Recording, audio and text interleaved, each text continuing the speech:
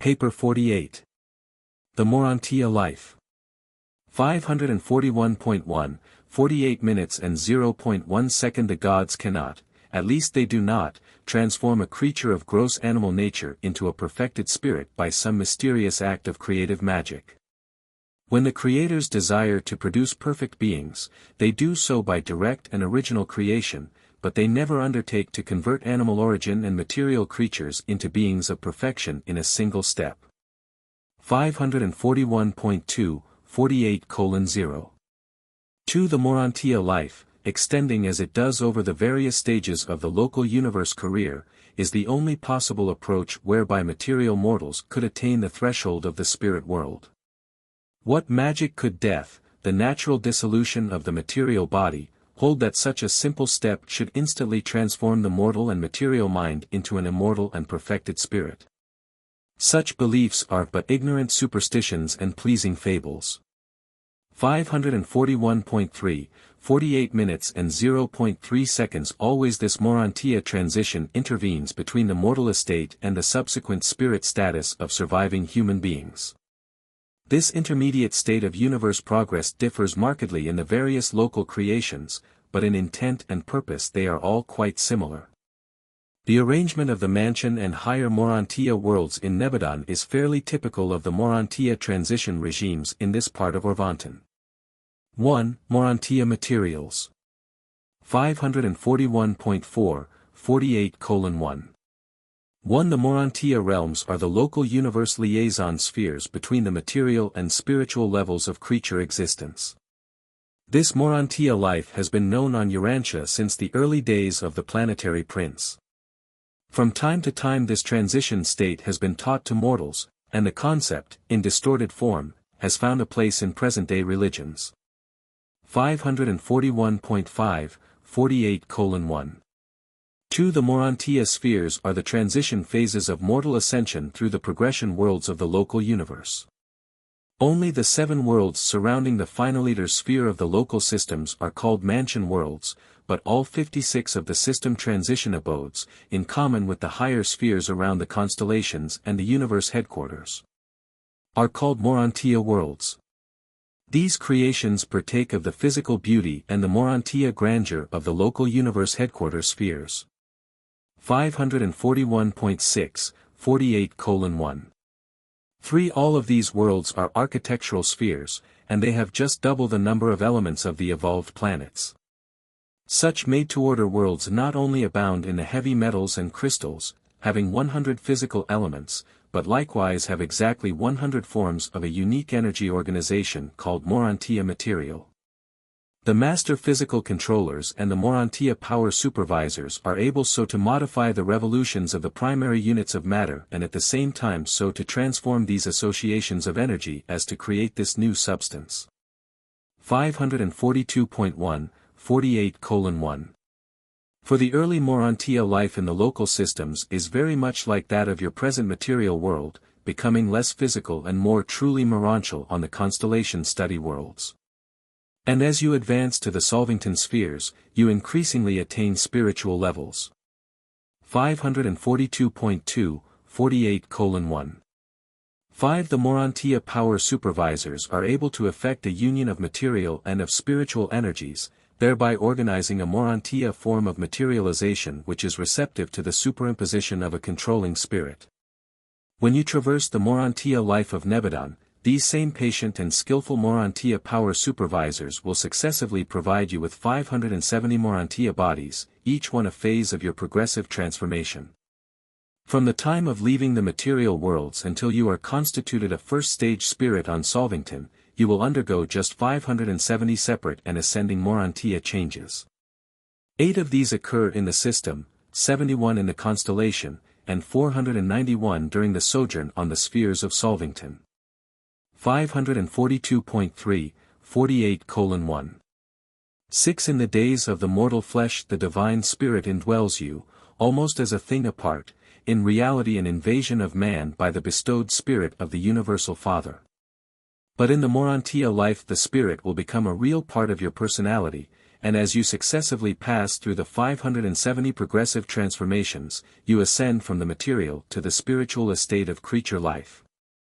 542.4, 48:1.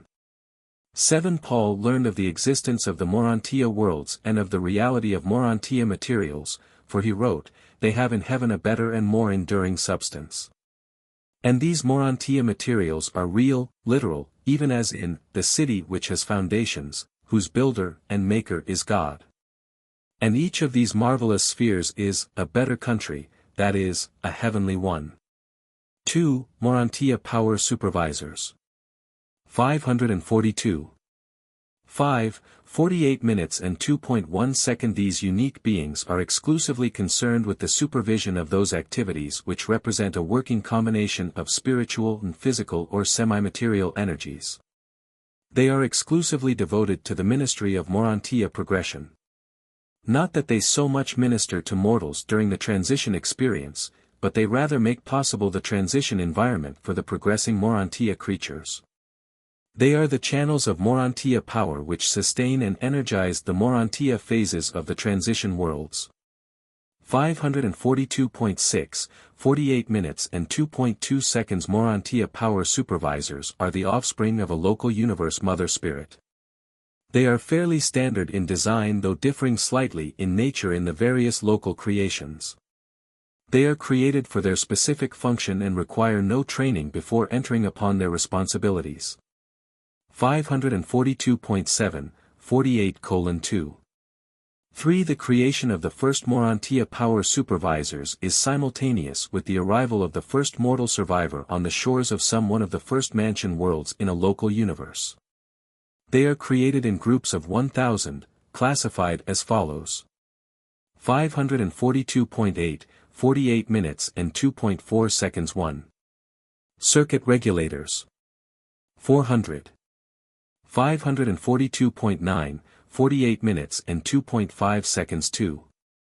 System coordinators. 200. 542.10, 48 minutes and 2.6 seconds. 3. Planetary custodians. 100. 543.1, 48 minutes and 2.7 seconds. 4. Combined controllers. 100. 543.2, 48 minutes and 2.8 seconds. 5. Liaison stabilizers.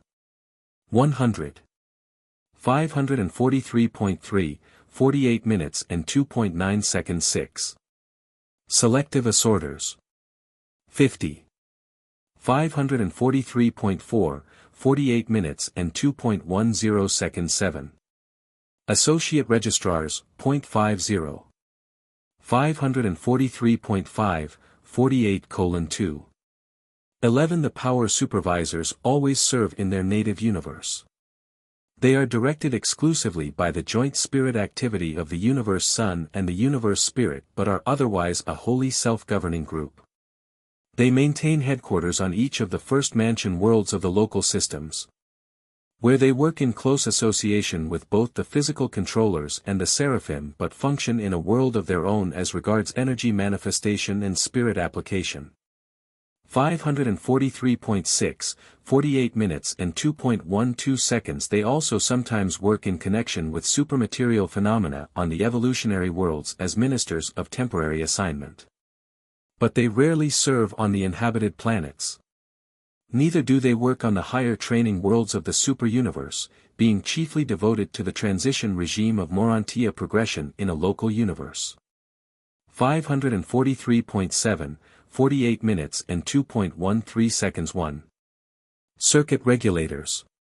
These are the unique beings who coordinate physical and spiritual energy and regulate its flow into the segregated channels of the Morontia spheres, and these circuits are exclusively planetary, limited to a single world.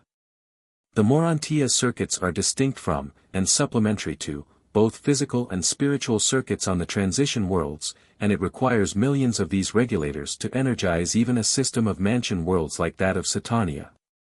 543. 8, 48 minutes and 2.14 seconds circuit regulators initiate those changes in material energies which render them subject to the control and regulation of their associates. These beings are Morontia power generators as well as circuit regulators. Much as a dynamo apparently generates electricity out of the atmosphere, so do these living Morontia dynamos seem to transform the everywhere energies of space into those materials which the Morontia supervisors weave into the bodies and life activities of the ascending mortals. 543.9, 48 minutes and 2.15 seconds 2.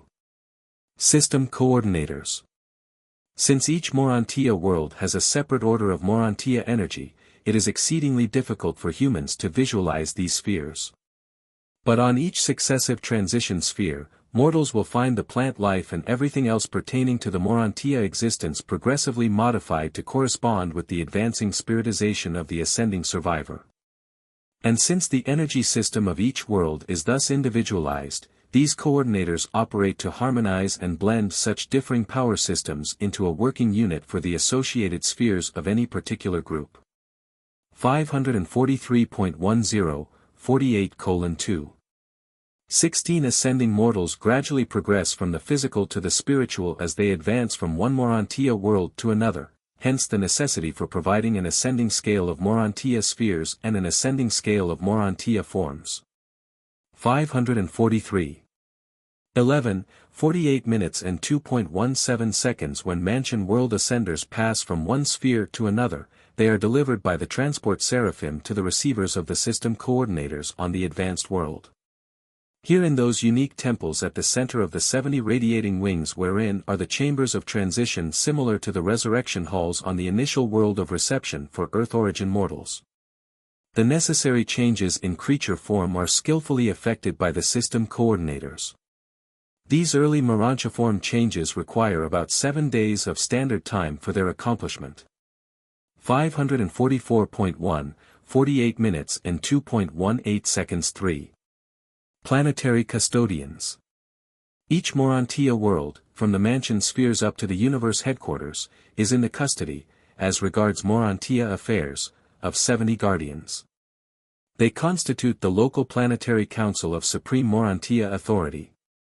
This council grants material for Morontia forms to all ascending creatures who land on the spheres and authorizes those changes in creature form which make it possible for an ascender to proceed to the succeeding sphere. After the mansion worlds have been traversed, you will translate from one phase of Morontia life to another without having to surrender consciousness.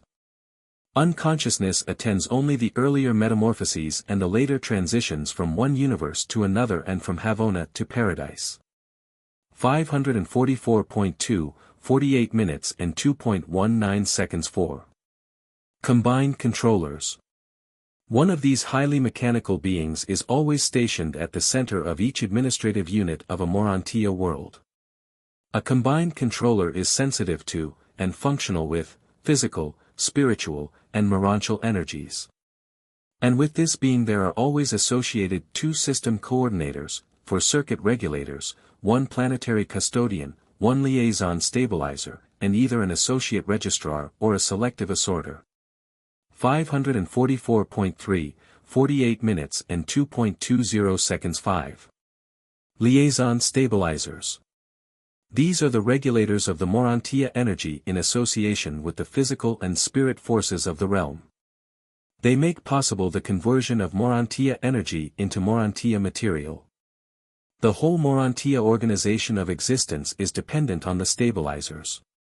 They slow down the energy revolutions to that point where physicalization can occur. But I have no terms with which I can compare or illustrate the ministry of such beings. It is quite beyond human imagination. 544.4, 48 minutes and 2.21 seconds 6. Selective assorters. As you progress from one class or phase of a Morontia world to another, you must be rekeyed or advance-tuned, and it is the task of the selective assorters to keep you in progressive synchrony with the Morontia life. 544.5, 48:2. 22 While the basic Morontia forms of life and matter are identical from the first mansion world to the last universe transition sphere, there is a functional progression which gradually extends from the material to the spiritual. Your adaptation to this basically uniform but successively advancing and spiritizing creation is affected by this selective rekeying. Such an adjustment in the mechanism of personality is tantamount to a new creation, notwithstanding that you retain the same Morontia form. 544.6, 48:2. 23 You may repeatedly subject yourself to the test of these examiners, and as soon as you register adequate spiritual achievement, they will gladly certify you for advanced standing. These progressive changes result in altered reactions to the Morontia environment, such as modifications in food requirements and numerous other personal practices. 544.7, 48:2. 24 The selective assorters are also of great service in the grouping of Morontia personalities for purposes of study, teaching, and other projects. They naturally indicate those who will best function in temporary association. 544.8, 48 minutes and 2.25 seconds 7. Associate Registrars.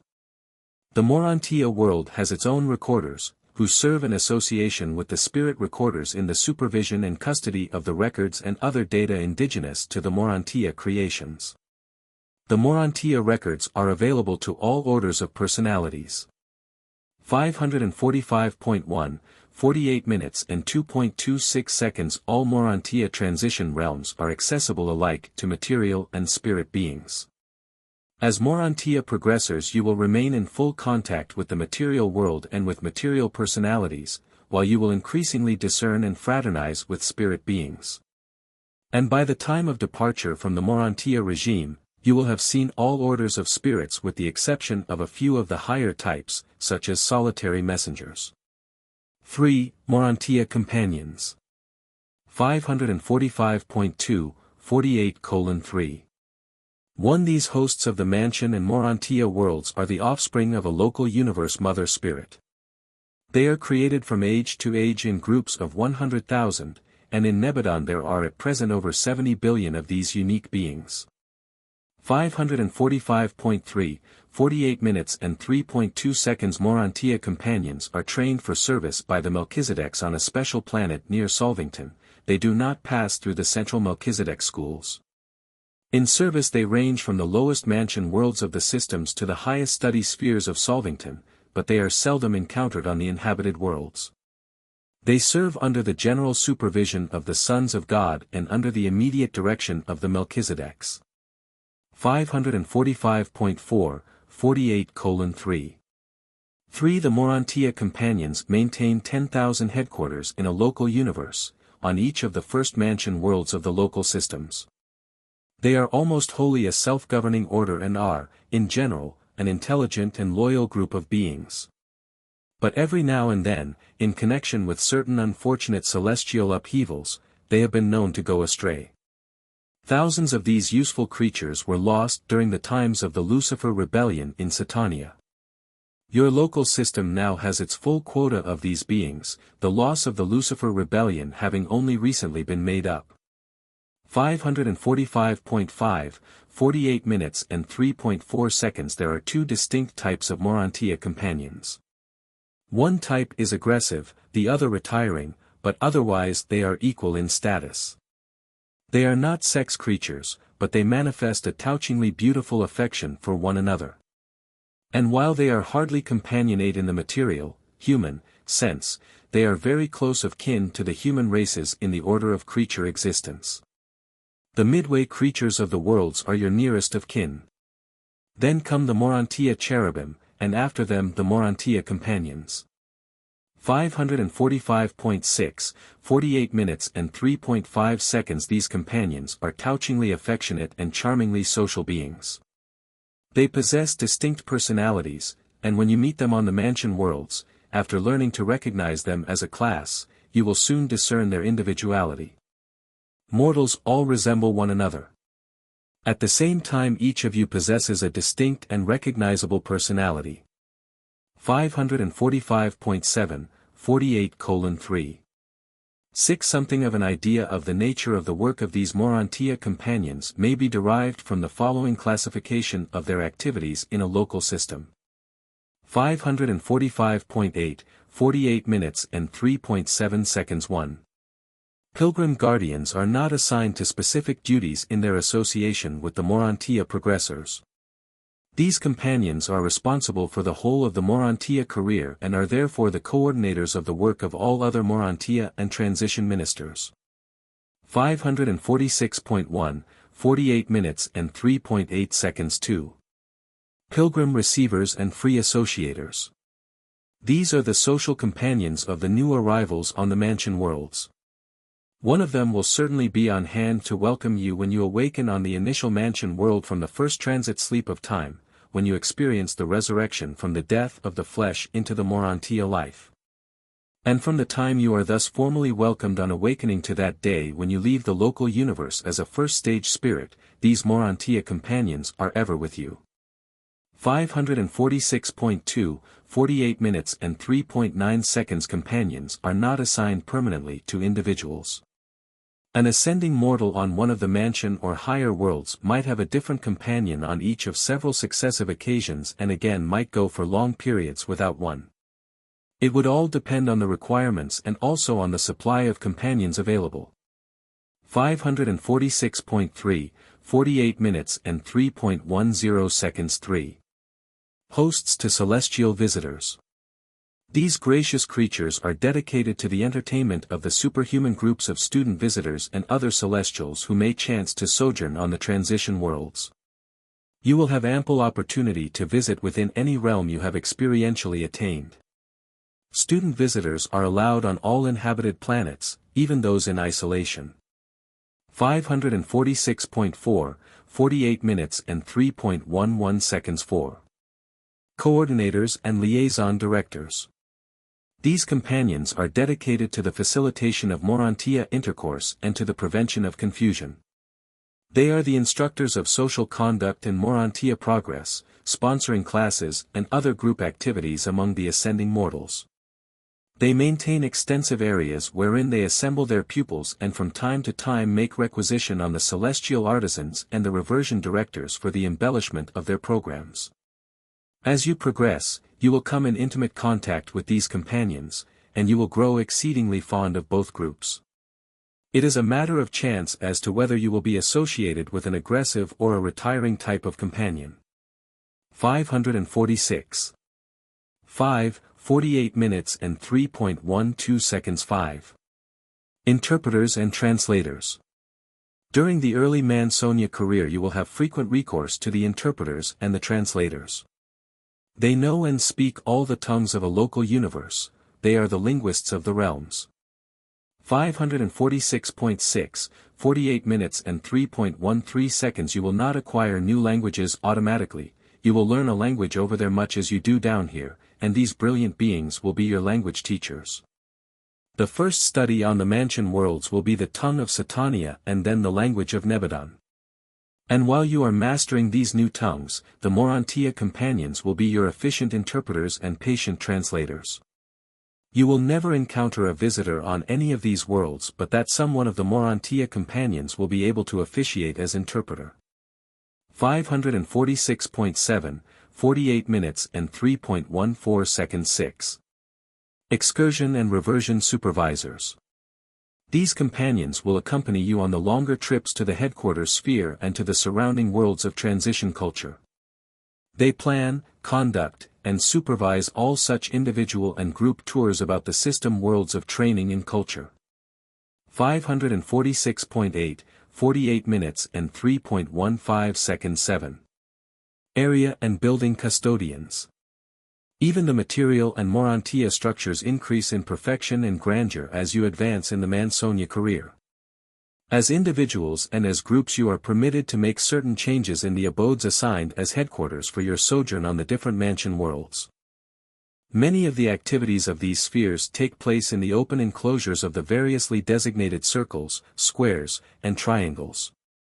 The majority of the mansion world structures are roofless, being enclosures of magnificent construction and exquisite embellishment.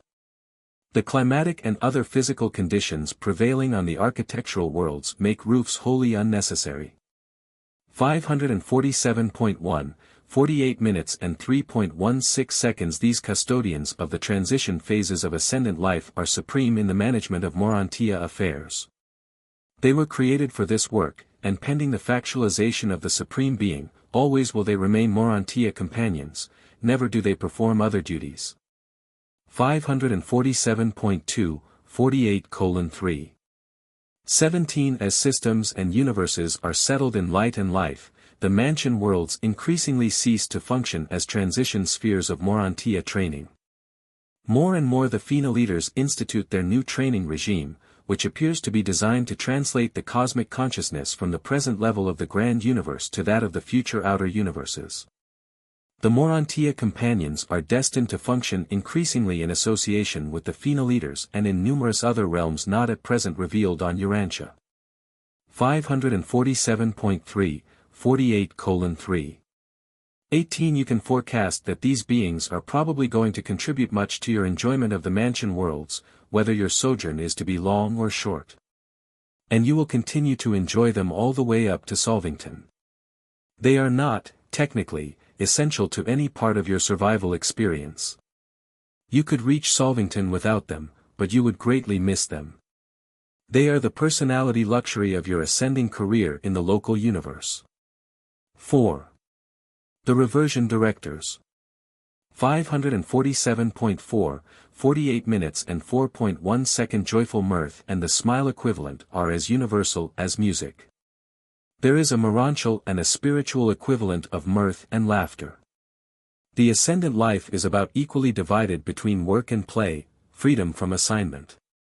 547.5, 48 minutes and 4.2 seconds. Celestial relaxation and superhuman humor are quite different from their human analogues, but we all actually indulge in a form of both.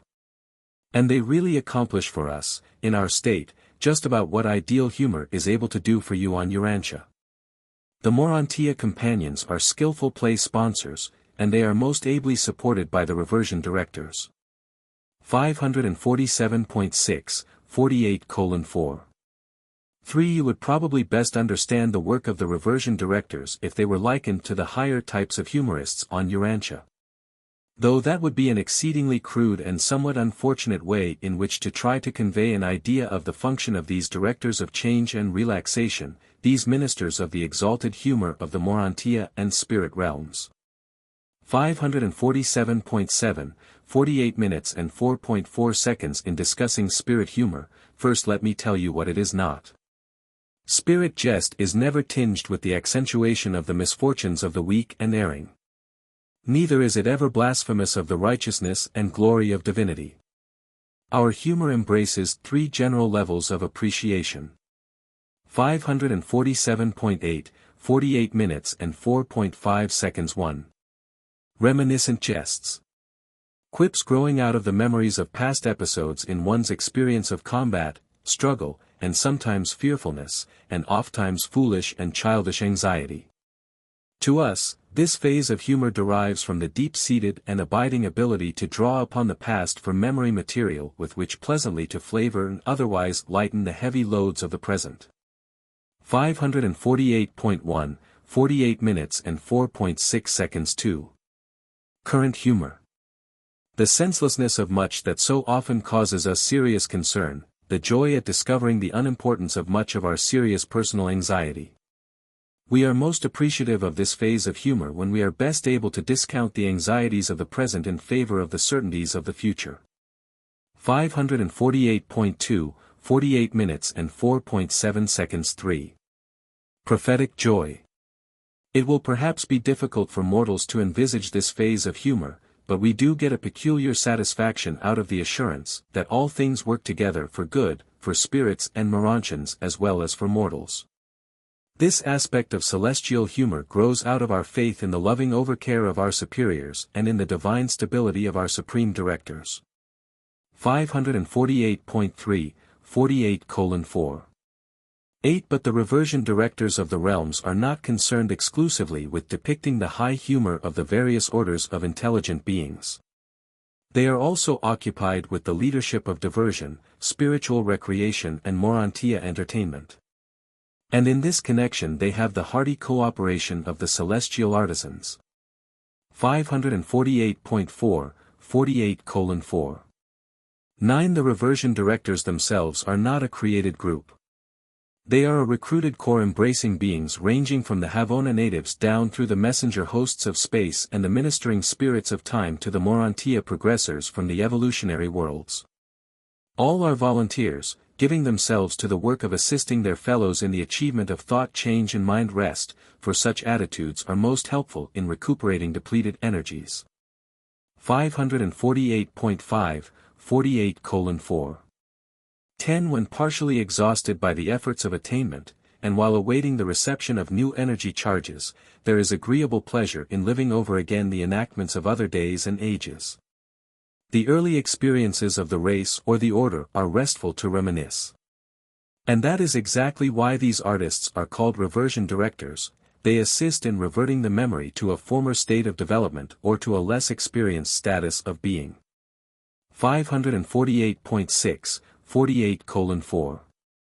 11. All beings enjoy this sort of reversion except those who are inherent creators, hence automatic self-rejuvenators, and certain highly specialized types of creatures, such as the power centers and the physical controllers, who are always and eternally thoroughly businesslike in all their reactions. These periodic releases from the tension of functional duty are a regular part of life on all worlds throughout the universe of universes but not on the Isle of Paradise. Beings indigenous to the central abode are incapable of depletion and are not, therefore, subject to re-energizing. And with such beings of eternal paradise perfection there can be no such reversion to evolutionary experiences. 548.7, 48:4. 12. Most of us have come up through lower stages of existence or through progressive levels of our orders, and it is refreshing and in a measure amusing to look back upon certain episodes of our early experience.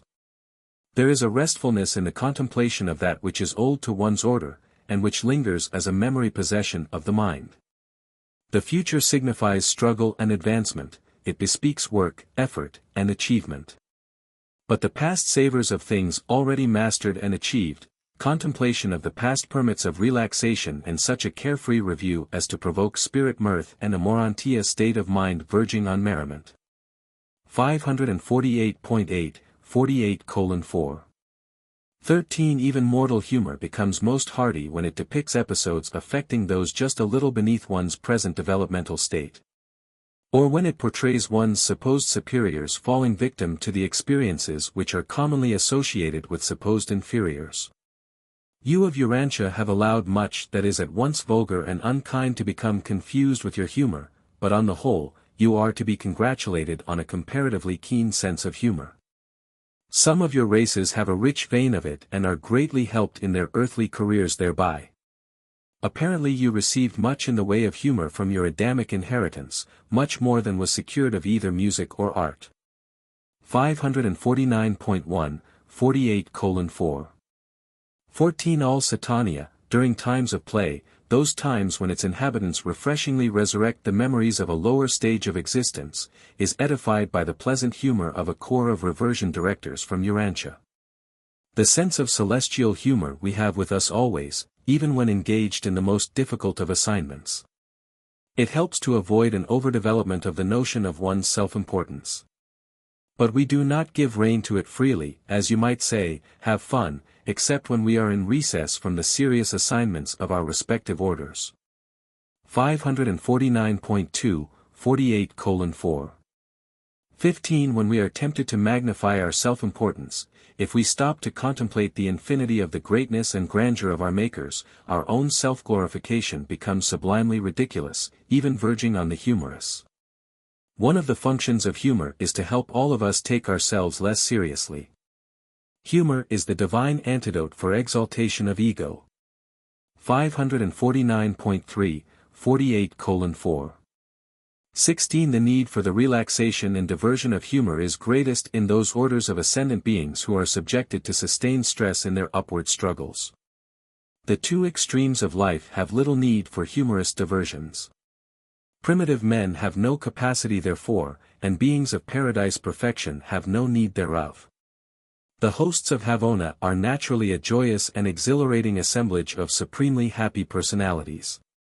On paradise the quality of worship obviates the necessity for reversion activities. But among those who start their careers far below the goal of paradise perfection, there is a large place for the ministry of the reversion directors. 549.4, 48:4. 17 The higher the mortal species, the greater the stress and the greater the capacity for humor as well as the necessity for it. In the spirit world the opposite is true, the higher we ascend, the less the need for the diversions of reversion experiences. But proceeding down the scale of spirit life from paradise to the seraphic hosts, there is an increasing need for the mission of mirth and the ministry of merriment. Those beings who most need the refreshment of periodic reversion to the intellectual status of previous experiences are the higher types of the human species, the Morontians, angels, and the material sons. Together with all similar types of personality. 549.5, 48:4. 18 Humor should function as an automatic safety valve to prevent the building up of excessive pressures due to the monotony of sustained and serious self-contemplation in association with the intense struggle for developmental progress and noble achievement. Humor also functions to lessen the shock of the unexpected impact of fact or of truth, rigid unyielding fact and flexible ever-living truth. The mortal personality, never sure as to which will next be encountered, through humor swiftly grasps, sees the point and achieves insight, the unexpected nature of the situation be it fact or be it truth. 549.6, 48:4. 19 While the humor of Urantia is exceedingly crude and most inartistic, it does serve a valuable purpose both as a health insurance and as a liberator of emotional pressure. Thus preventing injurious nervous tension and over-serious self-contemplation. Humor and play, relaxation, are never reactions of progressive exertion, always are they the echoes of a backward glance, a reminiscence of the past. Even on Urantia and as you now are, you always find it rejuvenating when for a short time you can suspend the exertions of the newer and higher intellectual efforts and revert to the more simple engagements of your ancestors. 550.1, 48:4. 20 The principles of Urantian play life are philosophically sound and continue to apply on up through your ascending life, through the circuits of Havona to the eternal shores of paradise. As ascendant beings you are in possession of personal memories of all former and lower existences, and without such identity memories of the past there would be no basis for the humor of the present, either mortal laughter or Morontia mirth. It is this recalling of past experiences that provides the basis for present diversion and amusement. And so you will enjoy the celestial equivalence of your earthly humor all the way up through your long Morontia, and then increasingly spiritual, careers. And that part of God, the adjuster, which becomes an eternal part of the personality of an ascendant mortal contributes the overtones of divinity to the joyous expressions, even spiritual laughter, of the ascending creatures of time and space. 5. The Mansion World Teachers. 550.2, 48 minutes and 5.1 seconds. The Mansion World Teachers are a corps of deserted but glorified cherubim and sanibim. When a pilgrim of time advances from a trial world of space to the mansion and associated worlds of Morontia training, he is accompanied by his personal or group seraphim, the guardian of destiny. In the worlds of mortal existence the seraphim is ably assisted by cherubim and sanibim. But when her mortal ward is delivered from the bonds of the flesh and starts out on the ascendant career, when the post-material or Morontia life begins, the attending seraphim has no further need of the ministrations of her former lieutenants. The cherubim and sanibim. 550.3, 48:5. 2 These deserted assistants of the ministering seraphim are often summoned to universe headquarters, where they pass into the intimate embrace of the universe mother spirit and then go forth to the system training spheres as mansion world teachers. These teachers often visit the material worlds and function from the lowest mansion worlds on up to the highest of the educational spheres connected with the universe headquarters. Upon their own motion they may return to their former associative work with the ministering seraphim. 550.4, 48:5. 3. There are billions upon billions of these teachers in Satania, and their numbers constantly increase because, in the majority of instances, when a seraphim proceeds inward with an adjuster-fused mortal, both a cherubim and a sanabim are left behind. 550.5, 48 minutes and 5.4 seconds. Mansion world teachers, like most of the other instructors, are commissioned by the Melchizedeks. They are generally supervised by the Morontia companions, but as individuals and as teachers they are supervised by the acting heads of the schools or spheres wherein they may be functioning as instructors. 550.6, 48:5. 5. These advanced cherubim usually work in pairs as they did when attached to the seraphim. They are by nature very near the Morontia type of existence, and they are inherently sympathetic teachers of the ascending mortals and most efficiently conduct the program of the Mansion World and Morontia educational system. 551.1, 48:5. 6. In the schools of the Morontia life these teachers engage in individual, group, class, and mass teaching. On the Mansion World such schools are organized in 3 general groups of 100 divisions each, the schools of thinking, the schools of feeling, and the schools of doing. When you reach the constellation, there are added the schools of ethics, the schools of administration, and the schools of social adjustment. On the universe headquarters worlds you will enter the schools of philosophy, divinity, and pure spirituality. 551.2, 48:5. 7. Those things which you might have learned on earth, but which you failed to learn, must be acquired under the tutelage of these faithful and patient teachers. There are no royal roads, shortcuts, or easy paths to paradise. Irrespective of the individual variations of the route, you master the lessons of one sphere before you proceed to another, at least this is true after you once leave the world of your nativity. 551.3, 48:5. 8. One of the purposes of the Morontia career is to effect the permanent eradication from the mortal survivors of such animal vestigial traits as procrastination, equivocation, insincerity, problem avoidance, unfairness, and ease-seeking. The Mansonia life early teaches the young Morontia pupils that postponement is in no sense avoidance. After the life in the flesh, time is no longer available as a technique of dodging situations or of circumventing disagreeable obligations. 551. 4. 48 minutes and 5.9 seconds. Beginning service on the lowest of the tarrying spheres, the Mansion World teachers advance, with experience, through the educational spheres of the system and the constellation to the training worlds of Solvington. They are subjected to no special discipline either before or after their embrace by the Universe Mother Spirit. They have already been trained for their work while serving as seraphic associates on the worlds native to their pupils of Mansion World sojourn. They have had actual experience with these advancing mortals on the inhabited worlds. They are practical and sympathetic teachers, wise and understanding instructors, able and efficient guides.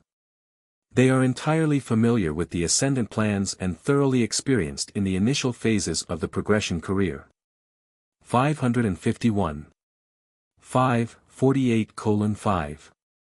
10. Many of the older of these teachers, those who have long served on the worlds of the Solvington circuit, are re-embraced by the Universe Mother Spirit, and from this second embrace these cherubim and sanabim emerge with the status of seraphim. 6. Morontia World Seraphim, Transition Ministers. 551.6, 48:6. 1. While all orders of angels, from the planetary helpers to the supreme seraphim, minister on the Morontia worlds, the transition ministers are more exclusively assigned to these activities. These angels are of the 6th order of seraphic servers. And their ministry is devoted to facilitating the transit of material and mortal creatures from the temporal life in the flesh on into the early stages of Morontia existence on the 7 mansion worlds. 551.7, 48 minutes and 6.2 seconds. You should understand that the Morontia life of an ascending mortal is really initiated on the inhabited worlds at the conception of the soul, at that moment when the creature mind of moral status is indwelt by the spirit adjuster. And from that moment on, the mortal soul has potential capacity for supermortal function, even for recognition on the higher levels of the Morontia spheres of the local universe. 552.1, 48:6.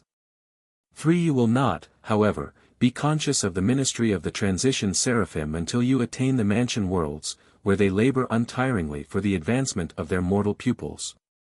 Being assigned for service in the following 7 divisions. 552. 2, 48 minutes and 6.4 seconds. 1. Seraphic Evangels. The moment you conscientize on the mansion worlds, you are classified as evolving spirits in the records of the system. True, you are not yet spirits in reality, but you are no longer mortal or material beings. You have embarked upon the pre-spirit career and have been duly admitted to the Morontia life.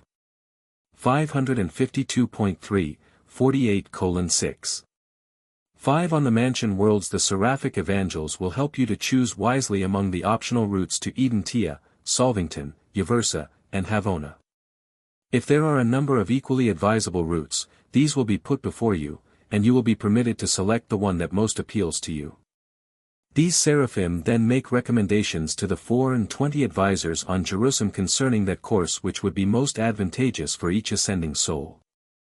552.4, 48 minutes and 6.6 seconds. You are not given unrestricted choice as to your future course.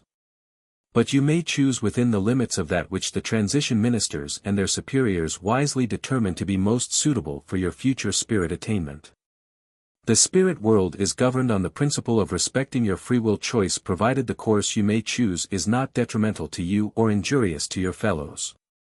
552.5, 48:6. 7. These seraphic evangels are dedicated to the proclamation of the gospel of eternal progression, the triumph of perfection attainment. On the mansion worlds they proclaim the great law of the conservation and dominance of goodness. No act of good is ever wholly lost. It may be long thwarted but never wholly annulled, and it is eternally potent in proportion to the divinity of its motivation. 552.6, 48:6. 8. Even on Urantia they counsel the human teachers of truth and righteousness to adhere to the preaching of the goodness of God, which leads to repentance, to proclaim the love of God, which casts out all fear. Even so have these truths been declared on your world. 552.7, 48 minutes and 6.9 seconds. The gods are my caretakers, I shall not stray. 552.8, 48 minutes and 6.10 seconds. Side by side they lead me in the beautiful paths and glorious refreshing of life everlasting. 552.9, 48:6. 11. I shall not, in this divine presence, want for food nor thirst for water. 552.10, 48 minutes and 6.12 seconds. Though I go down into the valley of uncertainty or ascend up into the worlds of doubt. 552.11, 48:6. 13. Though I move in loneliness or with the fellows of my kind. 552.12, 48 minutes and 6.14 seconds. Though I triumph in the choirs of light or falter in the solitary places of the spheres. 552.13, 48:6. 15. Your good spirit shall minister to me, and your glorious angel will comfort me. 552.14, 48 minutes and 6.16 seconds. Though I descend into the depths of darkness and death itself. 552.15, 48 minutes and 6.17 seconds. I shall not doubt you nor fear you. 552.16, 48:6. 18. For I know that in the fullness of time and the glory of your name. 552.17, 48 minutes and 6.19 seconds. You will raise me up to sit with you on the battlements on high. 553.1, 48 minutes and 6.20 seconds. That is the story whispered in the night season to the shepherd boy. He could not retain it word for word, but to the best of his memory he gave it much as it is recorded today. 553.2, 48:6. 21 These seraphim are also the evangels of the gospel of perfection attainment for the whole system as well as for the individual ascender. Even now in the young system of Satania their teachings and plans encompass provisions for the future ages when the mansion worlds will no longer serve the mortal ascenders as stepping stones to the spheres on high.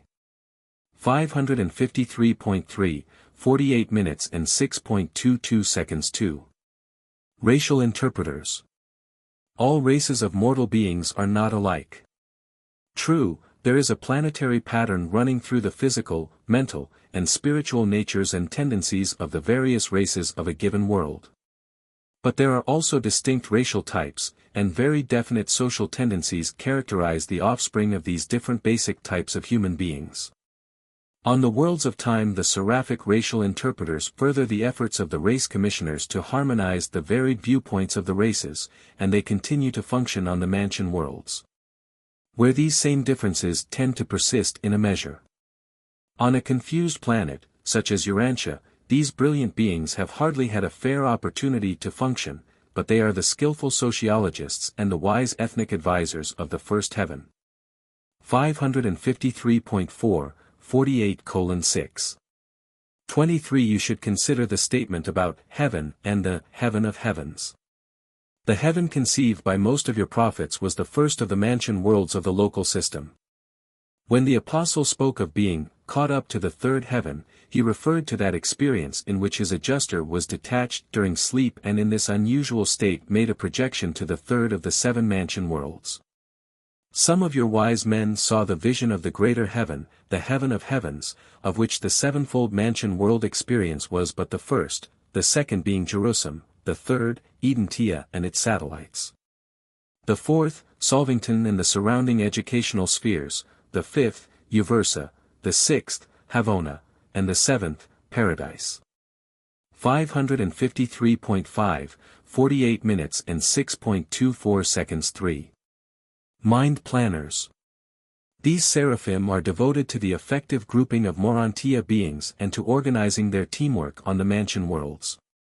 They are the psychologists of the first heaven.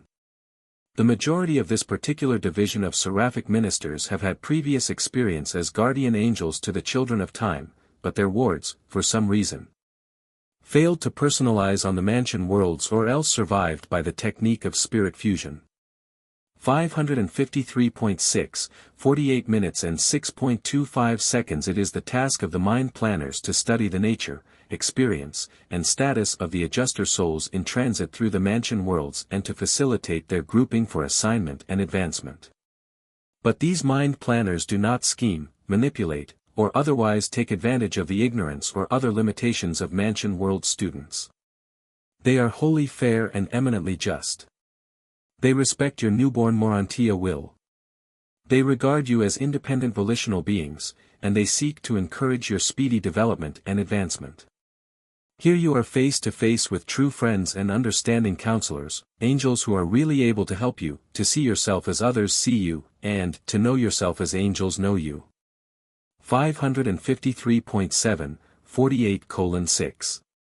26 Even on Urantia, these seraphim teach the everlasting truth. If your own mind does not serve you well, you can exchange it for the mind of Jesus of Nazareth, who always serves you well. 554.1, 48 minutes and 6.27 seconds 4. Morontia counselors. These ministers receive their name because they are assigned to teach, direct, and counsel the surviving mortals from the worlds of human origin, souls in transit to the higher schools of the system headquarters. They are the teachers of those who seek insight into the experiential unity of divergent life levels, those who are attempting the integration of meanings and the unification of values. This is the function of philosophy in mortal life, of Mota on the Morontia spheres. 554.2, 48 minutes and 6.28 seconds Mota is more than a superior philosophy, it is to philosophy as two eyes are to one, it has a stereoscopic effect on meanings and values. Material man sees the universe, as it were, with but one eye, flat.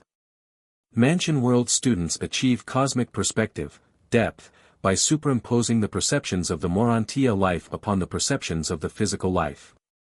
And they are enabled to bring these material and morontial viewpoints into true focus largely through the untiring ministry of their seraphic counselors, who so patiently teach the Mansion World students and the Morontia progressors. Many of the teaching counselors of the Supreme Order of Seraphim began their careers as advisors of the newly liberated souls of the mortals of time. 554.3, 48 minutes and 6.29 seconds. 5. Technicians. These are the seraphim who help new ascenders adjust themselves to the new and comparatively strange environment of the Morontia spheres. Life on the transition worlds entails real contact with the energies and materials of both the physical and Morontia levels and to a certain extent with spiritual realities. Ascenders must acclimatize to every new Morontia level, and in all of this they are greatly helped by the seraphic technicians. These seraphim act as liaisons with the Morontia power supervisors and with the master physical controllers and function extensively as instructors of the ascending pilgrims concerning the nature of those energies which are utilized on the transition spheres. They serve as emergency space traversers and perform numerous other regular and special duties. 554.4, 48 minutes and 6.30 seconds. 6. Recorder teachers. These seraphim are the recorders of the borderland transactions of the spiritual and the physical, of the relationships of men and angels, of the Morontia transactions of the lower universe realms. They also serve as instructors regarding the efficient and effective techniques of fact recording. There is an artistry in the intelligent assembly and coordination of related data, and this art is heightened in collaboration with the celestial artisans, and even the ascending mortals become thus affiliated with the recording seraphim. 554. 5, 48 minutes and 6.31 seconds. The recorders of all the seraphic orders devote a certain amount of time to the education and training of the Morontia progressors. These angelic custodians of the facts of time are the ideal instructors of all fact seekers. Before leaving Jerusalem, you will become quite familiar with the history of Satania and its 619 inhabited worlds, and much of this story will be imparted by the seraphic recorders. 554.6, 48:6. 32 These angels are all in the chain of recorders extending from the lowest to the highest custodians of the facts of time and the truths of eternity. Some day they will teach you to seek truth as well as fact, to expand your soul as well as your mind. Even now you should learn to water the garden of your heart as well as to seek for the dry sands of knowledge. Forms are valueless when lessons are learned. No chick may be had without the shell, and no shell is of any worth after the chick is hatched. But sometimes error is so great that its rectification by revelation would be fatal to those slowly emerging truths which are essential to its experiential overthrow.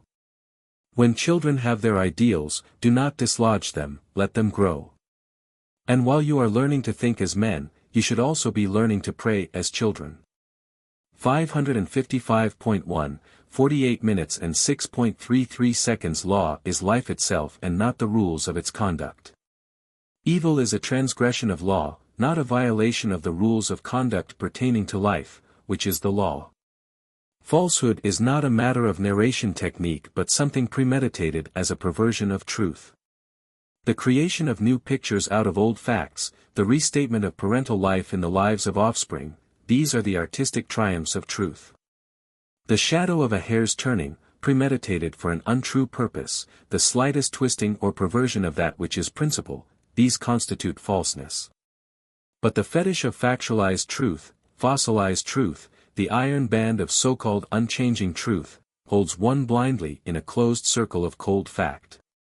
One can be technically right as to fact and everlastingly wrong in the truth. 555.2, 48 minutes and 6.34 seconds. 7. Ministering reserves. A large core of all orders of the transition seraphim is held on the first mansion world. Next to the destiny guardians, these transition ministers draw the nearest to humans of all orders of seraphim, and many of your leisure moments will be spent with them. Angels take delight in service and, when unassigned, often minister as volunteers. The soul of many an ascending mortal has for the first time been kindled by the divine fire of the will to service through personal friendship with the volunteer servers of the seraphic reserves. 555.3, 48:6. 35 From them you will learn to let pressure develop stability and certainty, to be faithful and earnest and, withal, cheerful, to accept challenges without complaint and to face difficulties and uncertainties without fear.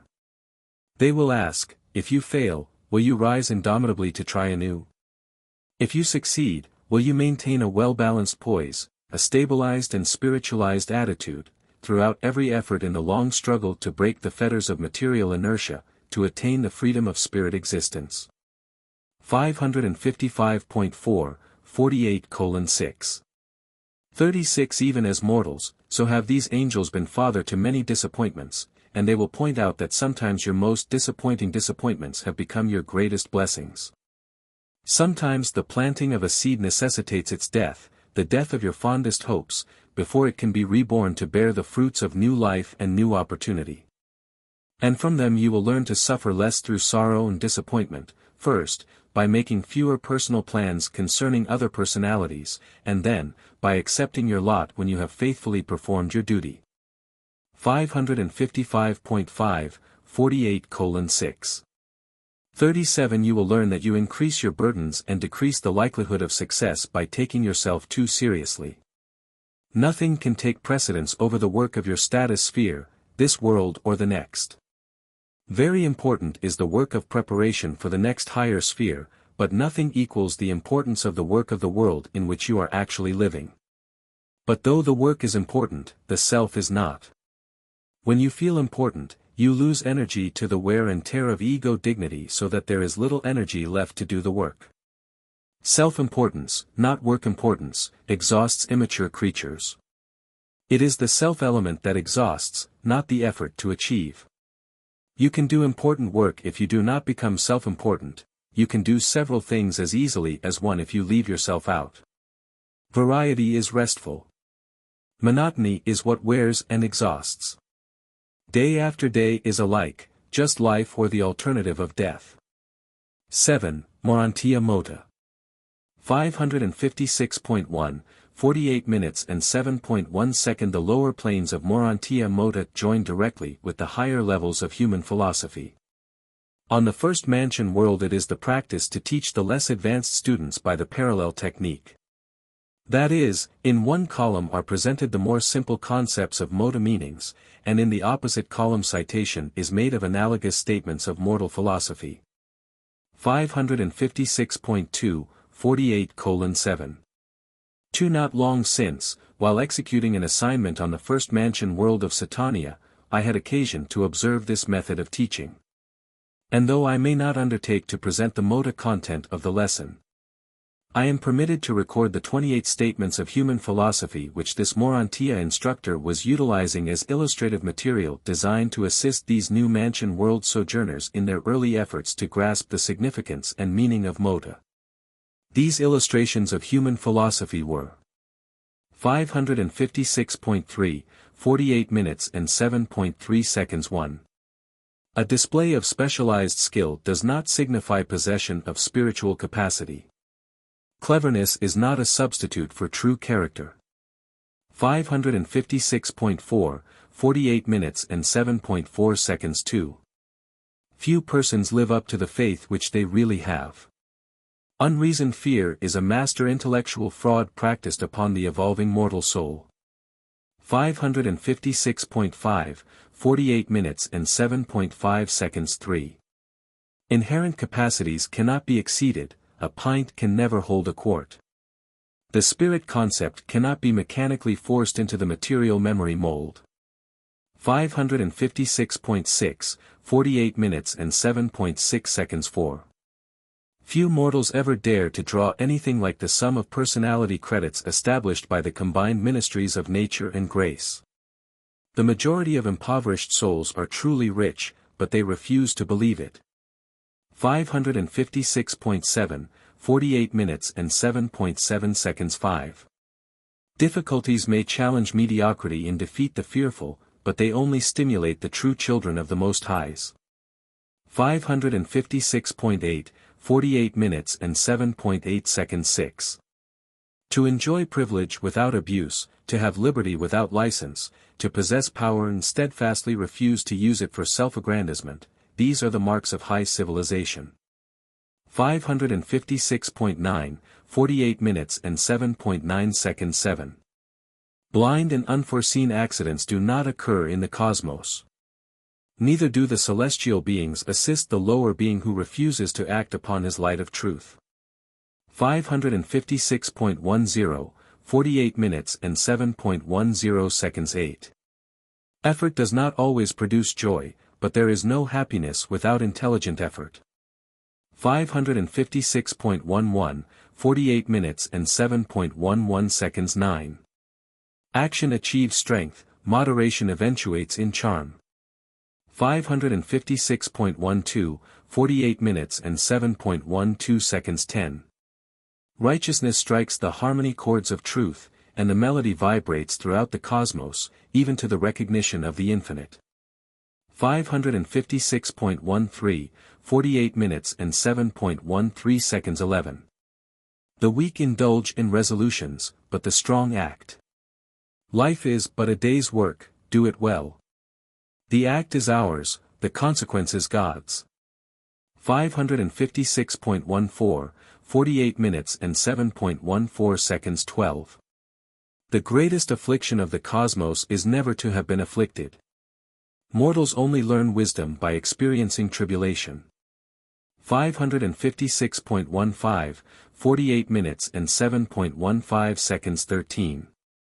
Stars are best discerned from the lonely isolation of experiential depths, not from the illuminated and ecstatic mountain tops.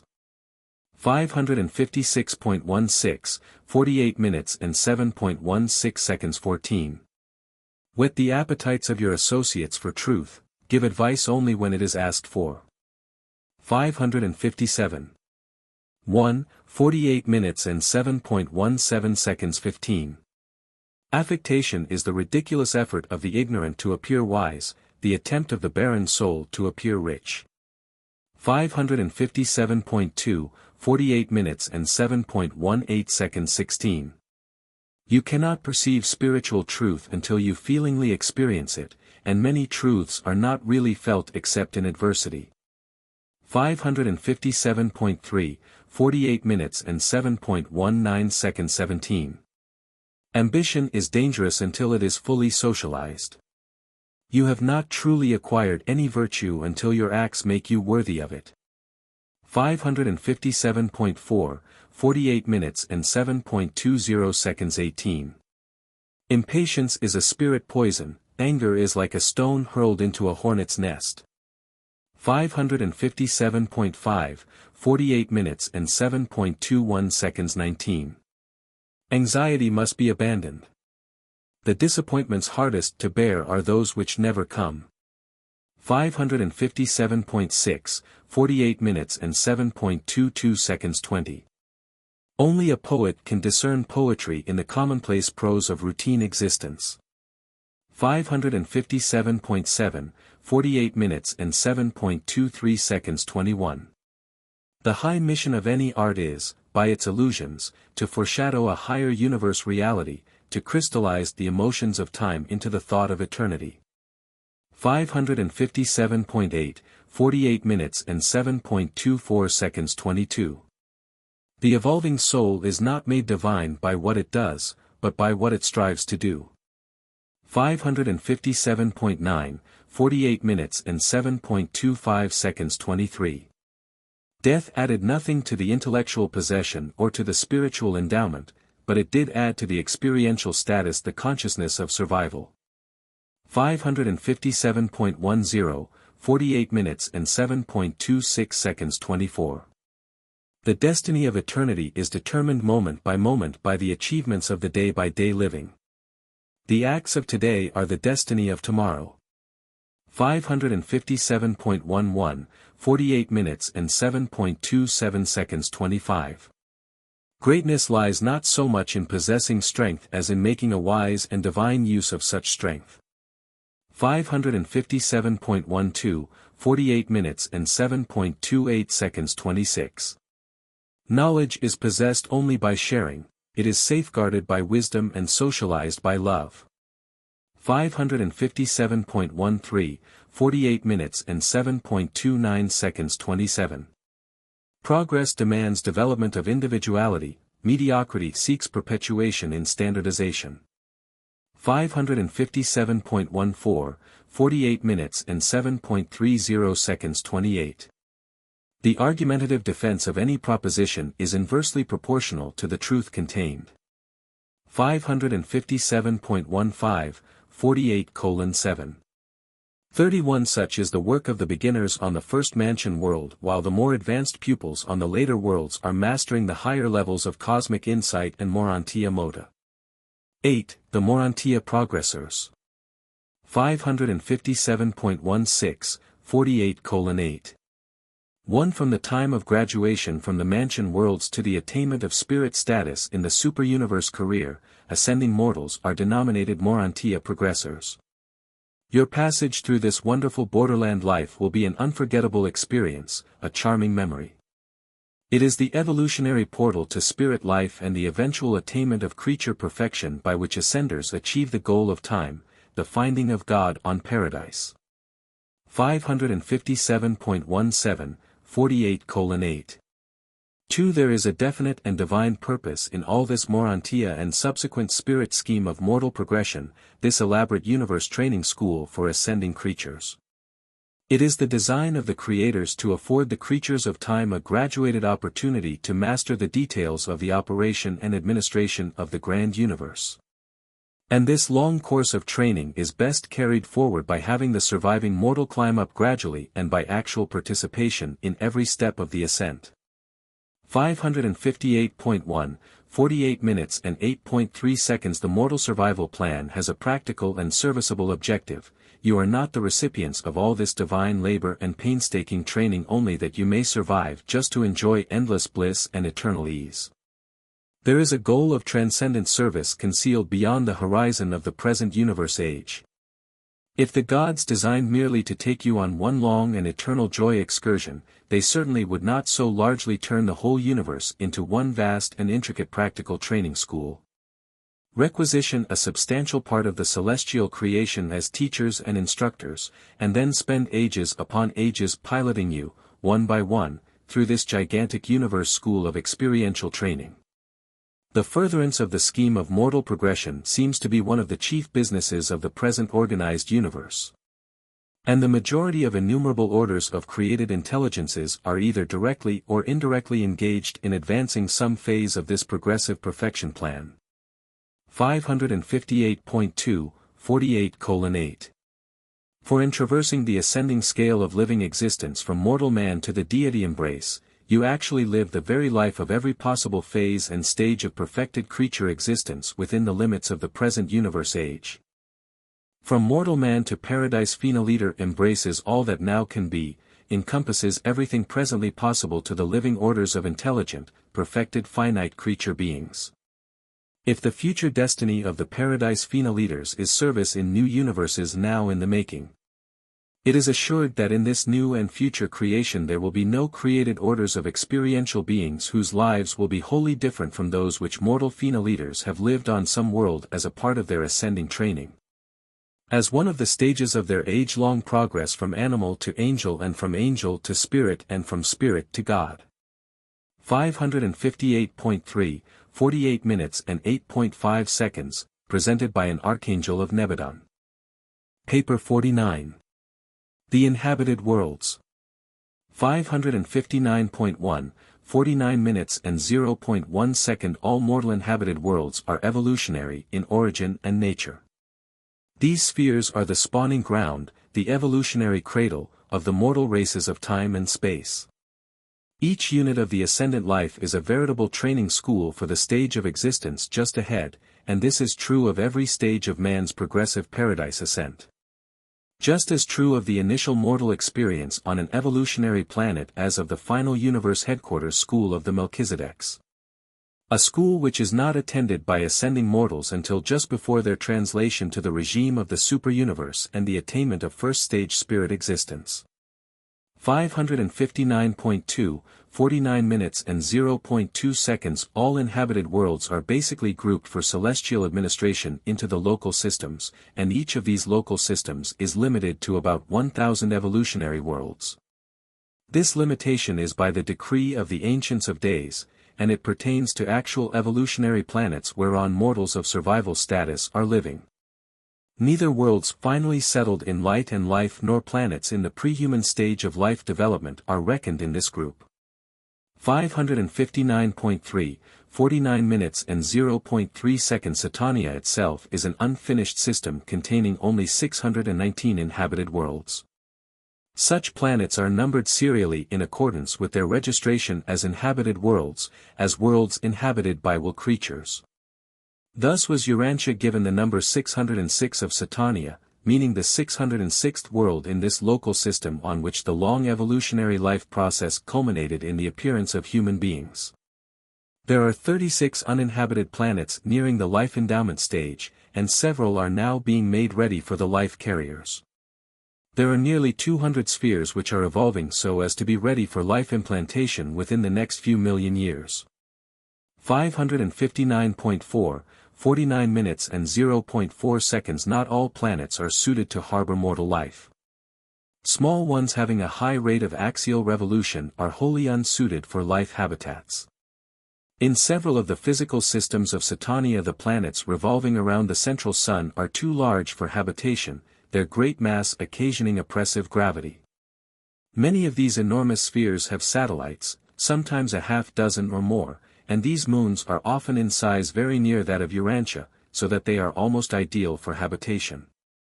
559.5, 49:0. 5. The oldest inhabited world of Satania, world number 1, is Anova, one of the 44 satellites revolving around an enormous dark planet but exposed to the differential light of 3 neighboring suns. Anova is in an advanced stage of progressive civilization. 1. The planetary life. 559.6, 49 minutes and 1.1 second. The universes of time and space are gradual in development. The progression of life, terrestrial or celestial, is neither arbitrary nor magical. Cosmic evolution may not always be understandable, predictable, but it is strictly non-accidental. 560.1, 49:1. 2. The biologic unit of material life is the protoplasmic cell, the communal association of chemical, electrical, and other basic energies. The chemical formulas differ in each system, and the technique of living cell reproduction is slightly different in each local universe, but the life carriers are always the living catalyzers who initiate the primordial reactions of material life.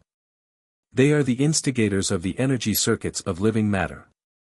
560.2, 49 minutes and 1.3 seconds. All the worlds of a local system disclose unmistakable physical kinship. Nevertheless, each planet has its own scale of life, no two worlds being exactly alike in plant and animal endowment. These planetary variations in the system life types result from the decisions of the life carriers. But these beings are neither capricious nor whimsical. The universes are conducted in accordance with law and order. The laws of Nebadon are the divine mandates of Solvington, and the evolutionary order of life in Satania is in consonance with the evolutionary pattern of Nebadon. 560.3, 49:1. For evolution is the rule of human development, but the process itself varies greatly on different worlds. Life is sometimes initiated in one center, sometimes in 3, as it was on Urantia. On the atmospheric worlds it usually has a marine origin, but not always. Much depends on the physical status of a planet. The life carriers have great latitude in their function of life initiation. 560.4, 49:1. 5. In the development of planetary life, the vegetable form always precedes the animal and is quite fully developed before the animal patterns differentiate. All animal types are developed from the basic patterns of the preceding vegetable kingdom of living things, they are not separately organized. 560.5, 49:1. 6. The early stages of life evolution are not altogether in conformity with your present-day views. Mortal man is not an evolutionary accident. There is a precise system, a universal law, which determines the unfolding of the planetary life plan on the spheres of space. Time and the production of large numbers of a species are not the controlling influences. Mice reproduce much more rapidly than elephants, yet elephants evolve more rapidly than mice. 560.6, 49 minutes and 1.7 seconds. The process of planetary evolution is orderly and controlled. The development of higher organisms from lower groupings of life is not accidental. Sometimes evolutionary progress is temporarily delayed by the destruction of certain favorable lines of life plasm carried in a selected species. It often requires ages upon ages to recoup the damage occasioned by the loss of a single superior strain of human heredity.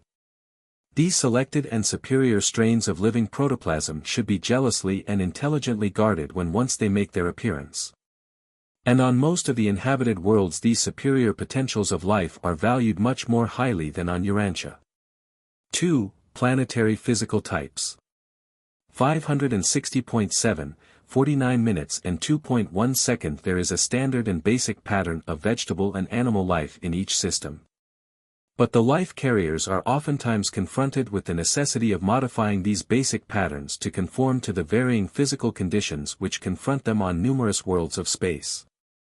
They foster a generalized system type of mortal creature, but there are 7 distinct physical types as well as thousands upon thousands of minor variants of these 7 outstanding differentiations. 561.1, 49 minutes and 2.2 seconds. 1. Atmospheric types. 561. 2, 49 minutes and 2.3 seconds. 2. Elemental types. 561.3, 49 minutes and 2.4 seconds. 3. Gravity types. 561.4, 49 minutes and 2.5 seconds. 4. Temperature types. 561.5, 49 minutes and 2.6 seconds. 5. Electric types. 561.6, 49 minutes and 2.7 seconds. 6. Energizing types. 561.7, 49 minutes and 2.8 seconds. 7. Unnamed types. 561.8, 49:2. 9. The Satania system contains all of these types and numerous intermediate groups, although some are very sparingly represented.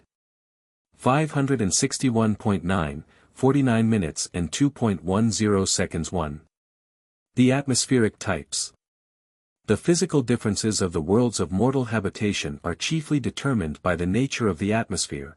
Other influences which contribute to the planetary differentiation of life are relatively minor. 561.10, 49:2. 11. The present atmospheric status of Urantia is almost ideal for the support of the breathing type of man, but the human type can be so modified that it can live on both the supraatmospheric and the subatmospheric planets. Such modifications also extend to the animal life, which differs greatly on the various inhabited spheres. There is a very great modification of animal orders on both the sub and the supraatmospheric worlds.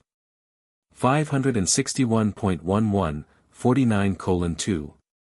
12 of the atmospheric types in Satania, about 2.5% are sub-breathers, about 5% superbreathers, and over 91% are mid-breathers. Altogether accounting for 98.5% of the Satania worlds. 561.12, 49 minutes and 2.13 seconds. Beings such as the Urantia races are classified as mid-breathers. You represent the average or typical breathing order of mortal existence. If intelligent creatures should exist on a planet with an atmosphere similar to that of your near neighbor, Venus, they would belong to the superbreather group. While those inhabiting a planet with an atmosphere as thin as that of your outer neighbor, Mars, would be denominated subbreathers.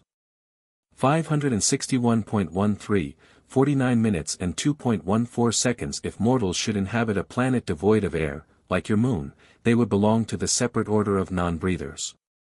This type represents a radical or extreme adjustment to the planetary environment and is separately considered. Non-breathers account for the remaining 1.5% of Satania worlds. 561.14, 49 minutes and 2.15 seconds 2. The elemental types. These differentiations have to do with the relation of mortals to water, air, and land, and there are 4 distinct species of intelligent life as they are related to these habitats. The Urantia races are of the land order. 561.15, 49:2. 16. It is quite impossible for you to envisage the environment which prevails during the early ages of some worlds. These unusual conditions make it necessary for the evolving animal life to remain in its marine nursery habitat for longer periods than on those planets which very early provide a hospitable land and atmosphere environment. Conversely, on some worlds of the superbreathers, when the planet is not too large, it is sometimes expedient to provide for a mortal type which can readily negotiate atmospheric passage. These air navigators sometimes intervene between the water and land groups, and they always live in a measure upon the ground, eventually evolving into land dwellers. But on some worlds, for ages they continue to fly even after they have become land-type beings. 562.1, 49:2. 17. It is both amazing and amusing to observe the early civilization of a primitive race of human beings taking shape, in one case, in the air and treetops and, in another, midst the shallow waters of sheltered tropic basins, as well as on the bottom, sides, and shores of these marine gardens of the dawn races of such extraordinary spheres. Even on Urantia there was a long age during which primitive man preserved himself and advanced his primitive civilization by living for the most part in the treetops as did his earlier arboreal ancestors. And on Urantia you still have a group of diminutive mammals, the bat family, that are air navigators, and your seals and whales, of marine habitat, are also of the mammalian order. 562.2, 49:2. 18. In Satania, of the elemental types, 7% are water, 10% air, 70% land, and 13% combined land and air types.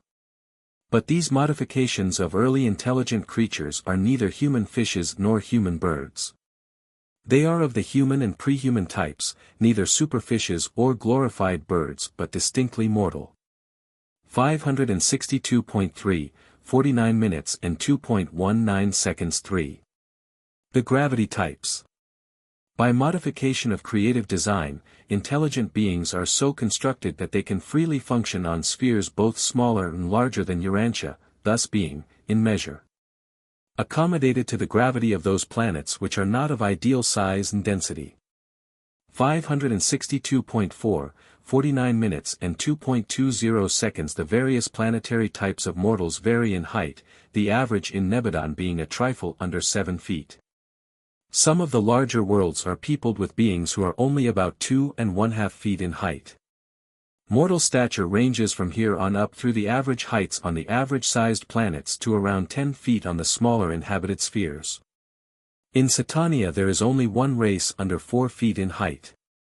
20% of the Satania inhabited worlds are peopled with mortals of the modified gravity types occupying the larger and the smaller planets. 562.5, 49 minutes and 2.21 seconds 4. The temperature types. It is possible to create living beings who can withstand temperatures both much higher and much lower than the life range of the Urantia races. There are 5 distinct orders of beings as they are classified with reference to heat-regulating mechanisms. In this scale the Urantia races are number 3. 30% of Satania worlds are peopled with races of modified temperature types. 12% belong to the higher temperature ranges, 18% to the lower, as compared with Urantians, who function in the mid-temperature group. 562.6, 49 minutes and 2.22 seconds 5. The electric types. The electric, magnetic, and electronic behavior of the worlds varies greatly. There are 10 designs of mortal life variously fashioned to withstand the differential energy of the spheres. These 10 varieties also react in slightly different ways to the chemical rays of ordinary sunlight. But these slight physical variations in no way affect the intellectual or the spiritual life. 562.7, 49:2. 23 of the electric groupings of mortal life, almost 23% belong to class number 4, the Urantia type of existence. These types are distributed as follows: number 1, 1%, number 2, 2%, number 3, 5%. Number 4, 23%, number 5, 27%, number 6, 24%, number 7, 8%, number 8, 5%, number 9, 3%, number 10, 2%, in whole percentages. 563.1, 49 minutes and 2.24 seconds 6. The energizing types. Not all worlds are alike in the manner of taking in energy. Not all inhabited worlds have an atmospheric ocean suited to respiratory exchange of gases, such as is present on Urantia. During the earlier and the later stages of many planets, beings of your present order could not exist. And when the respiratory factors of a planet are very high or very low, but when all other prerequisites to intelligent life are adequate, the life carriers often establish on such worlds a modified form of mortal existence. Beings who are competent to effect their life process exchanges directly by means of light energy and the first-hand power transmutations of the master physical controllers. 563.2, 49 minutes and 2.25 seconds. There are 6 differing types of animal and mortal nutrition. The sub-breathers employ the first type of nutrition, the marine dwellers the second, the mid-breathers the third, as on Urantia. The super-breathers employ the fourth type of energy intake, while the non-breathers utilize the fifth order of nutrition and energy. The sixth technique of energizing is limited to the midway creatures. 563.3, 49 minutes and 2.26 seconds 7. The unnamed types. There are numerous additional physical variations in planetary life, but all of these differences are wholly matters of anatomical modification, physiologic differentiation, and electrochemical adjustment. Such distinctions do not concern the intellectual or the spiritual life. 3. Worlds of the non-breathers. 563.4, 49 minutes and 3.1 seconds. The majority of inhabited planets are peopled with the breathing type of intelligent beings. But there are also orders of mortals who are able to live on worlds with little or no air. Of the Urantian inhabited worlds, this type amounts to less than 7%. In Nebadon this percentage is less than 3. In all Satania there are only 9 such worlds. 563.5, 49 minutes and 3.2 seconds. There are so very few of the non-breather type of inhabited worlds in Satania because this more recently organized section of Norlatiadex still abounds in meteoric space bodies. And worlds without a protective friction atmosphere are subject to incessant bombardment by these wanderers. Even some of the comets consist of meteor swarms, but as a rule they are disrupted smaller bodies of matter. 563.6, 49:3. 3 millions upon millions of meteorites enter the atmosphere of Urantia daily, coming in at the rate of almost 200 miles a second. On the non-breathing worlds the advanced races must do much to protect themselves from meteor damage by making electrical installations which operate to consume or shunt the meteors. Great danger confronts them when they venture beyond these protected zones. These worlds are also subject to disastrous electrical storms of a nature unknown on Urantia. During such times of tremendous energy fluctuation the inhabitants must take refuge in their special structures of protective insulation. 563.7, 49 minutes and 3.4 seconds. Life on the worlds of the non-breathers is radically different from what it is on Urantia.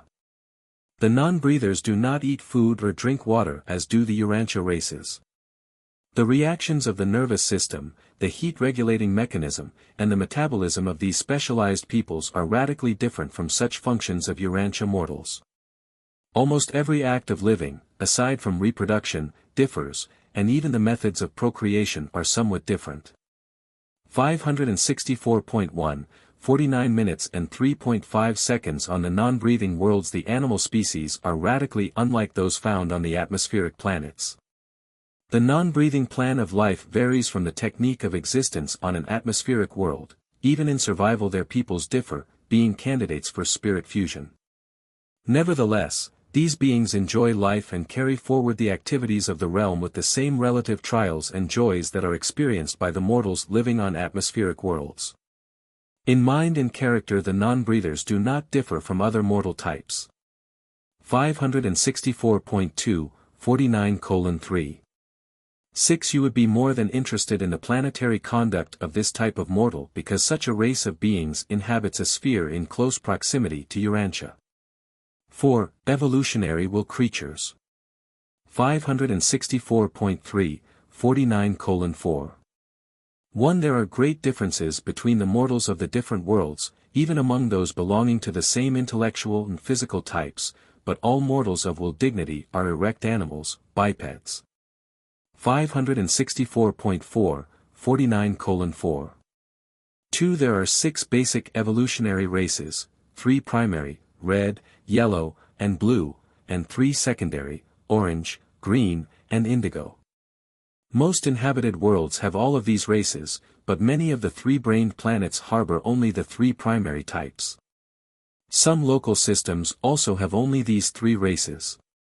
564.5, 49:4.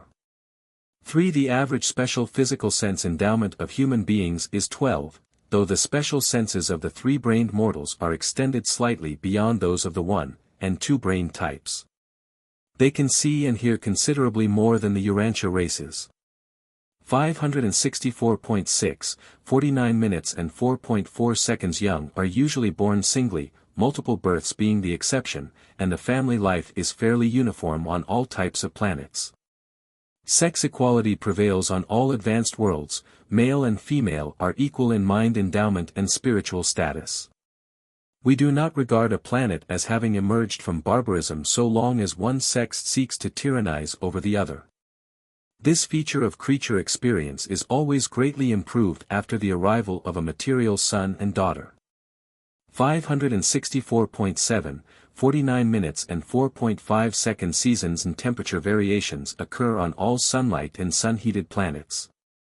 Agriculture is universal on all atmospheric worlds, tilling the soil is the one pursuit that is common to the advancing races of all such planets. 564.8, 49:4. 6. Mortals all have the same general struggles with microscopic foes in their early days, such as you now experience on Urantia, though perhaps not so extensive. The length of life varies on the different planets from 25 years on the primitive worlds to near 500 on the more advanced and older spheres. 564.9, 49 minutes and 4.7 seconds. Human beings are all gregarious, both tribal and racial. These group segregations are inherent in their origin and constitution.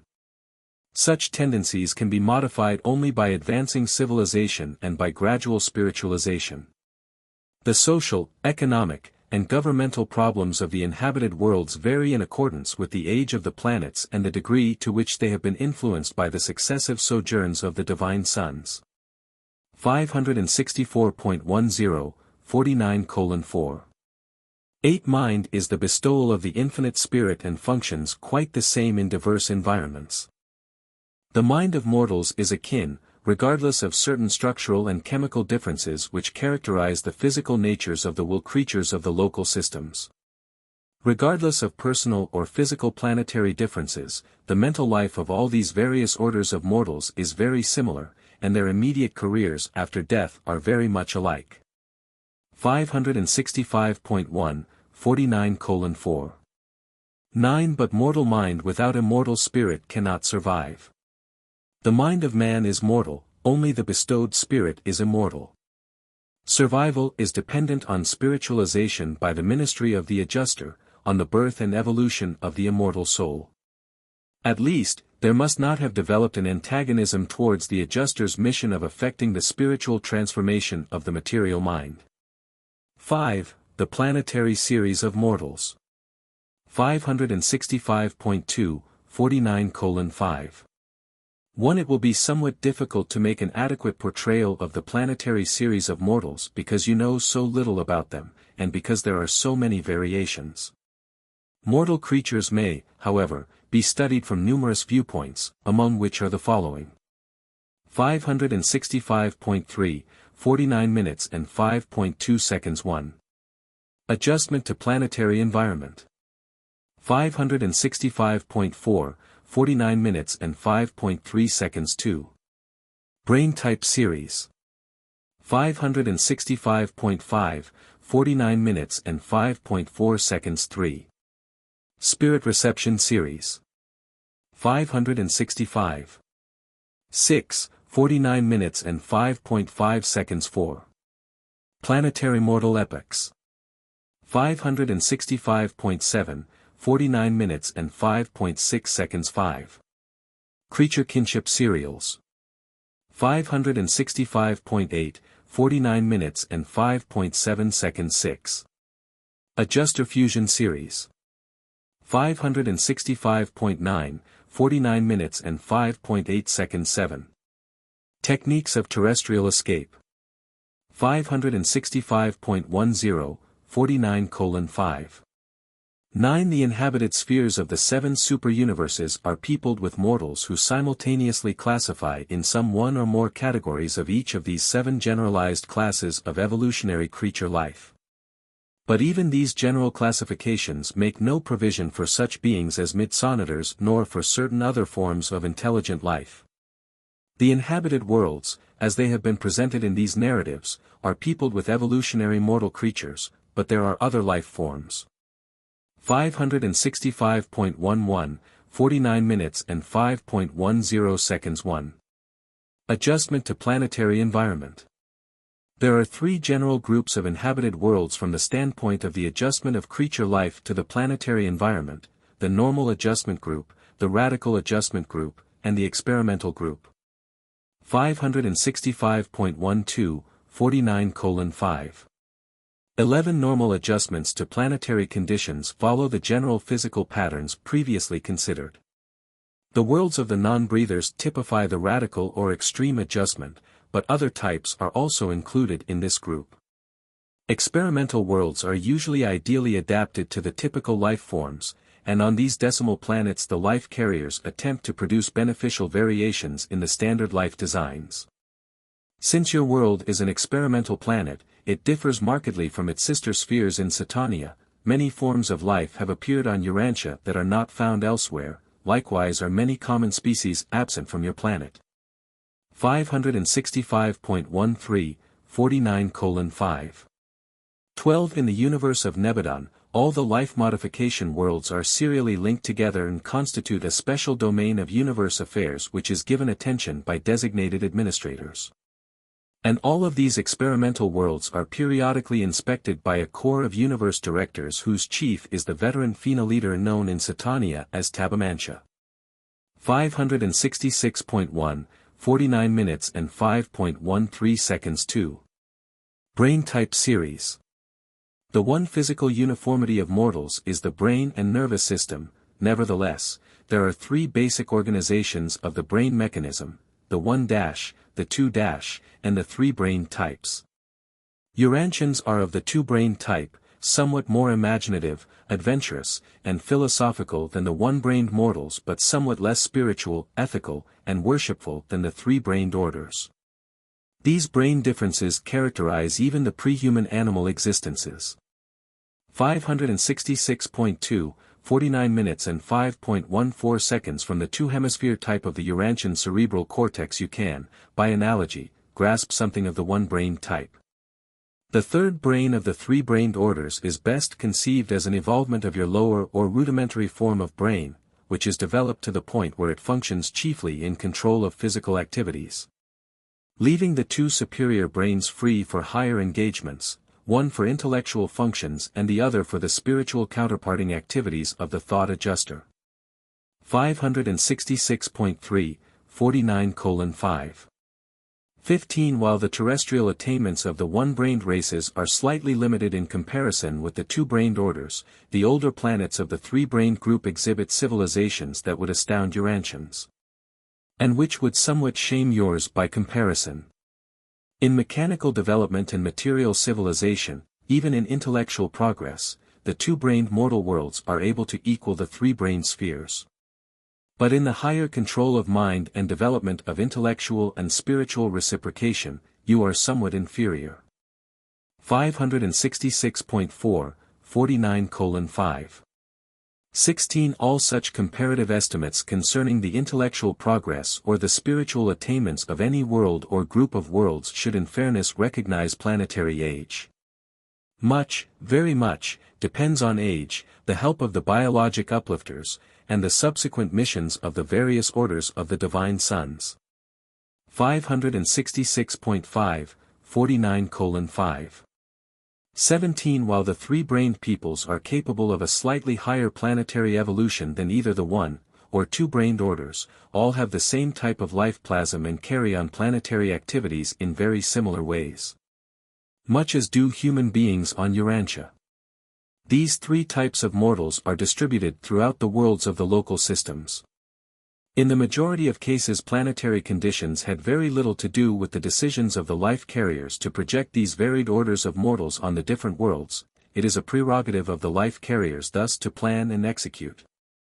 566. 6, 49 minutes and 5.18 seconds These three orders stand on an equal footing in the ascension career. Each must traverse the same intellectual scale of development, and each must master the same spiritual tests of progression. The system administration and the constellation over control of these different worlds are uniformly free from discrimination, even the regimes of the planetary princes are identical. 566.7, 49 minutes and 5.19 seconds 3. Spirit Reception Series. There are three groups of mind design as related to contact with spirit affairs.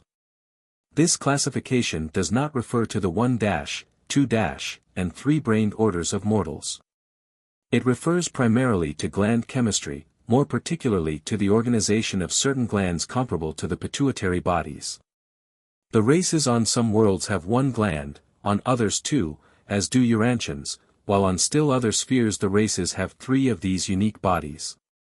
The inherent imagination and spiritual receptivity is definitely influenced by this differential chemical endowment. 566.8, 49 minutes and 5.20 seconds of the spirit reception types, 65% are of the second group, like the Urantia races. 12% are of the first type, naturally less receptive, while 23% are more spiritually inclined during terrestrial life. But such distinctions do not survive natural death. All of these racial differences pertain only to the life in the flesh. 567.1, 49 minutes and 5.21 seconds 4. Planetary mortal epochs. This classification recognizes the succession of temporal dispensations as they affect man's terrestrial status and his reception of celestial ministry. 567.2, 49:5. 22 Life is initiated on the planets by the life carriers, who watch over its development until sometime after the evolutionary appearance of mortal man. Before the life carriers leave a planet, they duly install a planetary prince as ruler of the realm. With this ruler there arrives a full quota of subordinate auxiliaries and ministering helpers, and the first adjudication of the living and the dead is simultaneous with his arrival. 567.3, 49:5. 23 With the emergence of human groupings, this planetary prince arrives to inaugurate human civilization and to focalize human society. Your world of confusion is no criterion of the early days of the reign of the planetary princes, for it was near the beginning of such an administration on Urantia that your planetary prince, Caligastia, cast his lot with the rebellion of the system's sovereign, Lucifer.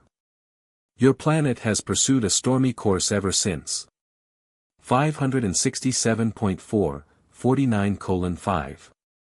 24 On a normal evolutionary world, racial progress attains its natural biologic peak during the regime of the planetary prince, and shortly thereafter the system's sovereign dispatches a material son and daughter to that planet. These imported beings are of service as biologic uplifters. Their default on Urantia further complicated your planetary history. 567.5, 49:5.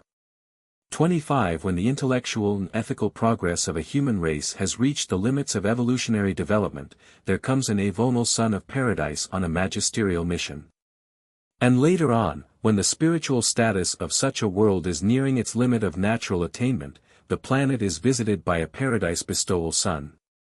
The chief mission of a bestowal son is to establish the planetary status, release the spirit of truth for planetary function, and thus effect the universal coming of the thought adjusters.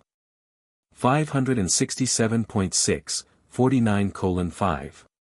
26 Here, again, Urantia deviates. There has never been a magisterial mission on your world, neither was your bestowal son of the avonal order.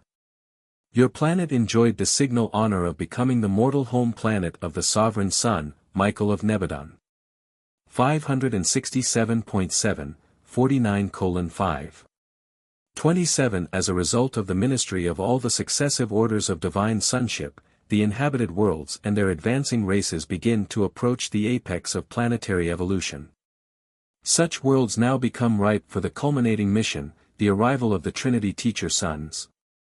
This epoch of the Teacher Sons is the vestibule to the final planetary age, evolutionary utopia, the age of light and life. 567.8, 49:5. 28 This classification of human beings will receive particular attention in a succeeding paper. 567.9, 49 minutes and 5.29 seconds. 5. Creature kinship serials.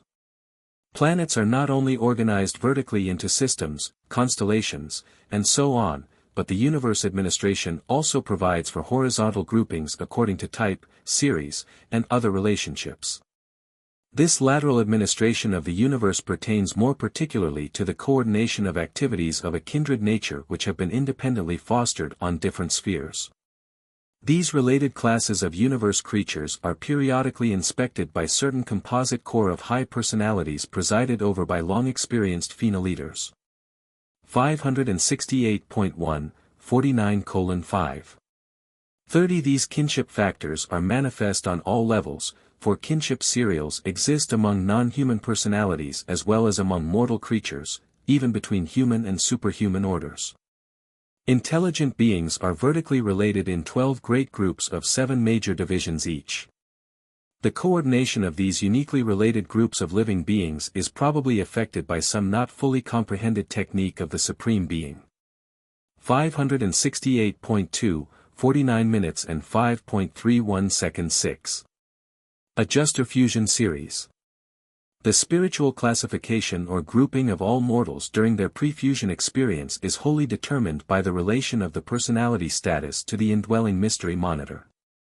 Almost 90% of the inhabited worlds of Nebadon are peopled with adjuster fusion mortals, in contrast with a nearby universe where scarcely more than one-half of the worlds harbor beings who are adjuster indwelt candidates for eternal fusion.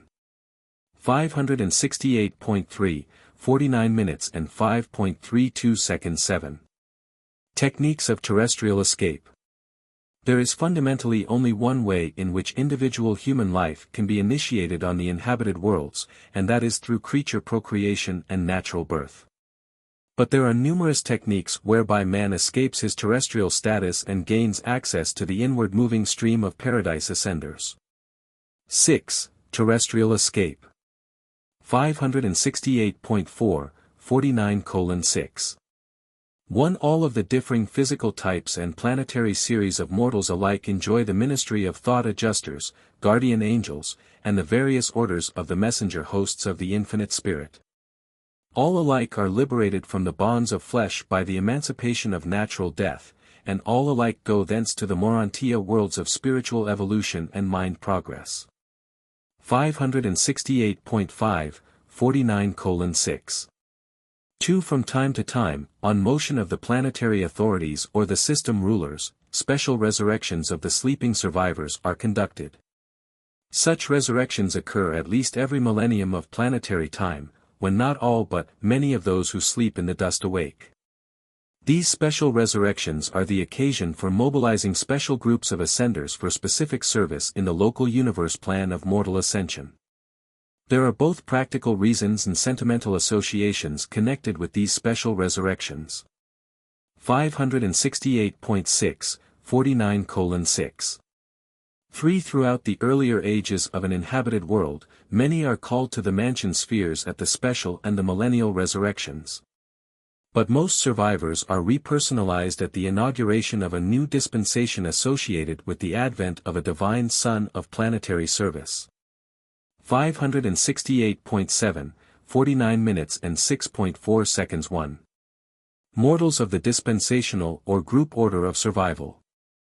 With the arrival of the first adjuster on an inhabited world, the guardian seraphim also make their appearance. They are indispensable to terrestrial escape. Throughout the life-lapse period of the sleeping survivors, the spiritual values and eternal realities of their newly evolved and immortal souls are held as a sacred trust by the personal or by the group guardian seraphim. 568.8, 49:6. 5. The group guardians of assignment to the sleeping survivors always function with the judgment sons on their world advents. He shall send his angels, and they shall gather together his elect from the four winds. With each seraphim of assignment to the repersonalization of a sleeping mortal there functions the returned adjuster, the same immortal father fragment that lived in him during the days in the flesh.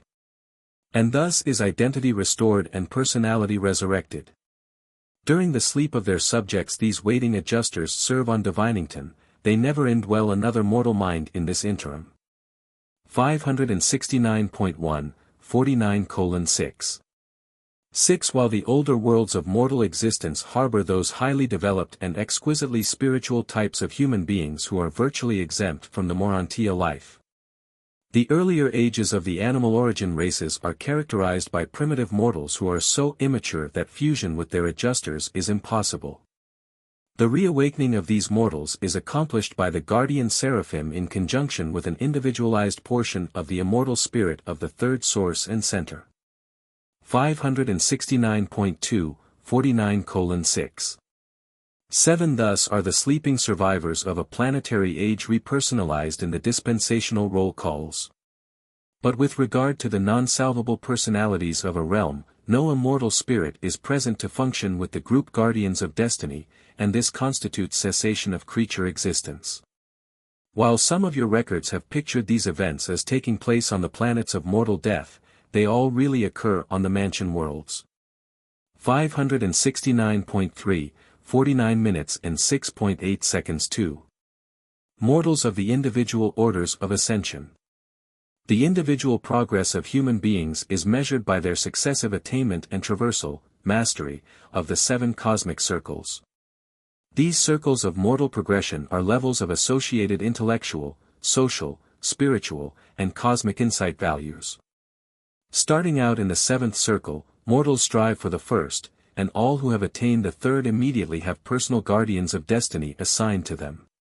These mortals may be repersonalized in the Morontia life independent of dispensational or other adjudications. 569.4, 49 minutes and 6.9 seconds. Throughout the earlier ages of an evolutionary world, few mortals go to judgment on the 3rd day. But as the ages pass, more and more the personal guardians of destiny are assigned to the advancing mortals, and thus increasing numbers of these evolving creatures are repersonalized on the first mansion world on the 3rd day after natural death. On such occasions the return of the adjuster signalizes the awakening of the human soul, and this is the repersonalization of the dead just as literally as when the en masse roll is called at the end of a dispensation on the evolutionary worlds. 569.5, 49 minutes and 6.10 seconds. There are 3 groups of individual ascenders, the less advanced land on the initial or first mansion world. The more advanced group may take up the Morontia career on any of the intermediate mansion worlds in accordance with previous planetary progression. The most advanced of these orders really begin their Morontia experience on the 7th mansion world. 569.6, 49 minutes and 6.11 seconds. 3. Mortals of the probationary dependent orders of ascension. The arrival of an adjuster constitutes identity in the eyes of the universe, and all indwelt beings are on the roll calls of justice. But temporal life on the evolutionary worlds is uncertain, and many die in youth before choosing the paradise career. Such adjuster-indwelt children and youths follow the parent of most advanced spiritual status, thus going to the system Phenoliter world, the probationary nursery, on the third day, at a special resurrection. Or at the regular millennial and dispensational roll calls.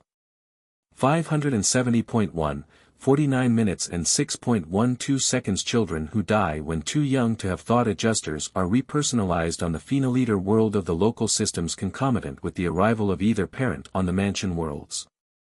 A child acquires physical entity at mortal birth, but in the matter of survival all adjusterless children are reckoned as still attached to their parents. 570.2, 49:6. 13 In due course thought adjusters come to indwell these little ones.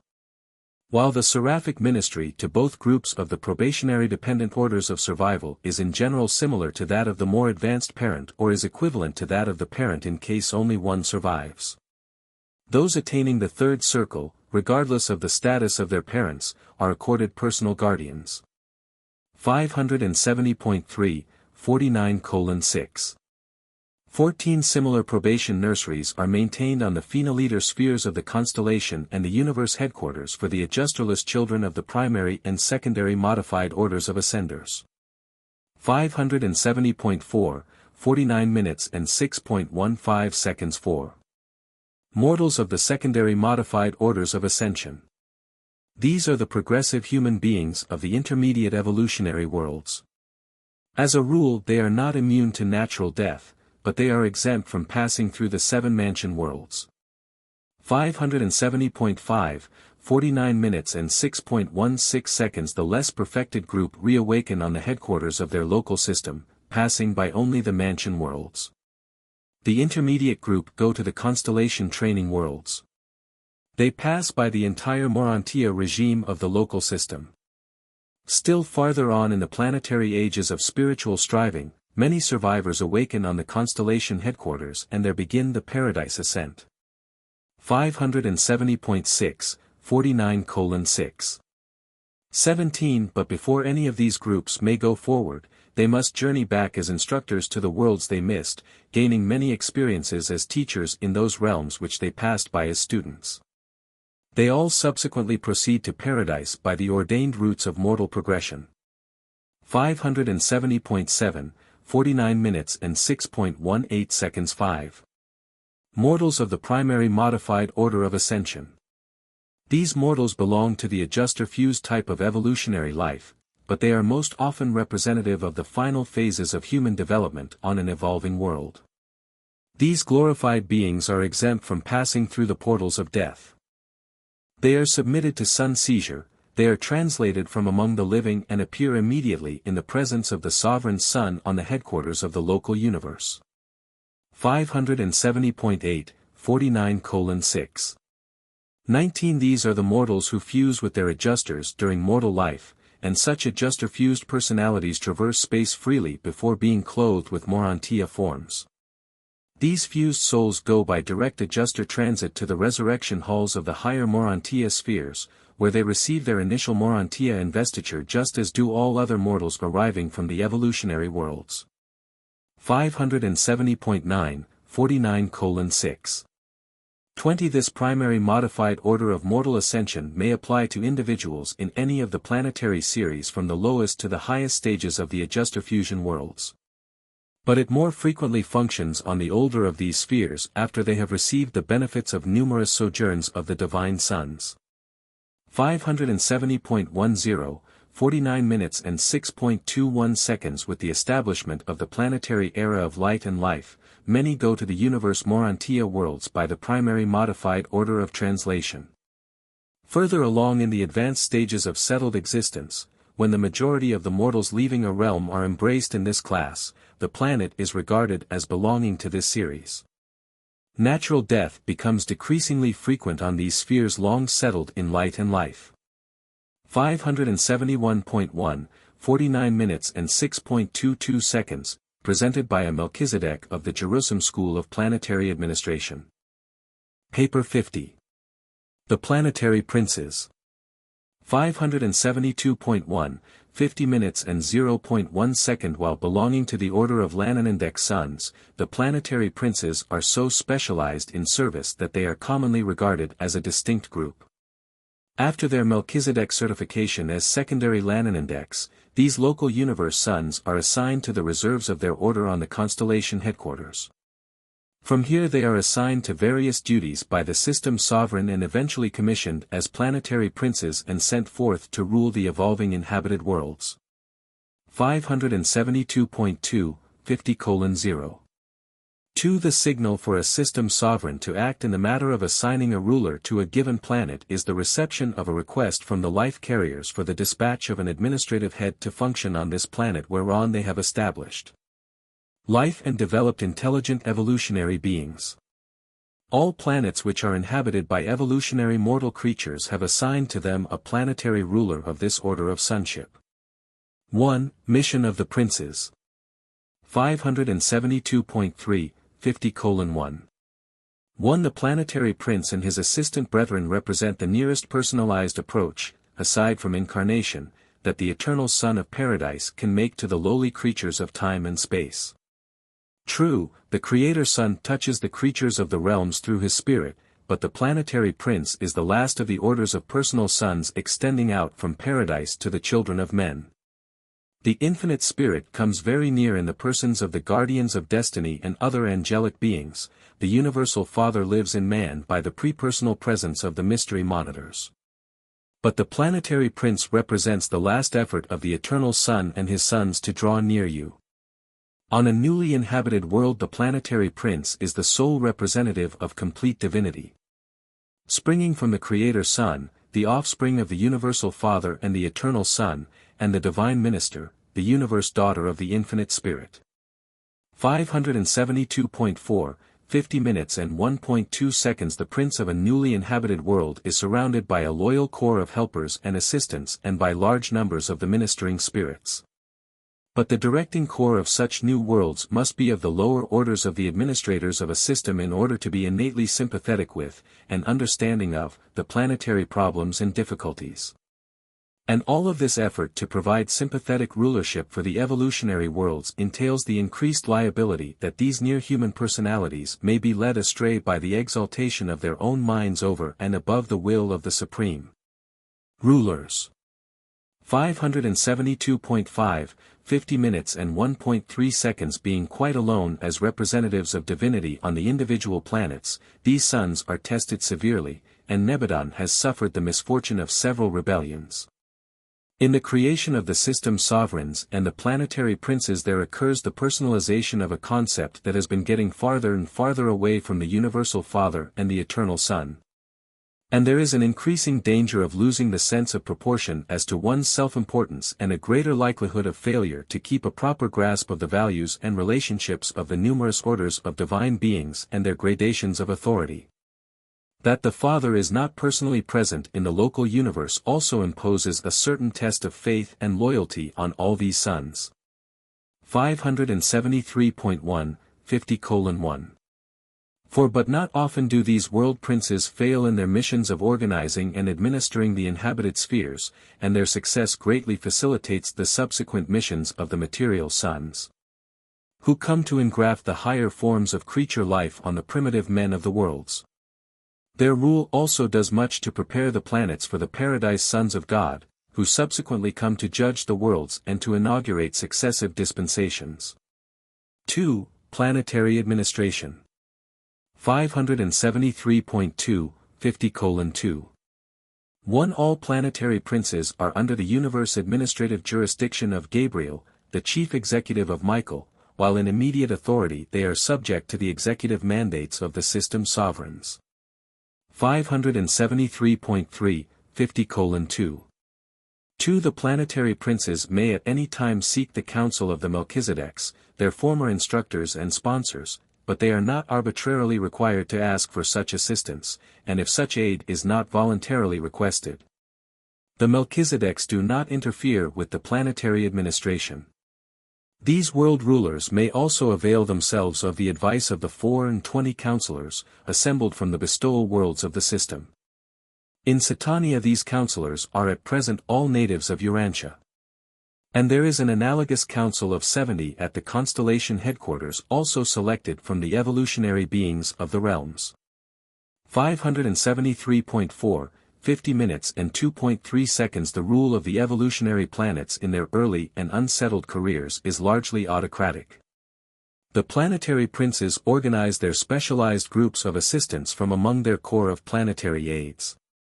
They usually surround themselves with a supreme council of 12, but this is variously chosen and diversely constituted on the different worlds.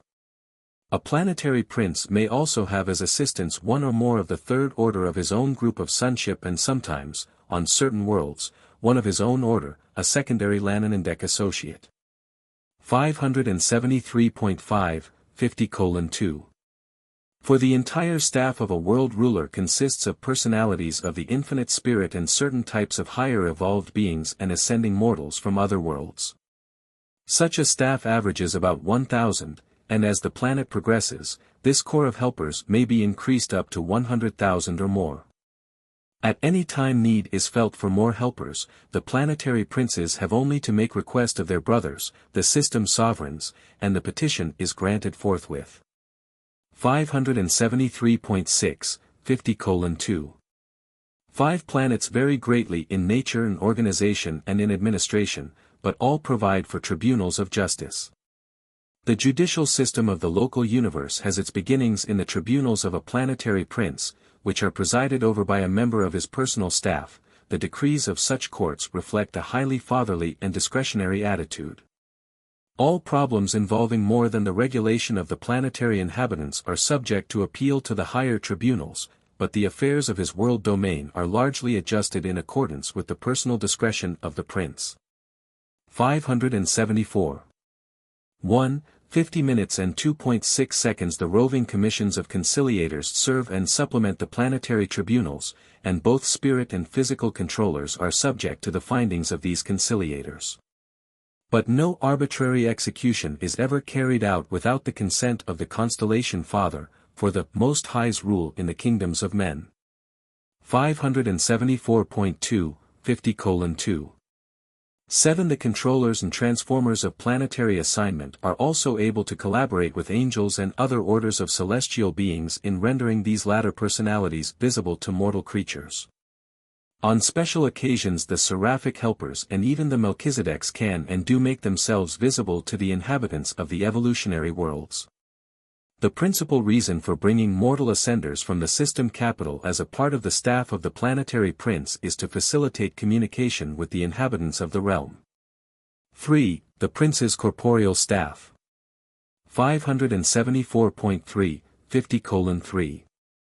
1. On going to a young world, a planetary prince usually takes with him a group of volunteer ascending beings from the local system headquarters.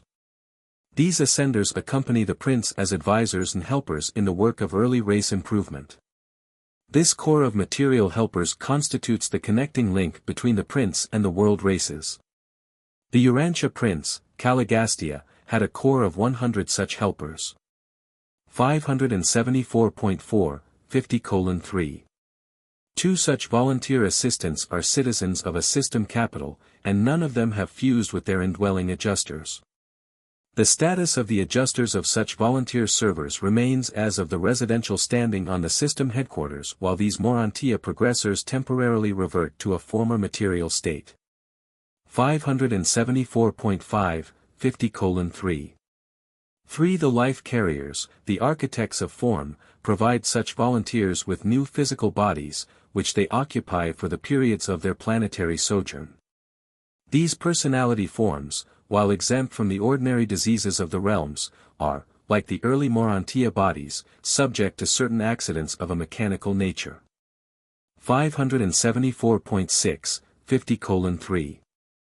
For the prince's corporeal staff are usually removed from the planet in connection with the next adjudication at the time of the second sun's arrival on the sphere. Before leaving, they customarily assign their various duties to their mutual offspring and to certain superior native volunteers. On those worlds where these helpers of the prince have been permitted to mate with the superior groups of the native races, such offspring usually succeed them. 574.7, 50:3. 5. These assistants to the planetary prince seldom mate with the world races, but they do always mate among themselves. 2 classes of beings result from these unions, the primary type of midway creatures and certain high types of material beings who remain attached to the prince's staff after their parents have been removed from the planet at the time of the arrival of Adam and Eve. These children do not mate with the mortal races except in certain emergencies and then only by direction of the planetary prince. In such an event, their children, the grandchildren of the corporeal staff, are in status as of the superior races of their day and generation. All the offspring of these semi-material assistants of the planetary prince are adjuster indwelt. 575. 1, 50:3. 6. At the end of the prince's dispensation, when the time comes for this reversion staff to be returned to the system headquarters for the resumption of the paradise career, these ascenders present themselves to the life carriers for the purpose of yielding up their material bodies.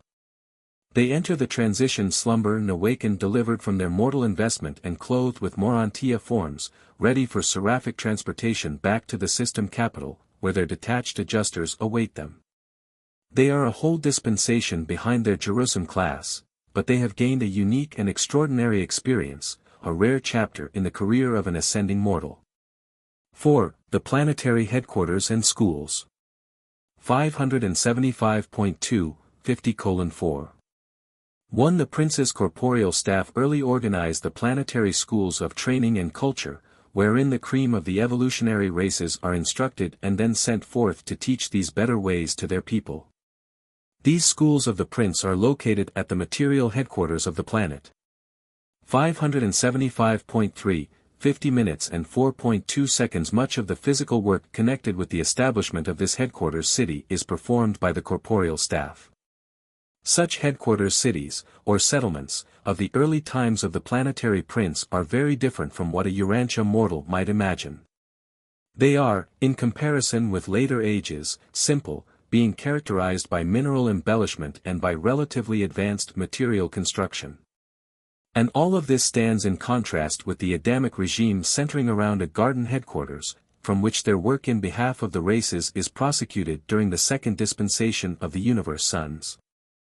575.4, 50:4. 3. In the headquarters settlement on your world every human habitation was provided with abundance of land. Although the remote tribes continued in hunting and food foraging, the students and teachers in the prince's schools were all agriculturists and horticulturists. The time was about equally divided between the following pursuits. 575.5, 50 minutes and 4.4 seconds. 1. Physical labor. Cultivation of the soil, associated with home building and embellishment. 575.6, 50 minutes and 4.5 seconds. 2. Social activities. Play performances and cultural social groupings. 575.7, 50 minutes and 4.6 seconds. 3. Educational application. Individual instruction in connection with family group teaching, supplemented by specialized class training. 575.8, 50 minutes and 4.7 seconds. 4. Vocational training. Schools of marriage and homemaking, the schools of art and craft training, and the classes for the training of teachers, secular, cultural, and religious. 575.9, 50 minutes and 4.8 seconds. 5. Spiritual culture. The teacher brotherhood, the enlightenment of childhood and youth groups, and the training of adopted native children as missionaries to their people. 575.10, 50 minutes and 4.9 seconds. A planetary prince is not visible to mortal beings. It is a test of faith to believe the representations of the semi-material beings of his staff. But these schools of culture and training are well adapted to the needs of each planet, and there soon develops a keen and laudatory rivalry among the races of men in their efforts to gain entrance to these various institutions of learning. 575. 11, 50 minutes and 4.10 seconds from such a world center of culture and achievement there gradually radiates to all peoples an uplifting and civilizing influence which slowly and certainly transforms the evolutionary races. Meantime the educated and spiritualized children of the surrounding peoples who have been adopted and trained in the prince's schools are returning to their native groups and, to the best of their ability, are there establishing new and potent centers of learning and culture which they carry on according to the plan of the prince's schools. 576.1, 50:4. 11 On Urantia. These plans for planetary progress and cultural advancement were well underway, proceeding most satisfactorily, when the whole enterprise was brought to a rather sudden and most inglorious end by Caligastia's adherence to the Lucifer rebellion. 576.2, 50:4. 12 It was one of the most profoundly shocking episodes of this rebellion for me to learn of the callous perfidy of one of my own order of sonship, Caligastia, who, in deliberation and with malice aforethought, systematically perverted the instruction and poisoned the teaching provided in all the Urantia planetary schools in operation at that time. The wreck of these schools was speedy and complete. 576.3, 50 minutes and 4.13 seconds. Many of the offspring of the ascenders of the prince's materialized staff remained loyal, deserting the ranks of Caligastia. These loyalists were encouraged by the Melchizedek receivers of Urantia, and in later times their descendants did much to uphold the planetary concepts of truth and righteousness. The work of these loyal evangels helped to prevent the total obliteration of spiritual truth on Urantia. These courageous souls and their descendants kept alive some knowledge of the Father's rule and preserved for the world races the concept of the successive planetary dispensations of the various orders of divine sons. 5. Progressive civilization. 576.4, 50 minutes and 5.1 seconds. The loyal princes of the inhabited worlds are permanently attached to the planets of their original assignment. Paradise sons and their dispensations may come and go, but a successful planetary prince continues on as the ruler of his realm. His work is quite independent of the missions of the higher sons, being designed to foster the development of planetary civilization. 576.5, 50 minutes and 5.2 seconds. The progress of civilization is hardly alike on any two planets. The details of the unfoldment of mortal evolution are very different on numerous dissimilar worlds. Notwithstanding these many diversifications of planetary development along physical, intellectual, and social lines, all evolutionary spheres progress in certain well-defined directions. 576.6, 50:5. 3 Under the benign rule of a planetary prince, augmented by the material sons and punctuated by the periodic missions of the paradise sons, the mortal races on an average world of time and space will successively pass through the following 7 developmental epochs. 576. 7, 50 minutes and 5.4 seconds. 1. The nutrition epoch. The pre-human creatures and the dawn races of primitive man are chiefly concerned with food problems. These evolving beings spend their waking hours either in seeking food or in fighting, offensively or defensively. The food quest is paramount in the minds of these early ancestors of subsequent civilization. 576.8, 50 minutes and 5.5 seconds. 2. The security age. Just as soon as the primitive hunter can spare any time from the search for food, he turns this leisure to augmenting his security. More and more attention is devoted to the technique of war. Homes are fortified, and the clans are solidified by mutual fear and by the inculcation of hate for foreign groups. Self-preservation is a pursuit which always follows self-maintenance. 577.1, 50 minutes and 5.6 seconds. 3.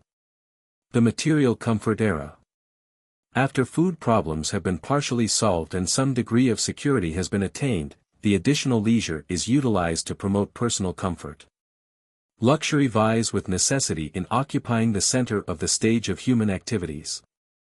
Such an age is all too often characterized by tyranny, intolerance, gluttony, and drunkenness. The weaker elements of the races incline towards excesses and brutality. Gradually these pleasure-seeking weaklings are subjugated by the more strong and truth-loving elements of the advancing civilization. 577.2, 50 minutes and 5.7 seconds 4. The quest for knowledge and wisdom. Food, security, pleasure, and leisure provide the foundation for the development of culture and the spread of knowledge. The effort to execute knowledge results in wisdom, and when a culture has learned how to profit and improve by experience, civilization has really arrived. Food, security, and material comfort still dominate society, but many forward-looking individuals are hungering for knowledge and thirsting for wisdom. Every child is provided an opportunity to learn by doing. Education is the watchword of these ages. 577.3, 50 minutes and 5.8 seconds 5. The epoch of philosophy and brotherhood. When mortals learn to think and begin to profit by experience, they become philosophical, they start out to reason within themselves and to exercise discriminative judgment. The society of this age becomes ethical, and the mortals of such an era are truly becoming moral beings. Wise moral beings are capable of establishing human brotherhood on such a progressing world. Ethical and moral beings can learn how to live in accordance with the Golden Rule. 577.4, 50 minutes and 5.9 seconds 6. The age of spiritual striving. When evolving mortals have passed through the physical, intellectual, and social stages of development, sooner or later they attain those levels of personal insight which impel them to seek for spiritual satisfactions and cosmic understandings. Religion is completing the ascent from the emotional domains of fear and superstition to the high levels of cosmic wisdom and personal spiritual experience. Education aspires to the attainment of meanings, and culture grasps at cosmic relationships and true values. Such evolving mortals are genuinely cultured, truly educated, and exquisitely God-knowing. 577.5, 50 minutes and 5.10 seconds 7. The era of light and life. This is the flowering of the successive ages of physical security, intellectual expansion, social culture, and spiritual achievement. These human accomplishments are now blended, associated, and coordinated in cosmic unity and unselfish service. Within the limitations of finite nature and material endowments there are no bounds set upon the possibilities of evolutionary attainment by the advancing generations who successively live upon these supernal and settled worlds of time and space. 577.6, 50:5. 11 After serving their spheres through successive dispensations of world history and the progressing epochs of planetary progress, the planetary princes are elevated to the position of planetary sovereigns upon the inauguration of the era of light and life. 6. Planetary culture. 578.1, 50 minutes and 6.1 seconds. The isolation of Urantia renders it impossible to undertake the presentation of many details of the life and environment of your Satania neighbors. In these presentations we are limited by the planetary quarantine and by the system isolation. We must be guided by these restrictions in all our efforts to enlighten Urantia mortals, but in so far as is permissible, you have been instructed in the progress of an average evolutionary world. And you are able to compare such a world's career with the present state of Urantia. 578.2, 50 minutes and 6.2 seconds. The development of civilization on Urantia has not differed so greatly from that of other worlds which have sustained the misfortune of spiritual isolation. But when compared with the loyal worlds of the universe, your planet seems most confused and greatly retarded in all phases of intellectual progress and spiritual attainment. 578.3, 50:6. 3. Because of your planetary misfortunes, Urantians are prevented from understanding very much about the culture of normal worlds. But you should not envisage the evolutionary worlds, even the most ideal, as spheres whereon life is a flowery bed of ease. The initial life of the mortal races is always attended by struggle. Effort and decision are an essential part of the acquirement of survival values. 578.4, 50 minutes and 6.4 seconds. Culture presupposes quality of mind. Culture cannot be enhanced unless mind is elevated. Superior intellect will seek a noble culture and find some way to attain such a goal. Inferior minds will spurn the highest culture even when presented to them ready-made. Much depends, also, upon the successive missions of the divine sons and upon the extent to which enlightenment is received by the ages of their respective dispensations. 578.5, 50:6. 5. You should not forget that for 200,000 years all the worlds of Satania have rested under the spiritual ban of Norlatiadek in consequence of the Lucifer rebellion. And it will require age upon age to retrieve the resultant handicaps of sin and secession.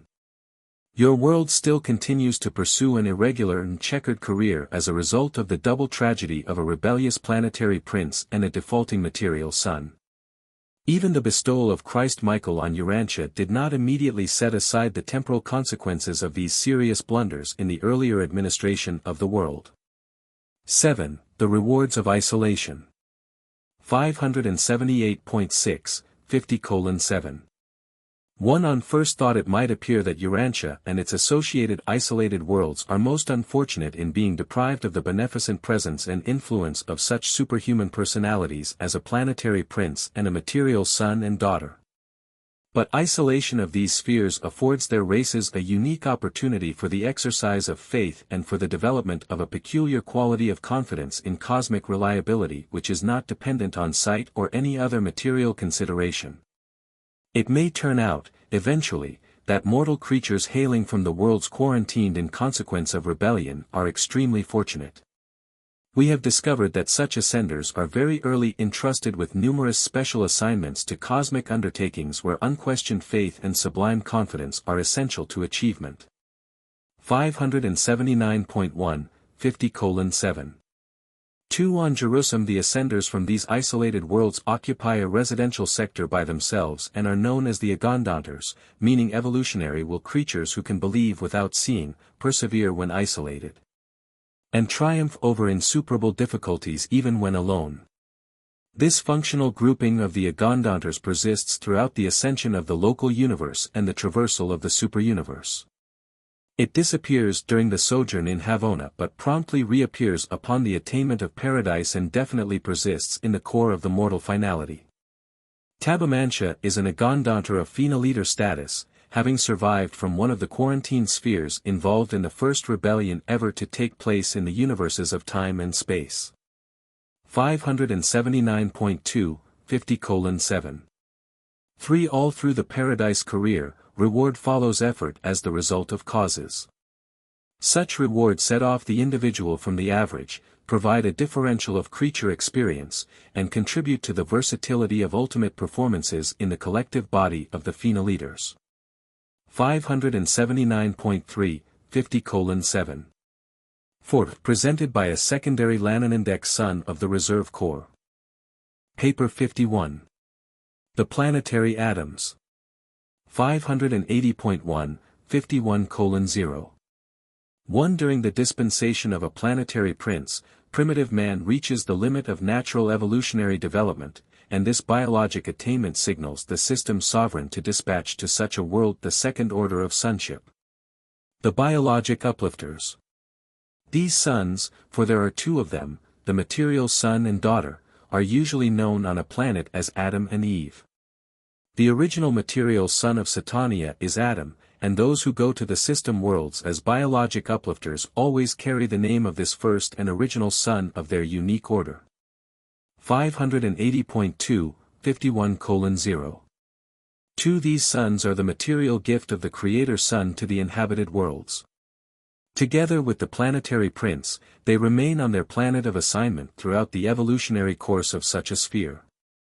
Such an adventure on a world having a planetary prince is not much of a hazard, but on an apostate planet, a realm without a spiritual ruler and deprived of interplanetary communication, such a mission is fraught with grave danger. 580.3, 51:0. 3. Although you cannot hope to know all about the work of these sons on all the worlds of Satania and other systems, other papers depict more fully the life and experiences of the interesting pair, Adam and Eve, who came from the core of the biologic uplifters of Jerusalem to upstep the Urantia races. While there was a miscarriage of the ideal plans for improving your native races, still, Adam's mission was not in vain. Urantia has profited immeasurably from the gift of Adam and Eve, and among their fellows and in the councils on high their work is not reckoned as a total loss. 1. Origin and nature of the material sons of God. 580.4, 51:1.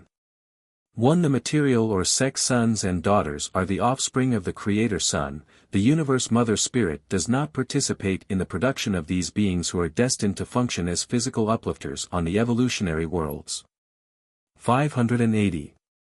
5, 51 minutes and 1.2 seconds. The material order of sonship is not uniform throughout the local universe.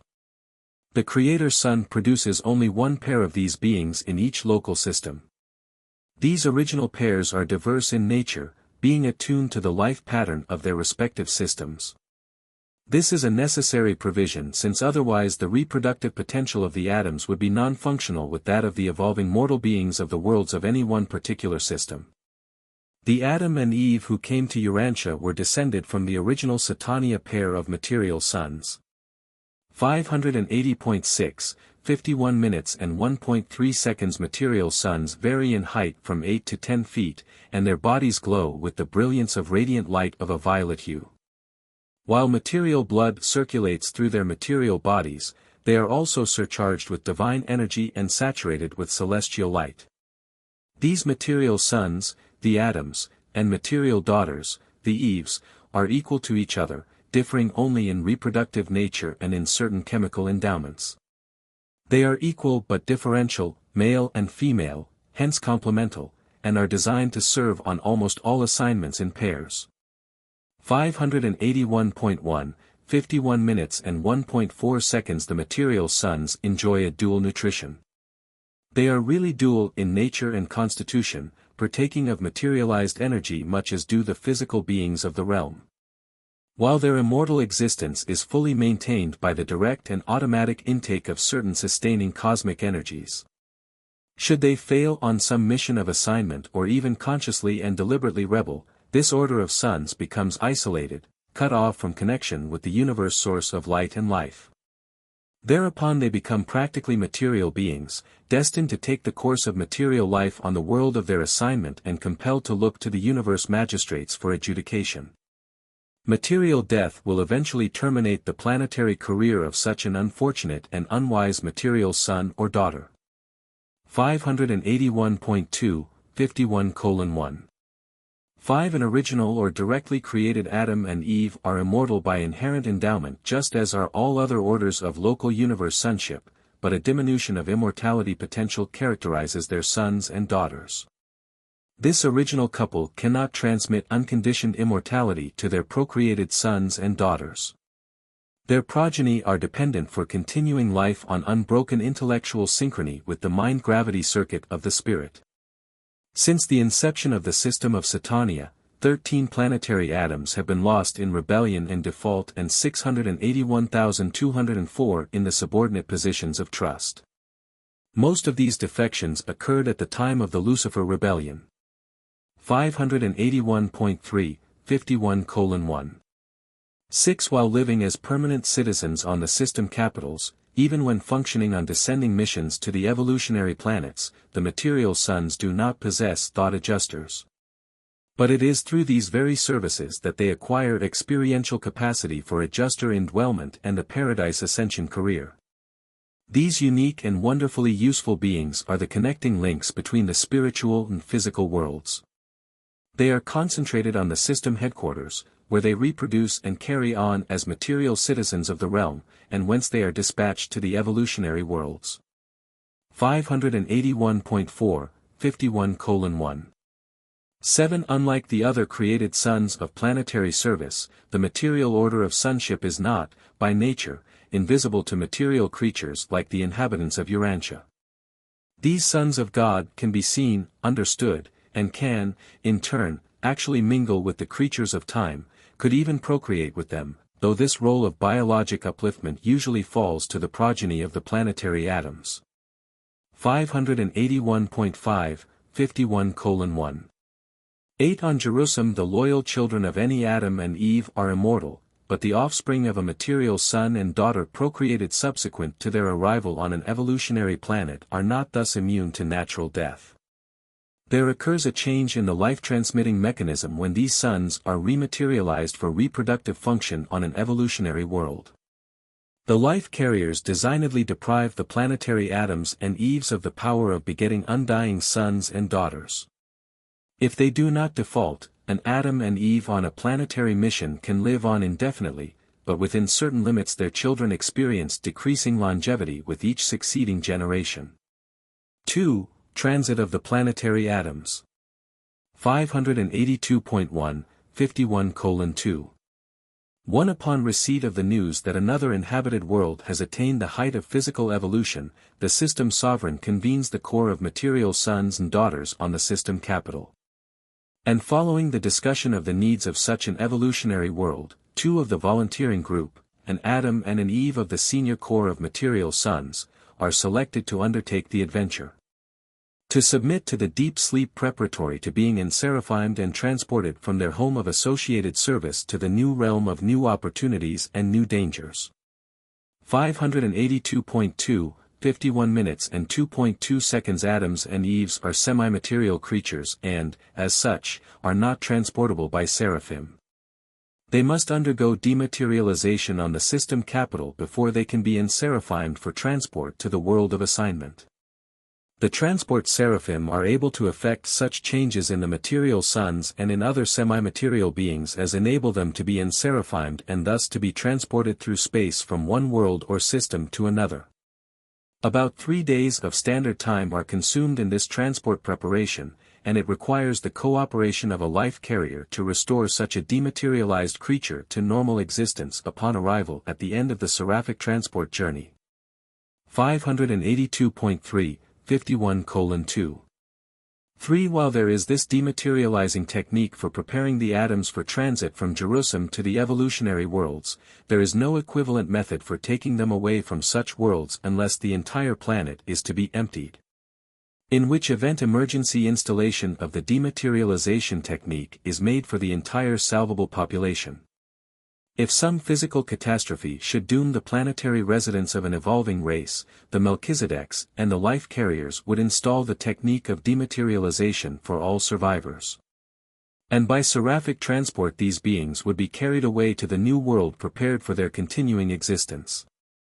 The evolution of a human race, once initiated on a world of space, must proceed quite independently of the physical survival of that planet. But during the evolutionary ages it is not otherwise intended that a planetary Adam or Eve shall leave their chosen world. 582.4, 51 minutes and 2.4 seconds. Upon arrival at their planetary destination the material son and daughter are rematerialized under the direction of the life carriers. This entire process takes 10 to 28 days of Urantia time. The unconsciousness of the seraphic slumber continues throughout this entire period of reconstruction. When the reassembly of the physical organism is completed, these material sons and daughters stand in their new homes and on their new worlds to all intents and purposes just as they were before submitting to the dematerializing process on Jerusalem. 3. The Adamic missions. 582.5, 51 minutes and 3.1 seconds. On the inhabited worlds the material sons and daughters construct their own garden homes, soon being assisted by their own children. Usually the site of the garden has been selected by the planetary prince, and his corporeal staff do much of the preliminary work of preparation with the help of many of the higher types of native races. 583.1, 51:3. 2. These Gardens of Eden are so named in honor of Urantia, the constellation capital, and because they are patterned after the botanic grandeur of the headquarters world of the Most High Fathers. Such garden homes are usually located in a secluded section and in a near-tropic zone. They are wonderful creations on an average world.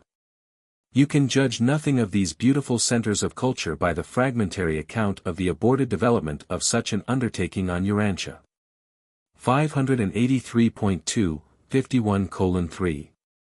3. A planetary Adam and Eve are, in potential, the full gift of physical grace to the mortal races. The chief business of such an imported pair is to multiply and to uplift the children of time. But there is no immediate interbreeding between the people of the garden and those of the world. For many generations Adam and Eve remain biologically segregated from the evolutionary mortals while they build up a strong race of their order. This is the origin of the violet race on the inhabited worlds. 583.3, 51 minutes and 3.4 seconds. The plans for race upstepping are prepared by the planetary prince and his staff and are executed by Adam and Eve. And this was where your material son and his companion were placed at great disadvantage when they arrived on Urantia. Caligastia offered crafty and effective opposition to the Adamic mission. And notwithstanding that the Melchizedek receivers of Urantia had duly warned both Adam and Eve concerning the planetary dangers inherent in the presence of the rebellious planetary prince, this arch-rebel, by a wily stratagem, outmaneuvered the Edenic pair and entrapped them into a violation of the covenant of their trusteeship as the visible rulers of your world. The traitorous planetary prince did succeed in compromising your Adam and Eve, but he failed in his effort to involve them in the Lucifer rebellion. 583.4, 51:3. 5. The fifth order of angels, the planetary helpers, are attached to the Adamic mission, always accompanying the planetary atoms on their world adventures. The core of initial assignment is usually about 100,000.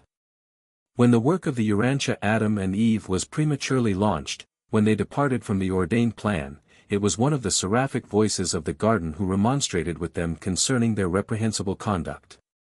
And your narrative of this occurrence well illustrates the manner in which your planetary traditions have tended to ascribe everything supernatural to the Lord God.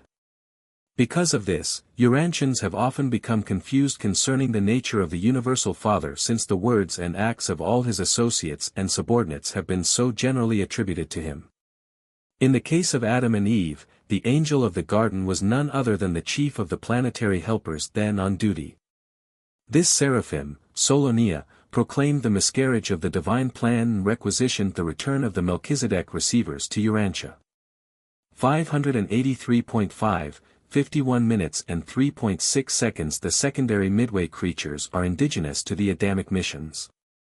As with the corporeal staff of the planetary prince, the descendants of the material sons and daughters are of two orders, their physical children and the secondary order of midway creatures.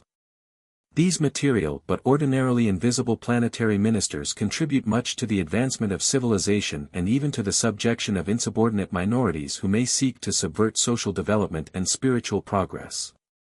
583.6, 51:3. 7. The secondary midwayers should not be confused with the primary order, who date from the near times of the arrival of the planetary prince. On Urantia a majority of these earlier midway creatures went into rebellion with Caligastia and have, since Pentecost, been interned. Many of the Adamic group who did not remain loyal to the planetary administration are likewise interned. 584.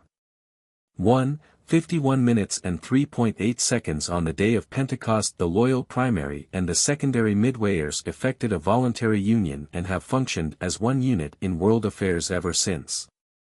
They serve under the leadership of loyal midwayers alternately chosen from the two groups.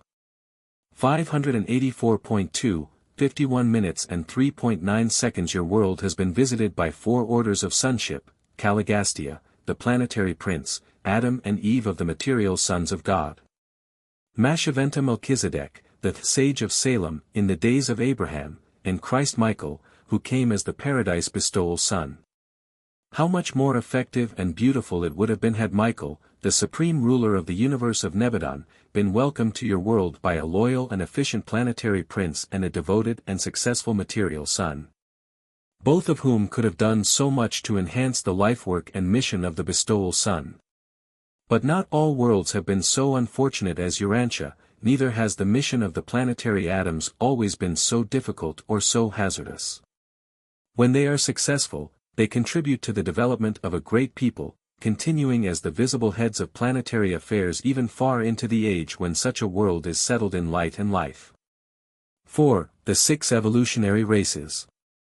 584.3, 51:4. 1. The race of dominance during the early ages of the inhabited worlds is the red man, who ordinarily is the first to attain human levels of development. But while the red man is the senior race of the planets, the succeeding colored peoples begin to make their appearances very early in the age of mortal emergence. 584.4, 51 minutes and 4.2 seconds. The earlier races are somewhat superior to the later. The red man stands far above the indigo, black, race.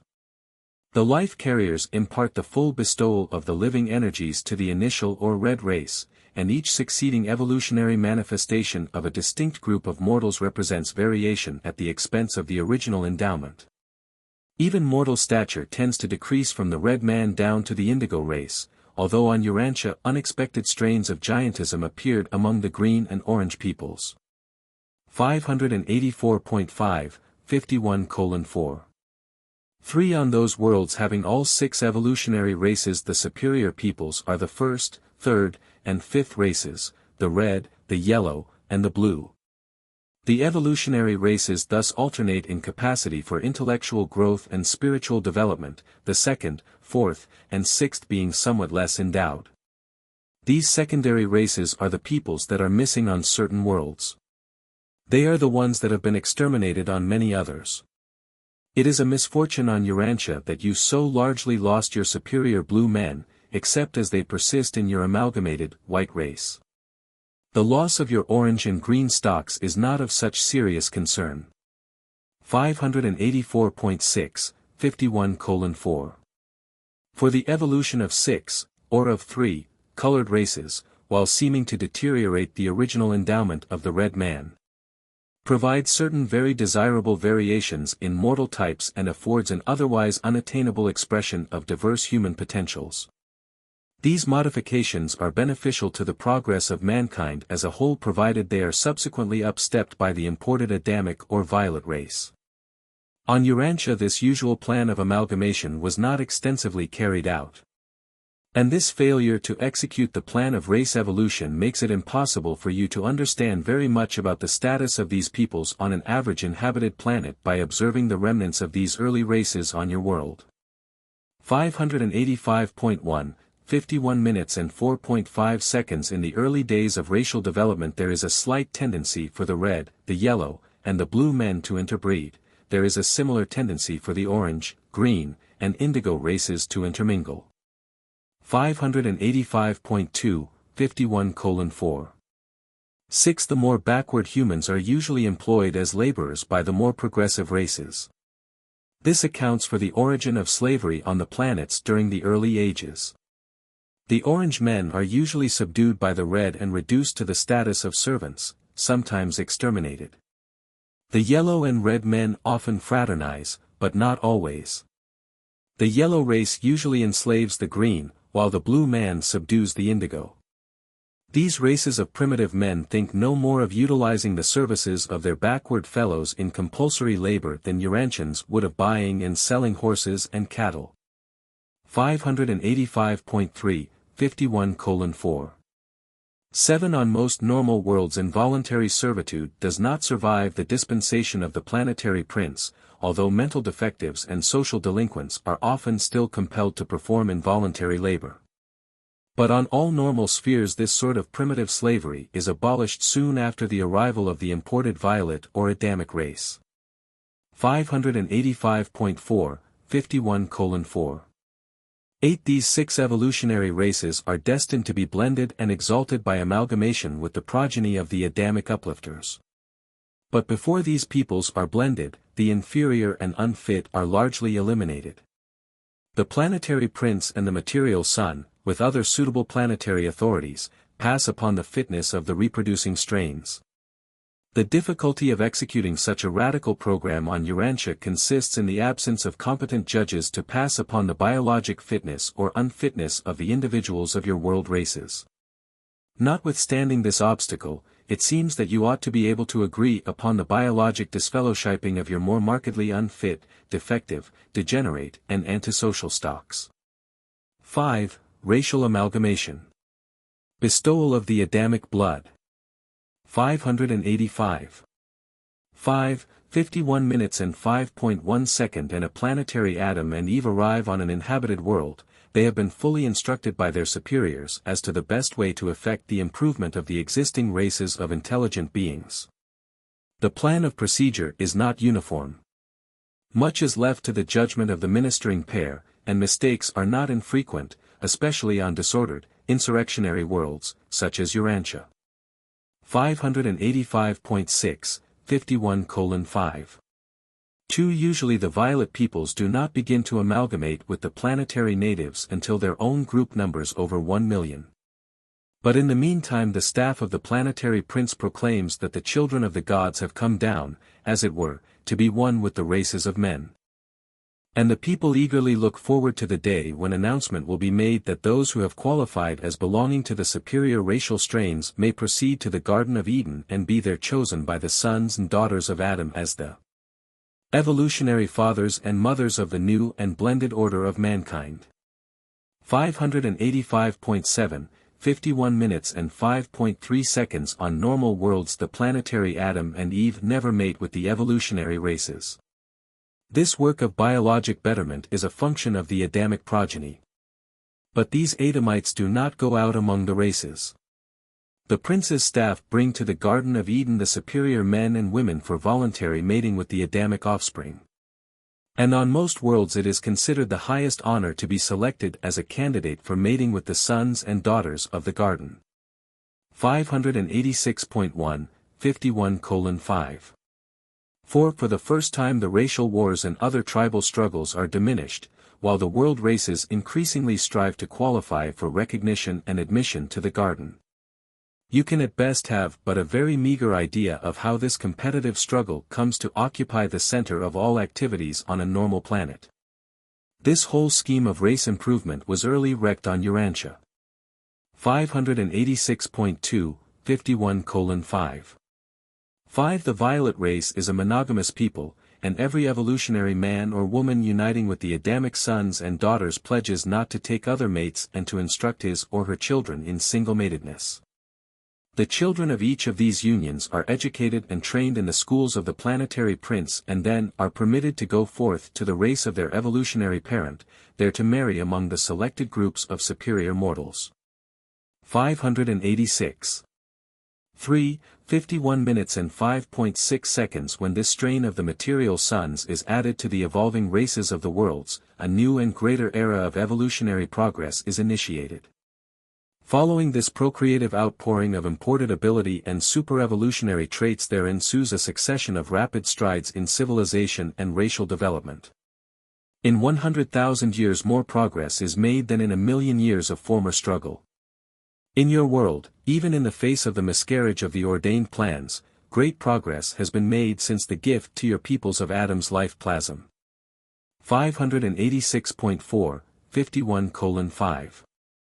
7. But while the pure-line children of a planetary Garden of Eden can bestow themselves upon the superior members of the evolutionary races and thereby upstep the biologic level of mankind, it would not prove beneficial for the higher strains of Urantia mortals to mate with the lower races.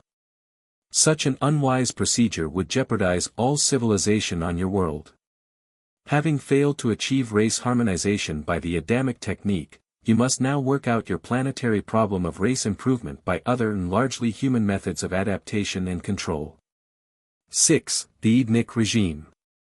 586.5, 51:6.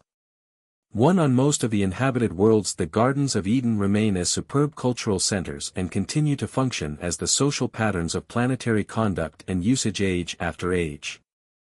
Even in early times when the violet peoples are relatively segregated, their schools receive suitable candidates from among the world races, while the industrial developments of the garden open up new channels of commercial intercourse. Thus do the Adams and Eves and their progeny contribute to the sudden expansion of culture and to the rapid improvement of the evolutionary races of their worlds. And all of these relationships are augmented and sealed by the amalgamation of the evolutionary races and the sons of Adam, resulting in the immediate upstepping of biologic status, the quickening of intellectual potential, and the enhancement of spiritual receptivity. 586.6, 51 minutes and 6.2 seconds on normal worlds. The garden headquarters of the violet race becomes the second center of world culture and, jointly with the headquarters city of the planetary prince, sets the pace for the development of civilization. For centuries the city headquarters schools of the planetary prince and the garden schools of Adam and Eve are contemporary. They are usually not very far apart, and they work together in harmonious cooperation. 587.1, 51:6. 3. Think what it would mean on your world if somewhere in the Levant there were a world center of civilization, a great planetary university of culture, which had functioned uninterruptedly for 37,000 years. And again. Pause to consider how the moral authority of even such an ancient center would be reinforced were there situated not far distant still another and older headquarters of celestial ministry whose traditions would exert a cumulative force of 500,000 years of integrated evolutionary influence. It is custom which eventually spreads the ideals of Eden to a whole world. 587.2, 51 minutes and 6.4 seconds. The schools of the planetary prince are primarily concerned with philosophy, religion, morals, and the higher intellectual and artistic achievements.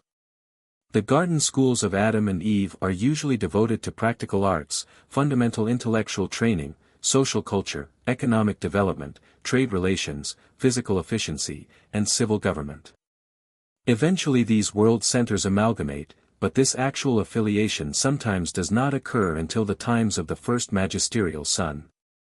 587.3, 51:6. 5. The continuing existence of the planetary Adam and Eve, together with the pure line nucleus of the violet race, imparts that stability of growth to Edenic culture by virtue of which it comes to act upon the civilization of a world with the compelling force of tradition. In these immortal material sons and daughters we encounter the last and the indispensable link connecting God with man, bridging the almost infinite gulf between the eternal Creator and the lowest finite personalities of time. Here is a being of high origin who is physical, material, even a sex creature like Urantia mortals, one who can see and comprehend the invisible planetary prince and interpret him to the mortal creatures of the realm. For the material sons and daughters are able to see all of the lower orders of spirit beings. They visualize the planetary prince and his entire staff, visible and invisible. 587.4, 51:6. 6. With the passing of centuries, through the amalgamation of their progeny with the races of men, this same material son and daughter become accepted as the common ancestors of mankind. The common parents of the now blended descendants of the evolutionary races. It is intended that mortals who start out from an inhabited world have the experience of recognizing seven fathers. 587.5, 51 minutes and 6.7 seconds. 1. The biologic father, the father in the flesh. 587.6, 51 minutes and 6.8 seconds. 2. The father of the realm, the planetary Adam. 587.7, 51 minutes and 6.9 seconds. 3. The father of the spheres, the system sovereign.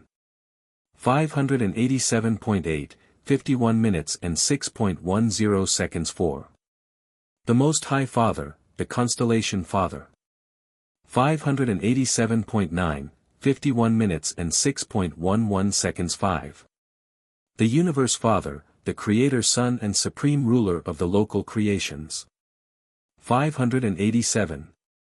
10, 51 minutes and 6.12 seconds. 6. The Superfathers, the Ancients of Days who govern the superuniverse. 587.11, 51 minutes and 6.13 seconds. 7. The Spirit or Havona Father, the Universal Father, who dwells on paradise and bestows his spirit to live and work in the minds of the lowly creatures who inhabit the universe of universes. 7. United Administration.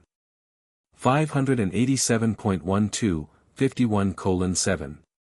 1. From time to time the Avonal sons of paradise come to the inhabited worlds for judicial actions, but the first Avonal to arrive on a magisterial mission inaugurates the fourth dispensation of an evolutionary world of time and space. On some planets where this magisterial son is universally accepted, he remains for one age. And thus the planet prospers under the joint rulership of three suns, the planetary prince, the material sun, and the magisterial sun, the latter two being visible to all the inhabitants of the realm. 588.1, 51:7. 2. Before the first magisterial sun concludes his mission on a normal evolutionary world, there has been effected the union of the educational and administrative work of the planetary prince and the material sun. This amalgamation of the dual supervision of a planet brings into existence a new and effective order of world administration. Upon the retirement of the magisterial sun, the planetary atom assumes the outward direction of the sphere. The material son and daughter thus act jointly as planetary administrators until the settling of the world in the era of light and life, whereupon the planetary prince is elevated to the position of planetary sovereign. During this age of advanced evolution, Adam and Eve become what might be called joint prime ministers of the glorified realm. 588.2, 51:7. 3. As soon as the new and consolidated capital of the evolving world has become well established, and just as fast as competent subordinate administrators can be properly trained. Subcapitals are founded on remote land bodies and among the different peoples. Before the arrival of another dispensational sun, from 50 to 100 of these subcenters will have been organized.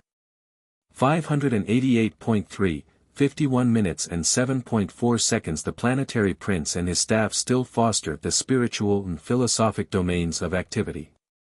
Adam and Eve pay particular attention to the physical, scientific, and economic status of the realm. Both groups equally devote their energies to the promotion of the arts, social relations, and intellectual achievements. 588.4, 51:7. 5. By the time of the inauguration of the fifth dispensation of world affairs, a magnificent administration of planetary activities has been achieved. Mortal existence on such a well-managed sphere is indeed stimulating and profitable. And if Urantians could only observe life on such a planet, they would immediately appreciate the value of those things which their world has lost through embracing evil and participating in rebellion. 588.5, 51:7. 6. Presented by a secondary Lananindex son of the Reserve Corps. Paper 52. Planetary Mortal Epochs. 589.1, 52:0. 1. From the inception of life on an evolutionary planet to the time of its final flowering in the era of light and life, there appear upon the stage of world action at least 7 epochs of human life.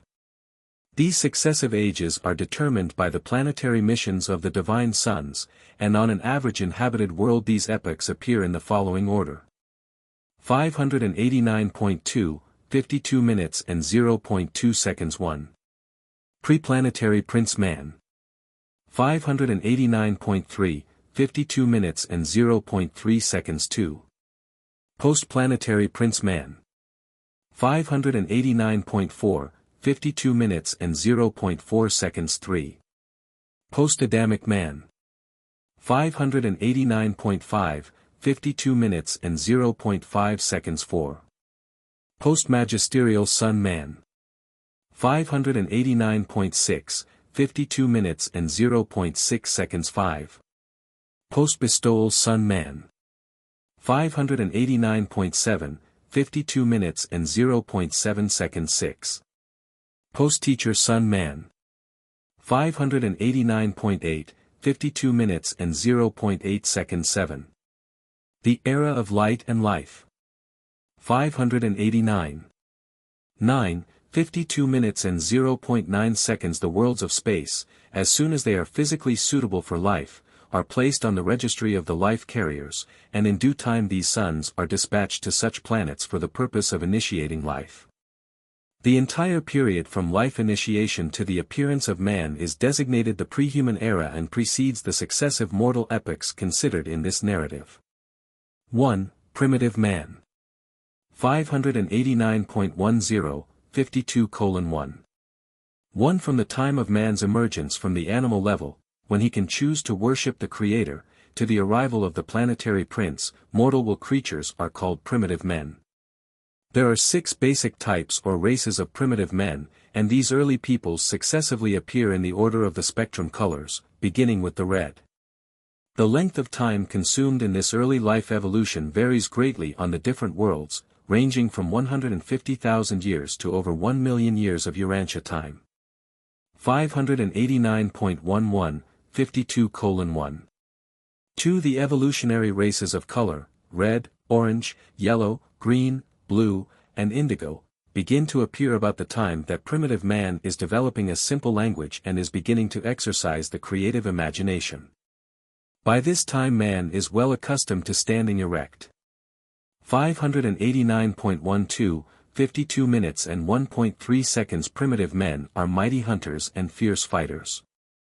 The law of this age is the physical survival of the fittest. The government of these times is wholly tribal. During the early racial struggles on many worlds, some of the evolutionary races are obliterated, as occurred on Urantia. Those who survive are usually subsequently blended with the later imported violet race, the Adamic peoples. 589.13, 52:1. For in the light of subsequent civilization, this era of primitive man is a long, dark, and bloody chapter. The ethics of the jungle and the morals of the primeval forests are not in keeping with the standards of later dispensations of revealed religion and higher spiritual development. On normal and non-experimental worlds, this epoch is very different from the prolonged and extraordinarily brutal struggles which characterized this age on Urantia. When you have emerged from your first world experience, you will begin to see why this long and painful struggle on the evolutionary worlds occurs, and as you go forward in the paradise path, you will increasingly understand the wisdom of these apparently strange doings. But notwithstanding all the vicissitudes of the early ages of human emergence, the performances of primitive man represent a splendid, even a heroic, chapter in the annals of an evolutionary world of time and space. 590.1, 52:1. 5. Early evolutionary man is not a colorful creature. In general, these primitive mortals are cave dwellers or cliff residents. They also build crude huts in the large trees. Before they acquire a high order of intelligence, the planets are sometimes overrun with the larger types of animals. But early in this era mortals learn to kindle and maintain fire, and with the increase of inventive imagination and the improvement in tools, evolving man soon vanquishes the larger and more unwieldy animals. The early races also make extensive use of the larger flying animals. These enormous birds are able to carry 1 or 2 average-sized men for a non-stop flight of over 500 miles. On some planets these birds are of great service since they possess a high order of intelligence, often being able to speak many words of the languages of the realm. These birds are most intelligent, very obedient, and unbelievably affectionate. Such passenger birds have been long extinct on Urantia, but your early ancestors enjoyed their services.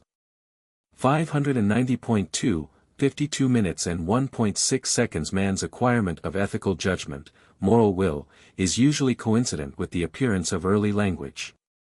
Upon attaining the human level, after this emergence of mortal will, these beings become receptive to the temporary indwelling of the divine adjusters. And upon death many are duly elected as survivors and sealed by the archangels for subsequent resurrection and spirit fusion.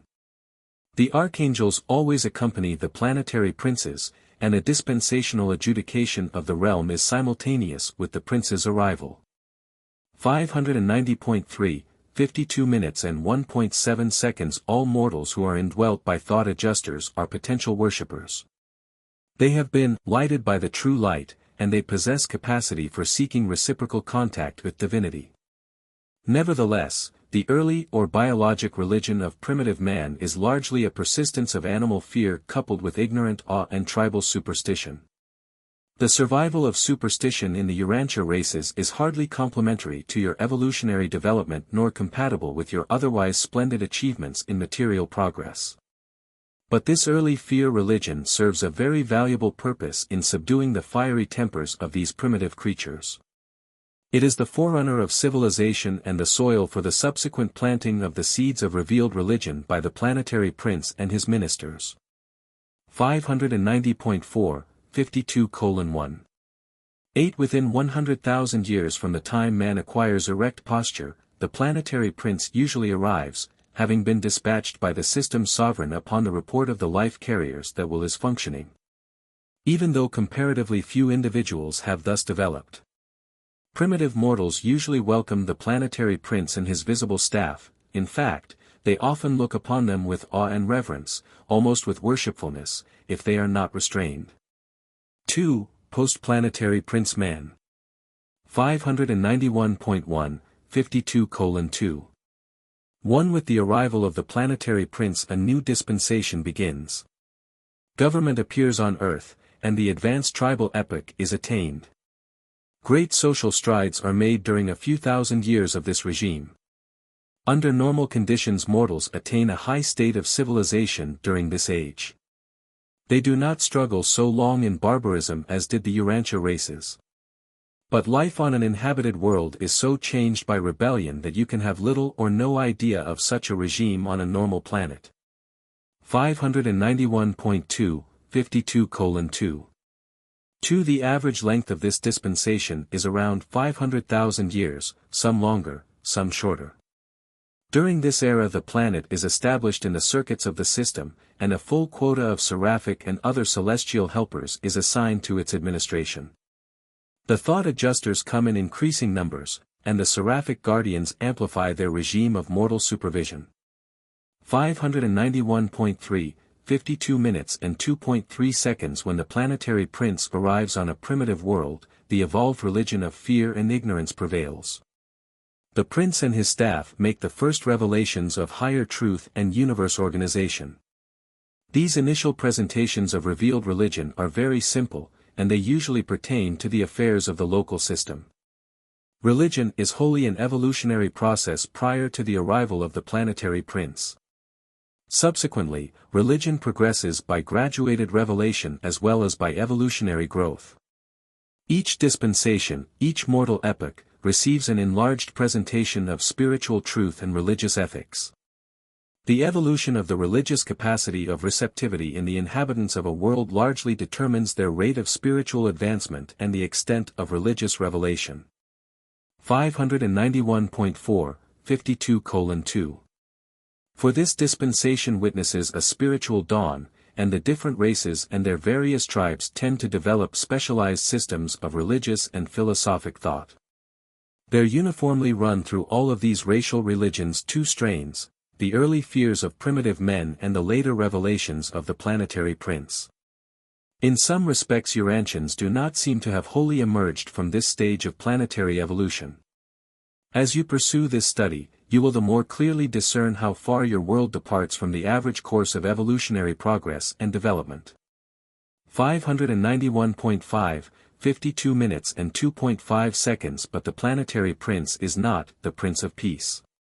Racial struggles and tribal wars continue over into this dispensation but with diminishing frequency and severity.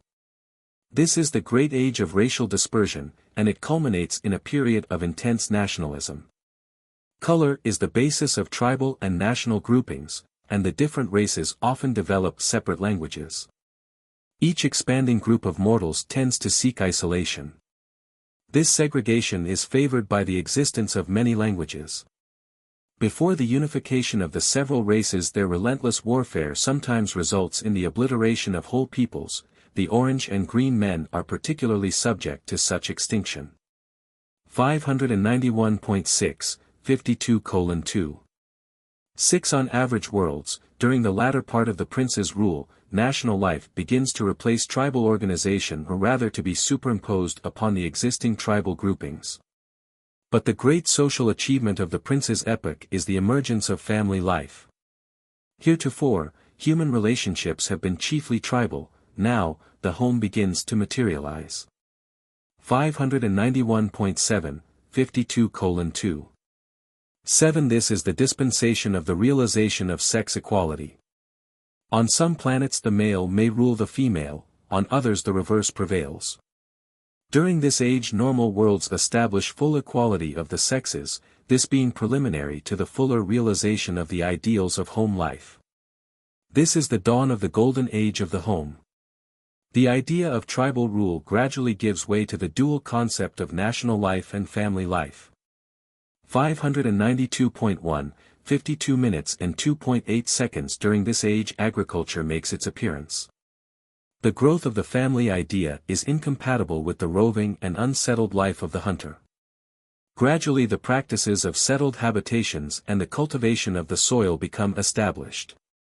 The domestication of animals and the development of home arts proceed apace.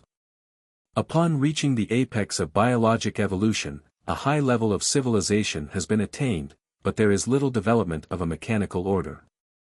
Invention is the characteristic of the succeeding age. 592.2, 52 minutes and 2.9 seconds. The races are purified and brought up to a high state of physical perfection and intellectual strength before the end of this era. The early development of a normal world is greatly helped by the plan of promoting the increase of the higher types of mortals with proportionate curtailment of the lower. And it is the failure of your early peoples to thus discriminate between these types that accounts for the presence of so many defective and degenerate individuals among the present-day Urantia races. 592.3, 52:2. 10. One of the great achievements of the Age of the Prince is this restriction of the multiplication of mentally defective and socially unfit individuals. Long before the times of the arrival of the second sons, the Adams, most worlds seriously addressed themselves to the tasks of race purification, something which the Urantia peoples have not even yet seriously undertaken. 592.4, 52:2. 11. This problem of race improvement is not such an extensive undertaking when it is attacked at this early date in human evolution. The preceding period of tribal struggles and rugged competition in race survival has weeded out most of the abnormal and defective strains. An idiot does not have much chance of survival in a primitive and warring tribal social organization. It is the false sentiment of your partially perfected civilizations that fosters, protects, and perpetuates the hopelessly defective strains of evolutionary human stocks. 592.5, 52:2.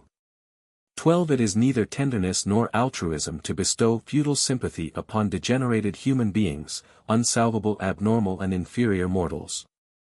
There exist on even the most normal of the evolutionary worlds sufficient differences between individuals and between numerous social groups to provide for the full exercise of all those noble traits of altruistic sentiment and unselfish mortal ministry without perpetuating the socially unfit and the morally degenerate strains of evolving humanity. There is abundant opportunity for the exercise of tolerance and the function of altruism in behalf of those unfortunate and needy individuals who have not irretrievably lost their moral heritage and forever destroyed their spiritual birthright. 3. Post-Adamic man. 592.6, 52:3. 1. When the original impetus of evolutionary life has run its biologic course, when man has reached the apex of animal development, there arrives the second order of sonship, and the second dispensation of grace and ministry is inaugurated. This is true on all evolutionary worlds. When the highest possible level of evolutionary life has been attained, when primitive man has ascended as far as possible in the biologic scale, a material son and daughter always appear on the planet, having been dispatched by the system sovereign. 593.1, 52 minutes and 3.2 seconds. Thought adjusters are increasingly bestowed upon the post-Adamic men, and in constantly augmented numbers these mortals attain capacity for subsequent adjuster fusion. While functioning as descending sons, the Adams do not possess adjusters, but their planetary offspring, direct and mixed, become legitimate candidates for the reception, in due time, of the mystery monitors. By the termination of the post-Adamic age the planet is in possession of its full quota of celestial ministers, only the fusion adjusters are not yet universally bestowed. 593.2, 52:3.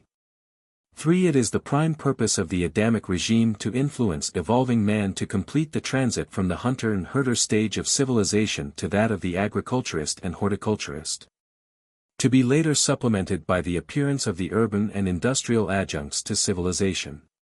10,000 years of this dispensation of the biologic uplifters is sufficient to effect a marvelous transformation. 25,000 years of such an administration of the conjoint wisdom of the planetary prince and the material suns usually ripens the sphere for the advent of a magisterial sun. 593.3, 52:3. For this age usually witnesses the completion of the elimination of the unfit and the still further purification of the racial strains. On normal worlds the defective bestial tendencies are very nearly eliminated from the reproducing stocks of the realm. 593.4, 52 minutes and 3.5 seconds. The Adamic progeny never amalgamate with the inferior strains of the evolutionary races. Neither is it the divine plan for the planetary Adam or Eve to mate, personally, with the evolutionary peoples.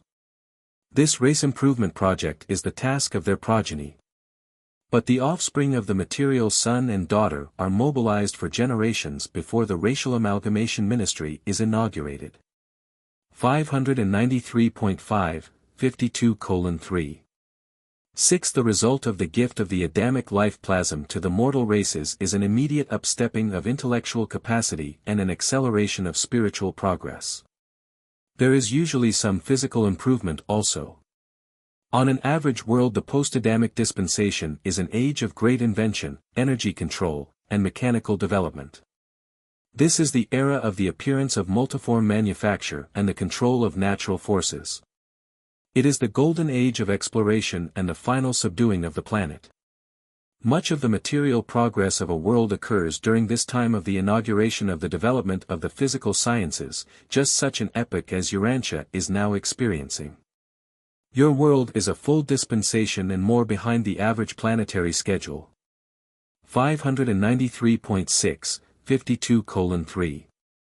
7. By the end of the Adamic dispensation on a normal planet the races are practically blended, so that it can be truly proclaimed that God has made of one blood all the nations, and that his Son has made of one color all peoples.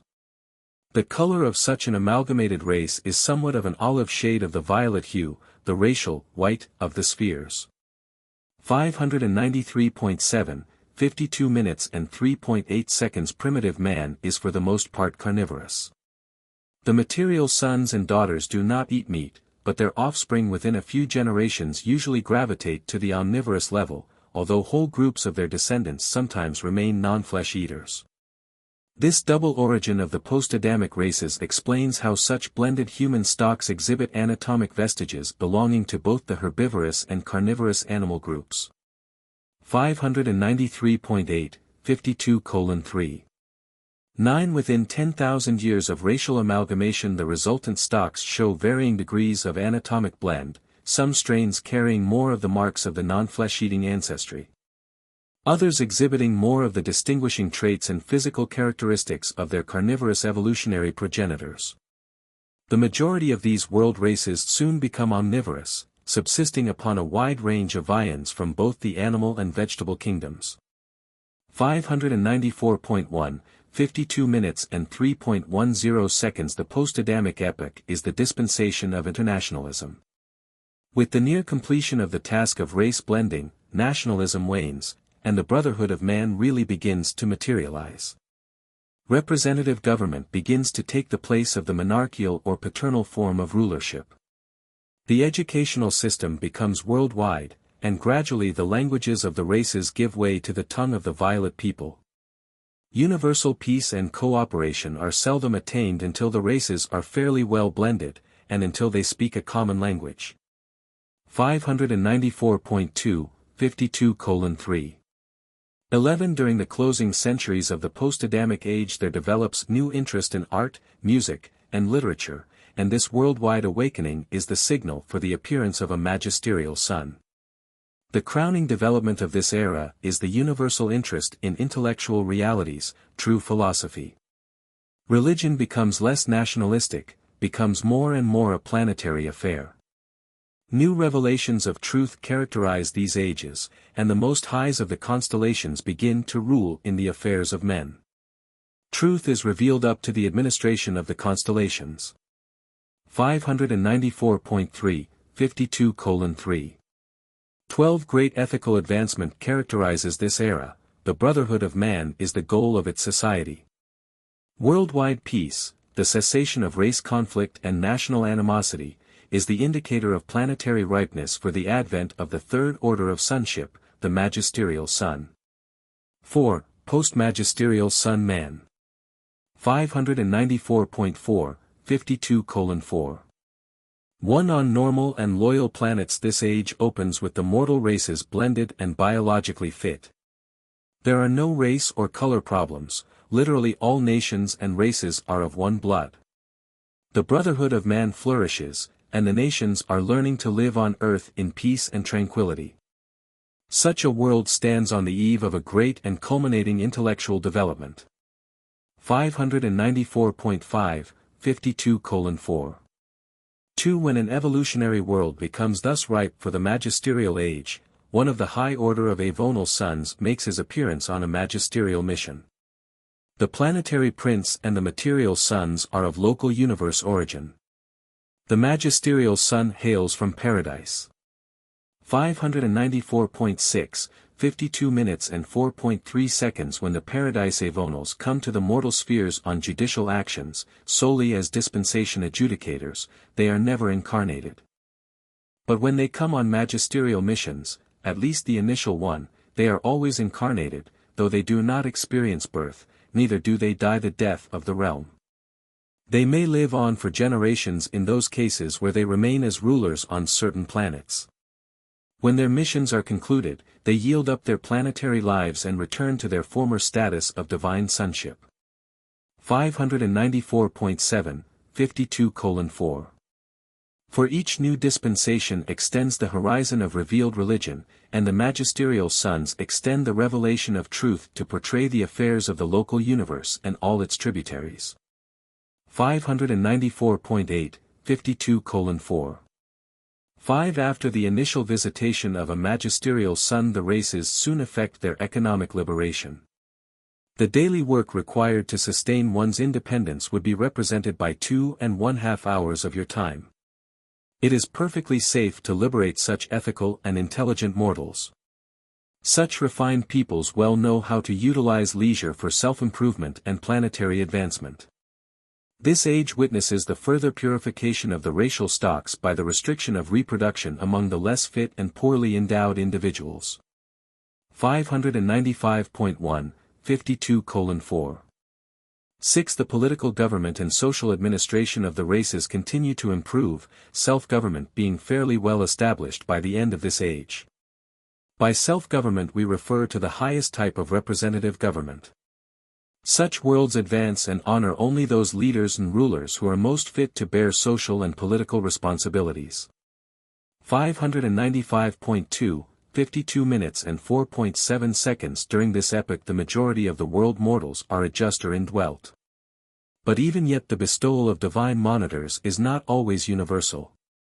The adjusters of fusion destiny are not yet bestowed upon all planetary mortals. It is still necessary for the will creatures to choose the mystery monitors.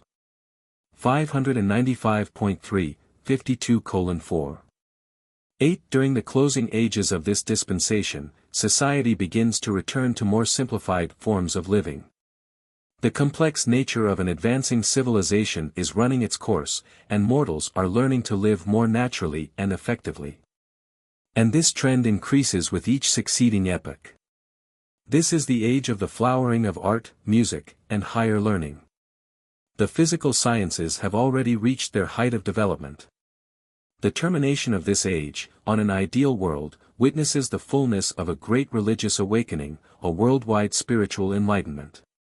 And this extensive arousal of the spiritual natures of the races is the signal for the arrival of the bestowal sun and for the inauguration of the fifth mortal epoch. 595.4, 52:4. 9. On many worlds it develops that the planet is not made ready for a bestowal sun by one magisterial mission. In that event there will be a second, even a succession of magisterial sons, each of whom will advance the races from one dispensation to another until the planet is made ready for the gift of the bestowal sun. On the second and subsequent missions the magisterial sons may or may not be incarnated.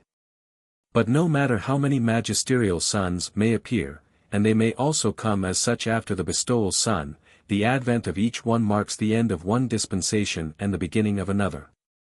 595.5, 52:4. 10 These dispensations of the magisterial sons cover anywhere from 25,000 to 50,000 years of Urantia time. Sometimes such an epoch is much shorter and in rare instances even longer. But in the fullness of time one of these same magisterial sons will be born as the paradise bestowal son. 5. Post-bestowal son man. 595.6, 52:5.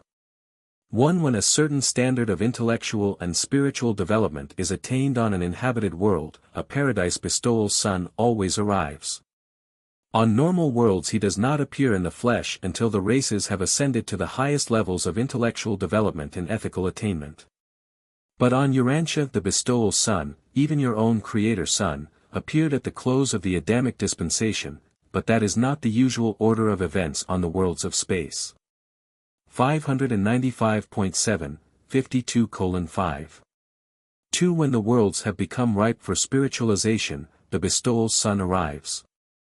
These sons always belong to the magisterial or avonal order except in that case, once in each local universe, when the Creator Son prepares for his terminal bestowal on some evolutionary world. As occurred when Michael of Nebadon appeared on Urantia to bestow himself upon your mortal races. Only one world in near 10 million can enjoy such a gift, all other worlds are spiritually advanced by the bestowal of a paradise son of the avonal order.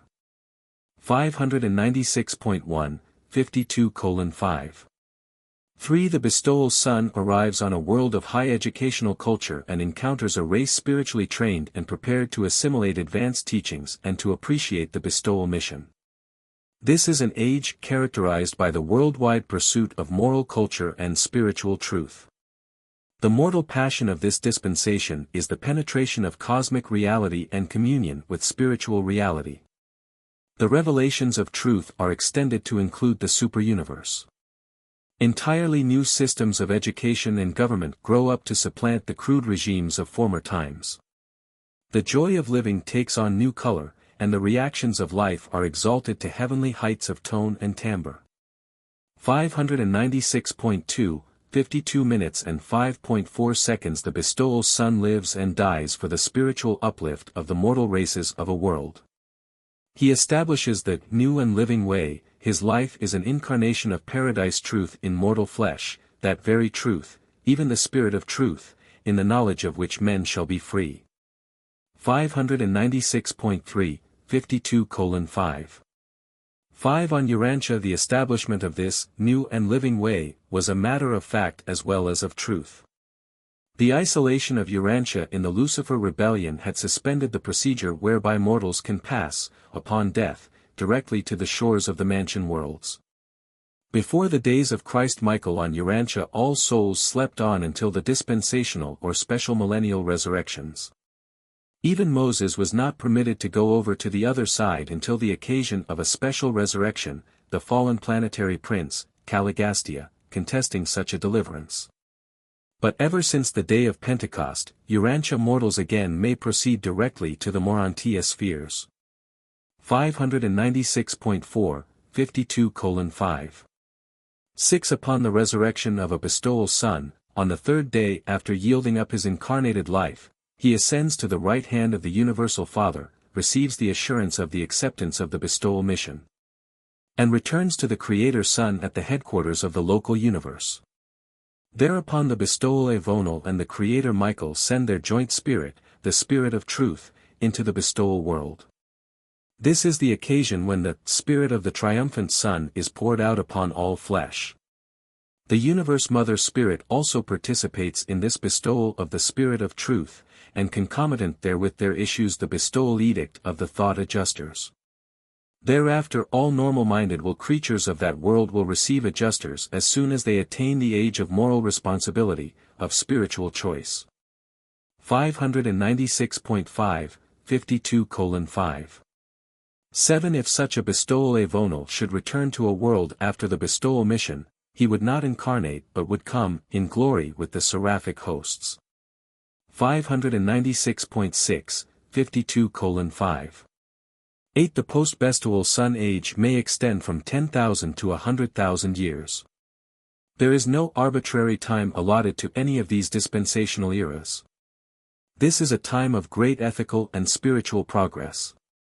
Under the spiritual influence of these ages, human character undergoes tremendous transformations and experiences phenomenal development. It becomes possible to put the golden rule into practical operation. The teachings of Jesus are really applicable to a mortal world which has had the preliminary training of the pre-bestial sons with their dispensations of character ennoblement and culture augmentation. 596.7, 52:5. 9. During this era the problems of disease and delinquency are virtually solved. Degeneracy has already been largely eliminated by selective reproduction. Disease has been practically mastered through the high resistant qualities of the Adamic strains and by the intelligent and worldwide application of the discoveries of the physical sciences of preceding ages. The average length of life, during this period, climbs well above the equivalent of 300 years of Urantia time. 597.1, 52 minutes and 5.10 seconds. Throughout this epoch there is a gradual lessening of governmental supervision. True self-government is beginning to function, fewer and fewer restrictive laws are necessary. The military branches of national resistance are passing away, the era of international harmony is really arriving. There are many nations, mostly determined by land distribution, but only one race, one language, and one religion. Mortal affairs are almost, but not quite, utopian. This truly is a great and glorious age. 6. Urantia's post-bestowal age. 597. 2, 52 minutes and 6.1 seconds. The bestowal sun is the Prince of Peace. He arrives with the message, peace on earth and goodwill among men. On normal worlds this is a dispensation of worldwide peace, the nations no more learn war. But such salutary influences did not attend the coming of your bestowal son, Christ Michael.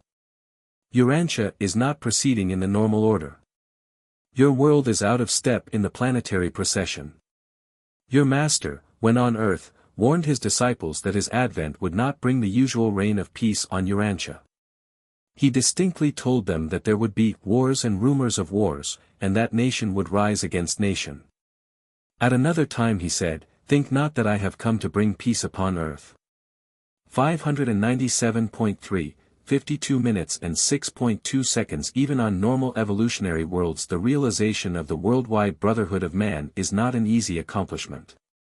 On a confused and disordered planet like Urantia such an achievement requires a much longer time and necessitates far greater effort. Unaided social evolution can hardly achieve such happy results on a spiritually isolated sphere. Religious revelation is essential to the realization of brotherhood on Urantia.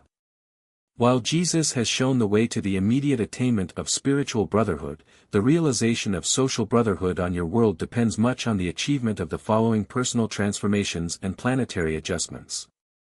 597. 4, 52 minutes and 6.3 seconds. 1. Social fraternity. Multiplication of international and interracial social contacts and fraternal associations through travel, commerce, and competitive play. Development of a common language and the multiplication of multilinguists. The racial and national interchange of students, teachers, industrialists, and religious philosophers. 597.5, 52 minutes and 6.4 seconds. 2. Intellectual cross-fertilization. Brotherhood is impossible on a world whose inhabitants are so primitive that they fail to recognize the folly of unmitigated selfishness. There must occur an exchange of national and racial literature. Each race must become familiar with the thought of all races, each nation must know the feelings of all nations. Ignorance breeds suspicion, and suspicion is incompatible with the essential attitude of sympathy and love.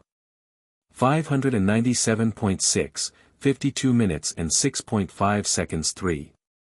Ethical awakening. Only ethical consciousness can unmask the immorality of human intolerance and the sinfulness of fratricidal strife. Only a moral conscience can condemn the evils of national envy and racial jealousy.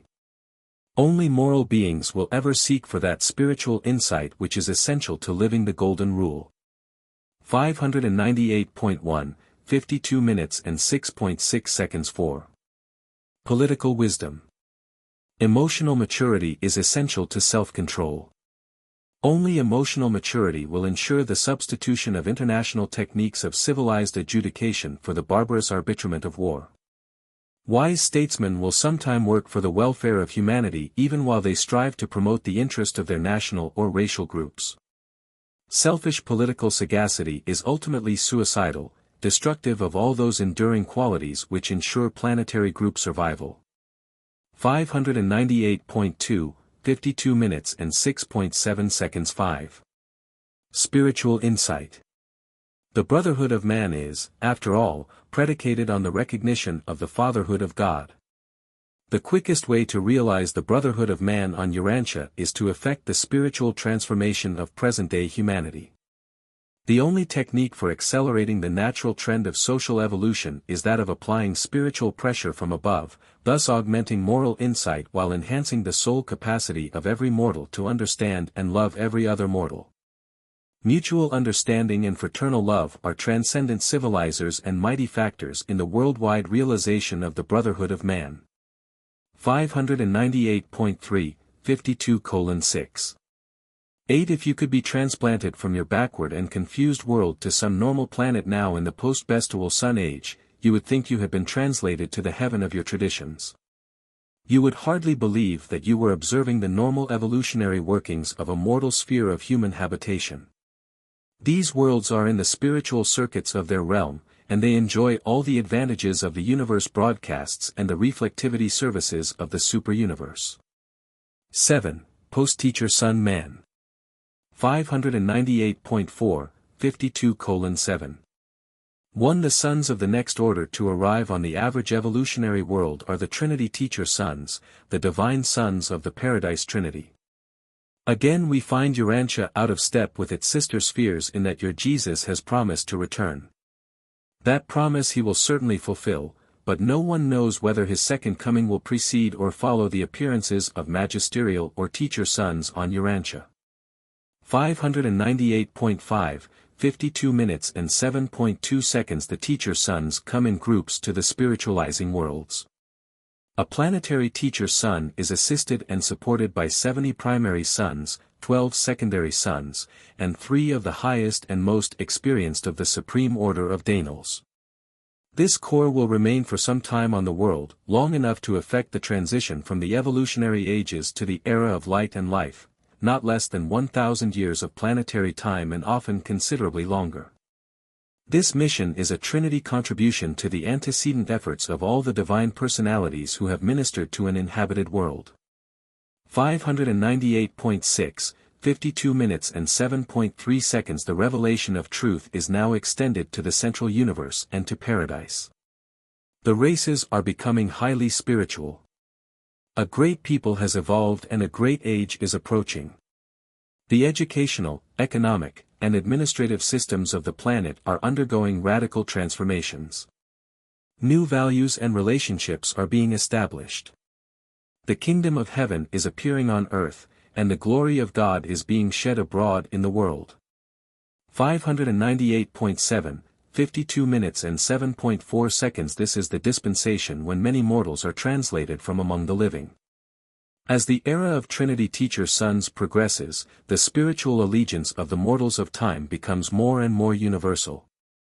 Natural death becomes less frequent as the adjusters increasingly fuse with their subjects during the lifetime in the flesh. The planet eventually is classed as of the primary modified order of mortal ascension. 599.1, 52:7.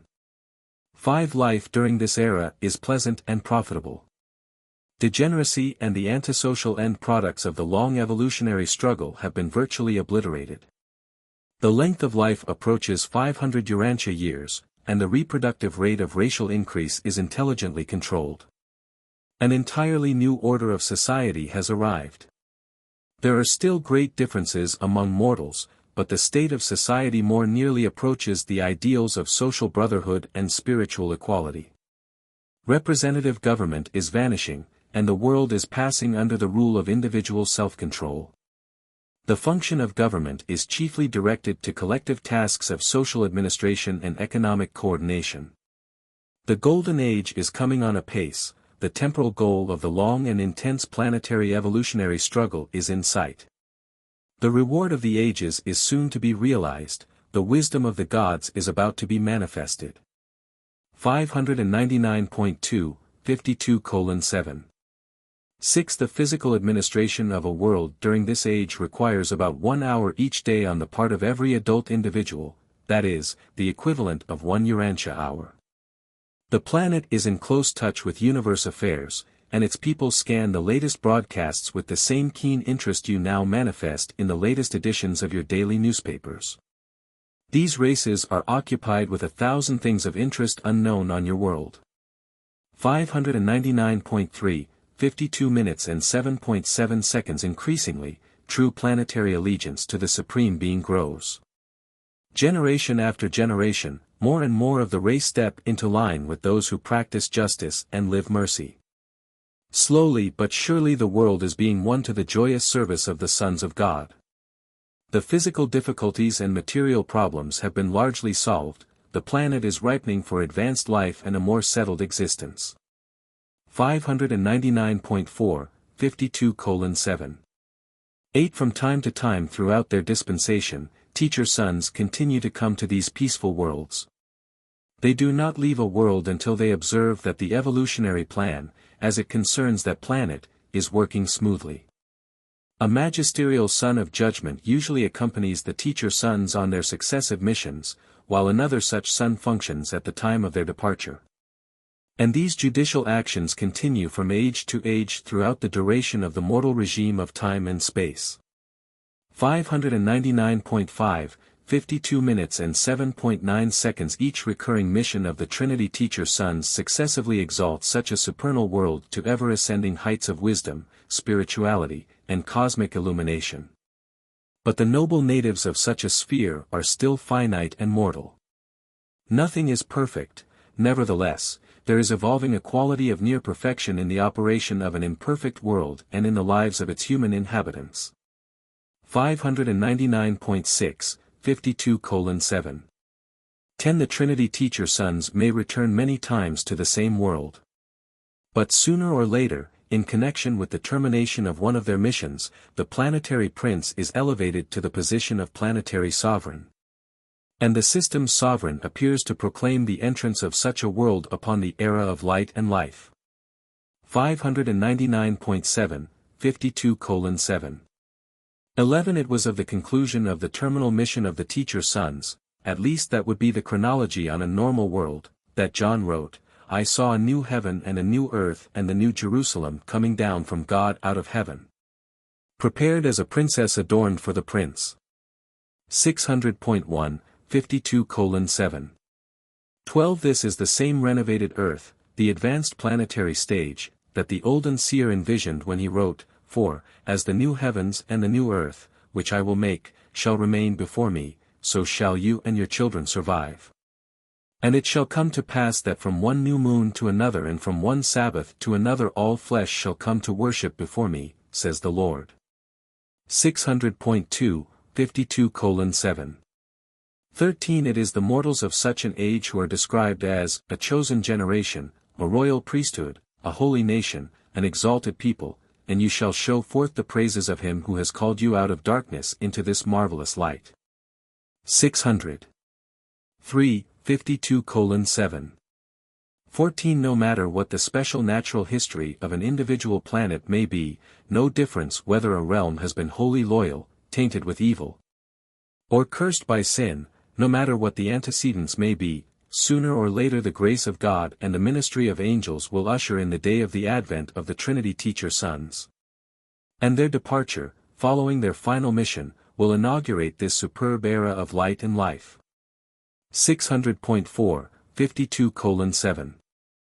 15. All the worlds of Satania can join in the hope of the one who wrote, "Nevertheless we, according to his promise, look for a new heaven and a new earth, wherein dwells righteousness. Wherefore, beloved, seeing that you look for such things, be diligent that you may be found by him in peace, without spot and blameless. 600.5, 52:7. 16. The departure of the Teacher Sun Corps, at the end of their first or some subsequent reign, ushers in the dawn of the era of light and life, the threshold of the transition from time to the vestibule of eternity. The planetary realization of this era of light and life far more than equals the fondest expectations of Urantia mortals who have entertained no more far-seeing concepts of the future life than those embraced within religious beliefs which depict heaven as the immediate destiny and final dwelling place of surviving mortals. 600.6, 52 minutes and 7.17 seconds, sponsored by a mighty messenger temporarily attached to the staff of Gabriel. Paper 53. The Lucifer Rebellion. 601.1, 53 minutes and 0.1 second. Lucifer was a brilliant primary Lananandek son of Nebadon. He had experienced service in many systems, had been a high counselor of his group, and was distinguished for wisdom, sagacity, and efficiency. Lucifer was number 37 of his order, and when commissioned by the Melchizedeks, he was designated as one of the 100 most able and brilliant personalities in more than 700,000 of his kind. From such a magnificent beginning, through evil and error, he embraced sin and now is numbered as one of 3 system sovereigns in Nebadon who have succumbed to the urge of self and surrendered to the sophistry of spurious personal liberty, rejection of universe allegiance and disregard of fraternal obligations. Blindness to cosmic relationships. 601.2, 53 minutes and 0.2 seconds. In the universe of Nebadon, the domain of Christ Michael, there are 10,000 systems of inhabited worlds.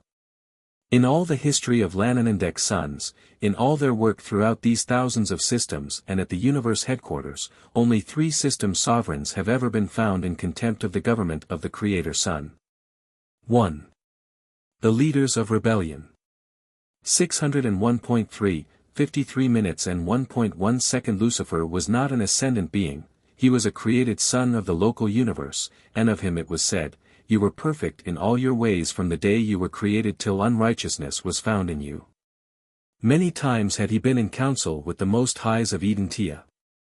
And Lucifer reigned upon the holy mountain of God, the administrative mount of Jerusalem, for he was the chief executive of a great system of 607 inhabited worlds. 601.4, 53:1. 2. Lucifer was a magnificent being, a brilliant personality. He stood next to the Most High Fathers of the constellations in the direct line of universe authority. Notwithstanding Lucifer's transgression, subordinate intelligences refrained from showing him disrespect and disdain prior to Michael's bestowal on Urantia.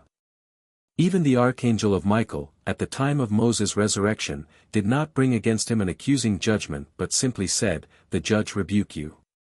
Judgment in such matters belongs to the Ancients of Days, the rulers of the superuniverse.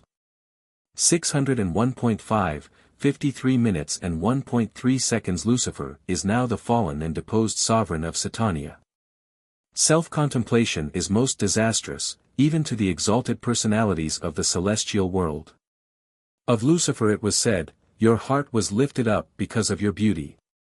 You corrupted your wisdom because of your brightness." Your olden prophet saw his sad estate when he wrote, "How are you fallen from heaven, O Lucifer, son of the morning? How are you cast down, you who dared to confuse the worlds?" 602.1, 53:1. For very little was heard of Lucifer on Urantia owing to the fact that he assigned his first lieutenant, Satan, to advocate his cause on your planet. Satan was a member of the same primary group of Lananandeks but had never functioned as a system sovereign. He entered fully into the Lucifer insurrection. The devil is none other than Caligastia, the deposed planetary prince of Urantia and a son of the secondary order of Lananandeks. At the time Michael was on Urantia in the flesh, Lucifer, Satan, and Caligastia were leagued together to effect the miscarriage of his bestowal mission. But they signally failed. 602.2, 53 minutes and 1.5 seconds. Abaddon was the chief of the staff of Caligastia. He followed his master into rebellion and has ever since acted as chief executive of the Urantia rebels. Beelzebub was the leader of the disloyal midway creatures who allied themselves with the forces of the traitorous Caligastia. 602.3, 53:1. 6. The dragon eventually became the symbolic representation of all these evil personages. Upon the triumph of Michael, Gabriel came down from Solvington and bound the dragon, all the rebel leaders, for an age. Of the Jerusalem seraphic rebels it is written, and the angels who kept not their first estate but left their own habitation, he has reserved in sure chains of darkness to the judgment of the great day. 2. The causes of rebellion. 602.4, 53:2. 1. Lucifer and his first assistant, Satan, had reigned on Jerusalem for more than 500,000 years when in their hearts they began to array themselves against the universal Father and his then vicegerent son, Michael. 602.5, 53:2. 2. There were no peculiar or special conditions in the system of Satania which suggested or favored rebellion. It is our belief that the idea took origin and form in Lucifer's mind, and that he might have instigated such a rebellion no matter where he might have been stationed. Lucifer first announced his plans to Satan, but it required several months to corrupt the mind of his able and brilliant associate. However, when once converted to the rebel theories, he became a bold and earnest advocate of self-assertion and liberty. 602.6, 53 minutes and 2.3 seconds. No one ever suggested rebellion to Lucifer. The idea of self-assertion in opposition to the will of Michael and to the plans of the Universal Father, as they are represented in Michael, had its origin in his own mind. His relations with the Creator Son had been intimate and always cordial. At no time prior to the exaltation of his own mind did Lucifer openly express dissatisfaction about the universe administration. Notwithstanding his silence, for more than 100 years of standard time the union of days on Solvington had been reflectivating to Uversa that all was not at peace in Lucifer's mind. This information was also communicated to the Creator Son and the constellation fathers of Norlatiadec. 602.7, 53:2. For throughout this period Lucifer became increasingly critical of the entire plan of universe administration but always professed wholehearted loyalty to the supreme rulers. His first outspoken disloyalty was manifested on the occasion of a visit of Gabriel to Jerusalem just a few days before the open proclamation of the Lucifer Declaration of Liberty.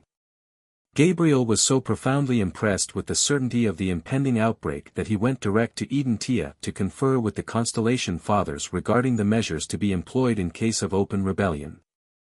603.1, 53:2. 5. It is very difficult to point out the exact cause or causes which finally culminated in the Lucifer rebellion. We are certain of only one thing, and that is, whatever these first beginnings were, they had their origin in Lucifer's mind. There must have been a pride of self that nourished itself to the point of self-deception, so that Lucifer for a time really persuaded himself that his contemplation of rebellion was actually for the good of the system, if not of the universe. By the time his plans had developed to the point of disillusionment, no doubt he had gone too far for his original and mischief-making pride to permit him to stop. At some point in this experience he became insincere, and evil evolved into deliberate and willful sin. That this happened is proved by the subsequent conduct of this brilliant executive. He was long offered opportunity for repentance, but only some of his subordinates ever accepted the proffered mercy. The faithful of days of Urantia, on the request of the constellation fathers, in person presented the plan of Michael for the saving of these flagrant rebels. But always was the mercy of the Creator Son rejected and rejected with increasing contempt and disdain. 3. The Lucifer Manifesto. 603.2, 53 minutes and 3.1 seconds. Whatever the early origins of trouble in the hearts of Lucifer and Satan, the final outbreak took form as the Lucifer Declaration of Liberty. The cause of the rebels was stated under three heads. 603. 3. 53 minutes and 3.2 seconds. 1. The reality of the Universal Father. Lucifer charged that the Universal Father did not really exist, that physical gravity and space energy were inherent in the universe.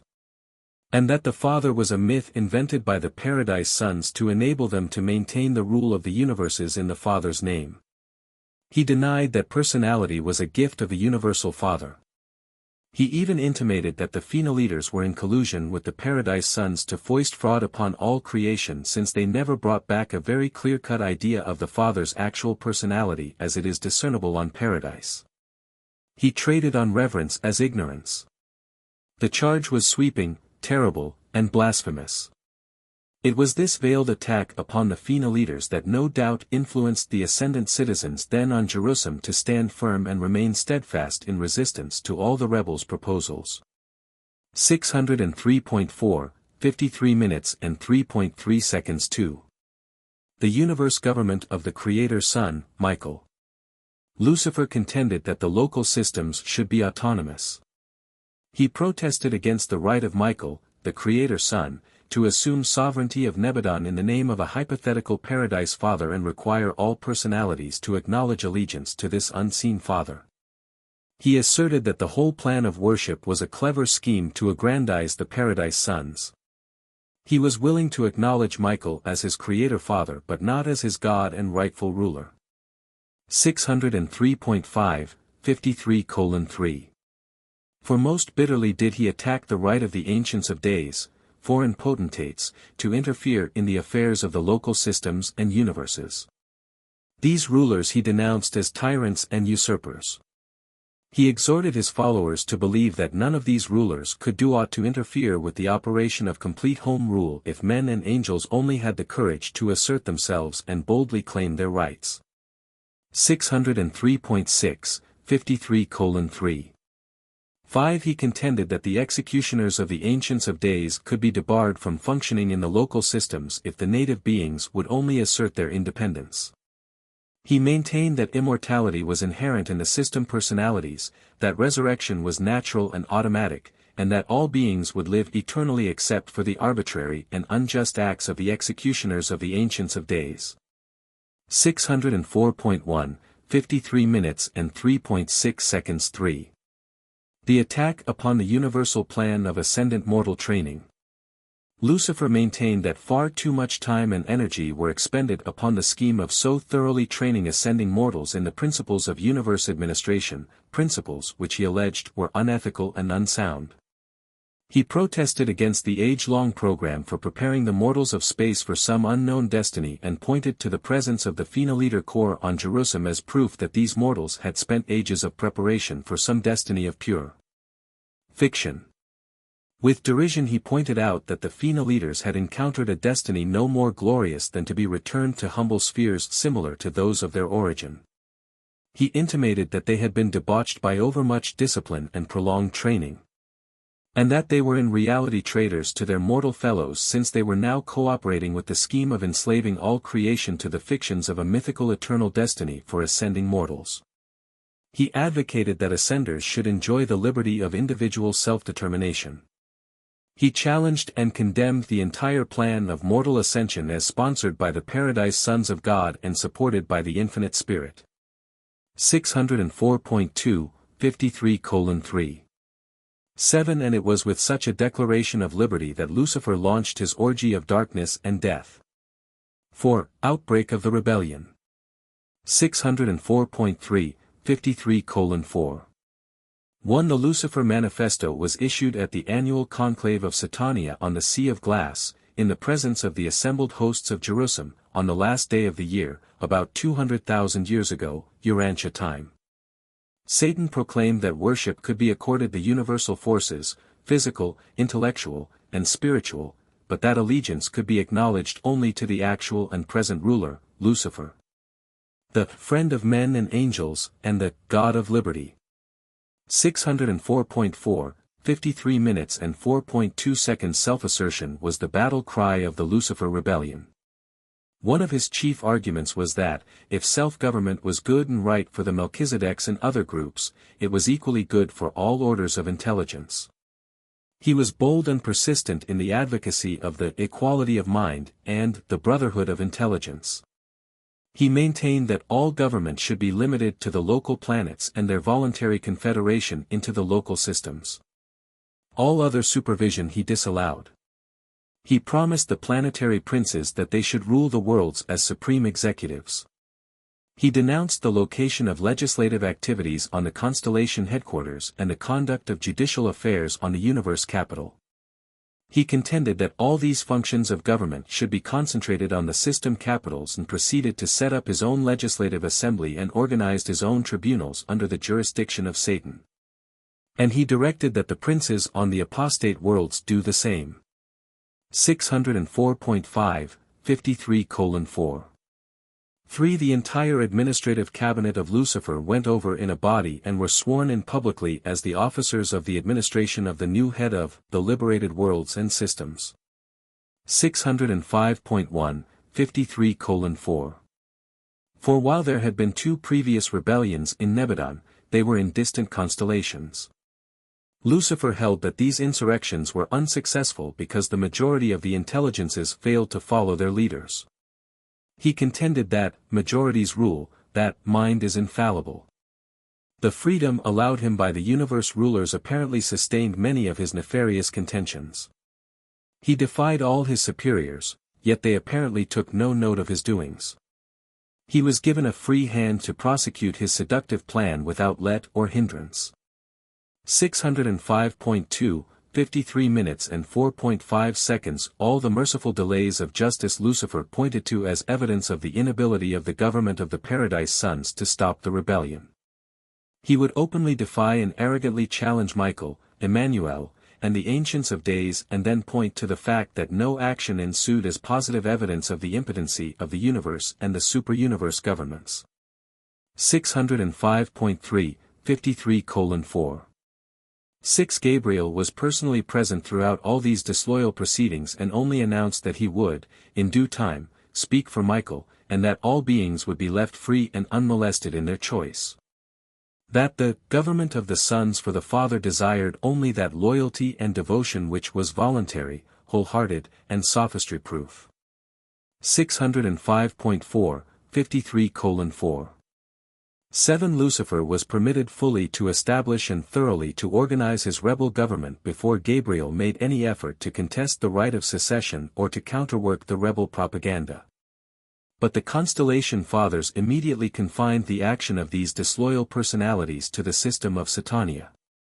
Nevertheless, this period of delay was a time of great trial and testing to the loyal beings of all Satania. All was chaotic for a few years, and there was great confusion on the mansion worlds. 5. Nature of the conflict. 605.5, 53 minutes and 5.1 second. Upon the outbreak of the Satania rebellion, Michael took counsel of his paradise brother, Emmanuel. Following this momentous conference, Michael announced that he would pursue the same policy which had characterized his dealings with similar upheavals in the past, an attitude of non-interference. 605.6, 53:5. 2. At the time of this rebellion and the 2 which preceded it there was no absolute and personal sovereign authority in the universe of Nebadon. Michael ruled by divine right, as vicegerent of the universal Father, but not yet in his own personal right. He had not completed his bestowal career, he had not yet been vested with all power in heaven and on earth. 605.7, 53:5. 3. From the outbreak of rebellion to the day of his enthronement as sovereign ruler of Nebadon, Michael never interfered with the rebel forces of Lucifer, they were allowed to run a free course for almost 200,000 years of Urantia time. Christ Michael now has ample power and authority to deal promptly, even summarily, with such outbreaks of disloyalty, but we doubt that this sovereign authority would lead him to act differently if another such upheaval should occur.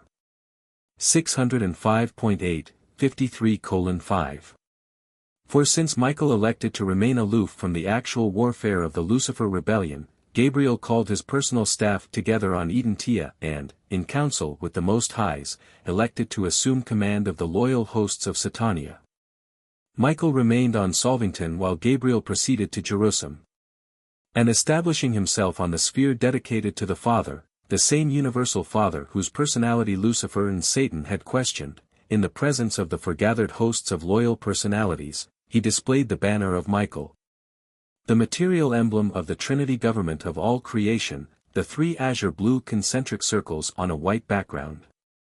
606.1, 53 minutes and 5.5 seconds. The Lucifer emblem was a banner of white with one red circle, in the center of which a black solid circle appeared. 606.2, 53 minutes and 5.6 seconds, there was war in heaven. Michael's commander and his angels fought against the dragon, Lucifer, Satan, and the apostate princes, and the dragon and his rebellious angels fought but prevailed not. This war in heaven was not a physical battle as such a conflict might be conceived on Urantia. In the early days of the struggle, Lucifer held forth continuously in the planetary amphitheater. Gabriel conducted an unceasing exposure of the rebel sophistries from his headquarters taken up near at hand. The various personalities present on the sphere who were in doubt as to their attitude would journey back and forth between these discussions until they arrived at a final decision. 606.3, 53:5. 7. But this war in heaven was very terrible and very real. While displaying none of the barbarities so characteristic of physical warfare on the immature worlds, this conflict was far more deadly. Material life is in jeopardy in material combat, but the war in heaven was fought in terms of life eternal. 6. A loyal seraphic commander. 606.4, 53:6. 1. There were many noble and inspiring acts of devotion and loyalty which were performed by numerous personalities during the interim between the outbreak of hostilities and the arrival of the new system ruler and his staff. But the most thrilling of all these daring feats of devotion was the courageous conduct of Morontia, the second in command of the Satania headquarters Seraphim. 606.5, 53:6. 2. At the outbreak of rebellion on Jerusalem, the head of the seraphic hosts joined the Lucifer cause.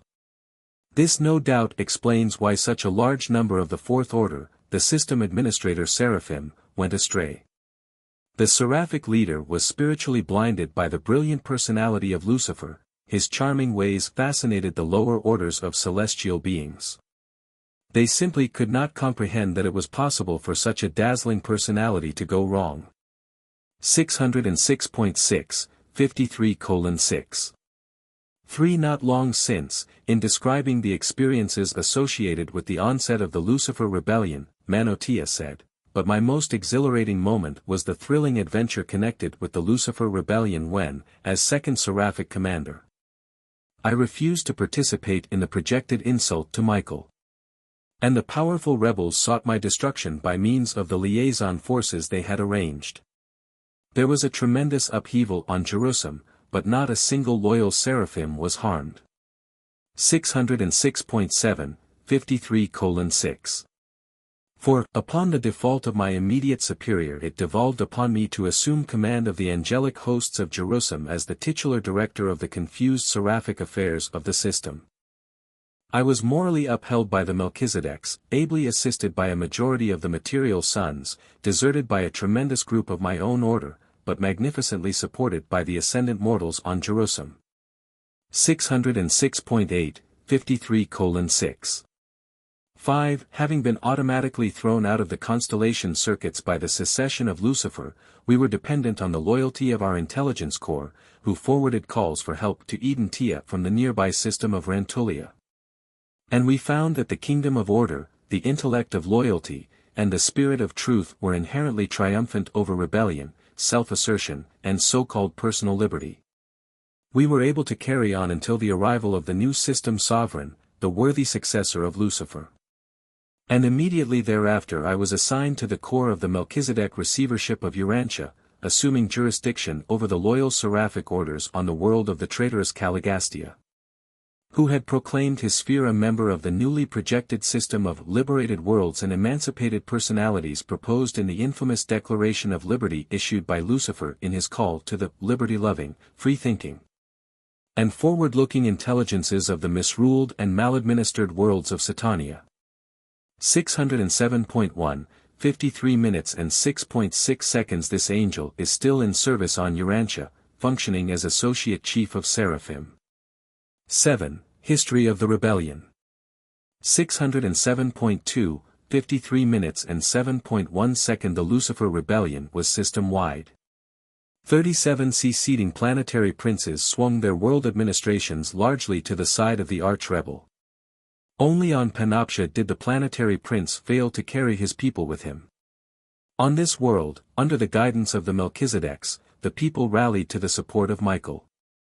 Eleonora, a young woman of that mortal realm, grasped the leadership of the human races, and not a single soul on that strife-torn world enlisted under the Lucifer banner. And ever since have these loyal Panoptians served on the 7th Jerusalem transition world as the caretakers and builders on the Father's sphere and its surrounding 7 detention worlds. The Panoptians not only act as the literal custodians of these worlds, but they also execute the personal orders of Michael for the embellishment of these spheres for some future and unknown use. They do this work as they tarry en route to Urantia. 607.3 53 minutes and 7.2 seconds. Throughout this period Caligastia was advocating the cause of Lucifer on Urantia. The Melchizedeks ably opposed the apostate planetary prince, but the sophistries of unbridled liberty and the delusions of self-assertion had every opportunity for deceiving the primitive peoples of a young and undeveloped world.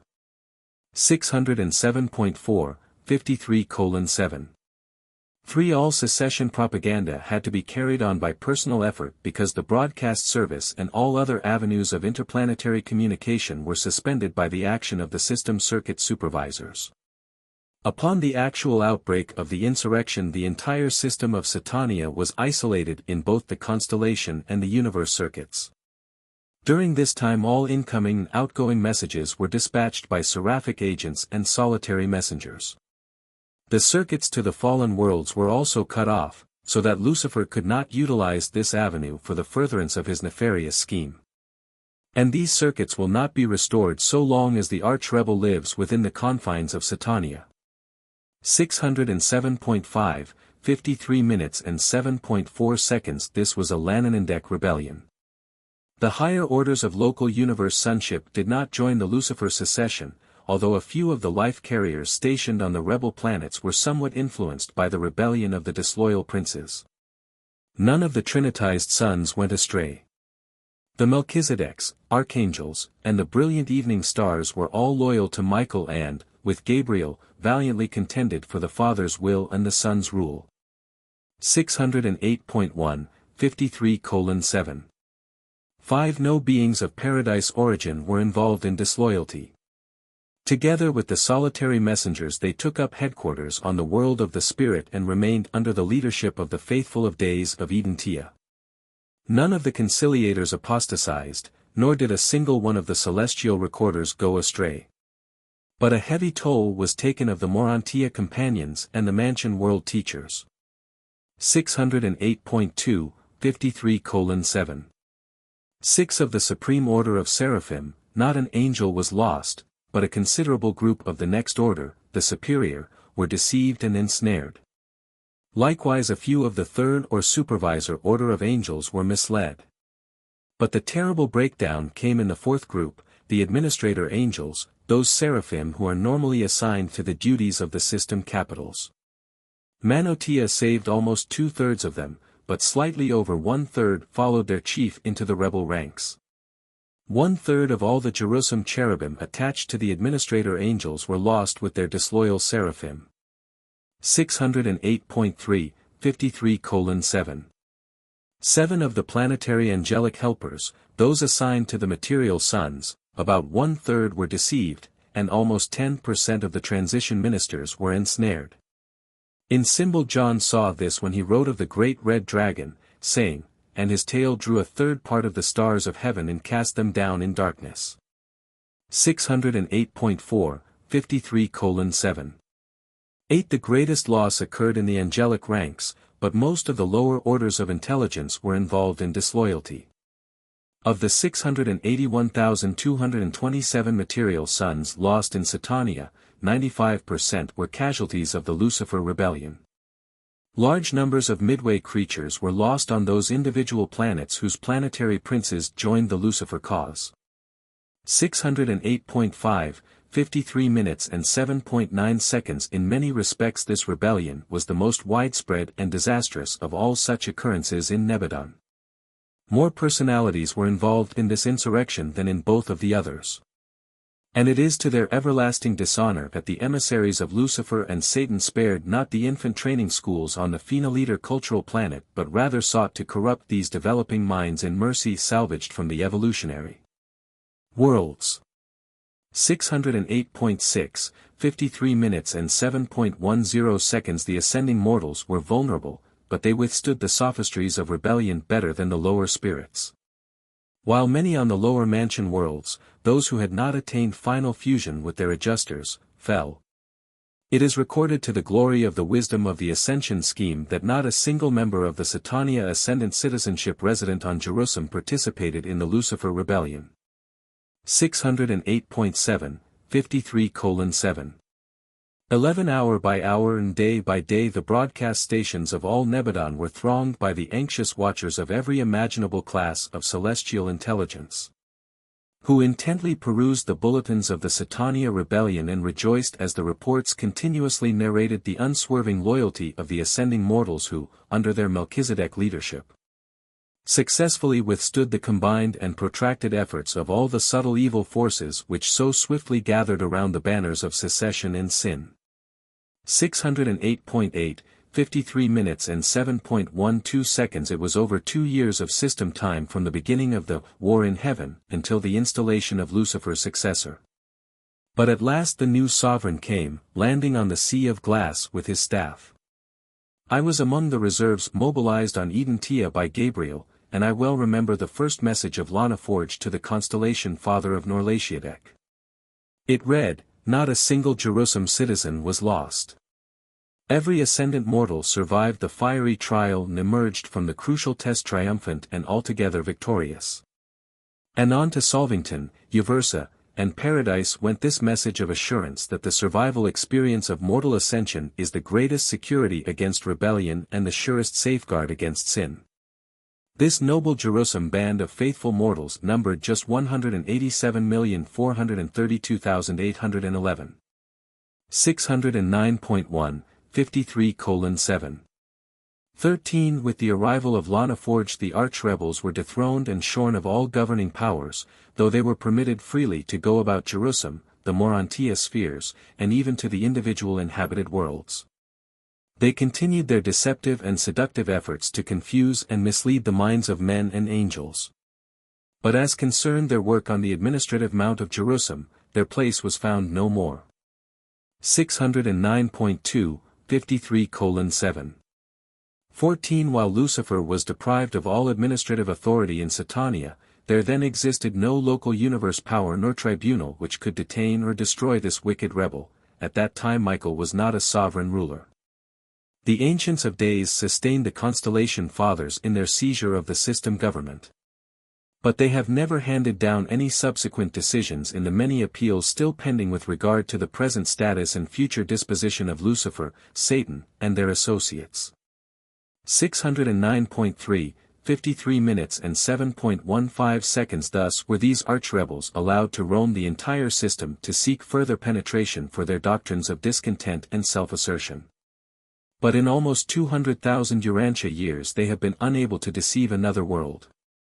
No Satania worlds have been lost since the fall of the 37, not even those younger worlds peopled since that day of rebellion. 8. The Son of Man on Urantia. 609.4, 53 minutes and 8.1 seconds. Lucifer and Satan freely roamed the Satania system until the completion of the bestowal mission of Michael on Urantia. They were last on your world together during the time of their combined assault upon the Son of Man. 609.5, 53:8. 2 Formerly, when the planetary princes, the sons of God, were periodically assembled, Satan came also, claiming that he represented all of the isolated worlds of the fallen planetary princes. But he has not been accorded such liberty on Jerusalem since Michael's terminal bestowal. Subsequent to their effort to corrupt Michael when in the bestowal flesh, all sympathy for Lucifer and Satan has perished throughout all Satania, that is, outside the isolated worlds of sin. 609.6, 53:8. 3. The bestowal of Michael terminated the Lucifer rebellion in all Satania aside from the planets of the apostate planetary princes. And this was the significance of Jesus' personal experience, just before his death in the flesh, when he one day exclaimed to his disciples, "And I beheld Satan fall as lightning from heaven." He had come with Lucifer to Urantia for the last crucial struggle. 609.7, 53:8. For the Son of Man was confident of success, and he knew that his triumph on your world would forever settle the status of his age-long enemies, not only in Satania but also in the other two systems where sin had entered. There was survival for mortals and security for angels when your master, in reply to the Lucifer proposals, calmly and with divine assurance replied, "Get you behind me, Satan." That was, in principle, the real end of the Lucifer rebellion. True, the Uversa tribunals have not yet rendered the executive decision regarding the appeal of Gabriel praying for the destruction of the rebels, but such a decree will, no doubt, be forthcoming in the fullness of time since the first step in the hearing of this case has already been taken. 610.1, 53 minutes and 8.5 seconds. Caligastia was recognized by the Son of Man as the technical prince of Urantia up to near the time of his death.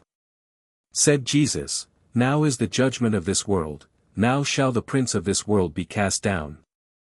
And then still nearer the completion of his life work he announced, "The prince of this world is judged." And it is this same dethroned and discredited prince who was once termed God of Urantia. 610.2, 53:8. 6. The last act of Michael before leaving Urantia was to offer mercy to Caligastia and Dalagastia, but they spurned his tender proffer. Caligastia, your apostate planetary prince, is still free on Urantia to prosecute his nefarious designs, but he has absolutely no power to enter the minds of men.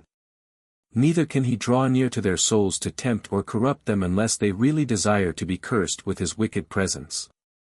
610.3, 53 minutes and 8.7 seconds. Before the bestowal of Michael, these rulers of darkness sought to maintain their authority on Urantia, and they persistently withstood the minor and subordinate celestial personalities. But since the day of Pentecost, this traitorous Caligastia and his equally contemptible associate, Dalagastia, are servile before the divine majesty of the paradise thought adjusters and the protective spirit of truth, the spirit of Michael, which has been poured out upon all flesh. 610.4, 53 minutes and 8.8 seconds. But even so, no fallen spirit ever did have the power to invade the minds or to harass the souls of the children of God. Neither Satan nor Caligastia could ever touch or approach the faith sons of God. Faith is an effective armor against sin and iniquity. It is true, he who is born of God keeps himself, and the wicked one touches him not. 610.5, 53:8. 9. In general, when weak and dissolute mortals are supposed to be under the influence of devils and demons, they are merely being dominated by their own inherent and debased tendencies, being led away by their own natural propensities. The devil has been given a great deal of credit for evil which does not belong to him. Caligastia has been comparatively impotent since the cross of Christ. 9. Present status of the rebellion.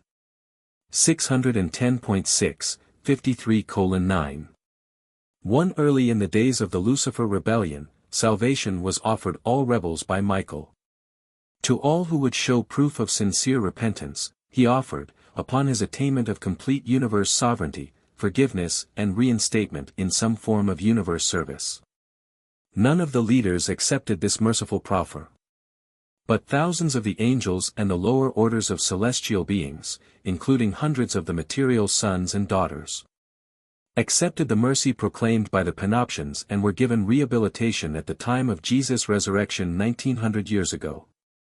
These beings have since been transferred to the Father's world of Jerusalem, where they must be held, technically, until the Uversa courts hand down a decision in the matter of Gabriel's Lucifer.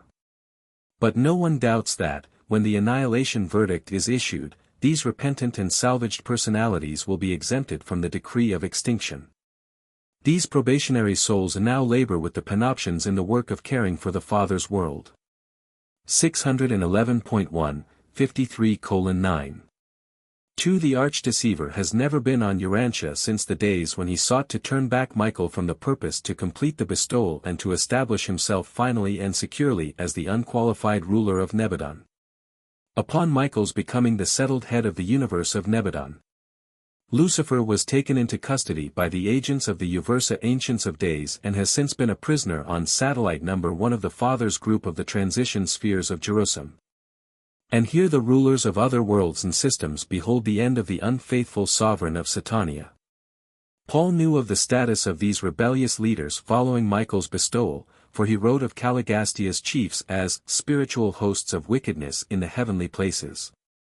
611.2, 53:9.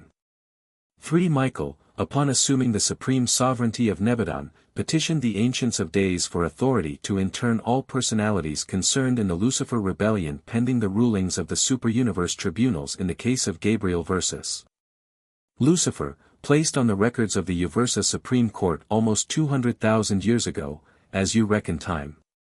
Concerning the system capital group, the Ancients of Days granted the Michael petition with but a single exception. Satan was allowed to make periodic visits to the apostate princes on the fallen worlds until another Son of God should be accepted by such apostate worlds, or until such time as the courts of Uversa should begin the adjudication of the case of Gabriel versus Lucifer. 611.3, 53 minutes and 9.4 seconds. Satan could come to Urantia because you had no son of standing in residence, neither planetary prince nor material son. Mashaventa Melchizedek has since been proclaimed vicegerent planetary prince of Urantia, and the opening of the case of Gabriel versus Lucifer has signalized the inauguration of temporary planetary regimes on all the isolated worlds. It is true that Satan did periodically visit Caligastia and others of the fallen princes right up to the time of the presentation of these revelations, when there occurred the first hearing of Gabriel's plea for the annihilation of the arch-rebels. Satan is now unqualifiedly detained on the Jerusalem prison worlds. 611.4, 53 minutes and 9.5 seconds. Since Michael's final bestowal, no one in all Satania has desired to go to the prison worlds to minister to the interned rebels. And no more beings have been won to the deceiver's cause. For 1900 years the status has been unchanged. 611.5, 53:9. 6. We do not look for a removal of the present Satania restrictions until the Ancients of Days make final disposition of the arch-rebels. The system circuits will not be reinstated so long as Lucifer lives. Meantime, he is wholly inactive. 611. 6, 53 minutes and 9.7 seconds. The rebellion has ended on Jerusalem. It ends on the fallen worlds as fast as divine sons arrive. We believe that all rebels who will ever accept mercy have done so.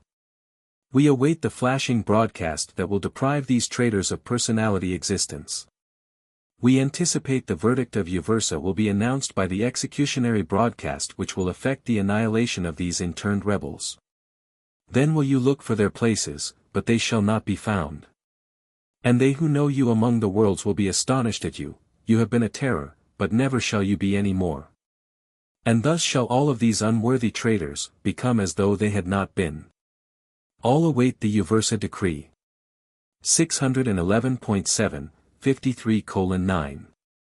8. But for ages the 7 prison worlds of spiritual darkness in Satania have constituted a solemn warning to all Nebadon, eloquently and effectively proclaiming the great truth, that the way of the transgressor is hard.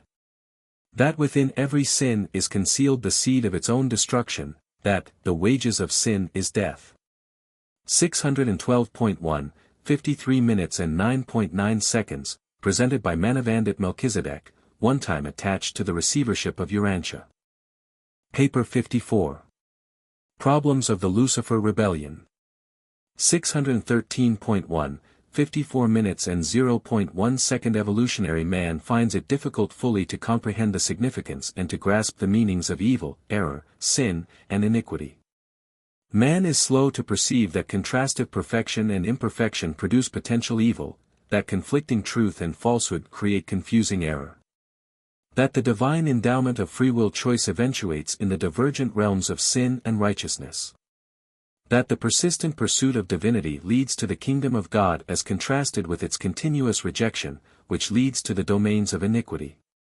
613.2, 54 minutes and 0.2 seconds. The gods neither create evil nor permit sin and rebellion. Potential evil is time existent in a universe embracing differential levels of perfection, meanings and values.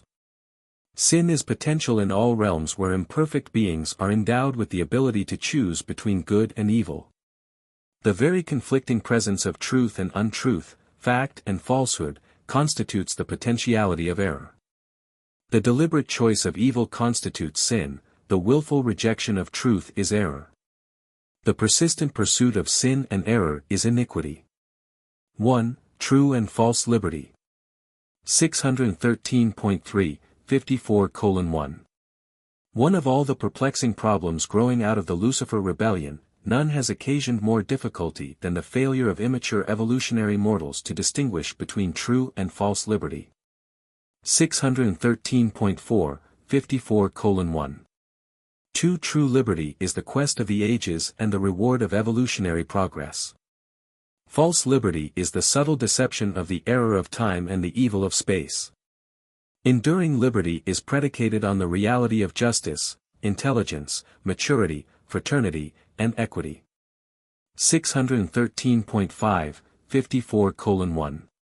Free liberty is a self-destroying technique of cosmic existence when its motivation is unintelligent, unconditioned, and uncontrolled. True liberty is progressively related to reality and is ever regardful of social equity, cosmic fairness, universe fraternity, and divine obligations. 613.6, 54:1. For liberty is suicidal when divorced from material justice, intellectual fairness, social forbearance, moral duty, and spiritual values. Liberty is non-existent apart from cosmic reality, and all personality reality is proportional to its divinity relationships. 613.7, 54 minutes and 1.5 seconds. Unbridled self-will and unregulated self-expression equal unmitigated selfishness, the acme of ungodliness. Liberty without the associated and ever-increasing conquest of self is a figment of egoistic mortal imagination.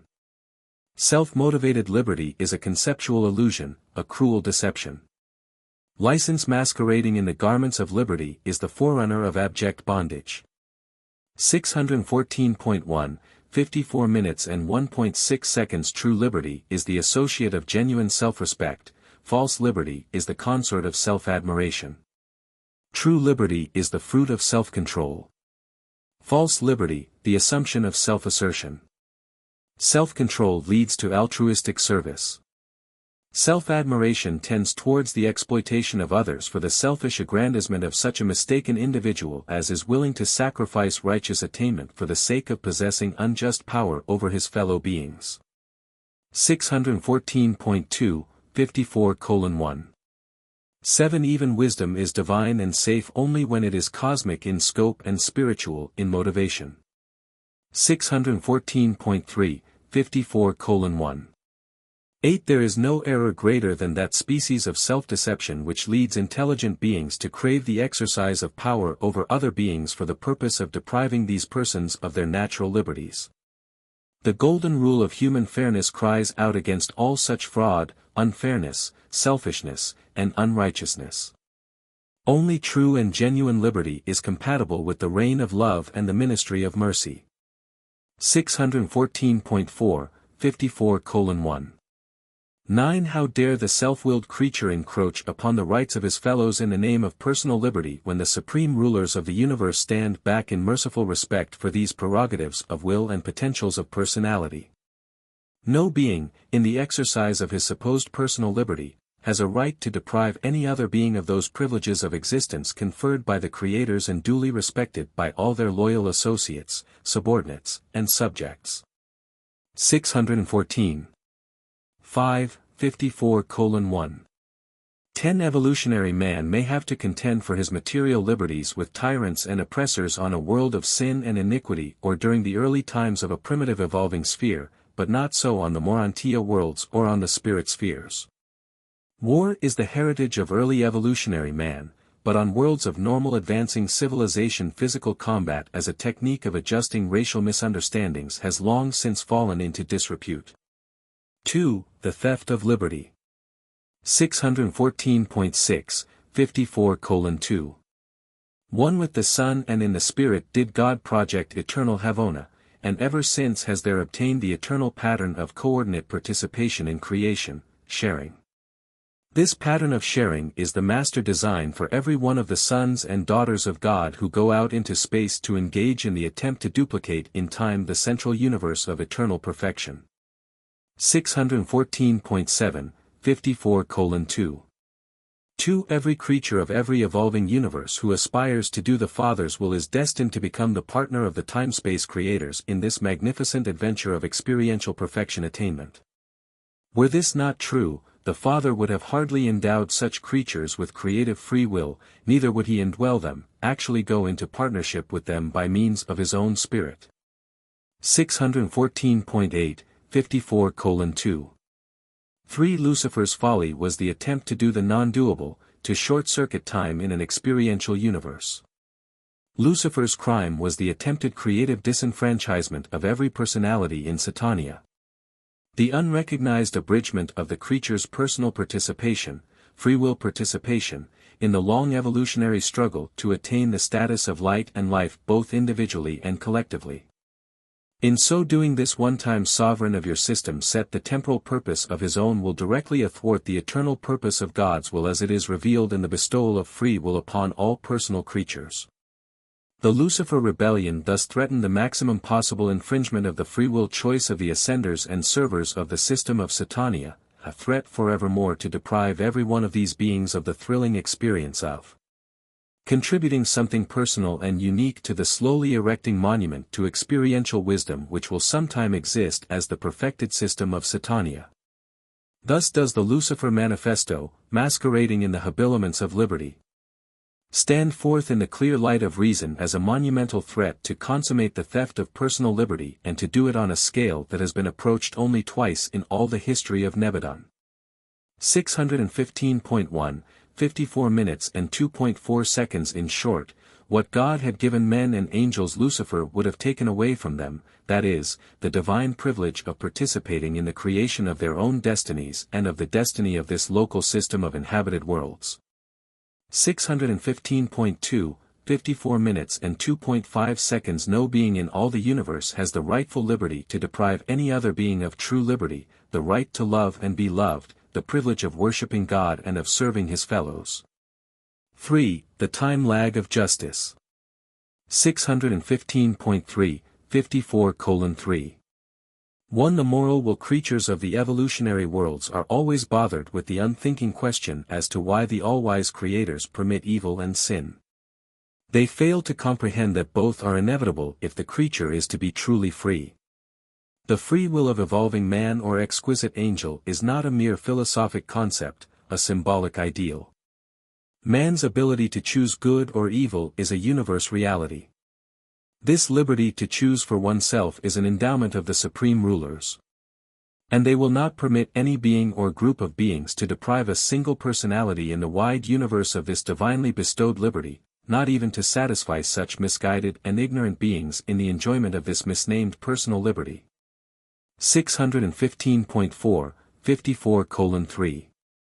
2. Although conscious and wholehearted identification with evil, sin, is the equivalent of non-existence, annihilation.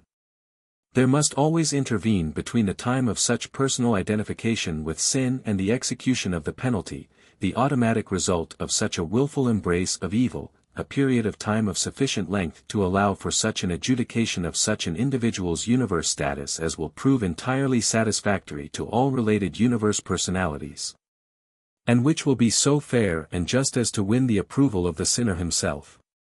615.5, 54:3. 3. But if this universe rebel against the reality of truth and goodness refuses to approve the verdict, and if the guilty one knows in his heart the justice of his condemnation but refuses to make such confession, Then must the execution of sentence be delayed in accordance with the discretion of the Ancients of Days. And the Ancients of Days refuse to annihilate any being until all moral values and all spiritual realities are extinct, both in the evildoer and in all related supporters and possible sympathizers. 4. The mercy time lag. 615.6, 54:4. One another problem somewhat difficult of explanation in the constellation of Melchizedek pertains to the reasons for permitting Lucifer, Satan, and the fallen princes to work mischief so long before being apprehended, interned, and adjudicated. 616. 1. 54 minutes and 4.2 seconds. Parents, those who have borne and reared children, are better able to understand why Michael, a creator father, might be slow to condemn and destroy his own sons. Jesus' story of the prodigal son well illustrates how a loving father can long wait for the repentance of an erring child. 616.2, 54:4. 3. The very fact that an evil-doing creature can actually choose to do wrong, commit sin, establishes the fact of free willness and fully justifies any length delay in the execution of justice provided the extended mercy might conduce to repentance and rehabilitation. 616.3, 54 minutes and 4.4 seconds. Most of the liberties which Lucifer sought he already had, others he was to receive in the future. All these precious endowments were lost by giving way to impatience and yielding to a desire to possess what one craves now and to possess it in defiance of all obligation to respect the rights and liberties of all other beings composing the universe of universes. Ethical obligations are innate, divine, and universal. 616.4, 54 minutes and 4.5 seconds. There are many reasons known to us why the supreme rulers did not immediately destroy or intern the leaders of the Lucifer rebellion. There are no doubt still other and possibly better reasons unknown to us. The mercy features of this delay in the execution of justice were extended personally by Michael of Nebadon. Except for the affection of this Creator Father for his erring sons, the supreme justice of the super-universe would have acted. If such an episode as the Lucifer rebellion had occurred in Nebadon while Michael was incarnated on Urantia, the instigators of such evil might have been instantly and absolutely annihilated. 616.5, 54:4. 6. Supreme justice can act instantly when not restrained by divine mercy. But the ministry of mercy to the children of time and space always provides for this time lag, this saving interval between seed time and harvest. If the seed sowing is good, this interval provides for the testing and upbuilding of character. If the seed sowing is evil, this merciful delay provides time for repentance and rectification. This time delay in the adjudication and execution of evildoers is inherent in the mercy ministry of the 7 superuniverses. This restraint of justice by mercy proves that God is love, and that such a God of love dominates the universes and in mercy controls the fate and judgment of all his creatures. 616.6, 54:4. 7. The mercy delays of time are by the mandate of the free will of the creators. There is good to be derived in the universe from this technique of patience in dealing with sinful rebels. While it is all too true that good cannot come of evil to the one who contemplates and performs evil, it is equally true that all things, including evil, potential and manifest, work together for good to all beings who know God, love to do his will, and are ascending paradise-ward according to his eternal plan and divine purpose. 616.7, 54 minutes and 4.8 seconds. But these mercy delays are not interminable. Notwithstanding the long delay, as time is reckoned on Urantia, in adjudicating the Lucifer rebellion, we may record that, during the time of effecting this revelation, the first hearing in the pending case of Gabriel versus Lucifer was held on Uversa, and soon thereafter there issued the mandate of the Ancients of Days directing that Satan be henceforth confined to the prison world with Lucifer. This ends the ability of Satan to pay further visits to any of the fallen worlds of Satania. Justice in a mercy-dominated universe may be slow, but it is certain. 5. The wisdom of delay. 617.1, 54:5. One of the many reasons known to me as to why Lucifer and his confederates were not sooner interned or adjudicated, I am permitted to recite the following. 617.2, 54 minutes and 5.2 seconds 1. Mercy requires that every wrongdoer have sufficient time in which to formulate a deliberate and fully chosen attitude regarding his evil thoughts and sinful acts. 617.3, 54 minutes and 5.3 seconds 2. Supreme justice is dominated by a father's love. Therefore will justice never destroy that which mercy can save.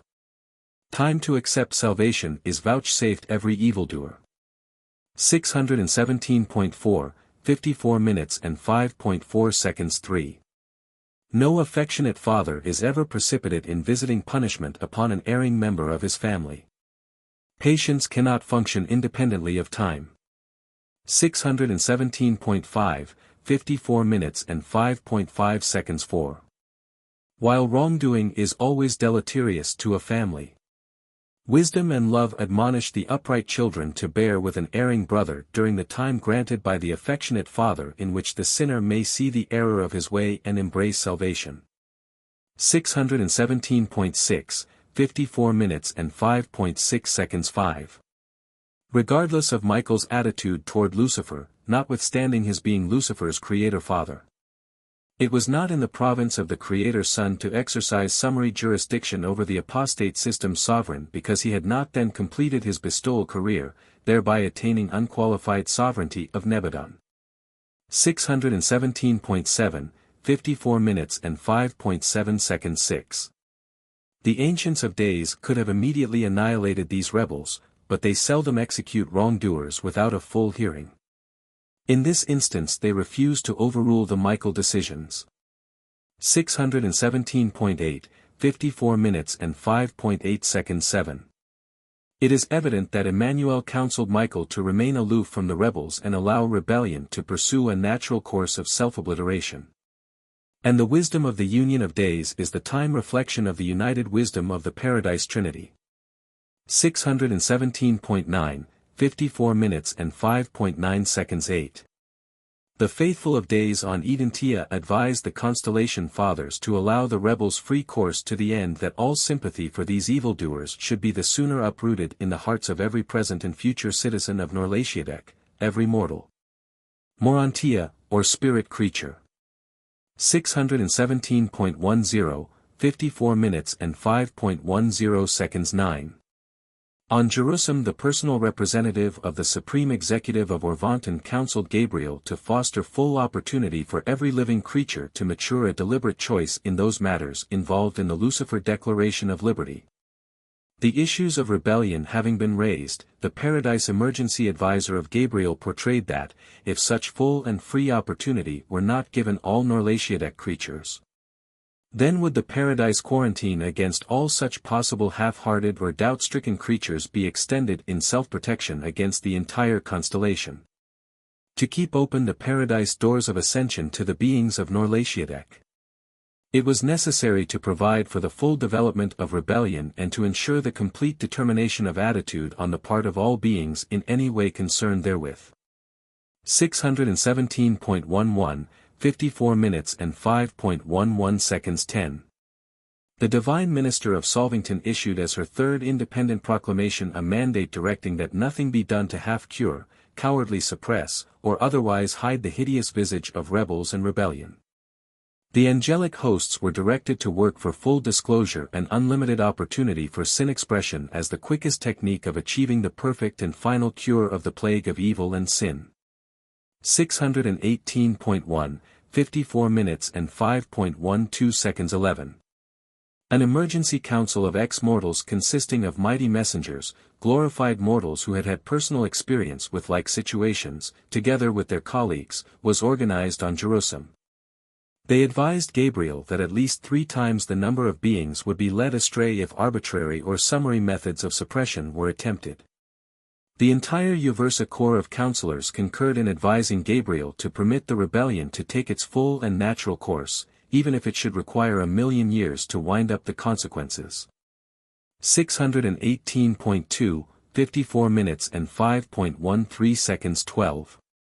Time, even in a universe of time, is relative. If a Urantia mortal of average length of life should commit a crime which precipitated worldwide pandemonium, and if he were apprehended, tried, and executed within 2 or 3 days of the commission of the crime, would it seem a long time to you?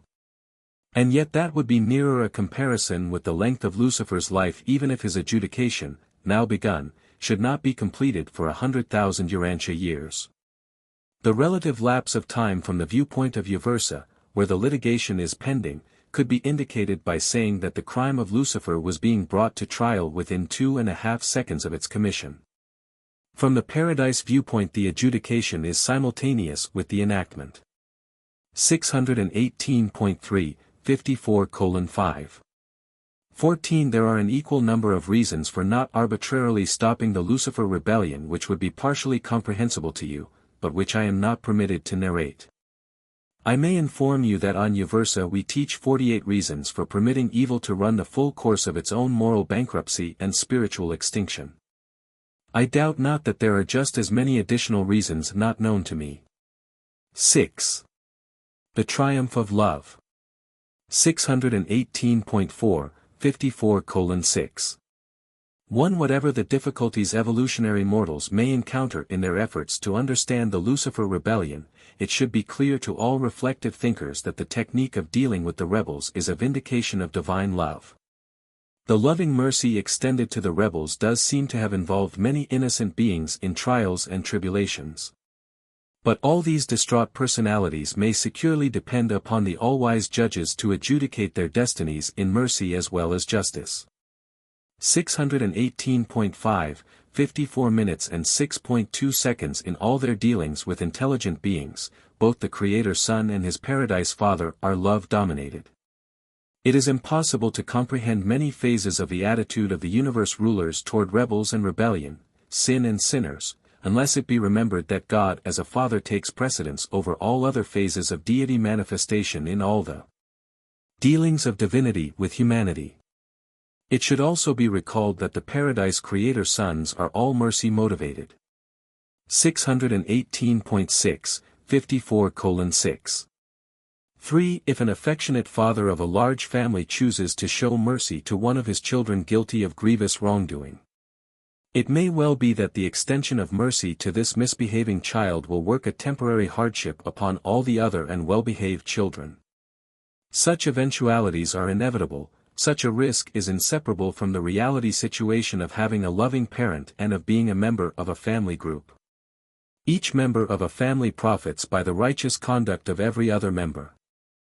Likewise must each member suffer the immediate time consequences of the misconduct of every other member. Families, groups, nations, races, worlds, systems, constellations, and universes are relationships of association which possess individuality. And therefore does every member of any such group, large or small, reap the benefits and suffer the consequences of the right doing in the wrongdoing of all other members of the group concerned. 619.1, 54:6. For but one thing should be made clear: if you are made to suffer the evil consequences of the sin of some member of your family, some fellow citizen or fellow mortal, even rebellion in the system or elsewhere, no matter what you may have to endure because of the wrongdoing of your associates, fellows, or superiors, you may rest secure in the eternal assurance that such tribulations are transient afflictions. None of these fraternal consequences of misbehavior in the group can ever jeopardize your eternal prospects or in the least degree deprive you of your divine right of paradise ascension and God attainment. 619.2, 54:6. 5. And there is compensation for these trials, delays, and disappointments which invariably accompany the sin of rebellion. Of the many valuable repercussions of the Lucifer rebellion which might be named, I will only call attention to the enhanced careers of those mortal ascenders, the Jerusalem citizens, who, by withstanding the sophistries of sin, placed themselves in line for becoming future mighty messengers, fellows of my own order. Every being who stood the test of that evil episode thereby immediately advanced his administrative status and enhanced his spiritual worth. 619.3, 54:6. 6. At first the Lucifer upheaval appeared to be an unmitigated calamity to the system and to the universe. Gradually benefits began to accrue. With the passing of 25,000 years of system time, 20,000 years of Urantia time, the Melchizedeks began to teach that the good resulting from Lucifer's folly had come to equal the evil incurred. The sum of evil had by that time become almost stationary, continuing to increase only on certain isolated worlds, while the beneficial repercussions continued to multiply and extend out through the universe and superuniverse, even to Havona. The Melchizedeks now teach that the good resulting from the Satania rebellion is more than 1,000 times the sum of all the evil. 619.4, 54:6. 7. But such an extraordinary and beneficent harvest of wrongdoing could only be brought about by the wise, divine, and merciful attitude of all of Lucifer's superiors.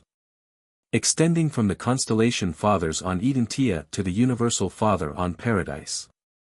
The passing of time has enhanced the consequential good to be derived from the Lucifer folly. And since the evil to be penalized was quite fully developed within a comparatively short time, it is apparent that the all-wise and far-seeing universe rulers would be certain to extend the time in which to reap increasingly beneficial results.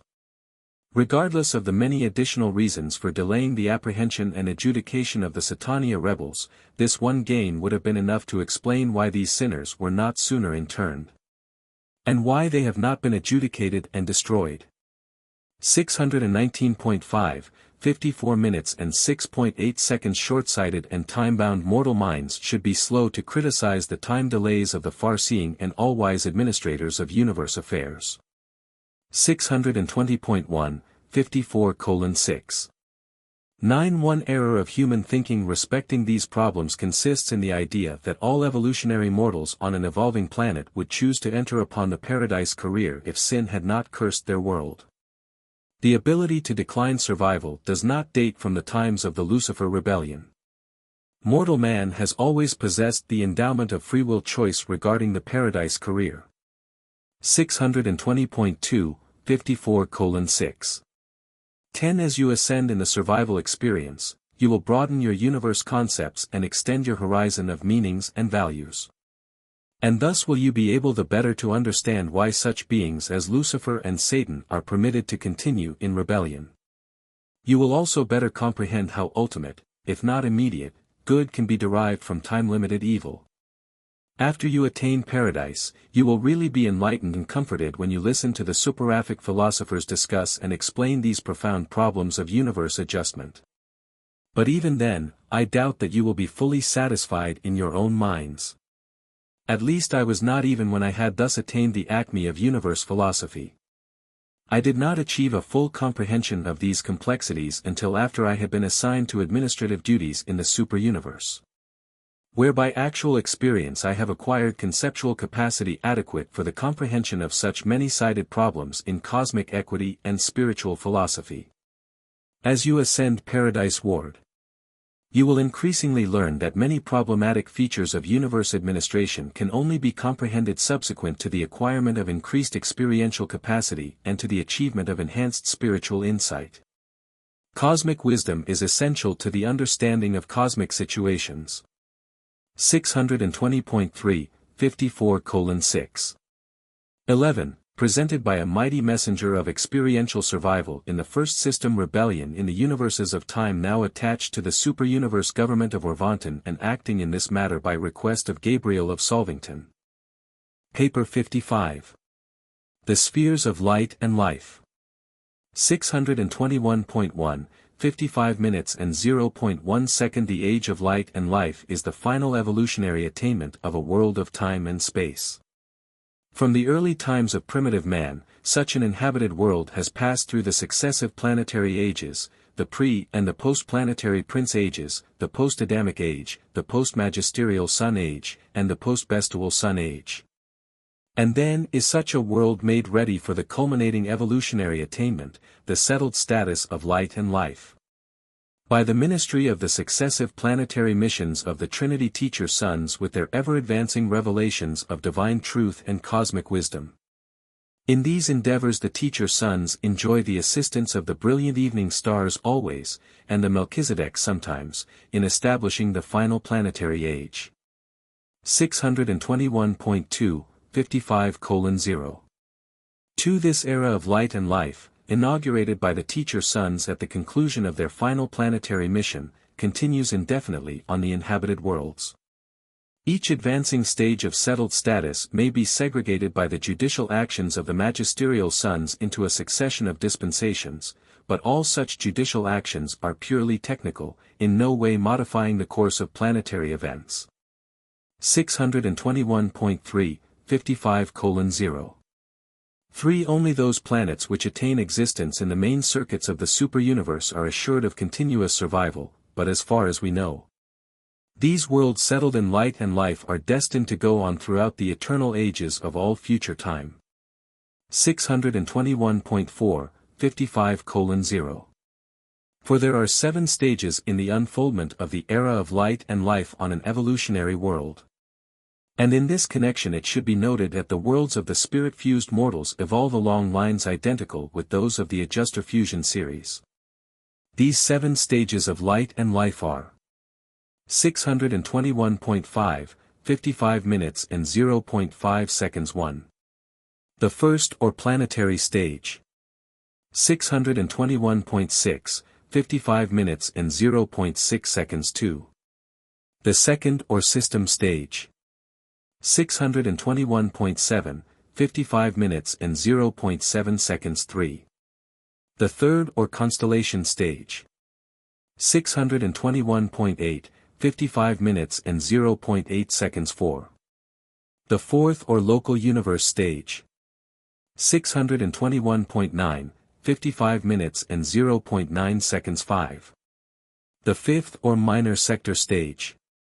621.10, 55 minutes and 0.10 seconds 6. The sixth or major sector stage. 621.11, 55 minutes and 0.11 seconds 7. The seventh or superuniverse stage. 621.12, 55:0. 12. At the conclusion of this narrative these stages of advancing development are described as they relate to the universe organization. But the planetary values of any stage may be attained by any world quite independent of the development of other worlds or of the superplanetary levels of universe administration. 1. The Morontia Temple. 622.1, 55 minutes and 1.1 second. The presence of a Morontia temple at the capital of an inhabited world is the certificate of the admission of such a sphere to the settled ages of light and life. Before the teacher sons leave a world at the conclusion of their terminal mission, they inaugurate this final epoch of evolutionary attainment. They preside on that day when the Holy Temple comes down upon earth. This event, signalizing the dawn of the era of light and life, is always honored by the personal presence of the paradise bestowal son of that planet, who comes to witness this great day. There in this temple of unparalleled beauty, this bestowal son of paradise proclaims the longtime planetary prince as the new planetary sovereign and invests such a faithful Lananandek son with new powers and extended authority over planetary affairs. The system sovereign is also present and speaks in confirmation of these pronouncements. 622.2, 55 minutes and 1.2 seconds. A Morontia temple has 3 parts. Centermost is the sanctuary of the paradise bestowal son. On the right is the seat of the former planetary prince, now planetary sovereign, and when present in the temple, this Lananandek son is visible to the more spiritual individuals of the realm. On the left is the seat of the acting chief of Fena leaders attached to the planet. 622.3, 55:1. 3. Although the planetary temples have been spoken of as coming down from heaven, in reality no actual material is transported from the system headquarters. The architecture of each is worked out in miniature on the system capital, and the Morontia power supervisors subsequently bring these approved plans to the planet. Here, in association with the master physical controllers, they proceed to build the Morontia temple according to specifications. 622.4, 55 minutes and 1.4 seconds. The average Morontia temple seats about 300,000 spectators. These edifices are not used for worship, play, or for receiving broadcasts. They are devoted to the special ceremonies of the planet, such as communications with the system's sovereign or with the Most High's, special visualization ceremonies designed to reveal the personality presence of spirit beings, and silent cosmic contemplation. The schools of cosmic philosophy here conduct their graduation exercises, and here also do the mortals of the realm receive planetary recognition for achievements of high social service and for other outstanding attainments. 622.5, 55:1. 5. Such a Morontia temple also serves as the place of assembly for witnessing the translation of living mortals to the Morontia existence. It is because the translation temple is composed of Morontia material that it is not destroyed by the blazing glory of the consuming fire which so completely obliterates the physical bodies of those mortals who therein experience final fusion with their divine adjusters. On a large world these departure flares are almost continuous, and as the number of translations increases, subsidiary Morontia life shrines are provided in different areas of the planet. Not long since I sojourned on a world in the far north whereon 25 Morontia shrines were functioning. 622.6, 55:1. 6. On pre-settled worlds, planets without Morontia temples, these fusion flashes many times occur in the planetary atmosphere, where the material body of a translation candidate is elevated by the midway creatures and the physical controllers. 2. Death and translation. 623.1, 55 minutes and 2.1 second. Natural, physical death is not a mortal inevitability. The majority of advanced evolutionary beings, citizens on worlds existing in the final era of light and life, do not die. They are translated directly from the life in the flesh to the Morontia existence. 623.2, 55:2. 2. This experience of translation from the material life to the Morontia state, fusion of the immortal soul with the indwelling adjuster, increases in frequency commensurate with the evolutionary progress of the planet. At first only a few mortals in each age attain translation levels of spiritual progress, but with the onset of the successive ages of the teacher sons, more and more adjuster fusions occur before the termination of the lengthening lives of these progressing mortals. And by the time of the terminal mission of the teacher sons, approximately 1/4 of these superb mortals are exempt from natural death. 623.3, 55:2. 3. Farther along in the era of light and life the midway creatures or their associates sense the approaching status of probable soul adjuster union and signify this to the destiny guardians, who in turn communicate these matters to the Fina leader group under whose jurisdiction this mortal may be functioning. Then there is issued the summons of the planetary sovereign for such a mortal to resign all planetary duties, bid farewell to the world of his origin, and repair to the inner temple of the planetary sovereign, there to await Morontia transit. The translation flash, from the material domain of evolution to the Morontia level of pre-spirit progression. 623.4, 55:2. For when the family, friends, and working group of such a fusion candidate have foregathered in the Morontia temple, they are distributed around the central stage whereon the fusion candidates are resting, meantime freely conversing with their assembled friends. A circle of intervening celestial personalities is arranged to protect the material mortals from the action of the energies manifest at the instant of the life flash, which delivers the ascension candidate from the bonds of material flesh, thereby doing for such an evolutionary mortal everything that natural death does for those who are thereby delivered from the flesh. 623.5, 55 minutes and 2.5 seconds. Many fusion candidates may be assembled in the spacious temple at the same time. And what a beautiful occasion when mortals thus foregather to witness the ascension of their loved ones in spiritual flames, and what a contrast to those earlier ages when mortals must commit their dead to the embrace of the terrestrial elements. The scenes of weeping and wailing characteristic of earlier epochs of human evolution are now replaced by ecstatic joy and the sublimest enthusiasm as these God-knowing mortals bid their loved ones a transient farewell as they are removed from their Material associations by the spiritual fires of consuming grandeur and ascending glory. On worlds settled in light and life, funerals are occasions of supreme joy, profound satisfaction, and inexpressible hope.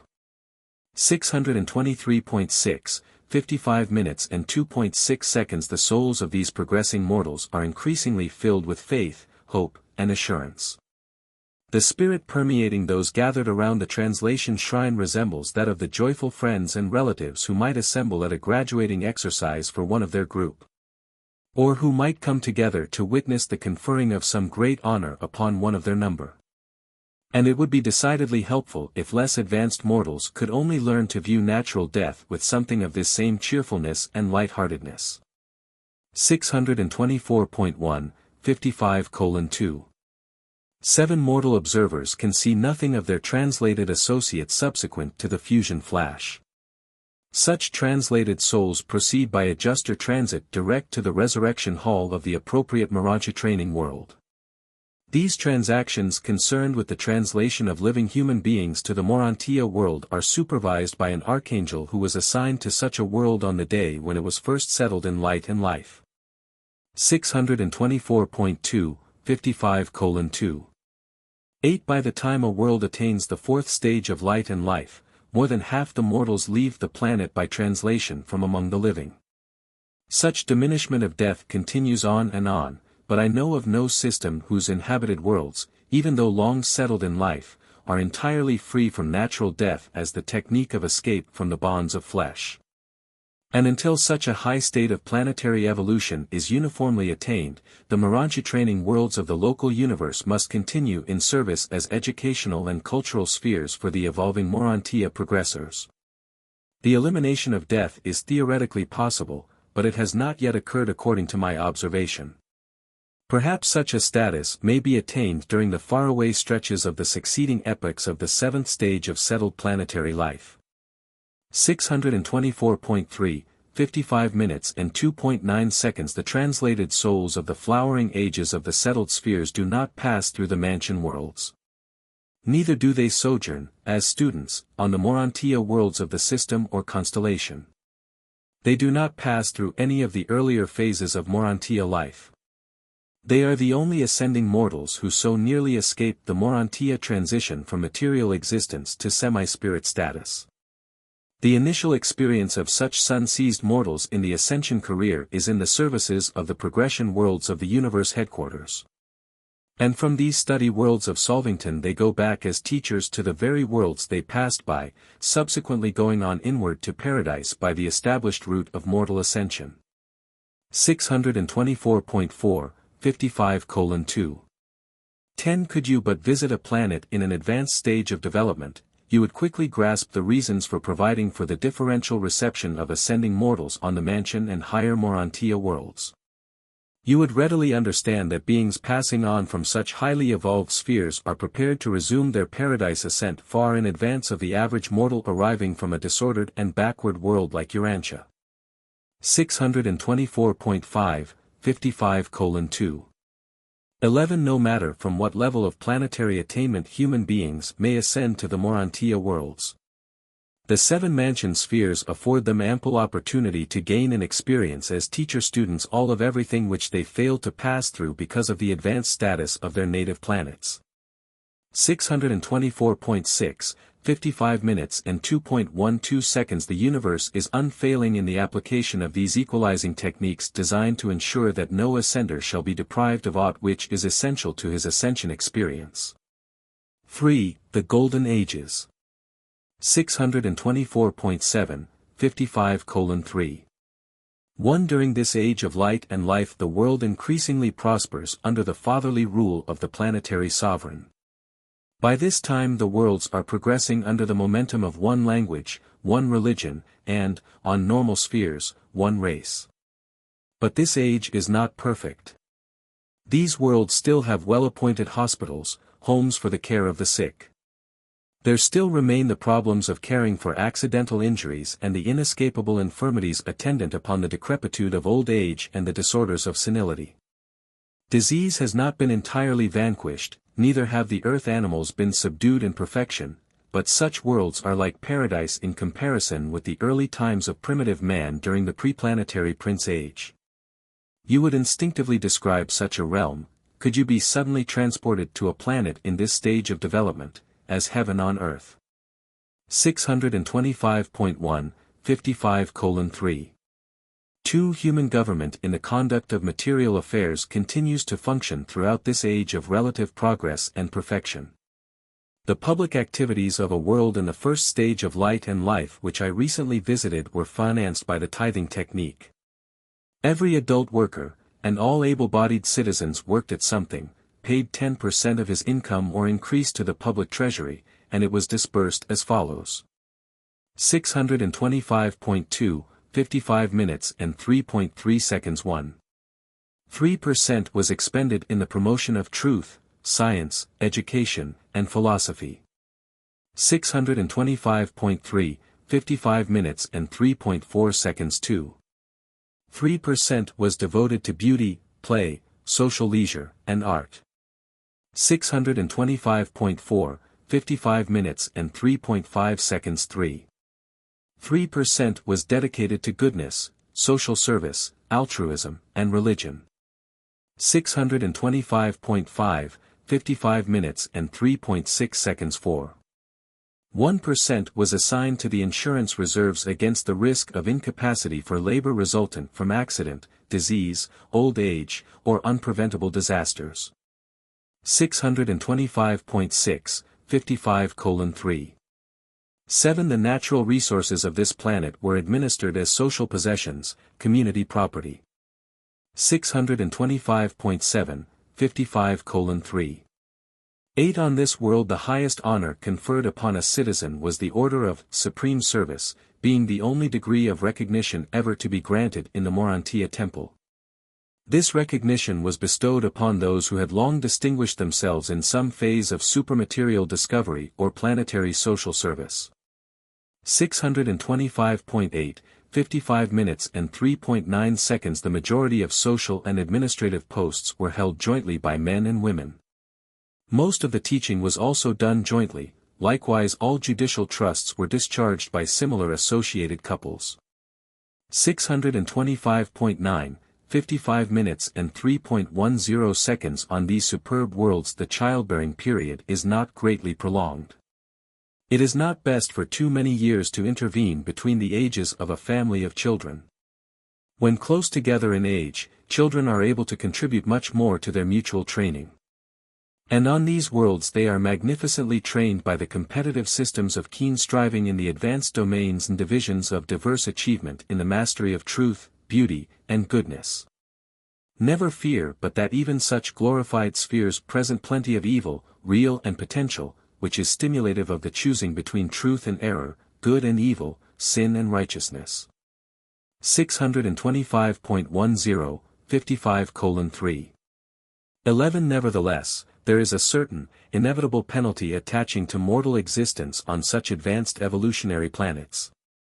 When a settled world progresses beyond the third stage of light and life, all ascenders are destined, before attaining the minor sector, to receive some sort of transient assignment on a planet passing through the earlier stages of evolution. 626. 1. 55 minutes and 3.12 seconds. Each of these successive ages represents advancing achievements in all phases of planetary attainment. In the initial age of light the revelation of truth was enlarged to embrace the workings of the universe of universes, while the deity study of the second age is the attempt to master the protean concept of the nature, mission, ministry, associations, origin, and destiny of the Creator Sons, the first level of God the Sevenfold. 626.2, 55 minutes and 3.13 seconds. A planet the size of Urantia, when fairly well settled, would have about 100 sub-administrative centers. These subordinate centers would be presided over by one of the following groups of qualified administrators. 626. 3. 55 minutes and 3.14 seconds 1. Young material sons and daughters brought from the system headquarters to act as assistants to the ruling Adam and Eve. 626.4, 55 minutes and 3.15 seconds 2. The progeny of the semi-mortal staff of the planetary prince who were procreated on certain worlds for this and other similar responsibilities. 626.5, 55 minutes and 3.16 seconds 3. The direct planetary progeny of Adam and Eve. 626.6, 55 minutes and 3.17 seconds 4. Materialized and humanized midway creatures. 626.7, 55 minutes and 3.18 seconds 5.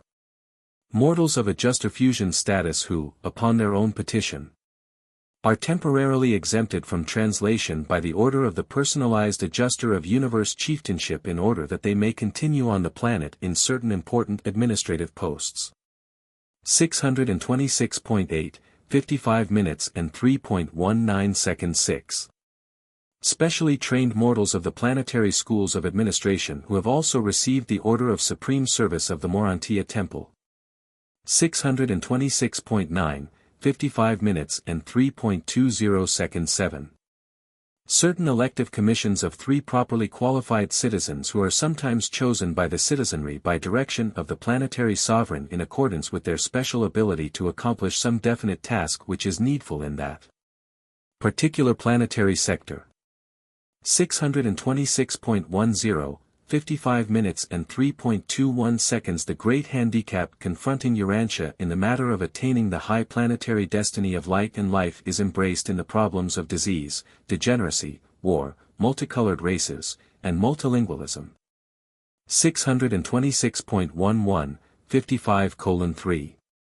22 No evolutionary world can hope to progress beyond the first stage of settledness in light until it has achieved one language, one religion, and one philosophy. Being of one race greatly facilitates such achievement, but the many peoples of Urantia do not preclude the attainment of higher stages. 4. Administrative readjustments. 626.12, 55:4. 1. In the successive stages of settled existence the inhabited worlds make marvelous progress under the wise and sympathetic administration of the volunteer corps of the finality. Ascenders of paradise attainment who have come back to minister to their brethren in the flesh. These FINA leaders are active in cooperation with the Trinity Teacher Sons, but they do not begin their real participation in world affairs until the Morontia Temple appears on earth. 626.13, 55:4. 2. Upon the formal inauguration of the planetary ministry of the core of the finality, the majority of the celestial hosts withdraw. But the seraphic guardians of destiny continue their personal ministry to the progressing mortals in light. Indeed, such angels come in ever-increasing numbers throughout the settled ages since larger and larger groups of human beings reach the third cosmic circle of coordinate mortal attainment during the planetary lifespan.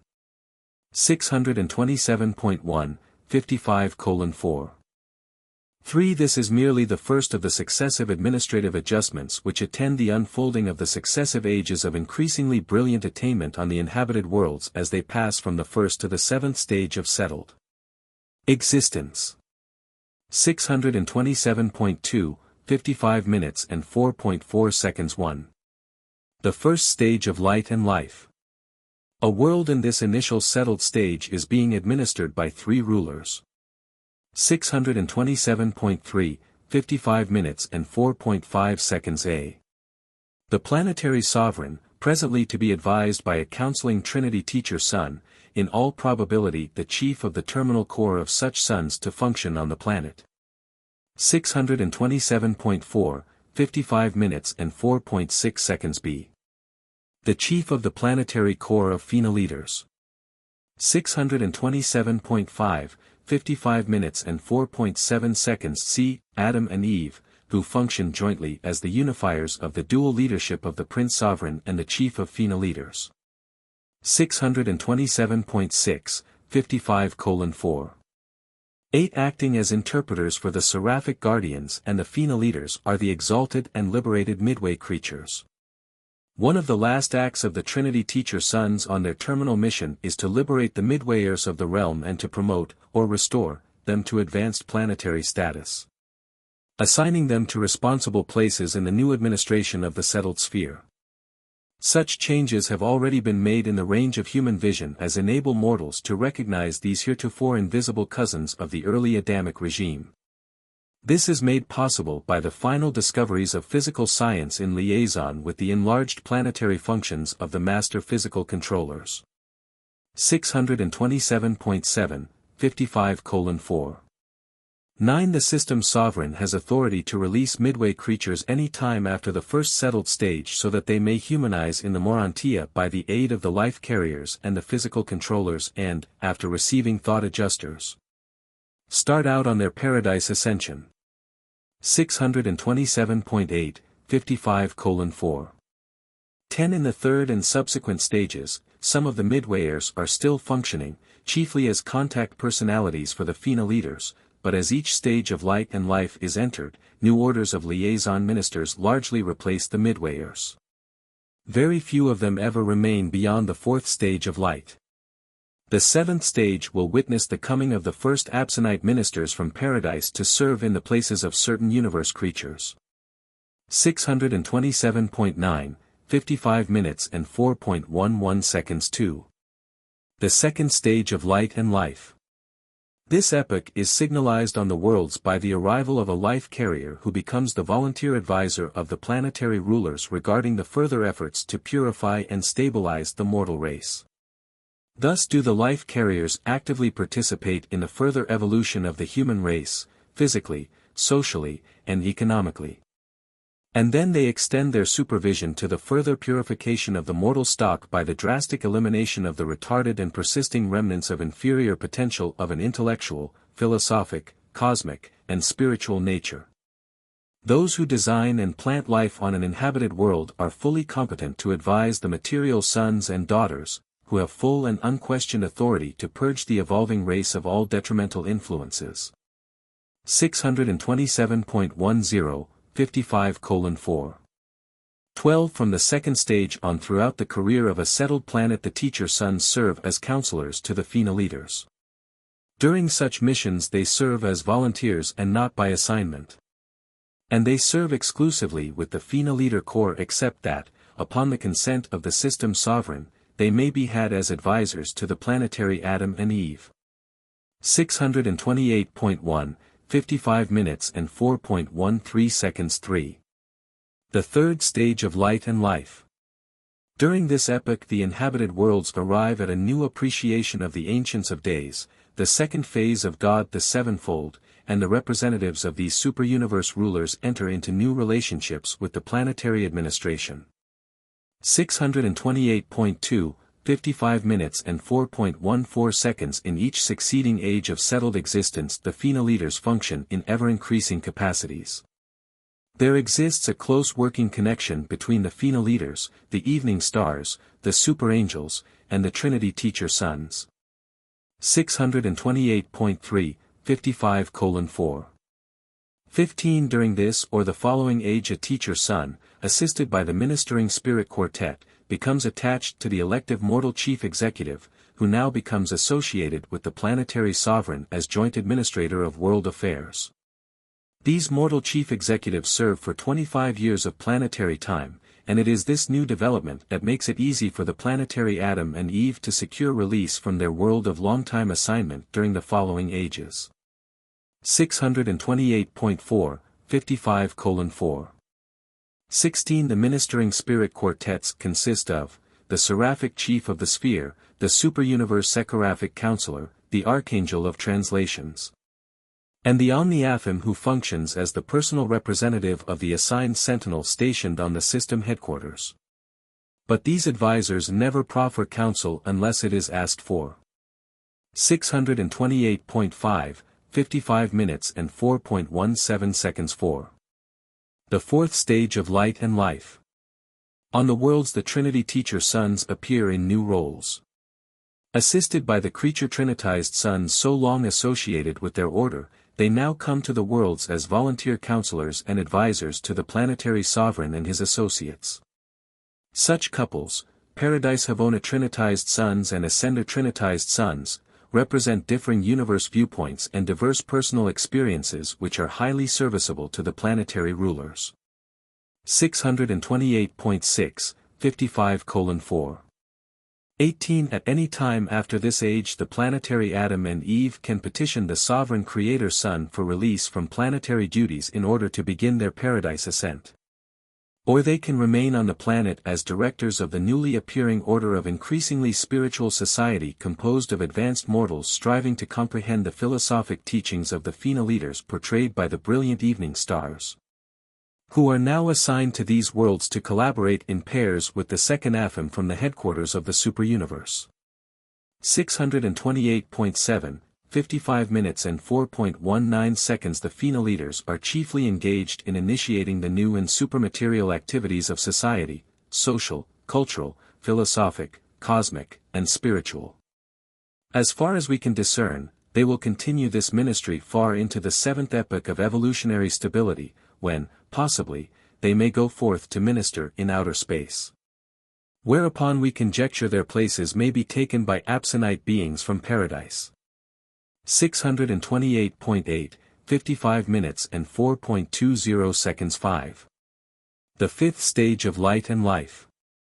The readjustments of this stage of settled existence pertain almost entirely to the physical domains and are of primary concern to the master physical controllers. 628.9, 55 minutes and 4.21 seconds. 6. The sixth stage of light and life witnesses the development of new functions of the mind circuits of the realm. Cosmic wisdom seems to become constitutive in the universe ministry of mind.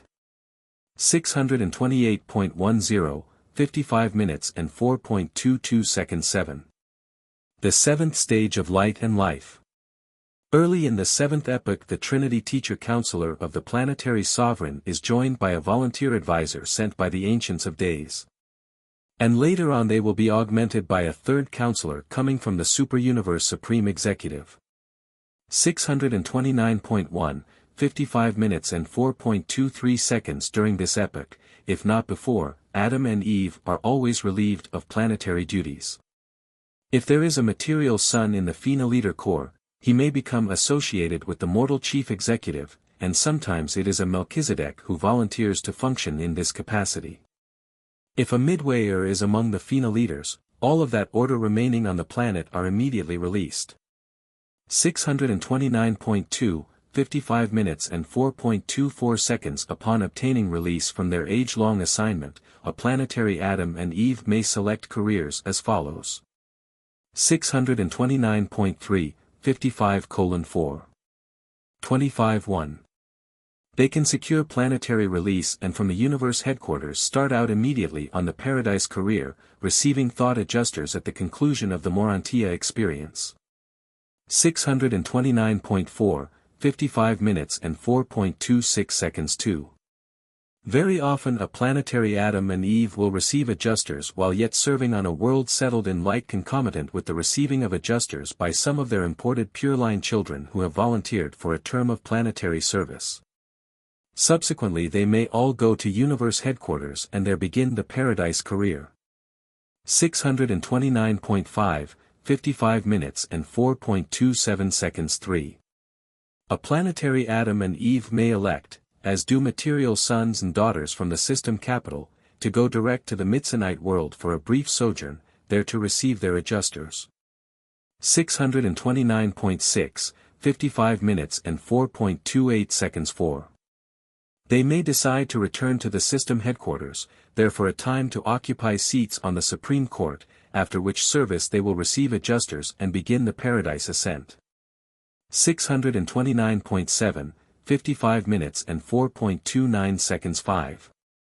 They may choose to go from their administrative duties back to their native world to serve as teachers for a season and to become adjuster indwelt at the time of transfer to the universe headquarters. 629.8, 55:4. 30 Throughout all of these epochs the imported assisting material sons and daughters exert a tremendous influence on the progressing social and economic orders. They are potentially immortal, at least until such time as they elect to humanize, receive adjusters, and start for paradise.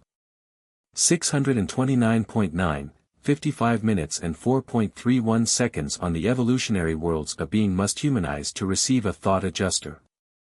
All ascendant members of the mortal core of Phena leaders have been adjuster indwelt and fused except Seraphim, and they are father indwelt by another type of spirit at the time of being mustered into this core. 5. The acme of material development. 629.10, 55:5. One mortal creatures living on a sin-stricken, evil-dominated, self-seeking, isolated world, such as Urantia, can hardly conceive of the physical perfection, the intellectual attainment, and the spiritual development which characterize these advanced epochs of evolution on a sinless sphere. 629.11, 55 minutes and 5.2 seconds. The advanced stages of a world settled in light and life represent the acme of evolutionary material development. On these cultured worlds, gone are the idleness and friction of the earlier primitive ages. Poverty and social inequality have all but vanished, degeneracy has disappeared, and delinquency is rarely observed.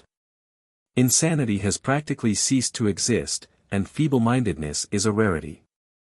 629.12, 55:5. 3. The economic, social, and administrative status of these worlds is of a high and perfected order. Science, art, and industry flourish, and society is a smoothly working mechanism of high material, intellectual, and cultural achievement. Industry has been largely diverted to serving the higher aims of such a superb civilization. The economic life of such a world has become ethical. 630.1, 55 minutes and 5.4 seconds. War has become a matter of history, and there are no more armies or police forces. Government is gradually disappearing.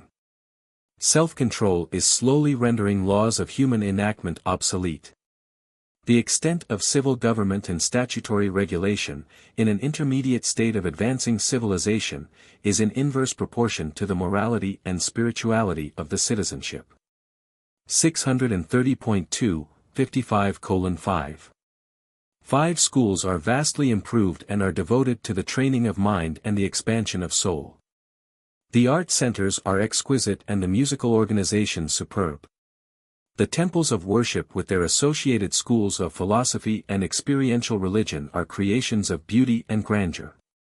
The open-air arenas of worship assembly are equally sublime in the simplicity of their artistic appointment. 630. 3, 55 minutes and 5.6 seconds. The provisions for competitive play, humor, and other phases of personal and group achievement are ample and appropriate. A special feature of the competitive activities on such a highly cultured world concerns the efforts of individuals and groups to excel in the sciences and philosophies of cosmology. Literature and oratory flourish, and language is so improved as to be symbolic of concepts as well as to be expressive of ideas. Life is refreshingly simple. Man has at last coordinated a high state of mechanical development with an inspiring intellectual attainment and has overshadowed both with an exquisite spiritual achievement. The pursuit of happiness is an experience of joy and satisfaction. 6. The individual mortal. 630.4, 55 minutes and 6.1 seconds. As worlds advance in the settled status of light and life, society becomes increasingly peaceful. The individual, while no less independent and devoted to his family, has become more altruistic and fraternal. 630.5, 55 minutes and 6.2 seconds. On Urantia, and as you are, you can have little appreciation of the advanced status and progressive nature of the enlightened races of these perfected worlds. These people are the flowering of the evolutionary races. But such beings are still mortal, they continue to breathe, eat, sleep, and drink. This great evolution is not heaven, but it is a sublime foreshadowing of the divine worlds of the paradise ascent.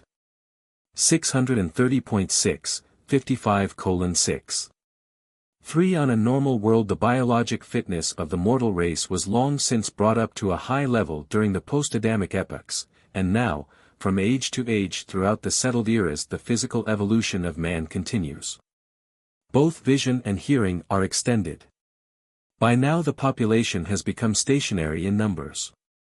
Reproduction is regulated in accordance with planetary requirements and innate hereditary endowments, the mortals on a planet during this age are divided into from 5 to 10 groups.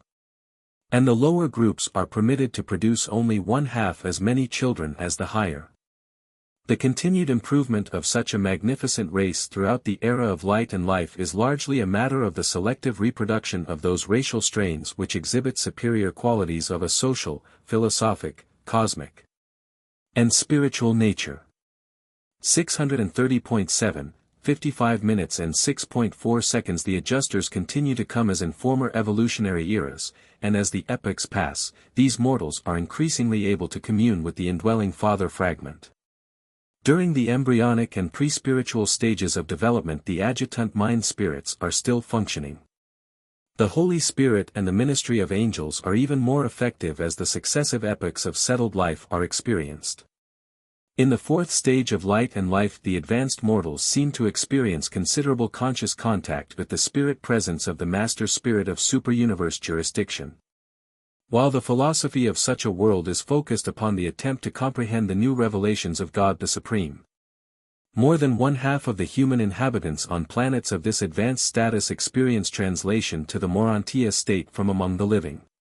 Even so, old things are passing away, behold, all things are becoming new. 631.1, 55:6. 5. We conceive that physical evolution will have attained its full development by the end of the fifth epoch of the light and life era.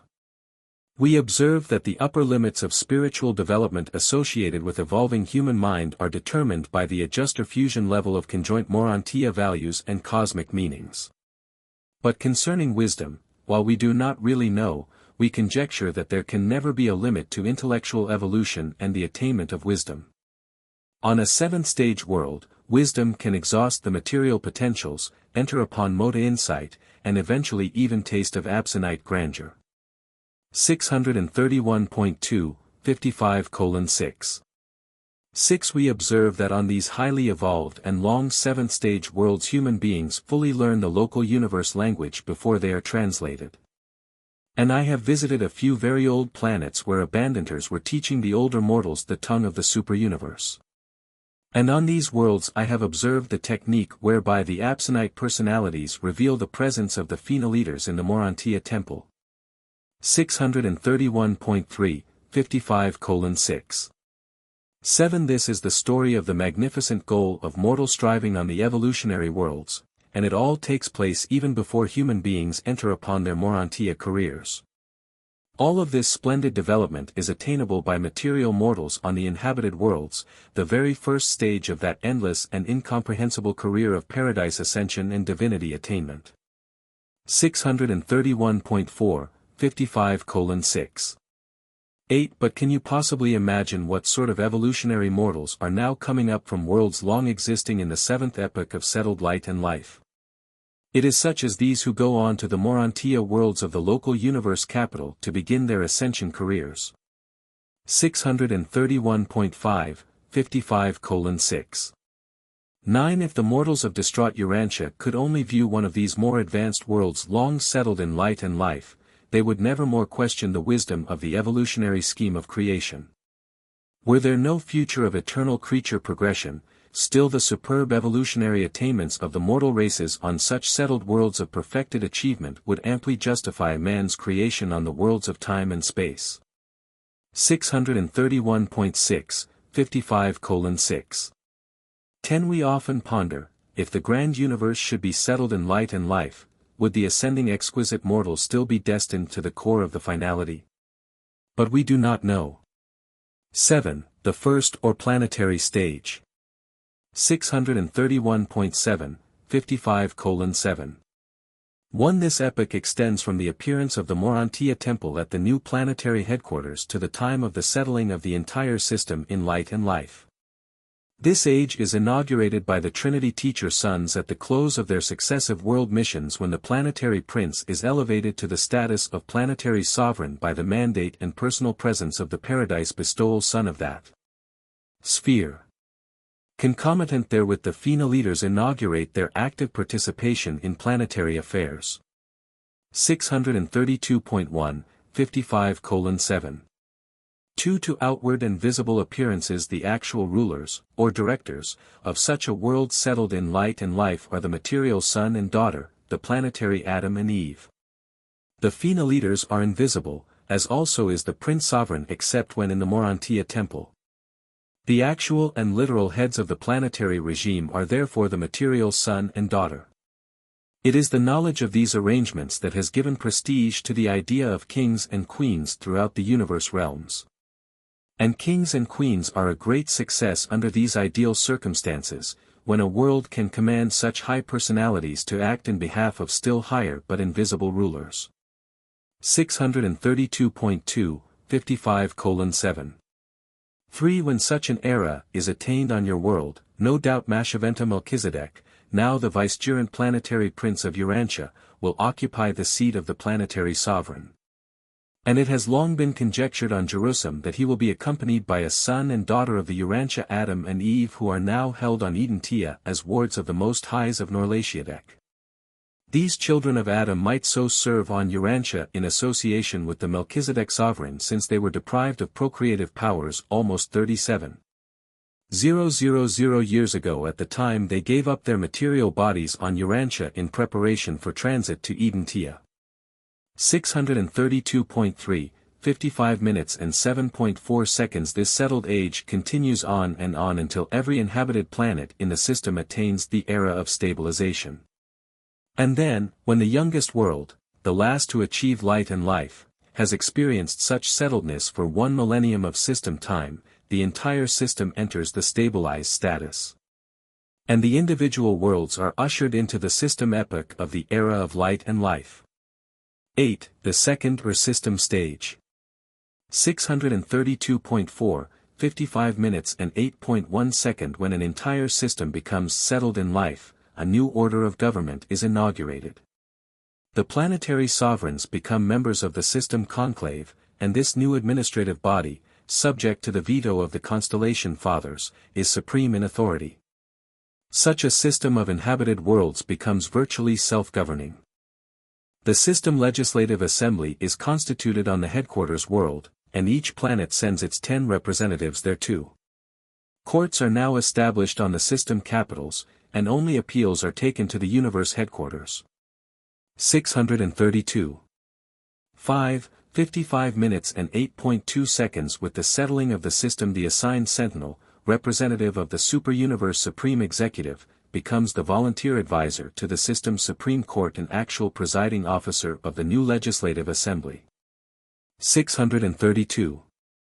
6, 55 minutes and 8.3 seconds. After the settling of an entire system in light and life, the system sovereigns will no more come and go. Such a sovereign remains perpetually at the head of his system. The assistant sovereigns continue to change as in former ages. 632.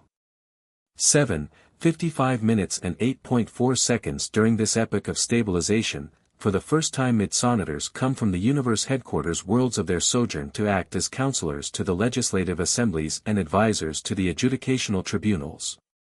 These mid-sonators also carry on certain efforts to inculcate new moda meanings of supreme value into the teaching enterprises which they sponsor jointly with the Fina leaders.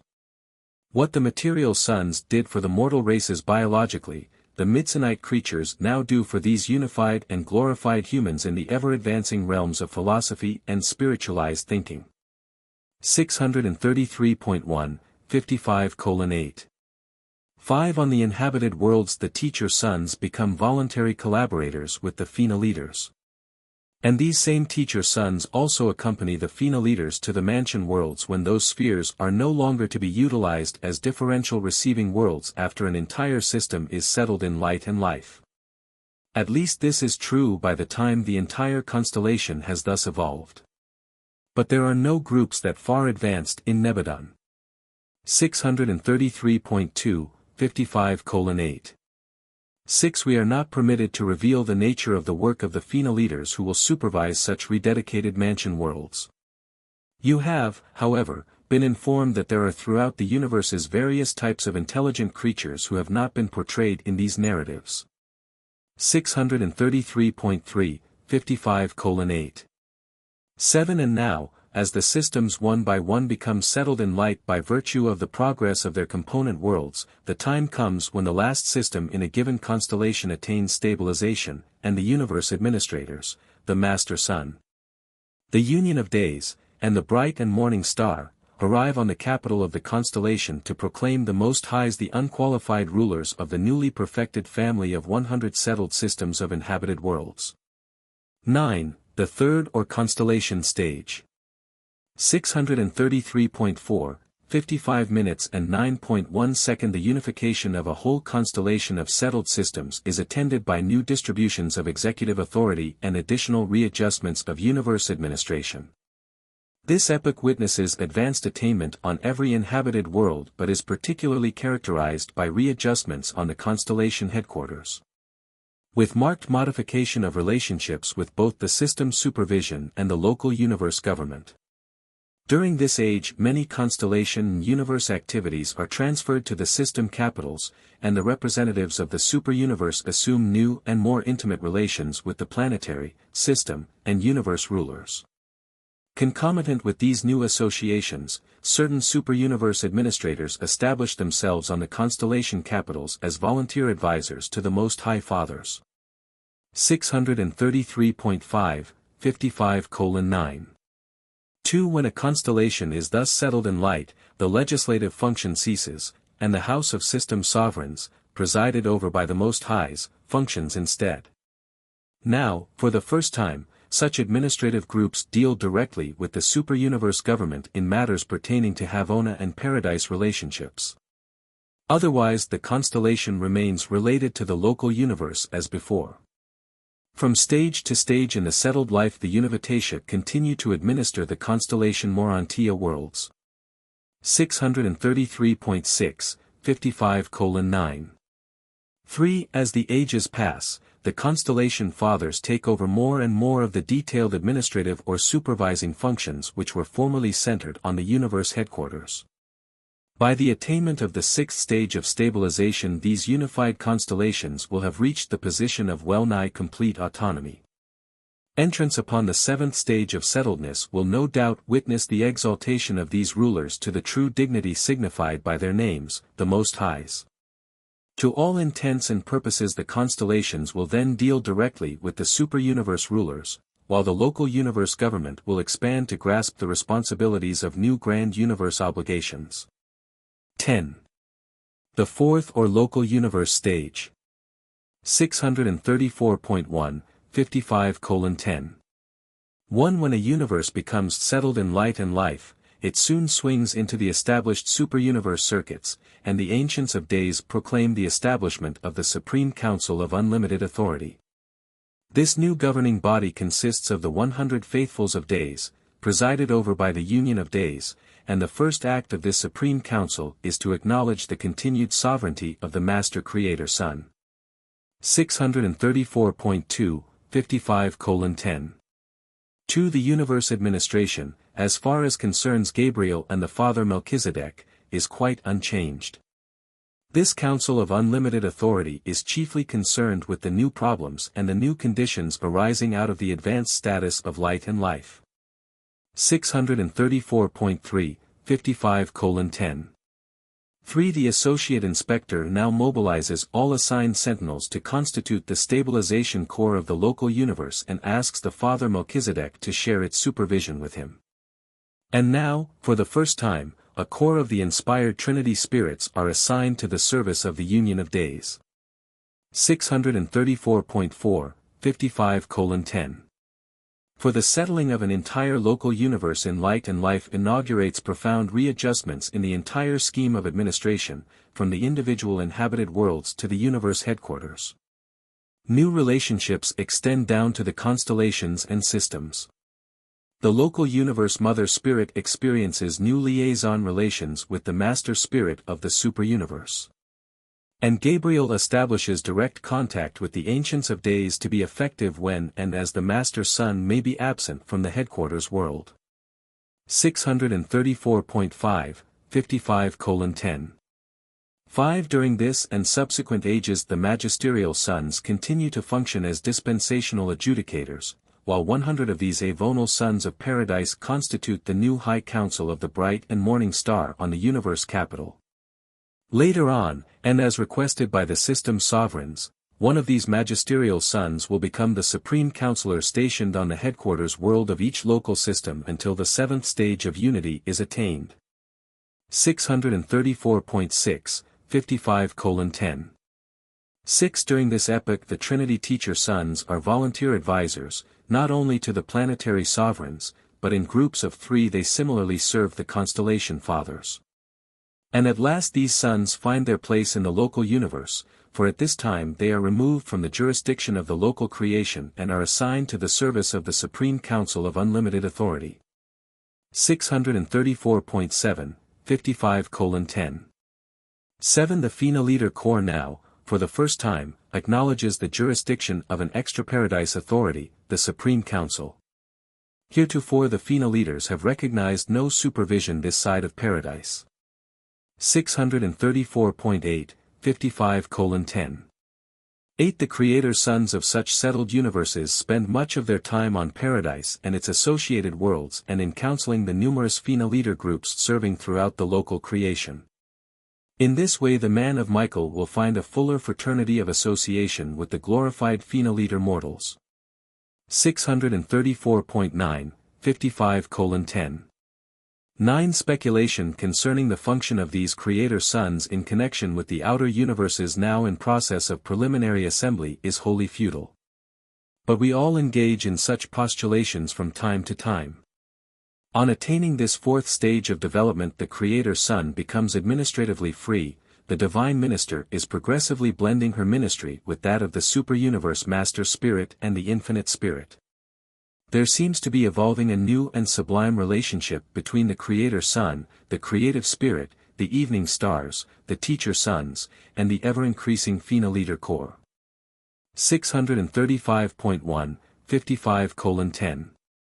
10. If Michael should ever leave Nebadon, Gabriel would undoubtedly become chief administrator with the Father Melchizedek as his associate.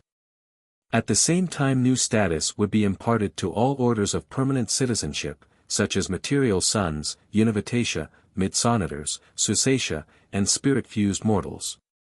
But as long as evolution continues, the seraphim and the archangels will be required in universe administration.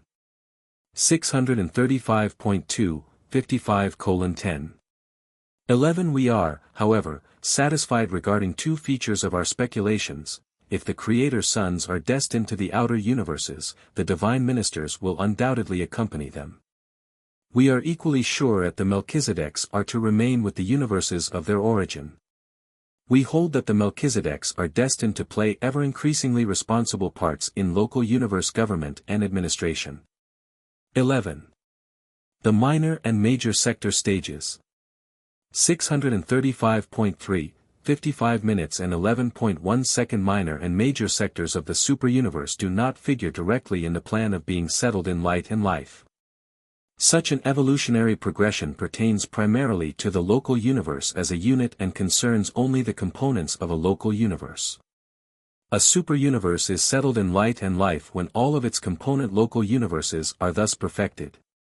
But not one of the 7 super-universes has attained a level of progression even approaching this. 635.4, 55 minutes and 11.2 seconds. The minor sector age. As far as observations can penetrate. The 5th or minor sector stage of stabilization has exclusively to do with physical status and with the coordinate settling of the 100 associated local universes in the established circuits of the super-universe. Apparently none but the power centers and their associates are concerned in these realignments of the material creation. 635.5, 55 minutes and 11.3 seconds. The major sector age. Concerning the 6th stage, or major sector stabilization, we can only conjecture since none of us have witnessed such an event. Nevertheless, we can postulate much concerning the administrative and other readjustments which would probably accompany such an advanced status of inhabited worlds and their universe groupings. 635.6, 55:11. For since the minor sector status has to do with coordinate physical equilibrium, we infer that major sector unification will be concerned with certain new intellectual levels of attainment. Possibly some advanced achievements in the supreme realization of cosmic wisdom. 635.7, 55:11. 5. We arrive at conclusions regarding the readjustments which would probably attend the realization of hitherto unattained levels of evolutionary progress by observing the results of such achievements on the individual worlds and in the experiences of individual mortals living on these older and highly developed spheres. 635.8, 55:11. 6. Let it be made clear that the administrative mechanisms and governmental techniques of a universe or a superuniverse cannot in any manner limit or retard the evolutionary development or spiritual progress of an individual inhabited planet or of any individual mortal on such a sphere. 635.9, 55 minutes and 11.7 seconds. In some of the older universes we find worlds settled in the fifth and the sixth stages of light and life, even far extended into the seventh epoch, whose local systems are not yet settled in light. Younger planets may delay system unification, but this does not in the least handicap the progress of an older and advanced world. Neither can environmental limitations, even on an isolated world, thwart the personal attainment of the individual mortal. Jesus of Nazareth, as a man among men, personally achieved the status of light and life over 1900 years ago on Urantia. 636.1, 55:11. 8. It is by observing what takes place on long-settled worlds that we arrive at fairly reliable conclusions as to what will happen when a whole superuniverse is settled in light. Even if we cannot safely postulate the event of the stabilization of the 7 superuniverses. 12. The 7th or superuniverse stage. 636.2, 55 minutes and 12.1 seconds. We cannot positively forecast what would occur when a superuniverse became settled in light because such an event has never factualized. From the teachings of the Melchizedeks, which have never been contradicted, we infer that sweeping changes would be made in the entire organization and administration of every unit of the creations of time and space extending from the inhabited worlds to the superuniverse headquarters. 636.3, 55 minutes and 12.2 seconds. It is generally believed that large numbers of the otherwise unattached creature trinitized suns are to be assembled on the headquarters and divisional capitals of the settled superuniverses. This may be in anticipation of the sometime arrival of outer spacers on their way into Havona and Paradise, but we really do not know. 636.4, 55:12. 3. If and when a superuniverse should be settled in light and life, we believe that the now advisory unqualified supervisors of the Supreme would become the high administrative body on the headquarters world of the superuniverse. These are the personalities who are able to contact directly with the absentite administrators, who will forthwith become active in the settled superuniverse. Although these unqualified supervisors have long functioned as advisors and counselors in advanced evolutionary units of creation, they do not assume administrative responsibilities until the authority of the Supreme Being becomes sovereign. 636. 5, 55 minutes and 12.4 seconds. The unqualified supervisors of the Supreme, who function more extensively during this epoch, are not finite, absentite, ultimate, or infinite. They are supremacy and only represent God the Supreme. They are the personalization of time-space supremacy and therefore do not function in Havona. They function only as supreme unifiers. They may possibly be involved in the technique of universe reflectivity, but we are not certain. 636.6, 55:12. 5. None of us entertain a satisfactory concept of what will happen when the grand universe, the 7 superuniverses as dependent on Havona, becomes entirely settled in light and life. That event will undoubtedly be the most profound occurrence in the annals of eternity since the appearance of the central universe. There are those who hold that the Supreme Being himself will emerge from the Havona mystery enshrouding his spirit person and will become residential on the headquarters of the 7th superuniverse as the almighty and experiential sovereign of the perfected creations of time and space. But we really do not know. 636.7, 55 minutes and 12.6 seconds, presented by a mighty messenger temporarily assigned to the Archangel Council on Urantia. Paper 56. Universal Unity. 637.1, 56 minutes and 0.1 second. God is unity. Deity is universally coordinated. The universe of universes is one vast integrated mechanism which is absolutely controlled by one infinite mind. The physical, intellectual, and spiritual domains of universal creation are divinely correlated. The perfect and imperfect are truly interrelated, and therefore may the finite evolutionary creature ascend to paradise in obedience to the Universal Father's mandate, "Be you perfect, even as I am perfect." 637.2, 56:0. 2. The diverse levels of creation are all unified in the plans and administration of the architects of the Master Universe. To the circumscribed minds of time-space mortals the universe may present many problems and situations which apparently portray disharmony and indicate absence of effective coordination.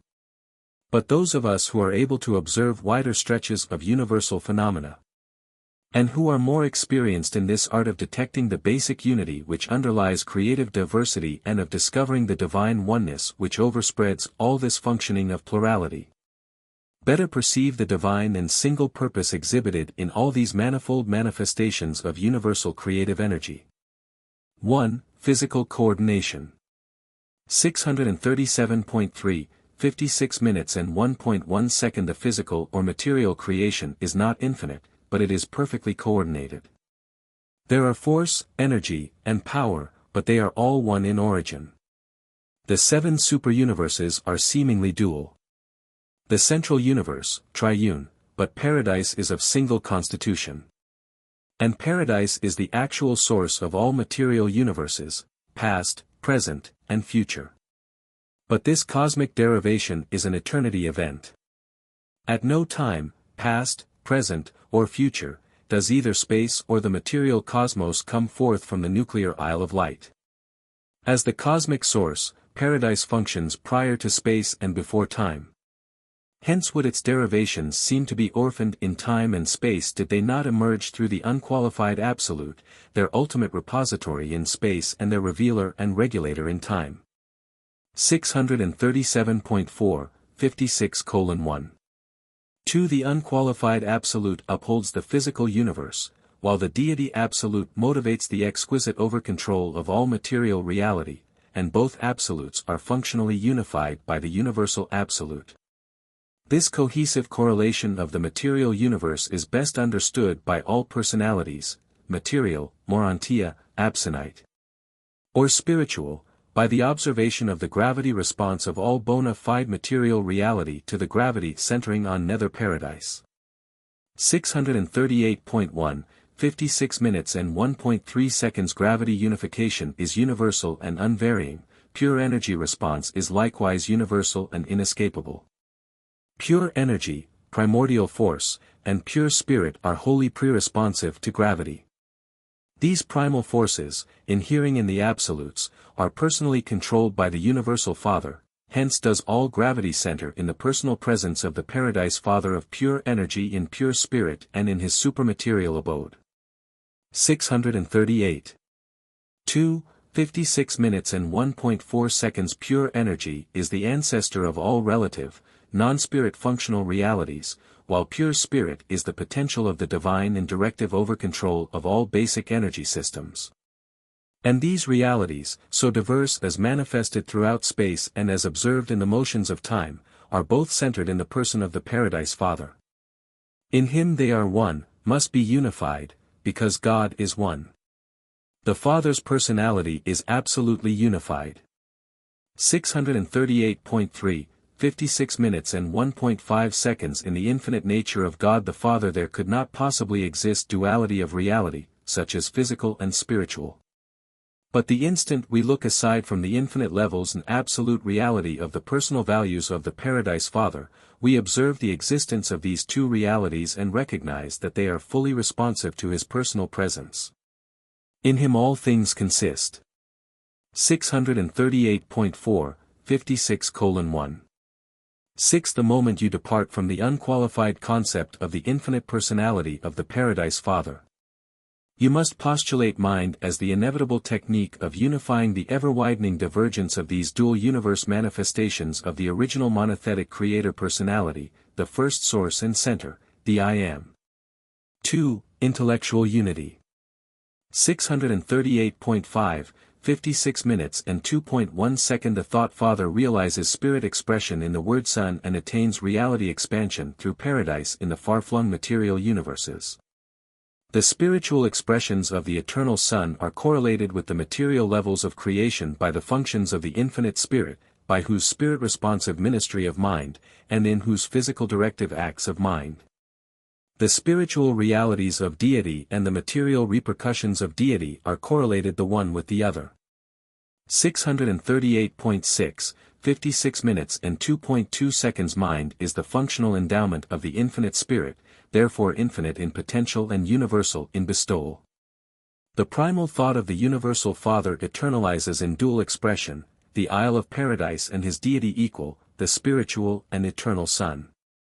Such duality of eternal reality renders the Mind God, the Infinite Spirit, inevitable. Mind is the indispensable channel of communication between spiritual and material realities. The material evolutionary creature can conceive and comprehend the indwelling spirit only by the ministry of mind. 638.7, 56:2. 3. This infinite and universal mind is ministered in the universes of time and space as the cosmic mind. And though extending from the primitive ministry of the adjutant spirits up to the magnificent mind of the chief executive of a universe, even this cosmic mind is adequately unified in the supervision of the seven master spirits, who are in turn coordinated with the supreme mind of time and space and perfectly correlated with the all-embracing mind of the Infinite Spirit. 3. Spiritual unification. 639.1, 56 minutes and 3.1 second. As the universal mind gravity is centered in the paradise personal presence of the Infinite Spirit, so does the universal spirit gravity center in the paradise personal presence of the Eternal Son.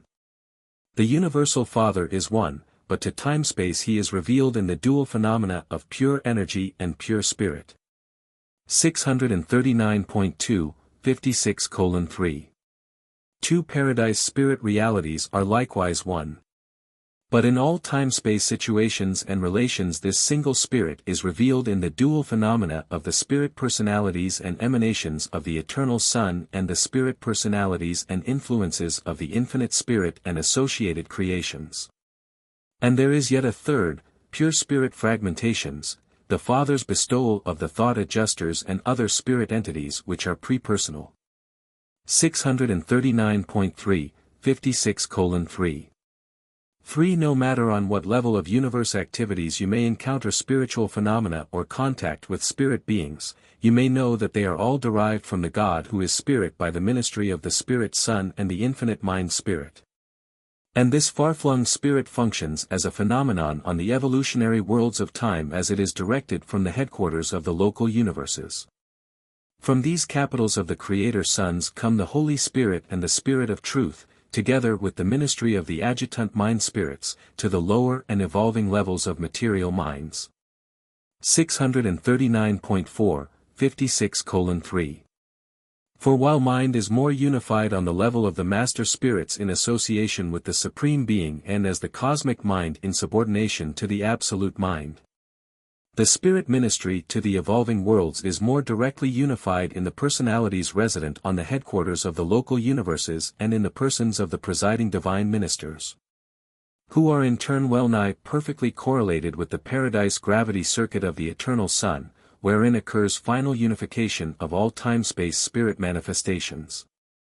639.5, 56 minutes and 3.5 seconds. Perfected creature existence can be attained, sustained, and eternalized by the fusion of self-conscious mind with a fragment of the pre-Trinity spirit endowment of some one of the persons of the Paradise Trinity. The mortal mind is the creation of the sons and daughters of the Eternal Son and the Infinite Spirit and, when fused with the thought adjuster from the Father, partakes of the threefold spirit endowment of the evolutionary realms. But these three spirit expressions become perfectly unified in the phenoliters, Even as they were in eternity so unified in the universal I Am ere he ever became the universal Father of the eternal Son and the infinite Spirit. 639.6, 56:3. 6 Spirit must always and ultimately become threefold in expression and Trinity unified in final realization. Spirit originates from one source through a threefold expression. And in finality it must and does attain its full realization in that divine unification which is experienced in finding God, oneness with divinity, in eternity.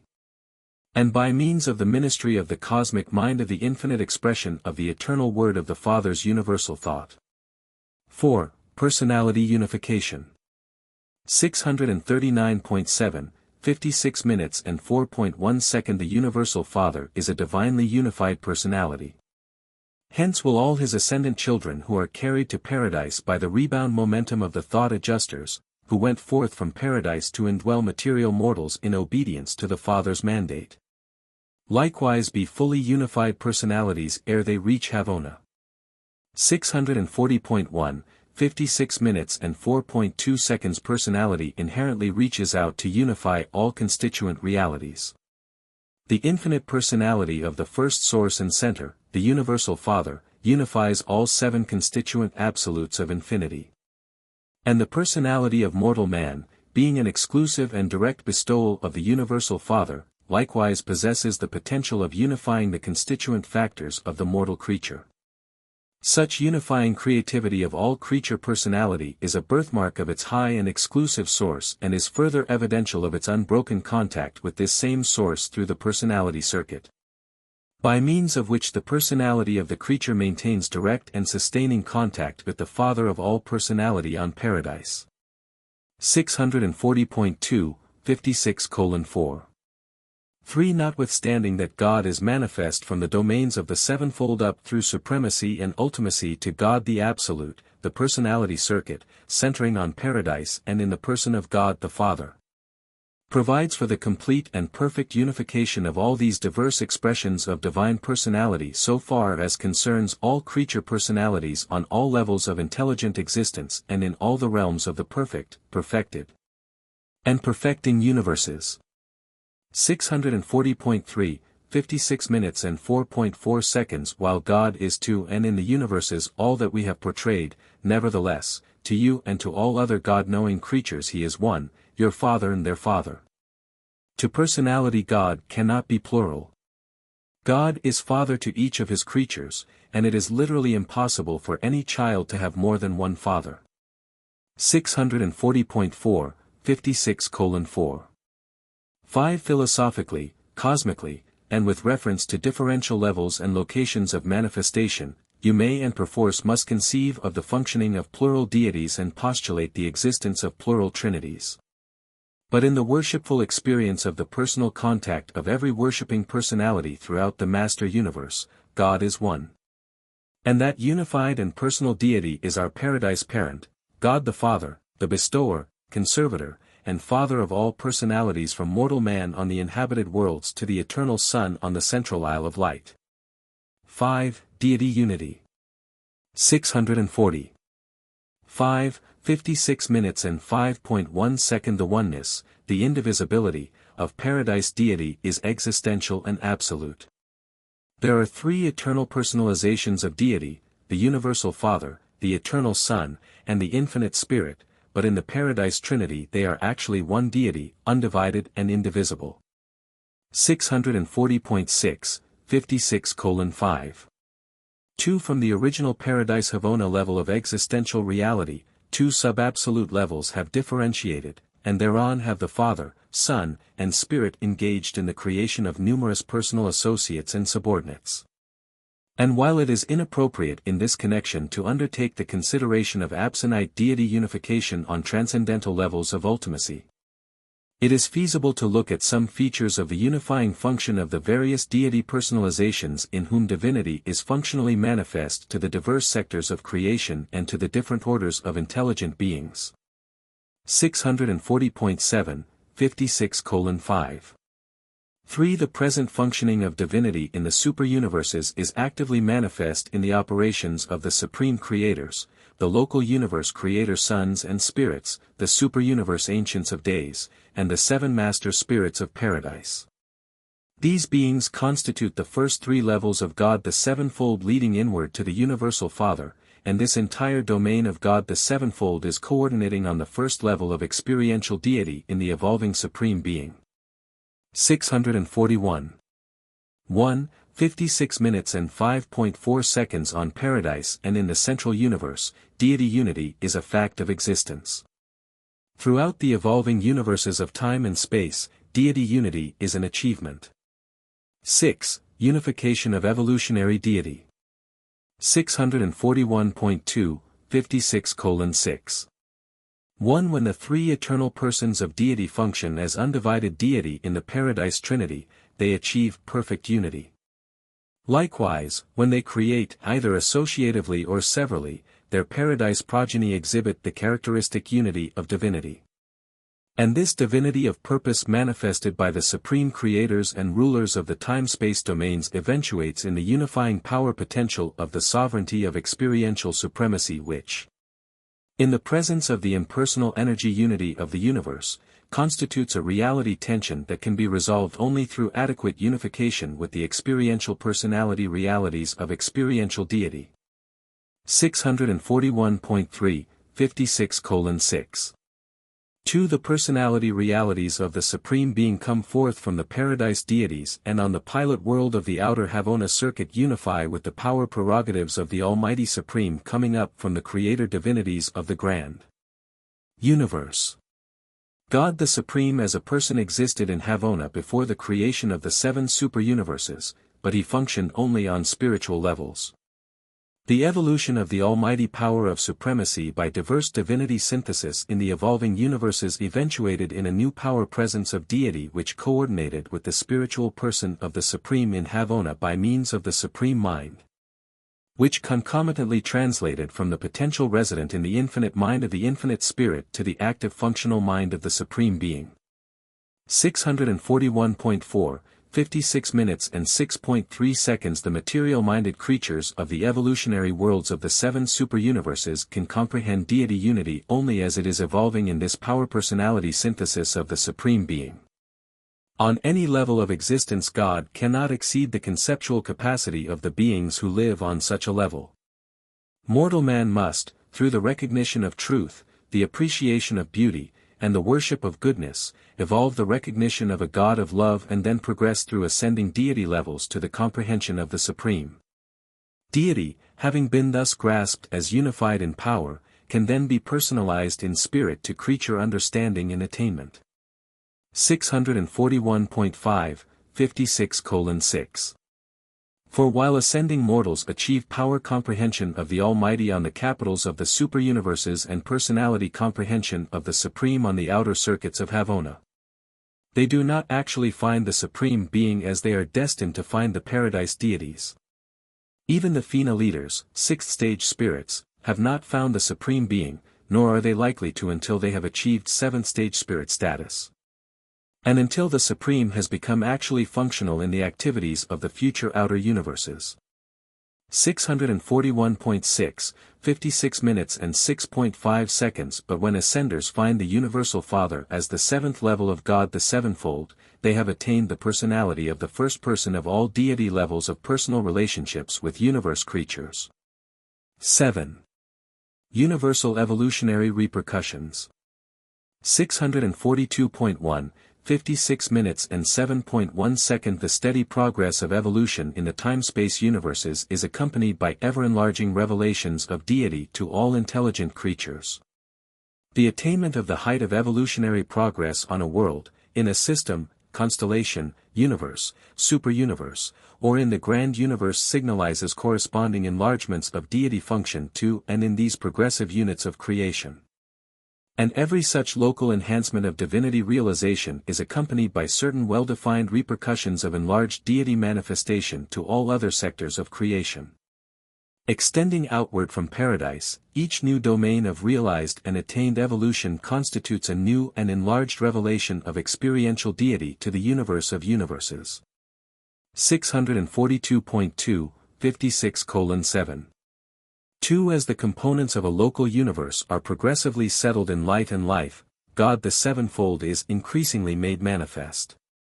Time-space evolution begins on a planet with the first expression of God the sevenfold, the Creator-Son Creative Spirit Association, in control. With the settling of a system in light, this Sun-Spirit liaison attains the fullness of function. And when an entire constellation is thus settled, the second phase of God the sevenfold becomes more active throughout such a realm. The completed administrative evolution of a local universe is attended by new and more direct ministrations of the superuniverse master spirits. And at this point there also begins that ever-expanding revelation and realization of God the Supreme, which culminates in the Ascender's comprehension of the Supreme Being while passing through the worlds of the sixth Havona circuit. 642.3, 56:7. 3. The Universal Father, the Eternal Son, and the Infinite Spirit are existential deity manifestations to intelligent creatures and are not, therefore, similarly expanded in personality relations with the mind and spirit creatures of all creation. 642.4, 56:7. For it should be noted that ascending mortals may experience the impersonal presence of successive levels of deity long before they become sufficiently spiritual and adequately educated to attain experiential personal recognition of, and contact with, these deities as personal beings. 642.5, 56:7. 5. Each new evolutionary attainment within a sector of creation, as well as every new invasion of space by divinity manifestations, is attended by simultaneous expansions of deity functional revelation within the then existing and previously organized units of all creation.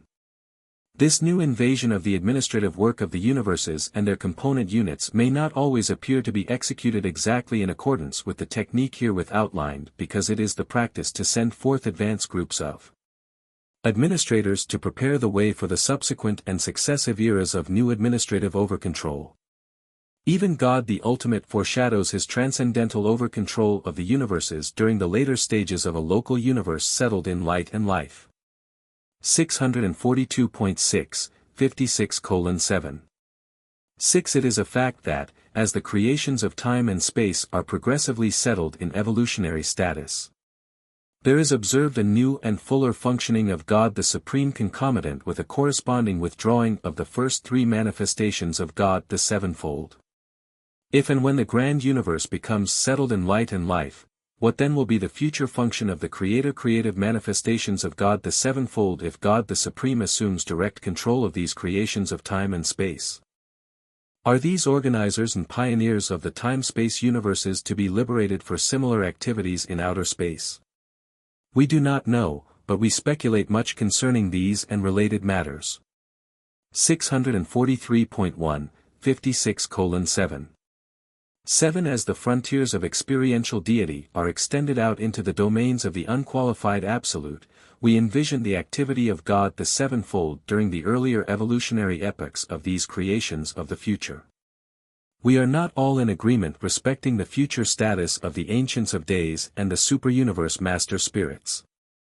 Neither do we know whether or not the Supreme Being will therein function as in the seven superuniverses. But we all conjecture that the Michaels, the Creator Sons, are destined to function in these outer universes. Some hold that the future ages will witness some closer form of union between the associated Creator Sons and Divine Ministers. It is even possible that such a creator union might eventuate in some new expression of associate creator identity of an ultimate nature. But we really know nothing about these possibilities of the unrevealed future. 643.2, 56:7.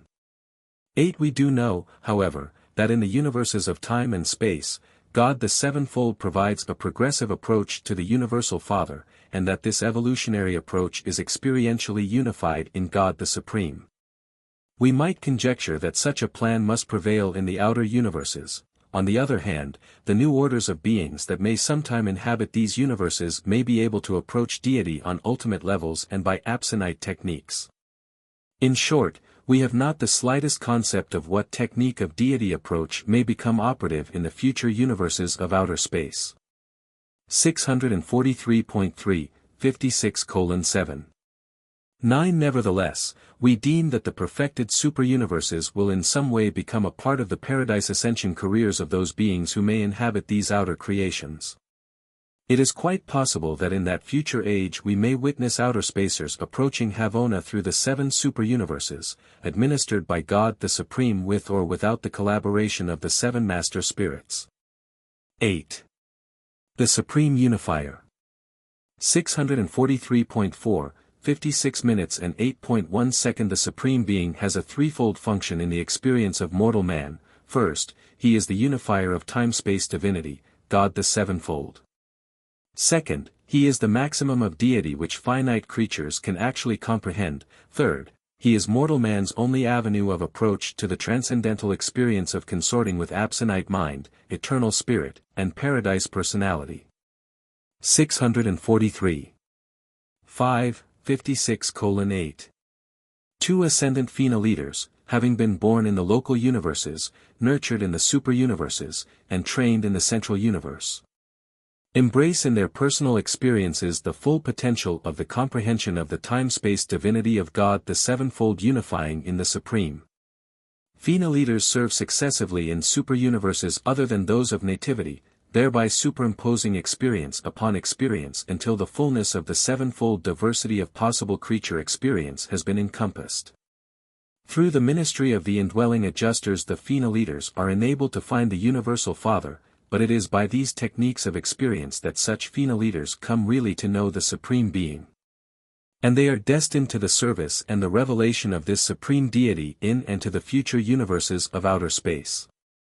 644.1, 56 minutes and 8.3 seconds. Bear in mind, all that God the Father and His Paradise Sons do for us, we in turn and in spirit have the opportunity to do for and in the emerging Supreme Being. The experience of love, joy, and service in the universe is mutual. God the Father does not need that His sons should return to Him all that He bestows upon them, but they do, or may, in turn bestow all of this upon their fellows and upon the evolving Supreme Being. 644.2, 56:8. For all creational phenomena are reflective of antecedent Creator Spirit activities. Said Jesus, and it is literally true, the Son does only those things which He sees the Father do. In time you mortals may begin the revelation of the Supreme to your fellows, and increasingly may you augment this revelation as you ascend paradise-ward. In eternity you may be permitted to make increasing revelations of this God of evolutionary creatures on supreme levels, even ultimate, as seventh-stage Phena leaders. 9. Universal Absolute Unity. 644.3, 56:9. 1. The unqualified Absolute and the Deity Absolute are unified in the Universal Absolute. The Absolutes are coordinated in the Ultimate, conditioned in the Supreme, and time-space modified in God the Sevenfold. On sub-infinite levels there are 3 Absolutes, but in infinity they appear to be 1. On Paradise there are 3 personalizations of Deity, but in the Trinity they are 1. 644.4, 56:9. 2. The major philosophic proposition of the Master Universe is this: did the Absolute, the 3 Absolutes as one in infinity, exist before the Trinity? And is the Absolute ancestral to the Trinity? Or is the Trinity antecedent to the Absolute? 644. 5, 56 minutes and 9.3 seconds. Is the unqualified Absolute a force presence independent of the Trinity? Does the presence of the Deity Absolute connote the unlimited function of the Trinity? And is the Universal Absolute the final function of the Trinity, even a Trinity of Trinities? 644.6, 56:9. For on first thought, a concept of the Absolute as ancestor to all things, even the Trinity, seems to afford transitory satisfaction of consistency, gratification, and philosophic unification. But any such conclusion is invalidated by the actuality of the eternity of the Paradise Trinity. We are taught, and we believe, that the Universal Father and His Trinity associates are eternal in nature and existence. There is, then, but one consistent philosophic conclusion, and that is, the Absolute is, to all universe intelligences, the impersonal and coordinate reaction of the Trinity, of Trinities, to all basic and primary space situations. Intraniversal and extra-universal. To all personality intelligences of the grand universe the Paradise Trinity forever stands in finality, eternity, supremacy, and ultimacy and, for all practical purposes of personal comprehension and creature realization, as absolute. 644.7, 56:9. 5. As creature minds may view this problem, they are led to the final postulate of the universal I Am as the primal cause and the unqualified source of both the Trinity and the Absolute. When, therefore, we crave to entertain a personal concept of the Absolute, we revert to our ideas and ideals of the Paradise Father. When we desire to facilitate comprehension or to augment consciousness of this otherwise impersonal Absolute, we revert to the fact that the Universal Father is the existential Father of Absolute Personality. The Eternal Son is the Absolute Person, though not, in the experiential sense, the personalization of the Absolute. And then we go on to envisage the experiential trinities as culminating in the experiential personalization of the Deity Absolute. While conceiving the Universal Absolute as constituting the universe and the extra-universe phenomena of the manifest presence of the impersonal activities of the unified and coordinated deity associations of supremacy, ultimacy, and infinity, the Trinity of Trinities. 645.1, 56:9. 6. God the Father is discernible on all levels from the finite to the infinite, and though his creatures from paradise to the evolutionary worlds have variously perceived him, only the Eternal Son and the Infinite Spirit know him as an infinity. 645.2, 56 minutes and 9.7 seconds. Spiritual personality is absolute only on paradise, and the concept of the absolute is unqualified only in infinity. Deity presence is absolute only on paradise, and the revelation of God must always be partial, relative, and progressive until his power becomes experientially infinite in the space potency of the unqualified absolute. While his personality manifestation becomes experientially infinite in the manifest presence of the Deity Absolute, and while these two potentials of infinity become reality unified in the Universal Absolute. 645.3, 56 minutes and 9.8 seconds. But beyond subinfinite levels the three absolutes are one, and thereby is infinity deity realized regardless of whether any other order of existence ever self-realizes consciousness of infinity. 645.4, 56:9. 9. Existential status in eternity implies existential self-consciousness of infinity. Even though another eternity may be required to experience self-realization of the experiential potentialities inherent in an infinity eternity, an eternal infinity.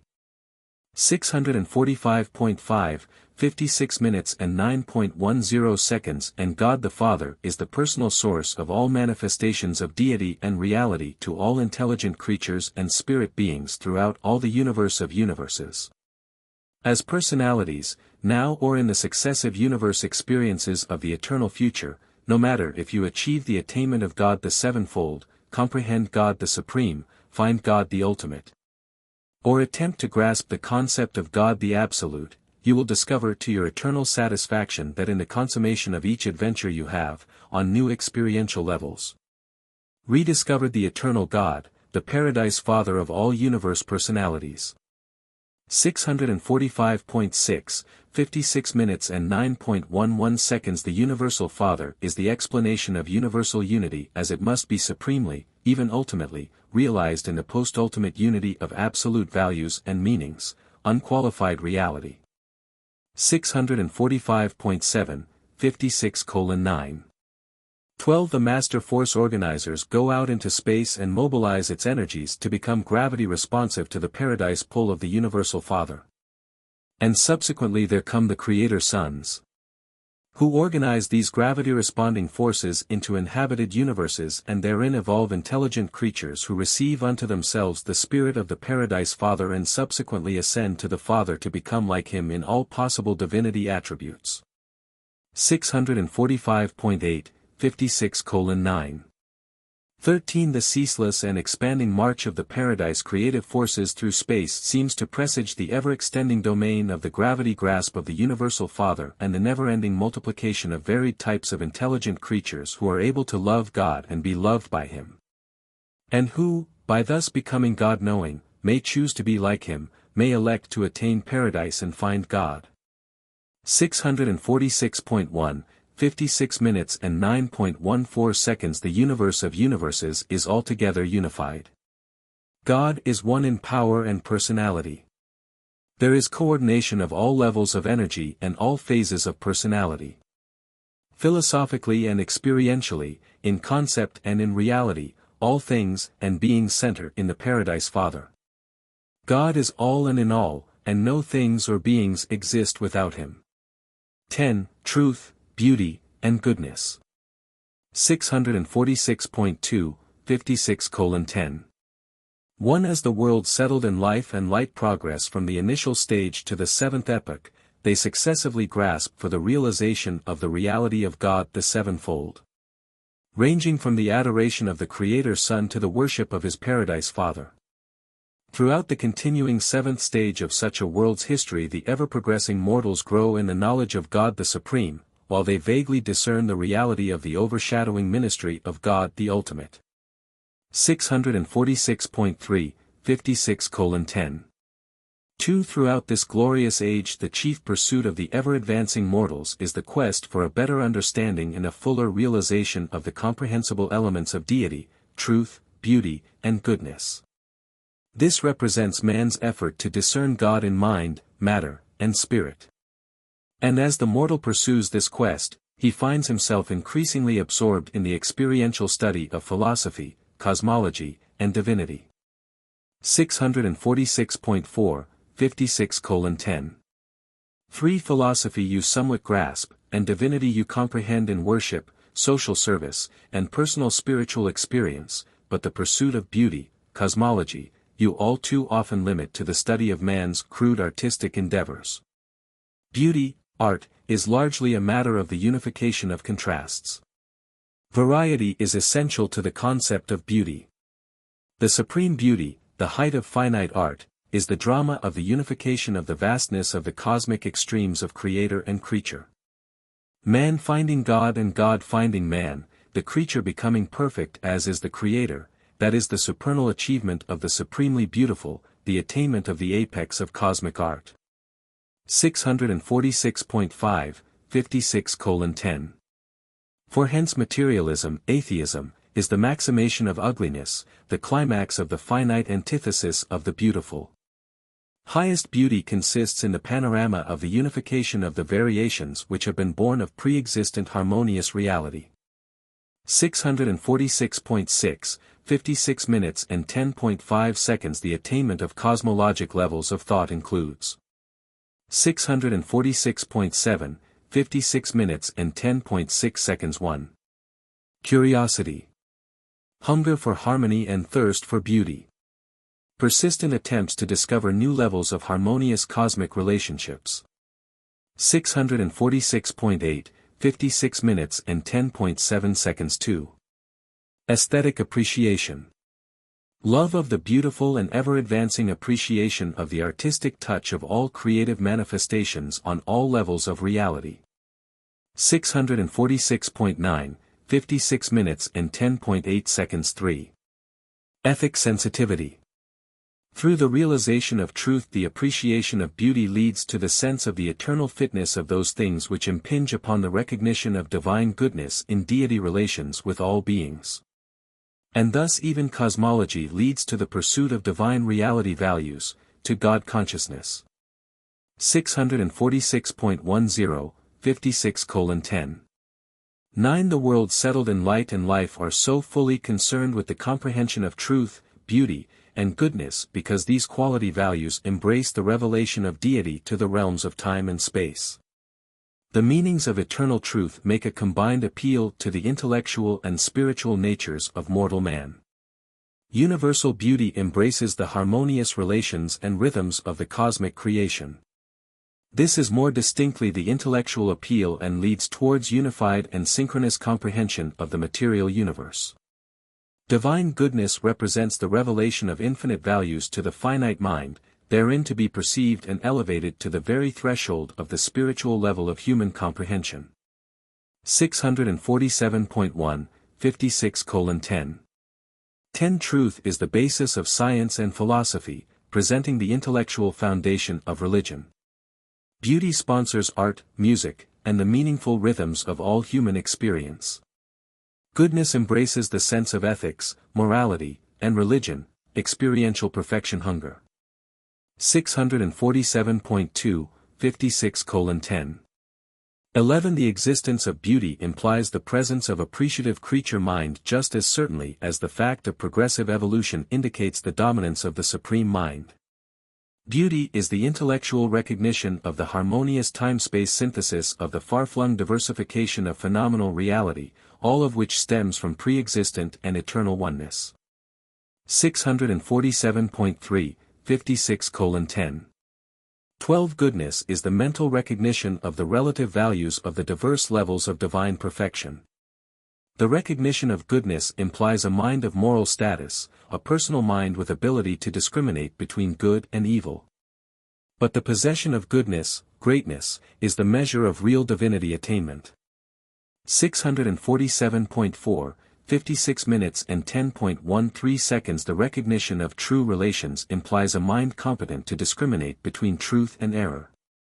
The bestowal spirit of truth which invests the human minds of Urantia is unerringly responsive to truth, the living spirit relationship of all things and all beings as they are coordinated in the eternal ascent Godward.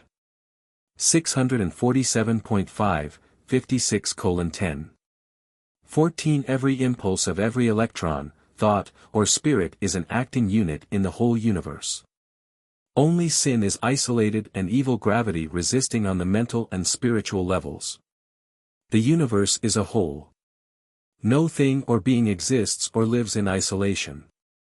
Self-realization is potentially evil if it is antisocial. It is literally true, no man lives by himself. Cosmic socialization constitutes the highest form of personality unification. Said Jesus, "He who would be greatest among you, let him become server of all." 647.6, 56:10. 15. Even truth, beauty, and goodness, man's intellectual approach to the universe of mind, matter, and spirit, must be combined into one unified concept of a divine and supreme ideal. As mortal personality unifies the human experience with matter, mind, and spirit, so does this divine and supreme ideal become power unified in supremacy and then personalized as a God of fatherly love. 647.7, 56:10.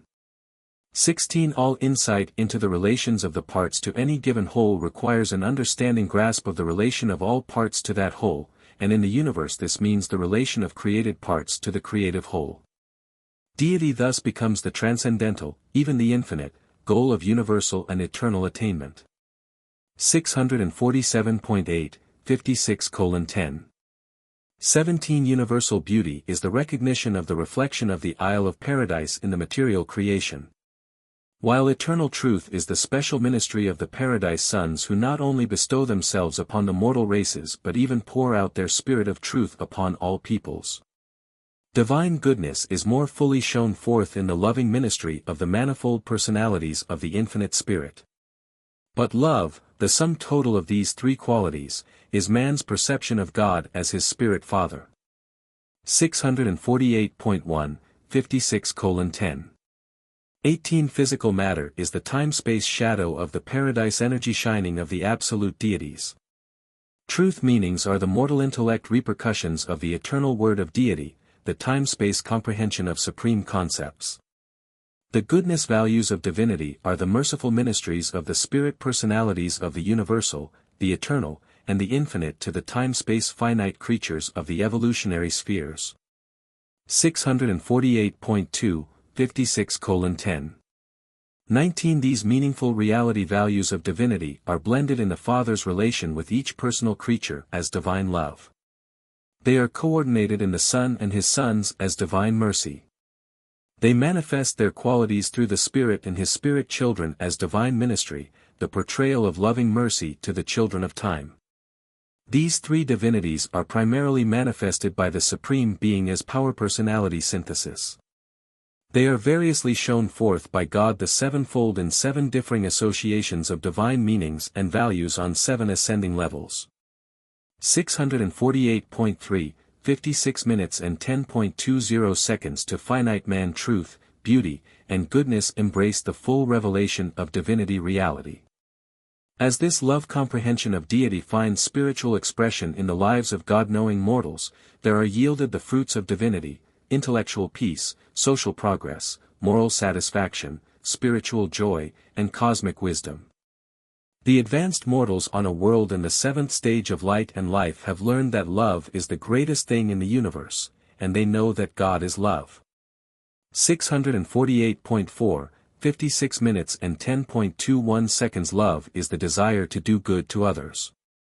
648.5, 56:10.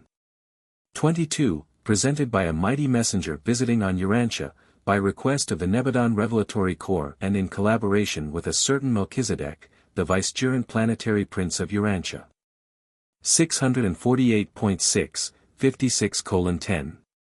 23. This paper on universal unity is the 25th of a series of presentations by various authors, having been sponsored as a group by a commission of Nebadon personalities numbering 12 and acting under the direction of Mantusha Melchizedek. We edited these narratives and put them in the English language, by a technique authorized by our superiors, in the year 1934 of Urantia time. Part 3. The History of Urantia. Paper 57. The Origin of Urantia. 651.1, 57:0. 1 IN presenting excerpts from the archives of Jerusalem for the records of Urantia respecting its antecedents and early history. We are directed to reckon time in terms of current usage, the present leap year calendar of 365¼ days to the year. As a rule, no attempt will be made to give exact years, though they are of record. We will use the nearest whole numbers as the better method of presenting these historic facts. 651.2, 57:0. 2. When referring to an event as of 1 or 2 millions of years ago, we intend to date such an occurrence back that number of years from the early decades of the 20th century of the Christian era. We will thus depict these far distant events as occurring in even periods of thousands, millions, and billions of years. 1. The Andronova Nebula. 651.3, 57:1. 1. Urantia is of origin in your Sun, and your Sun is one of the multifarious offspring of the Andronova Nebula, which was one time organized as a component part of the physical power and material matter of the local universe of Nebadon. And this great nebula itself took origin in the universal force charge of space in the superuniverse of Orvanton, long, long ago. 651.4, 57:1. 2. At the time of the beginning of this recital, the primary master force organizers of Paradise had long been in full control of the space energies which were later organized as the Andronova Nebula.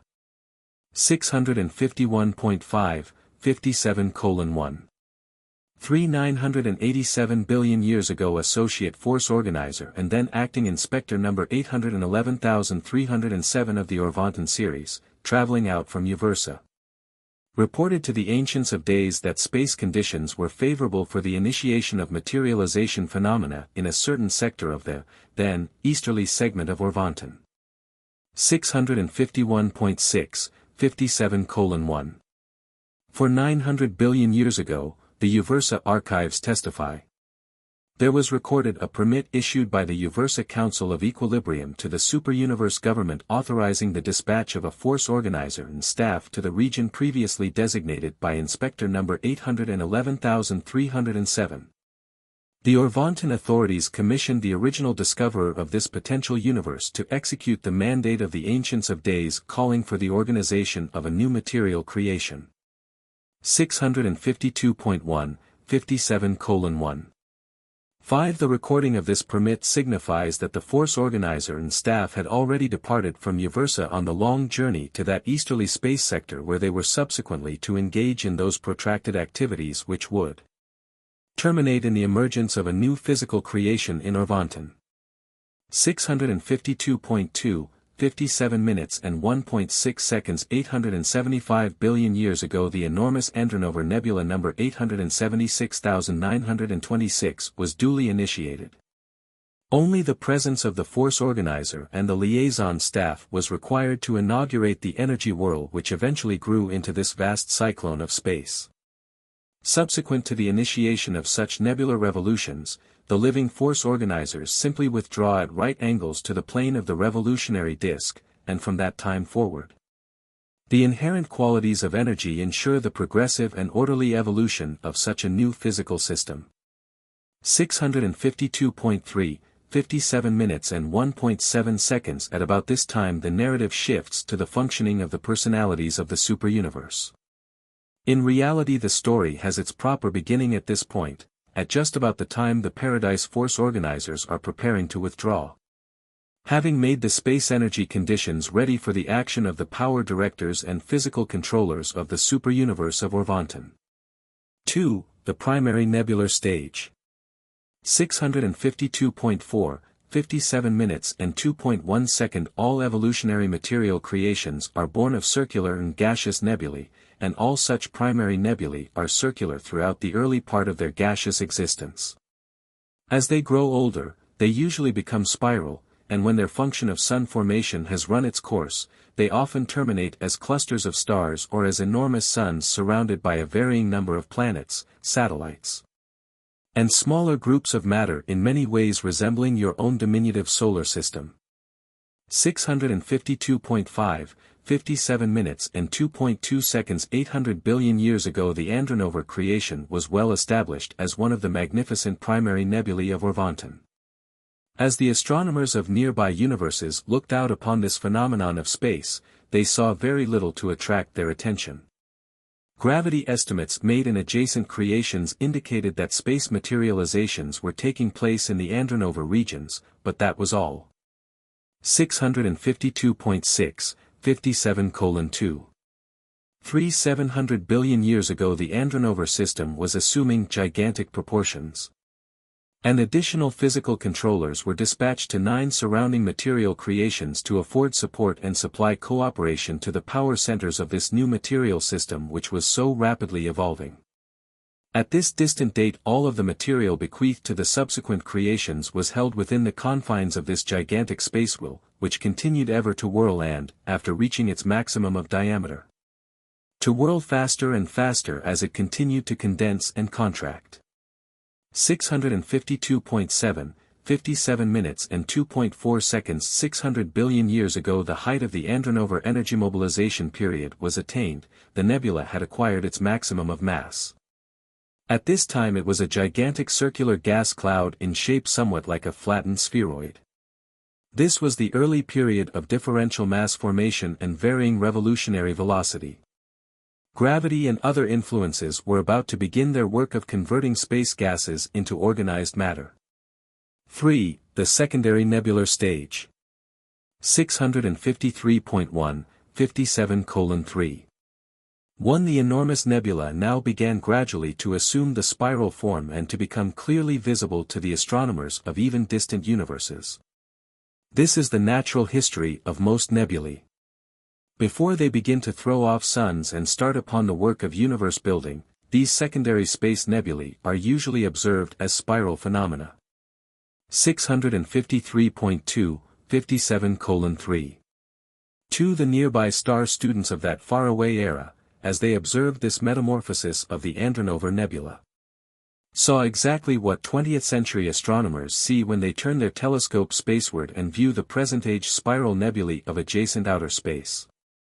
653.3, 57:3. 3. About the time of the attainment of the maximum of mass, the gravity control of the gaseous content commenced to weaken, and there ensued the stage of gas escapement, the gas streaming forth as 2 gigantic and distinct arms, which took origin on opposite sides of the mother mass.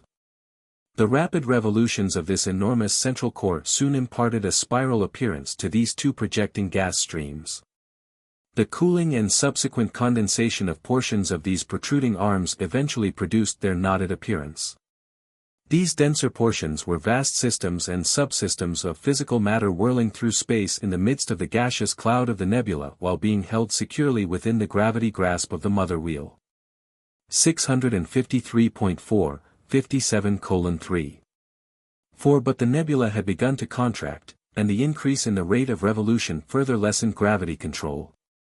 And ere long, the outer gaseous regions began actually to escape from the immediate embrace of the nebular nucleus, passing out into space on circuits of irregular outline, returning to the nuclear regions to complete their circuits, and so on.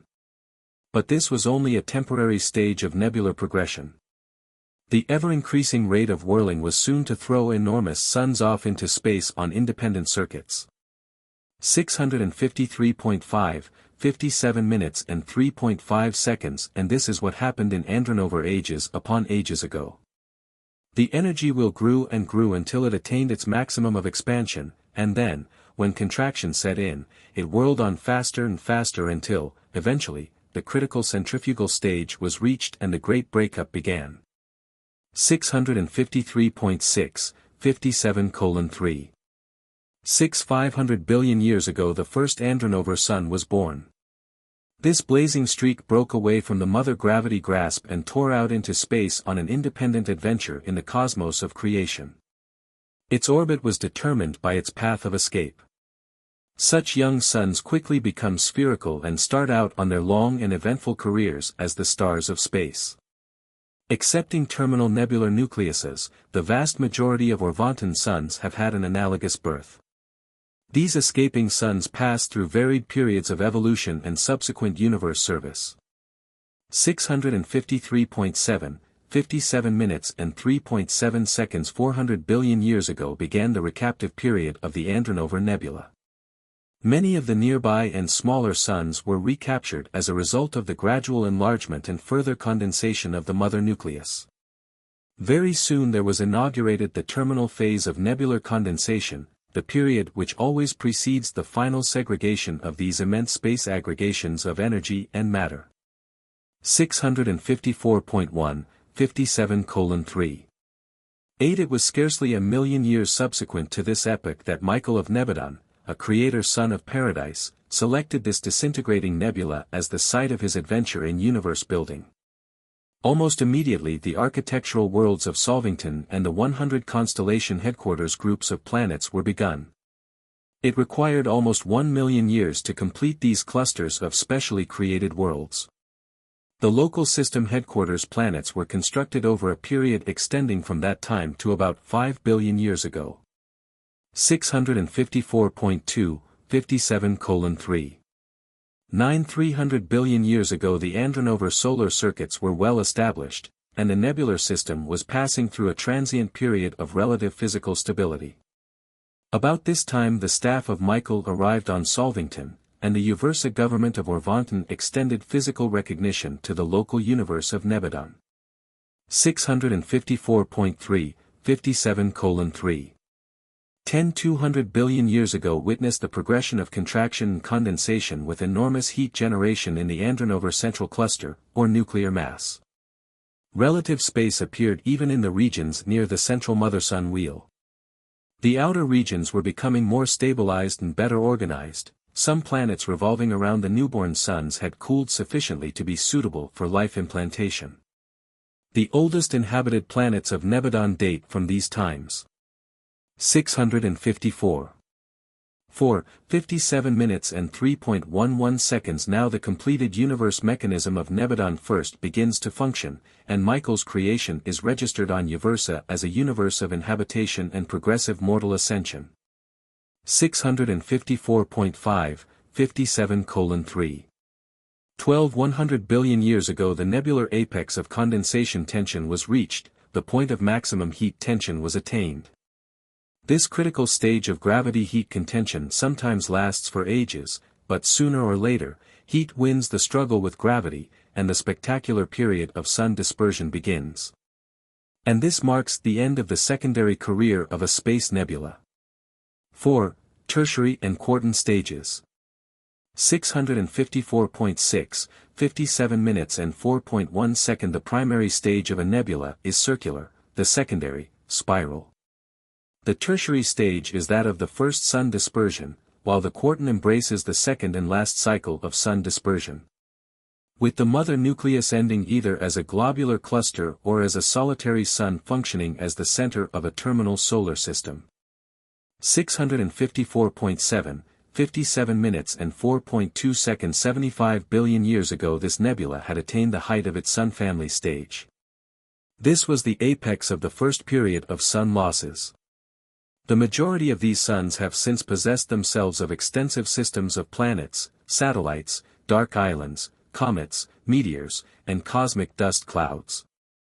654.8, 57:4. 350 billion years ago this first period of sun dispersion was completed. The nebula was fast finishing its tertiary cycle of existence, during which it gave origin to 876,926 sun systems. 654.9, 57:4. For 25 billion years ago witnessed the completion of the tertiary cycle of nebular life and brought about the organization and relative stabilization of the far-flung starry systems derived from this parent nebula. But the process of physical contraction and increased heat production continued in the central mass of the nebular remnant. 655.1, 57 minutes and 4.5 seconds. 10 billion years ago the quartan cycle of andronover began. The maximum of nuclear mass temperature had been attained, the critical point of condensation was approaching. The original mother nucleus was convulsing under the combined pressure of its own internal heat condensation tension and the increasing gravity tidal pull of the surrounding swarm of liberated sun systems. The nuclear eruptions which were to inaugurate the second nebular sun cycle were imminent. The quartan cycle of nebular existence was about to begin.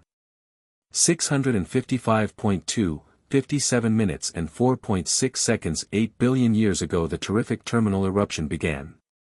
Only the outer systems are safe at the time of such a cosmic upheaval. And this was the beginning of the end of the nebula. This final sun disgorgement extended over a period of almost 2 billion years. 655.3, 57:4.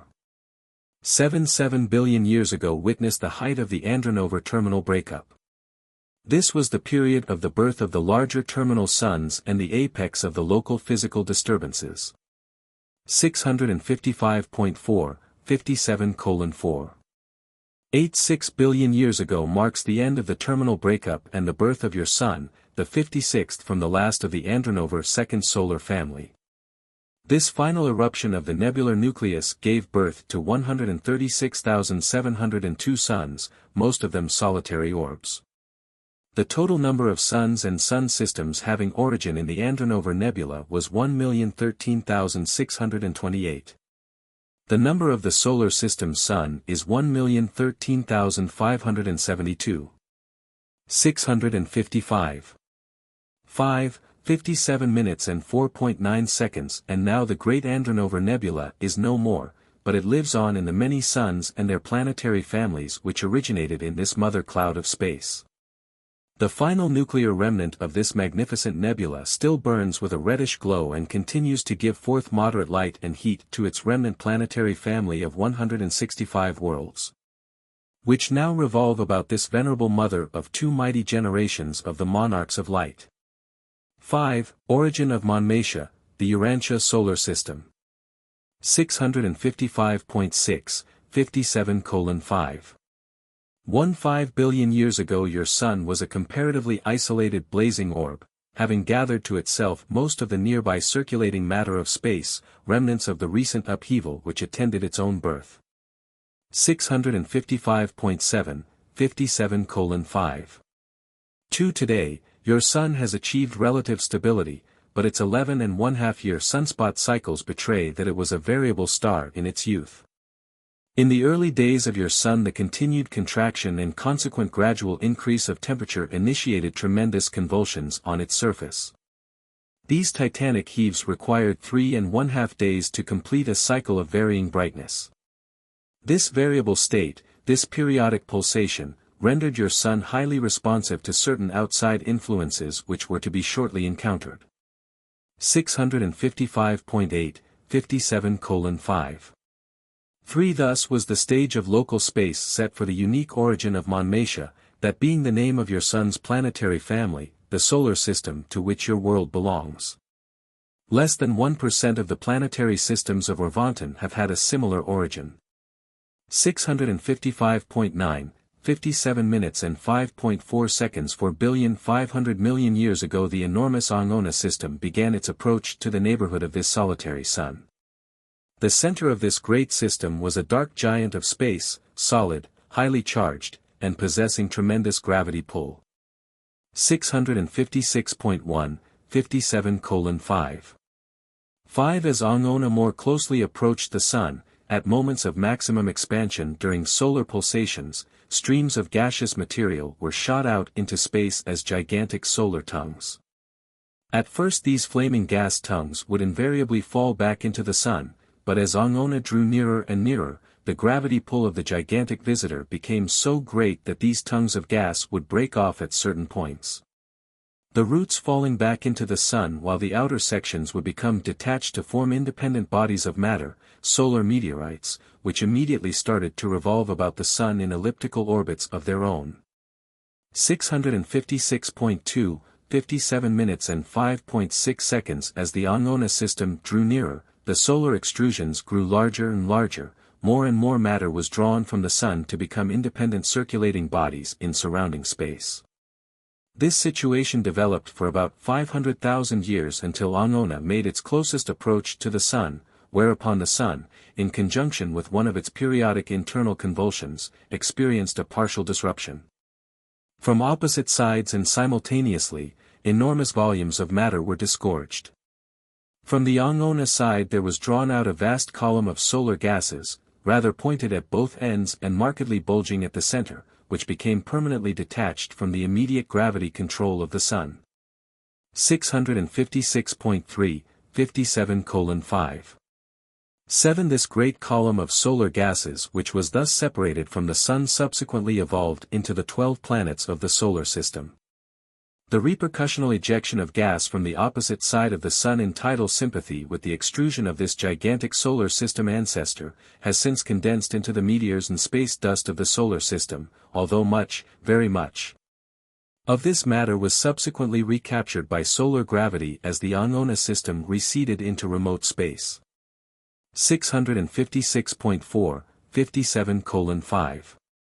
8. Although Urantia succeeded in drawing away the ancestral material of the solar system planets and the enormous volume of matter now circulating about the sun as asteroids and meteors, it did not secure for itself any of this solar matter. The visiting system did not come quite close enough to actually steal any of the sun's substance, but it did swing sufficiently close to draw off into the intervening space all of the material comprising the present-day solar system.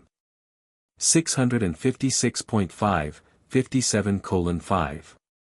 9. The 5 inner and 5 outer planets soon formed in miniature from the cooling and condensing nucleuses in the less massive and tapering ends of the gigantic gravity bulge which Urantia had succeeded in detaching from the sun. While Saturn and Jupiter were formed from the more massive and bulging central portions. The powerful gravity pull of Jupiter and Saturn early captured most of the material stolen from Urantia as the retrograde motion of certain of their satellites bears witness. 656.6, 57:5. 10. Jupiter and Saturn, being derived from the very center of the enormous column of superheated solar gases, contained so much highly heated sun material that they shone with a brilliant light and emitted enormous volumes of heat. They were in reality secondary suns for a short period after their formation as separate space bodies. These two largest of the solar system planets have remained largely gaseous to this day, not even yet having cooled off to the point of complete condensation or solidification. 656.7, 57:5. 11. The gas contraction nucleuses of the other 10 planets soon reached the stage of solidification and so began to draw to themselves increasing quantities of the meteoric matter circulating in nearby space. The worlds of the solar system thus had a double origin, nucleuses of gas condensation later on augmented by the capture of enormous quantities of meteors. Indeed, they still continue to capture meteors, but in greatly lessened numbers.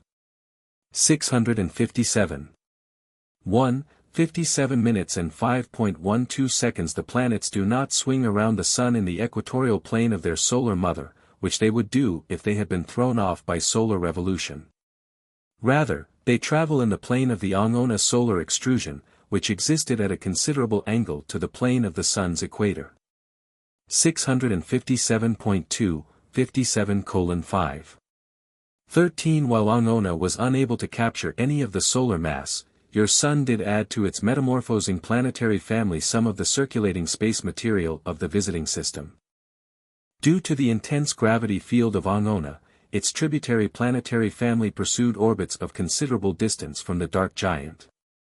And shortly after the extrusion of the solar system ancestral mass and while Angona was yet in the vicinity of the Sun, 3 of the major planets of the Angona system swung so near to the massive solar system ancestor that its gravitational pull, augmented by that of the Sun, was sufficient to overbalance the gravity grasp of Angona and to permanently detach these 3 tributaries of the celestial wanderer. 657.3, 57:5. 14. All of the solar system material derived from the Sun was originally endowed with a homogeneous direction of orbital swing, and had it not been for the intrusion of these 3 foreign space bodies, all solar system material would still maintain the same direction of orbital movement. As it was, the impact of the 3 Angona tributaries injected new and foreign directional forces into the emerging solar system with the resultant appearance of retrograde motion. Retrograde motion in any astronomic system is always accidental and always appears as a result of the collisional impact of foreign space bodies. Such collisions may not always produce retrograde motion, but no retrograde ever appears except in a system containing masses which have diverse origins. 6. The solar system stage, the planet-forming era. 657.4, 57:6. 1. Subsequent to the birth of the solar system, a period of diminishing solar disgorgement ensued. Decreasingly, for another 500,000 years, the Sun continued to pour forth diminishing volumes of matter into surrounding space. But during these early times of erratic orbits, when the surrounding bodies made their nearest approach to the Sun, the solar parent was able to recapture a large portion of this meteoric material. 657.5, 57:6. 2. The planets nearest the Sun were the first to have their revolutions slowed down by tidal friction.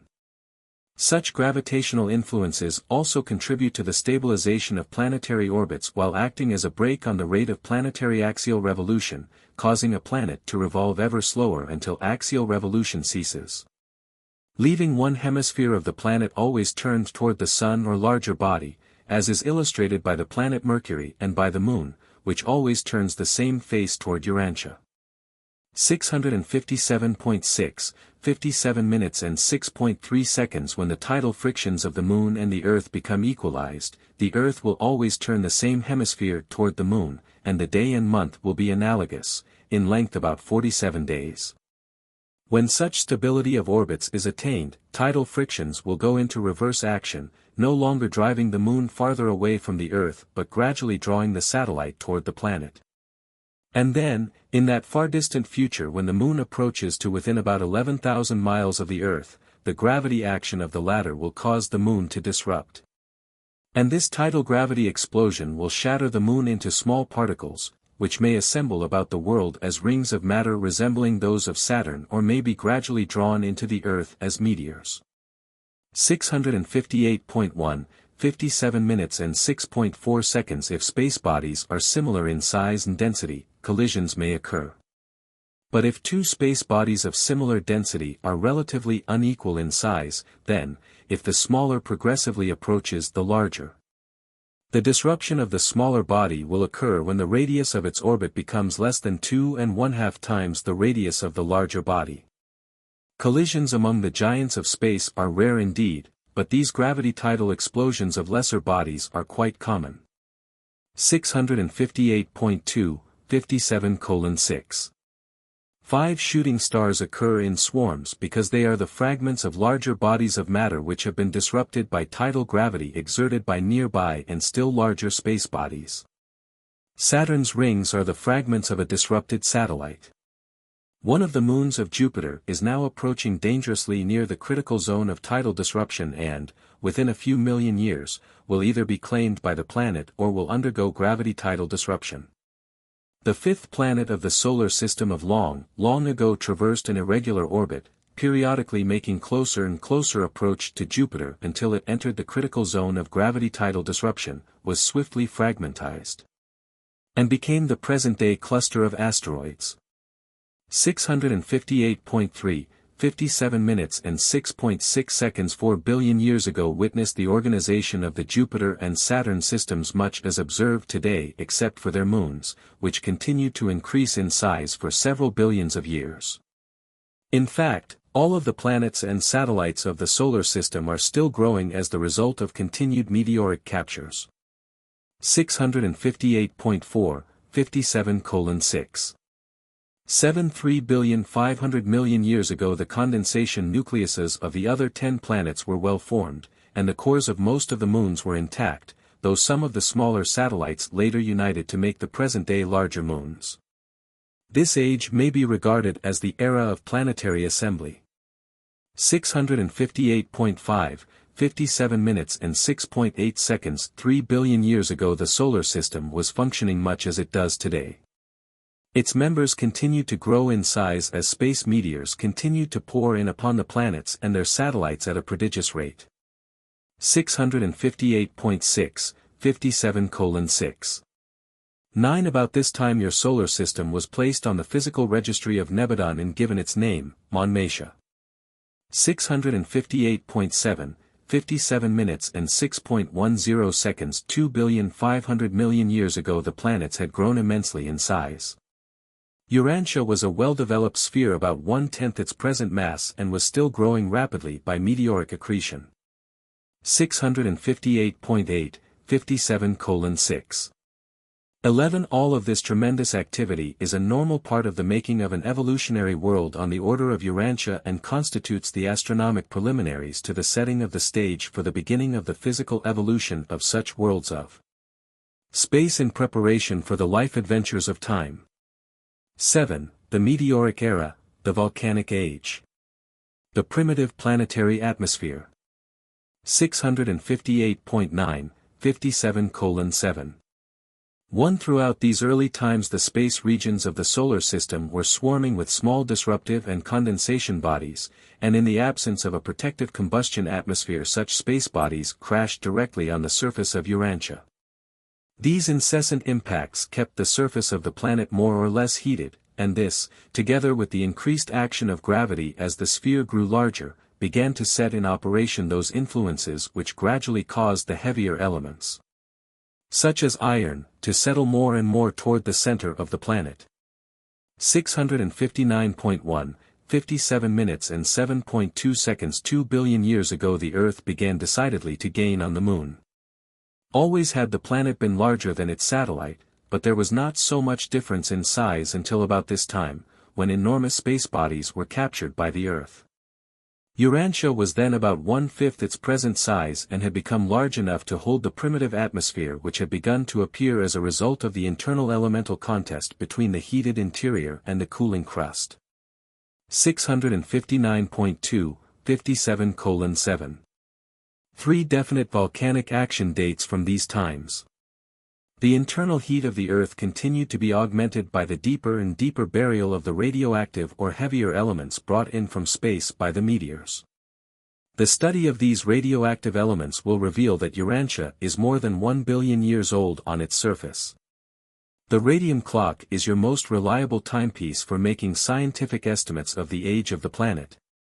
But all such estimates are too short because the radioactive materials open to your scrutiny are all derived from the Earth's surface and hence represent Urantia's comparatively recent acquirements of these elements.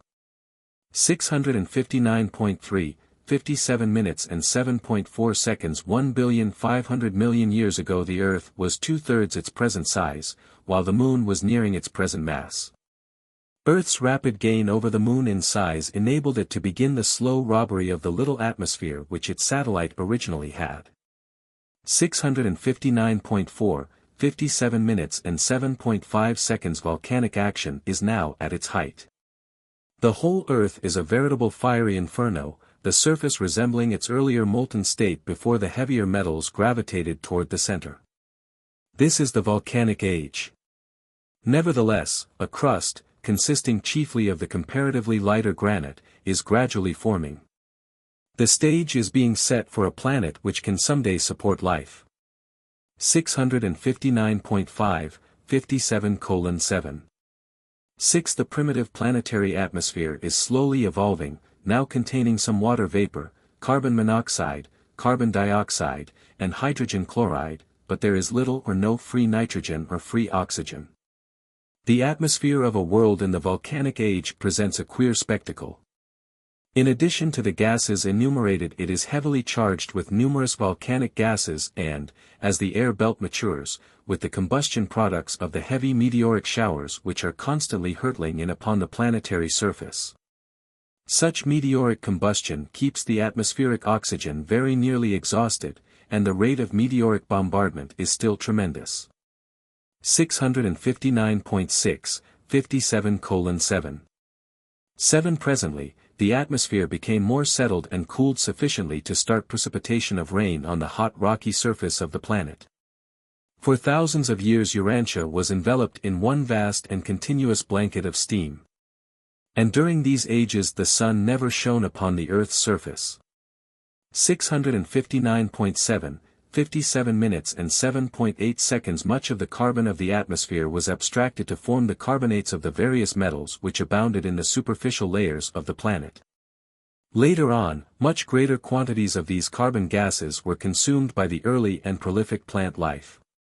660.1, 57:7. 9. Even in the later periods the continuing lava flows and the incoming meteors kept the oxygen of the air almost completely used up. Even the early deposits of the soon appearing primitive ocean contain no colored stones or shales. And for a long time after this ocean appeared, there was virtually no free oxygen in the atmosphere, and it did not appear in significant quantities until it was later generated by the seaweeds and other forms of vegetable life. 660.2, 57:7. 10. The primitive planetary atmosphere of the volcanic age affords little protection against the collisional impacts of the meteoric swarms.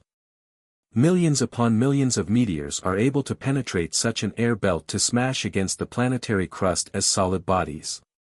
But as time passes, fewer and fewer prove large enough to resist the ever stronger friction shield of the oxygen-enriching atmosphere of the later eras. 8.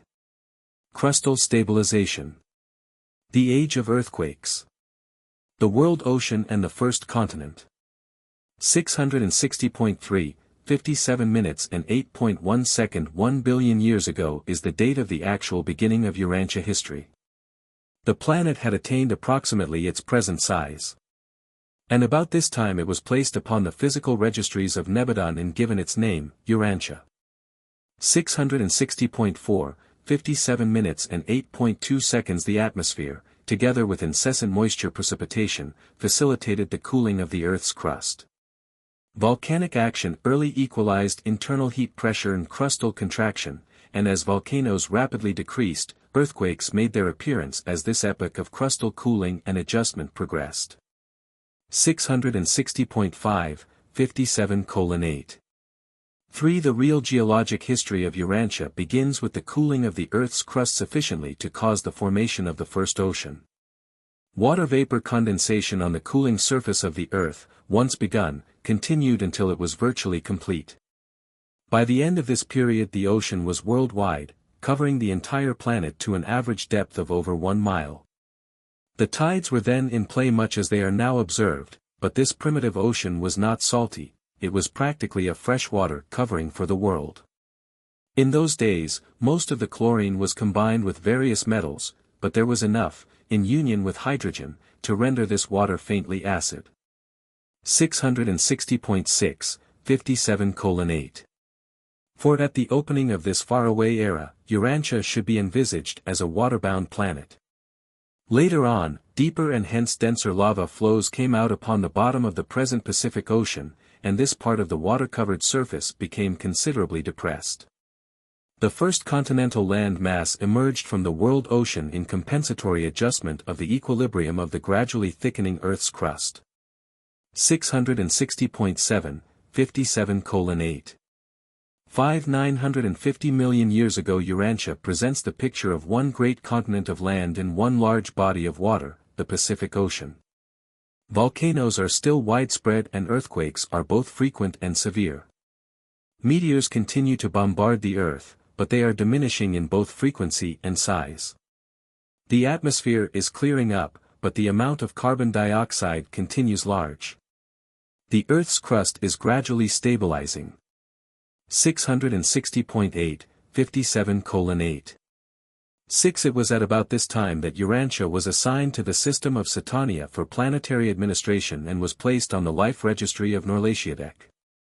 Then began the administrative recognition of the small and insignificant sphere which was destined to be the planet whereon Michael would subsequently engage in the stupendous undertaking of mortal bestowal.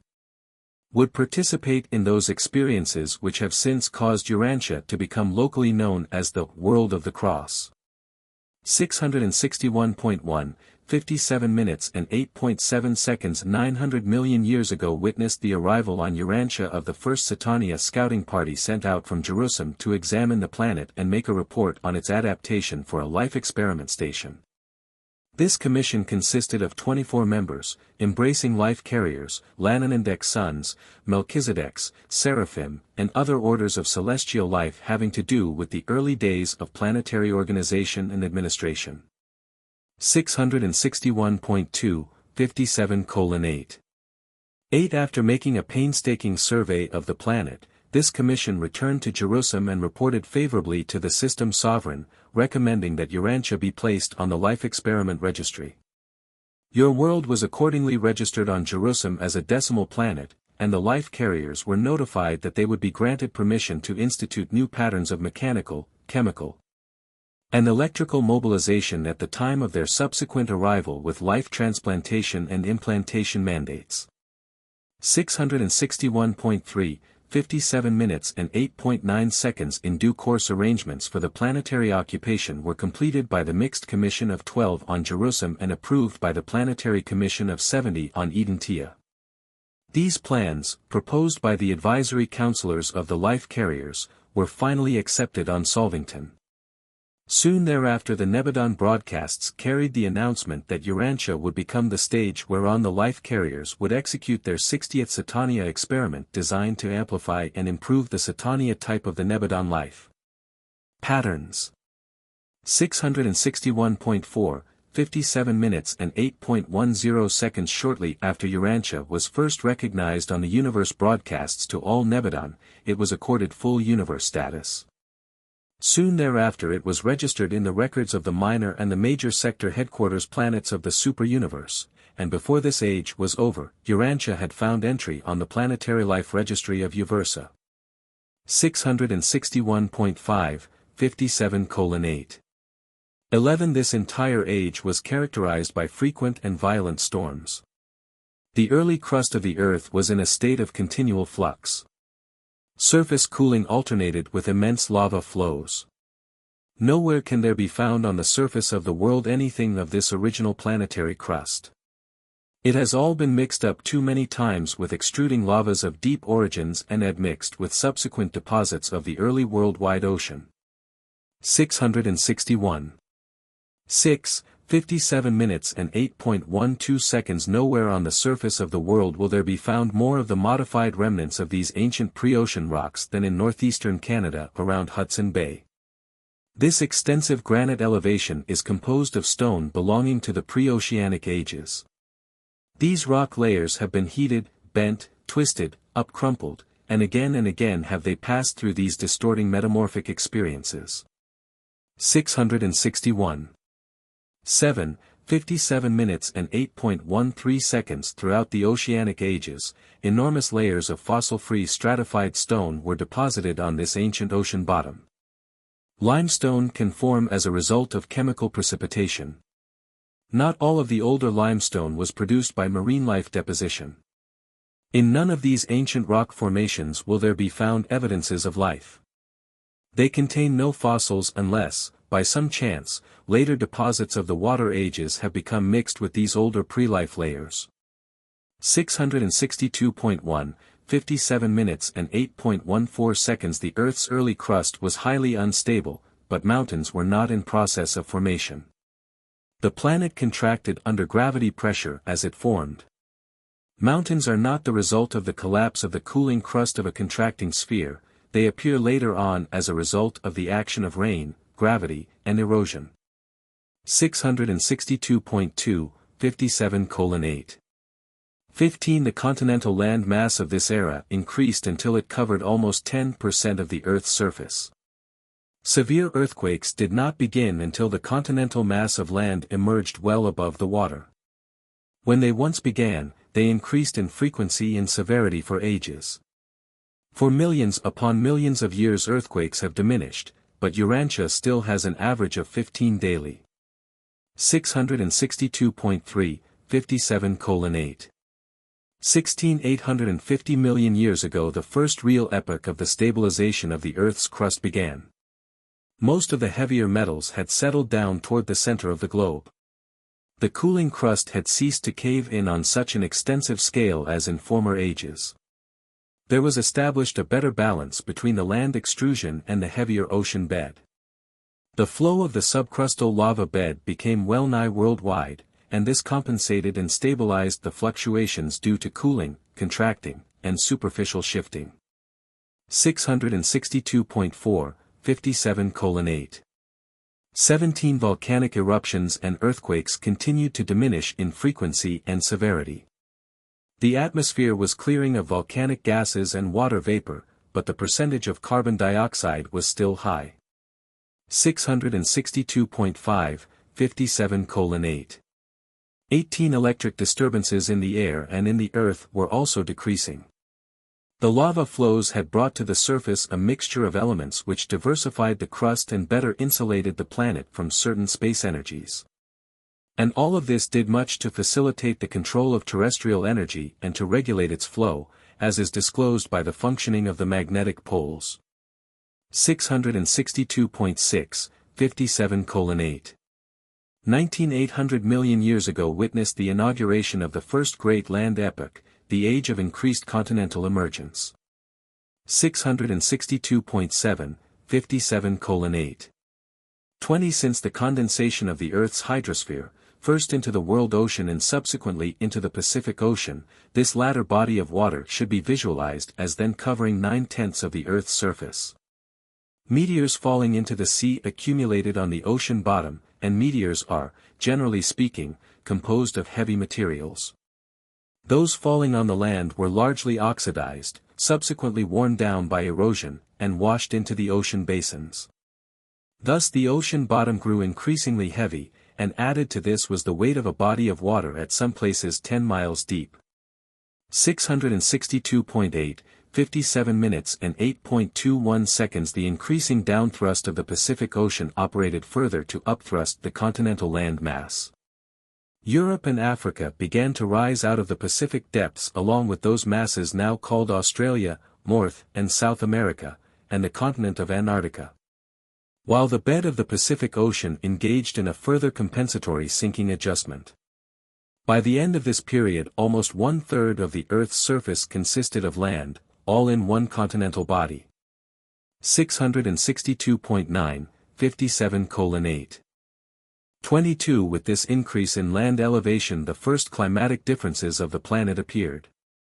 Land elevation, cosmic clouds, and oceanic influences are the chief factors in climatic fluctuation.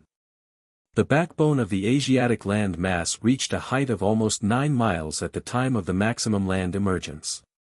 Had there been much moisture in the air hovering over these highly elevated regions, enormous ice blankets would have formed, the Ice Age would have arrived long before it did. It was several hundred millions of years before so much land again appeared above water. 663.1, 57:8. 23,750 million years ago the first breaks in the continental land mass began as the Great North and South cracking, which later admitted the ocean waters and prepared the way for the westward drift of the continents of North and South America, including Greenland. The long east and west cleavage separated Africa from Europe and severed the land masses of Australia, the Pacific Islands, and Antarctica from the Asiatic continent. 663.2, 57:8. 24,700 million years ago Urantia was approaching the ripening of conditions suitable for the support of life. The continental land drift continued. Increasingly the ocean penetrated the land as long finger-like seas providing those shallow waters and sheltered bays which are so suitable as a habitat for marine life. 663.3, 57:8. 25,650 million years ago witnessed the further separation of the land masses and, in consequence, a further extension of the continental seas.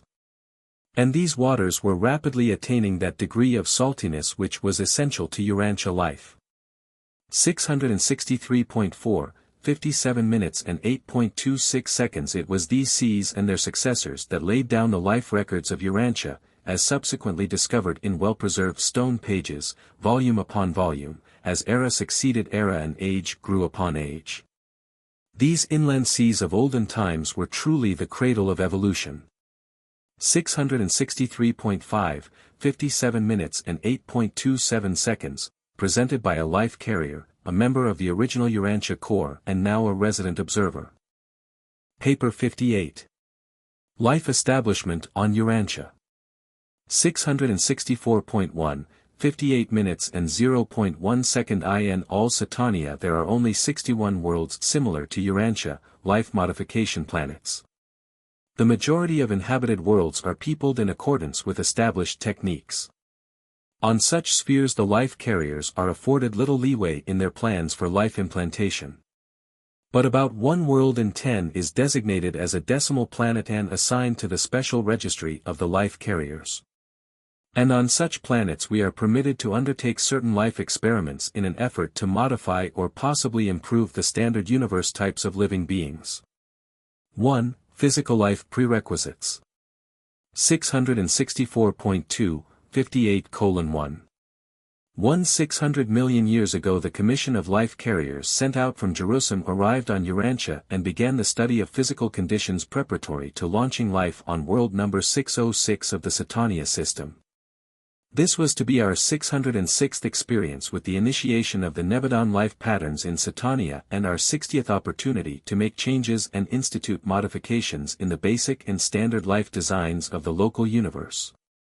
664.3, 58 minutes and 1.2 seconds. It should be made clear that life carriers cannot initiate life until a sphere is ripe for the inauguration of the evolutionary cycle. Neither can we provide for a more rapid life development than can be supported and accommodated by the physical progress of the planet. 664.4, 58 minutes and 1.3 seconds. The Satania life carriers had projected a sodium chloride pattern of life. Therefore no steps could be taken toward planting it until the ocean waters had become sufficiently briny. The Urantia type of protoplasm can function only in a suitable salt solution. All ancestral life, vegetable and animal, evolved in a salt solution habitat. And even the more highly organized land animals could not continue to live did not this same essential salt solution circulate throughout their bodies in the bloodstream which freely bathes, literally submerses every tiny living cell in this briny deep. 664.5, 58 minutes and 1.4 seconds. Your primitive ancestors freely circulated about in the salty ocean.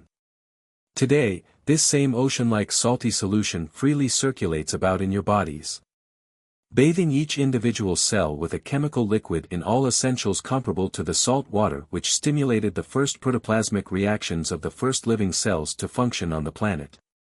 664.6, 58 minutes and 1.5 seconds. But as this era opens, Urantia is in every way evolving toward a state favorable for the support of the initial forms of marine life. Slowly but surely physical developments on Earth and in adjacent space regions are preparing the stage for the later attempts to establish such life forms as we had decided would be best adapted to the unfolding physical environment, both terrestrial and spatial. 665.1, 58:1. 6. Subsequently the Satania Commission of Life Carriers returned to Jerusalem, preferring to await the further breakup of the continental land mass, which would afford still more inland seas and sheltered bays, before actually beginning life implantation.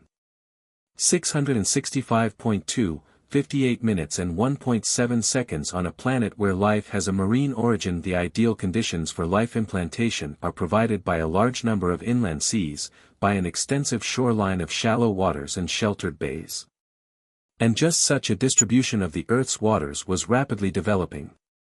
These ancient inland seas were seldom over 500 or 600 feet deep, and sunlight can penetrate ocean water for more than 600 feet. 665.3, 58:1.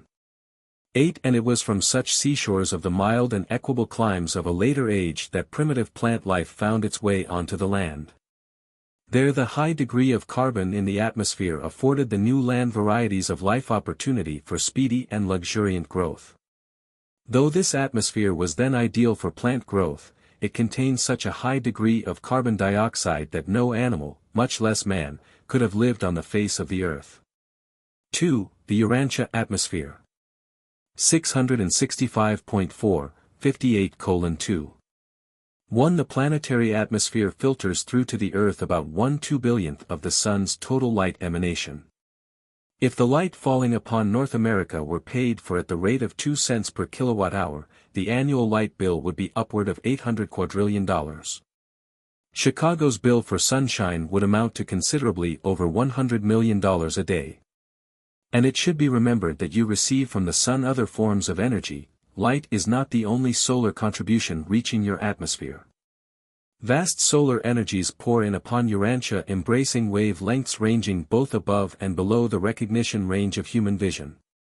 665.5, 58:2. 2. The Earth's atmosphere is all but opaque to much of the solar radiation at the extreme ultraviolet end of the spectrum. Most of these short wavelengths are absorbed by a layer of ozone which exists throughout a level about 10 miles above the surface of the Earth, and which extends spaceward for another 10 miles. The ozone permeating this region, at conditions prevailing on the Earth's surface, would make a layer only 1/10 of an inch thick. Nevertheless, this relatively small and apparently insignificant amount of ozone protects Urantia inhabitants from the excess of these dangerous and destructive ultraviolet radiations present in sunlight.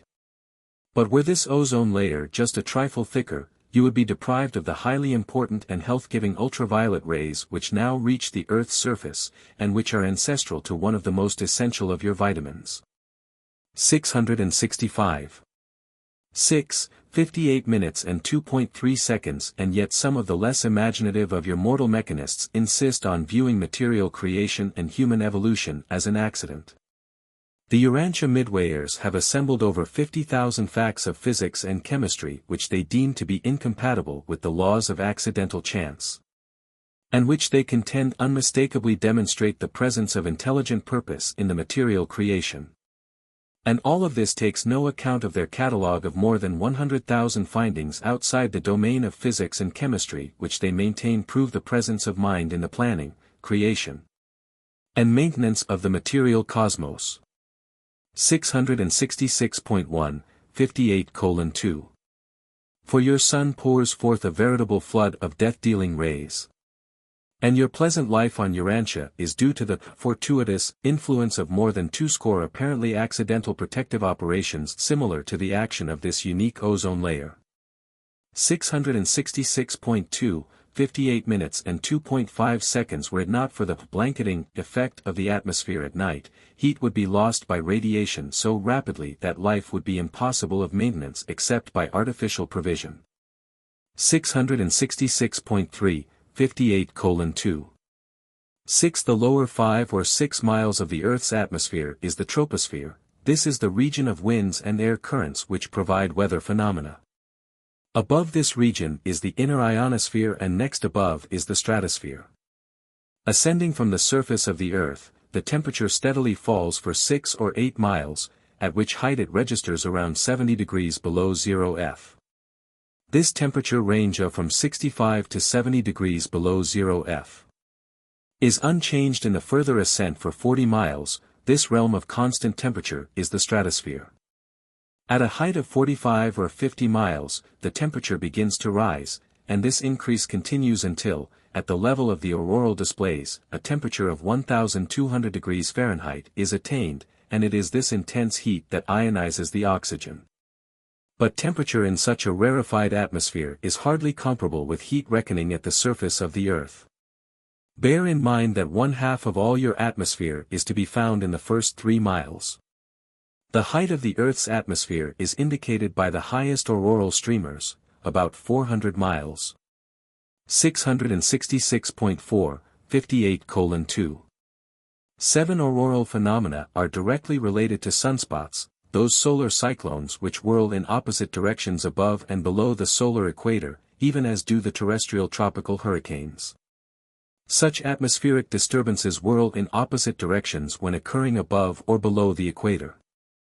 666.5, 58 minutes and 2.8 seconds. The power of sunspots to alter light frequencies shows that these solar storm centers function as enormous magnets. Such magnetic fields are able to hurl charged particles from the sunspot craters out through space to the Earth's outer atmosphere, where their ionizing influence produces such spectacular auroral displays. Therefore do you have the greatest auroral phenomena when sunspots are at their height, or soon thereafter, at which time the spots are more generally equatorially situated.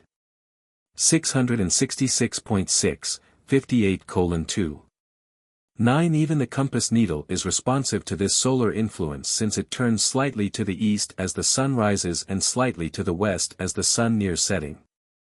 This happens every day, but during the height of sunspot cycles this variation of the compass is twice as great. These diurnal wanderings of the compass are in response to the increased ionization of the upper atmosphere, which is produced by the sunlight. 666.7, 58:2.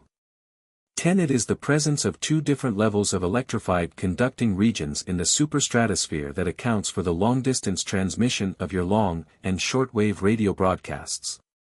Your broadcasting is sometimes disturbed by the terrific storms which occasionally rage in the realms of these outer ionospheres. 3. Spatial environment. 666.8, 58:3. 1. During the earlier times of universe materialization, the space regions are interspersed with vast hydrogen clouds, just such astronomic dust clusters as now characterize many regions throughout remote space. Much of the organized matter which the blazing suns break down and disperse as radiant energy was originally built up in these early appearing hydrogen clouds of space. Under certain unusual conditions, atom disruption also occurs at the nucleus of the larger hydrogen masses. And all of these phenomena of atom building and atom dissolution, as in the highly heated nebulae, are attended by the emergence of flood tides of short space rays of radiant energy. Accompanying these diverse radiations is a form of space energy unknown on Urantia. 667.1, 58:3. 2. This short-ray energy charge of universe space is 400 times greater than all other forms of radiant energy existing in the organized space domains.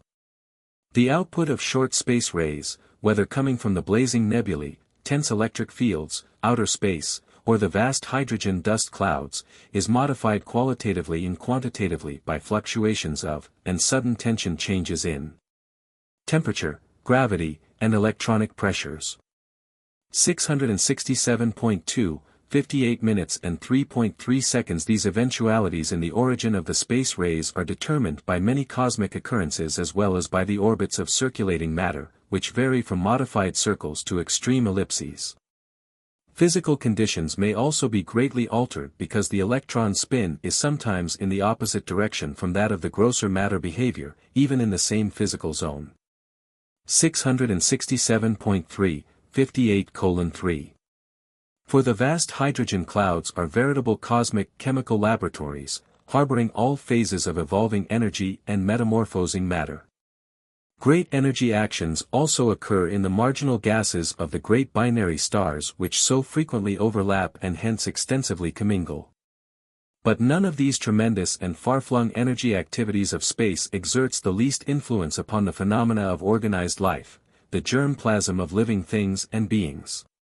These energy conditions of space are germane to the essential environment of life establishment, but they are not effective in the subsequent modification of the inheritance factors of the germ plasm as are some of the longer rays of radiant energy. The implanted life of the life carriers is fully resistant to all of this amazing flood of the short space rays of universe energy. 667.4, 58:3. 5. All of these essential cosmic conditions had to evolve to a favorable status before the life carriers could actually begin the establishment of life on Urantia. 4. The Life Dawn Era. 667.5, 58:4. 1. That we are called life carriers should not confuse you. We can and do carry life to the planets, but we brought no life to Urantia. Urantia life is unique, original with the planet. This sphere is a life modification world. All life appearing hereon was formulated by us right here on the planet, and there is no other world in all Satania, even in all Nebadon, that has a life existence just like that of Urantia. 667.6, 58:4. 2. 550 million years ago the life carrier core returned to Urantia. In cooperation with spiritual powers and superphysical forces we organized and initiated the original life patterns of this world and planted them in the hospitable waters of the realm. All planetary life, aside from extraplanetary personalities, down to the days of Caligastia, the planetary prince, had its origin in our 3 original, identical, and simultaneous marine life implantations. These 3 life implantations have been designated as the Central or Eurasian African, the Eastern or Australasian, and the Western, embracing Greenland and the Americas. 668.1, 58:4. 3. 500 million years ago primitive marine vegetable life was well established on Urantia. Greenland and the Arctic land mass, together with North and South America, were beginning their long and slow westward drift. Africa moved slightly south, creating an east and west trough, the Mediterranean basin, between itself and the mother body. Antarctica, Australia, and the land indicated by the islands of the Pacific broke away on the south and east and have drifted far away since that day. 668.2, 58:4. For we had planted the primitive form of marine life in the sheltered tropic bays of the central seas of the east-west cleavage of the breaking up continental land mass. Our purpose in making 3 marine life implantations was to ensure that each great land mass would carry this life with it, in its warm water seas, as the land subsequently separated. We foresaw that in the later era of the emergence of land life large oceans of water would separate these drifting continental land masses. 5. The continental drift. 668.3, 58 minutes and 5.1 seconds. The continental land drift continued. The Earth's core had become as dense and rigid as steel, being subjected to a pressure of almost 25,000 tons to the square inch, and owing to the enormous gravity pressure, it was and still is very hot in the deep interior. The temperature increases from the surface downward until at the center it is slightly above the surface temperature of the Sun. 668.4, 58 minutes and 5.2 seconds. The outer 1,000 miles of the Earth's mass consists principally of different kinds of rock. Underneath are the denser and heavier metallic elements. Throughout the early and pre-atmospheric ages the world was so nearly fluid in its molten and highly heated state that the heavier metals sank deep into the interior. Those found near the surface today represent the exudate of ancient volcanoes, later and extensive lava flows, and the more recent meteoric deposits.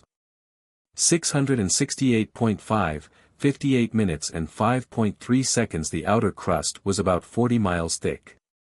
This outer shell was supported by, and rested directly upon, a molten sea of basalt of varying thickness.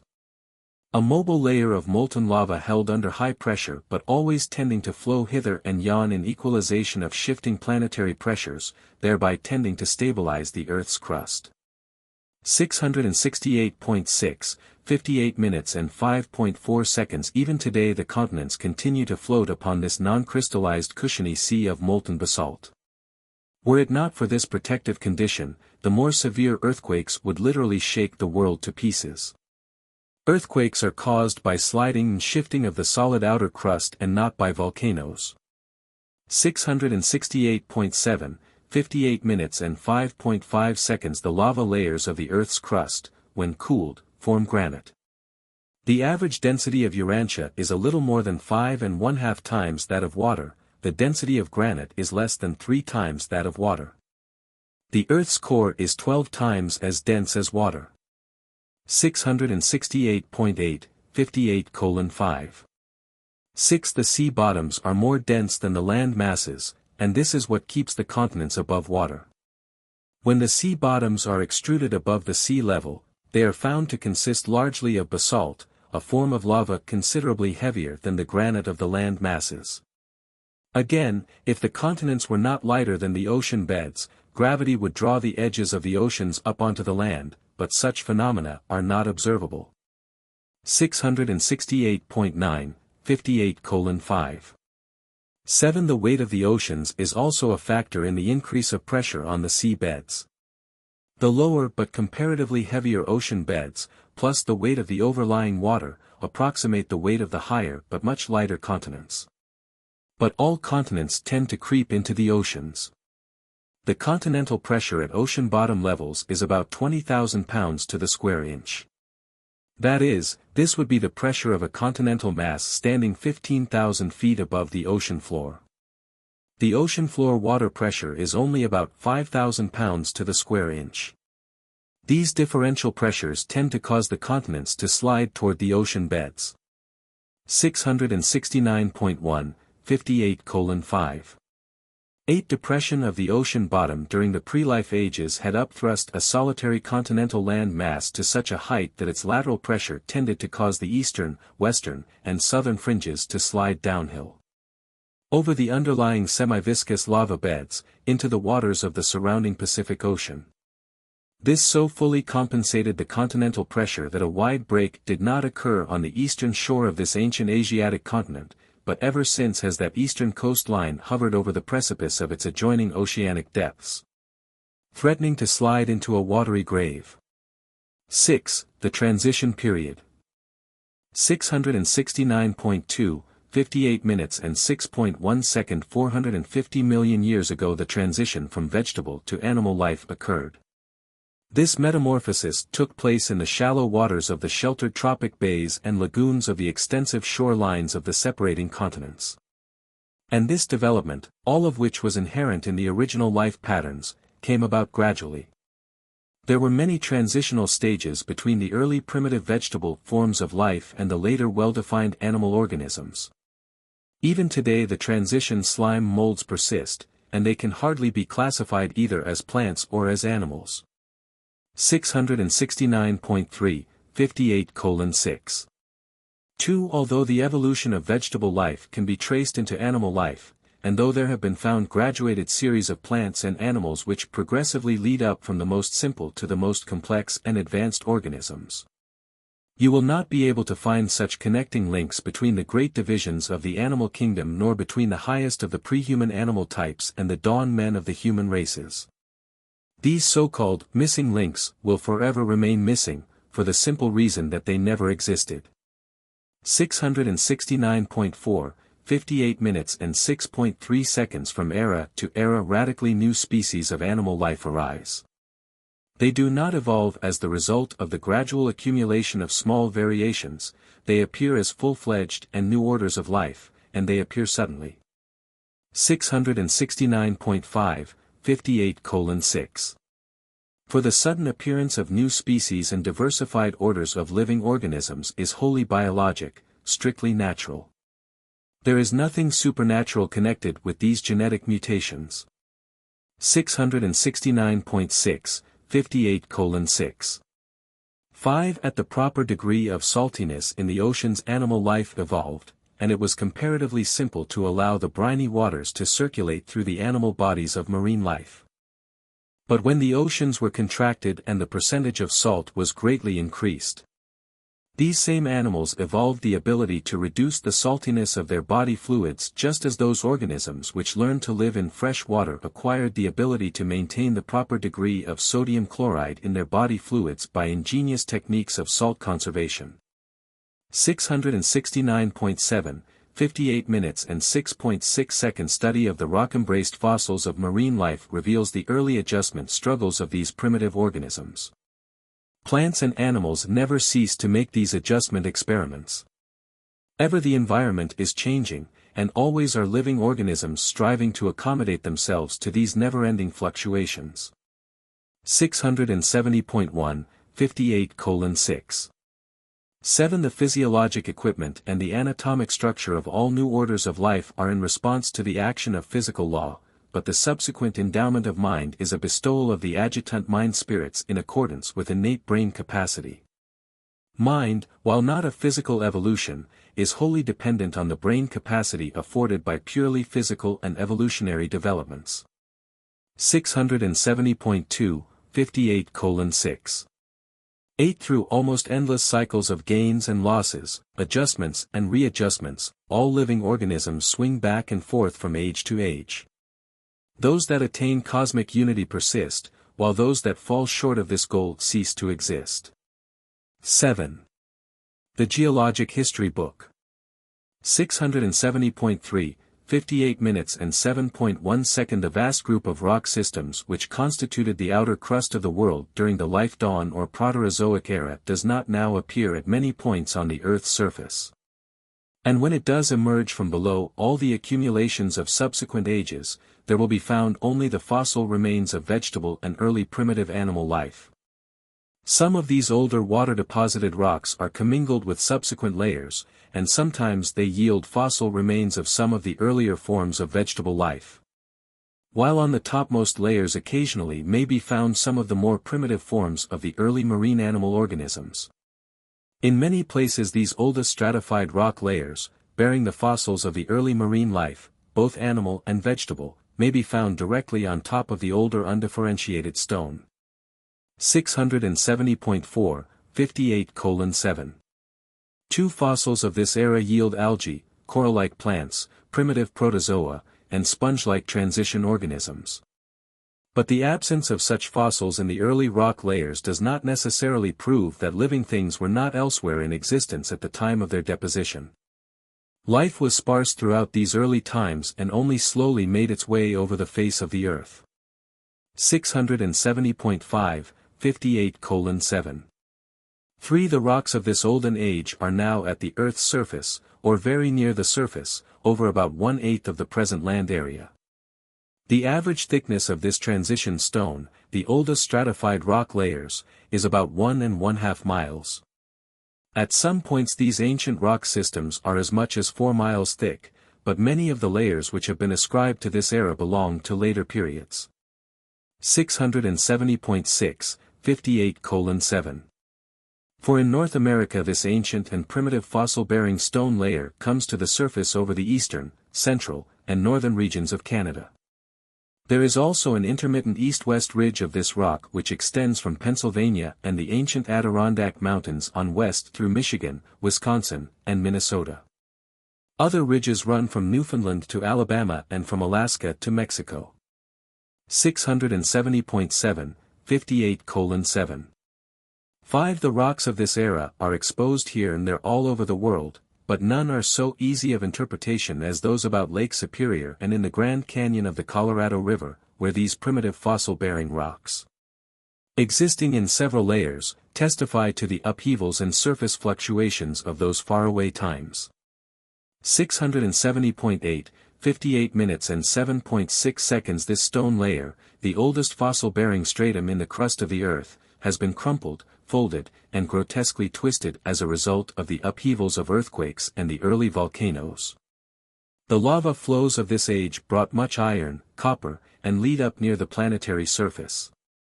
670.9, 58 minutes and 7.7 seconds. There are few places on the Earth where such activities are more graphically shown than in the St. Croix Valley of Wisconsin. In this region there occurred 127 successive lava flows on land with succeeding water submergence and consequent rock deposition. Although much of the upper rock sedimentation and intermittent lava flow is absent today, and though the bottom of this system is buried deep in the earth, nevertheless, about 65 or 70 of these stratified records of past ages are now exposed to view. 671.1, 58 minutes and 7.8 seconds. In these early ages when much land was near sea level, there occurred many successive submergences and emergences. The Earth's crust was just entering upon its later period of comparative stabilization. The undulations, rises and dips, of the earlier continental drift contributed to the frequency of the periodic submergence of the great land masses. 671.2, 58:7. 9. During these times of primitive marine life, extensive areas of the continental shores sank beneath the seas from a few feet to half a mile. Much of the older sandstone and conglomerates represents the sedimentary accumulations of these ancient shores. The sedimentary rocks belonging to this early stratification rest directly upon those layers which date back far beyond the origin of life, back to the early appearance of the worldwide ocean. 671.3, 58:7. 10. Some of the upper layers of these transition rock deposits contain small amounts of shale or slate of dark colors, indicating the presence of organic carbon and testifying to the existence of the ancestors of those forms of plant life which overran the Earth during the succeeding Carboniferous or Coal Age.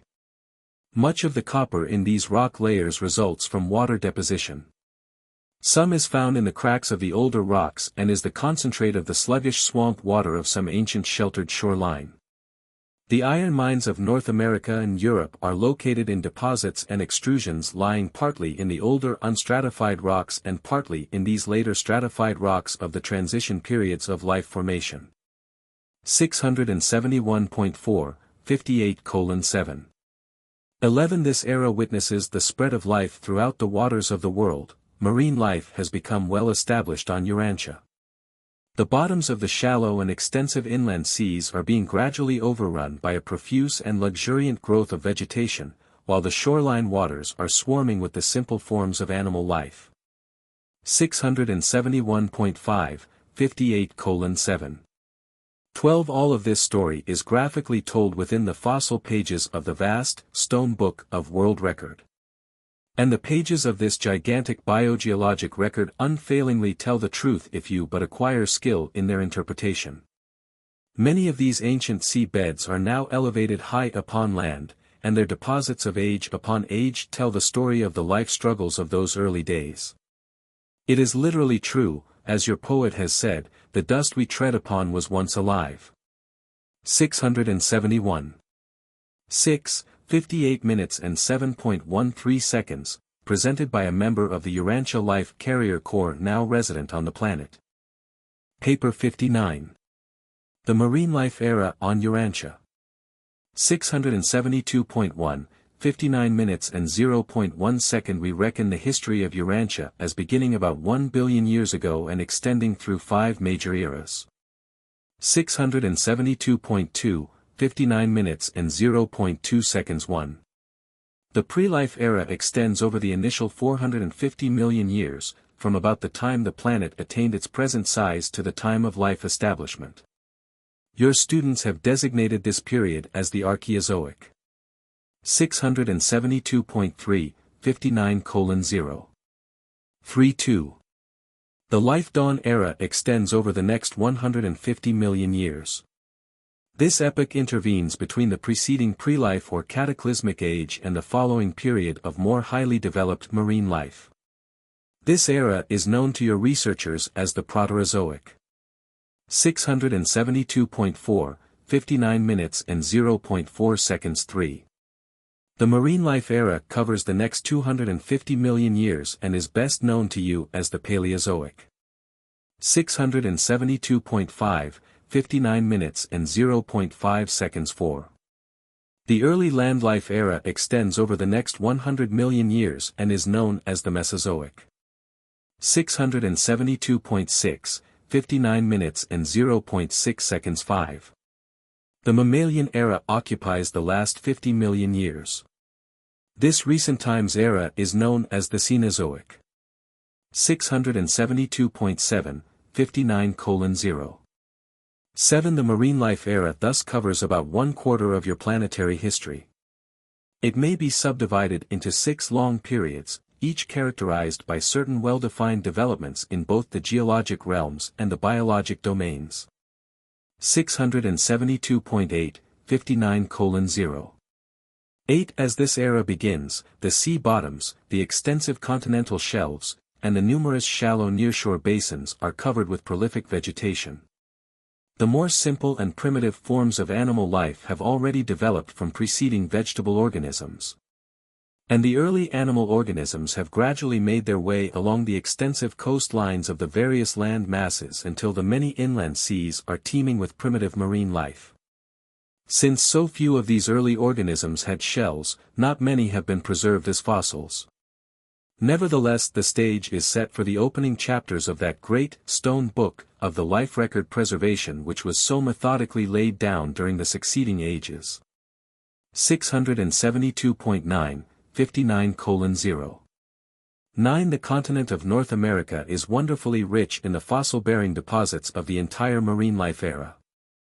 The very first and oldest layers are separated from the later strata of the preceding period by extensive erosion deposits which clearly segregate these two stages of planetary development. 1. Early marine life in the shallow seas. The Trilobite Age. 673.1, 59 minutes and 1.1 second. By the dawn of this period of relative quiet on the Earth's surface, life is confined to the various inland seas and the oceanic shoreline. As yet no form of land organism has evolved. Primitive marine animals are well established and are prepared for the next evolutionary development. Amoebas are typical survivors of this initial stage of animal life, having made their appearance toward the close of the preceding transition period. 673.2, 59:1. 400 million years ago marine life, both vegetable and animal, is fairly well distributed over the whole world. The world climate grows slightly warmer and becomes more equable. There is a general inundation of the seashores of the various continents, particularly of North and South America. New oceans appear, and the older bodies of water are greatly enlarged. 673.3, 59:1. 3. Vegetation now for the first time crawls out upon the land and soon makes considerable progress in adaptation to a non-marine habitat. 673.4, 59 minutes and 1.4 seconds. Suddenly and without gradation ancestry, the first multicellular animals make their appearance. The trilobites have evolved, and for ages they dominate the seas. From the standpoint of marine life, this is the Trilobite Age. 673.5, 59 minutes and 1.5 seconds. In the later portion of this time segment, much of North America and Europe emerged from the sea. The crust of the earth was temporarily stabilized, mountains, or rather high elevations of land, rose along the Atlantic and Pacific coasts, over the West Indies, and in southern Europe. The entire Caribbean region was highly elevated. 673. 6, 59 minutes and 1.6 seconds. 390 million years ago the land was still elevated. Over parts of Eastern and Western America and Western Europe may be found the stone strata laid down during these times, and these are the oldest rocks which contain trilobite fossils. There were many long finger-like gulfs projecting into the land masses in which were deposited these fossil-bearing rocks. 673.7, 59 minutes and 1.7 seconds. Within a few million years the Pacific Ocean began to invade the American continents. The sinking of the land was principally due to crustal adjustment, although the lateral land spread, or continental creep, was also a factor. 673.8, 59:1.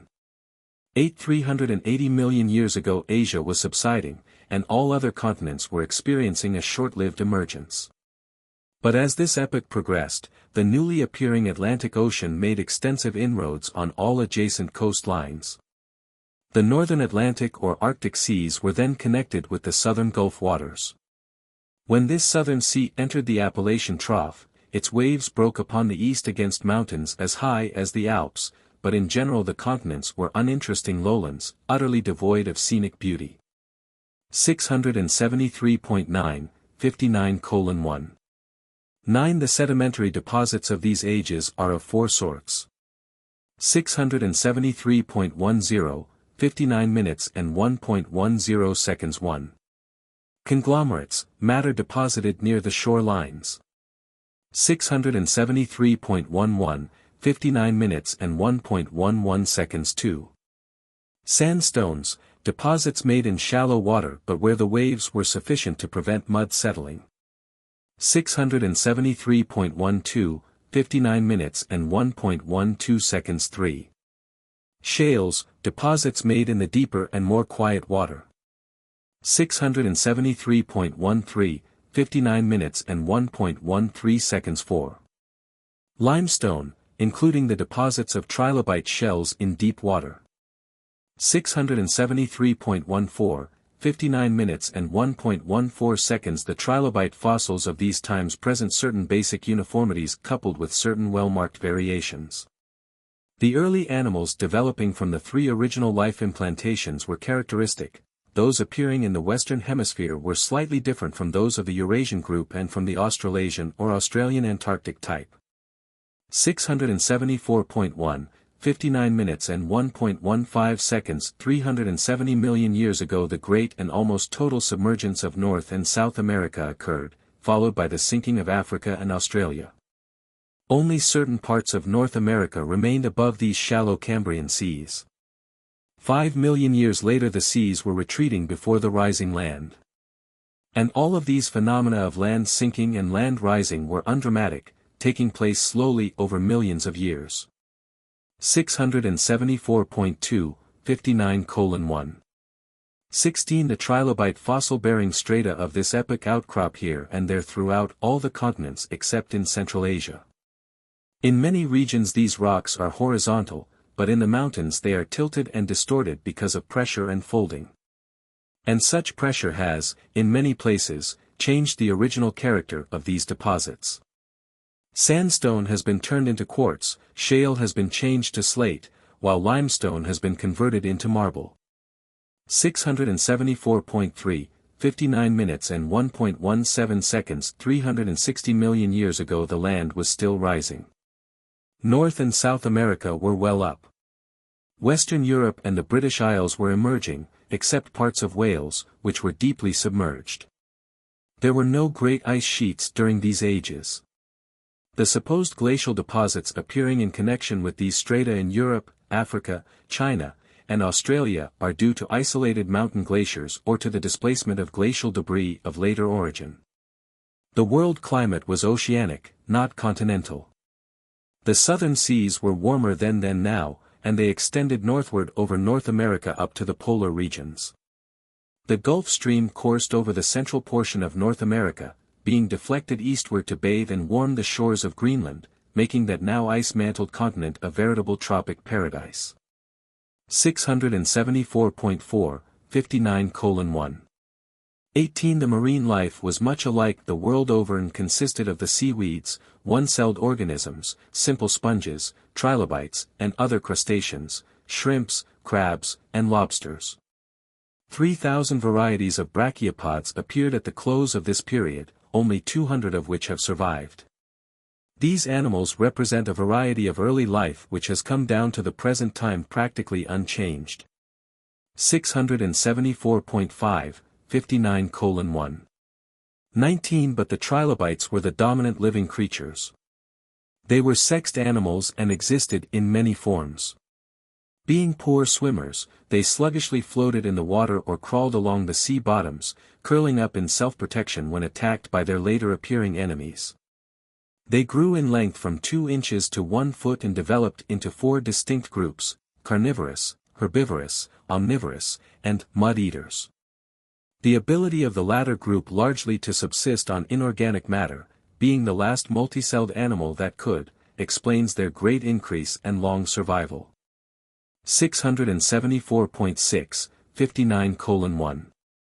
20 This was the biogeologic picture of Urantia at the end of that long period of the world's history, embracing 50 million years, designated by your geologists as the Cambrian. 2. The first continental flood stage. The invertebrate animal age. 674.7, 59:2. 1. The periodic phenomena of land elevation and land sinking characteristic of these times were all gradual and non-spectacular, being accompanied by little or no volcanic action. Throughout all of these successive land elevations and depressions, the Asiatic mother continent did not fully share the history of the other land bodies. It experienced many inundations, dipping first in one direction and then another, more particularly in its earlier history, but it does not present the uniform rock deposits which may be discovered on the other continents. In recent ages, Asia has been the most stable of all the land masses. 675.1, 59 minutes and 2.2 seconds 350 million years ago saw the beginning of the Great Flood period of all the continents except Central Asia. The land masses were repeatedly covered with water. Only the coastal highlands remained above these shallow but widespread oscillatory inland seas. 3 major inundations characterized this period, but before it ended, the continents again arose, the total land emergence being 15% greater than now exists. The Caribbean region was highly elevated. This period is not well marked off in Europe because the land fluctuations were less, while the volcanic action was more persistent. 675.2, 59 minutes and 2.3 seconds 340 million years ago there occurred another extensive land sinking except in Asia and Australia. The waters of the world's oceans were generally commingled. This was a great limestone age, much of its stone being laid down by lime-secreting algae. 675.3, 59:2. For a few million years later large portions of the American continents and Europe began to emerge from the water. In the Western Hemisphere only an arm of the Pacific Ocean remained over Mexico and the present Rocky Mountain regions, but near the close of this epoch the Atlantic and Pacific coasts again began to sink. 675.4, 59:2. 330 million years ago marks the beginning of a time sector of comparative quiet all over the world, with much land again above water. The only exception to this reign of terrestrial quiet was the eruption of the great North American volcano of eastern Kentucky, one of the greatest single volcanic activities the world has ever known. The ashes of this volcano covered 500 square miles to a depth of from 15 to 20 feet. 675.5, 59 minutes and 2.6 seconds 320 million years ago the third major flood of this period occurred. The waters of this inundation covered all the land submerged by the preceding deluge, while extending farther in many directions all over the Americas and Europe. Eastern North America and Western Europe were from 10,000 to 15,000 feet under water. 675.6, 59 minutes and 2.7 seconds 310 million years ago the land masses of the world were again well up excepting the southern parts of North America.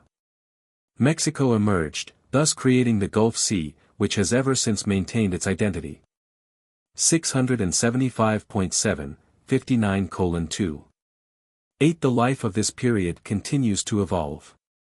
The world is once again quiet and relatively peaceful, the climate remains mild and equable, the land plants are migrating farther and farther from the seashores. The life patterns are well developed, although few plant fossils of these times are to be found.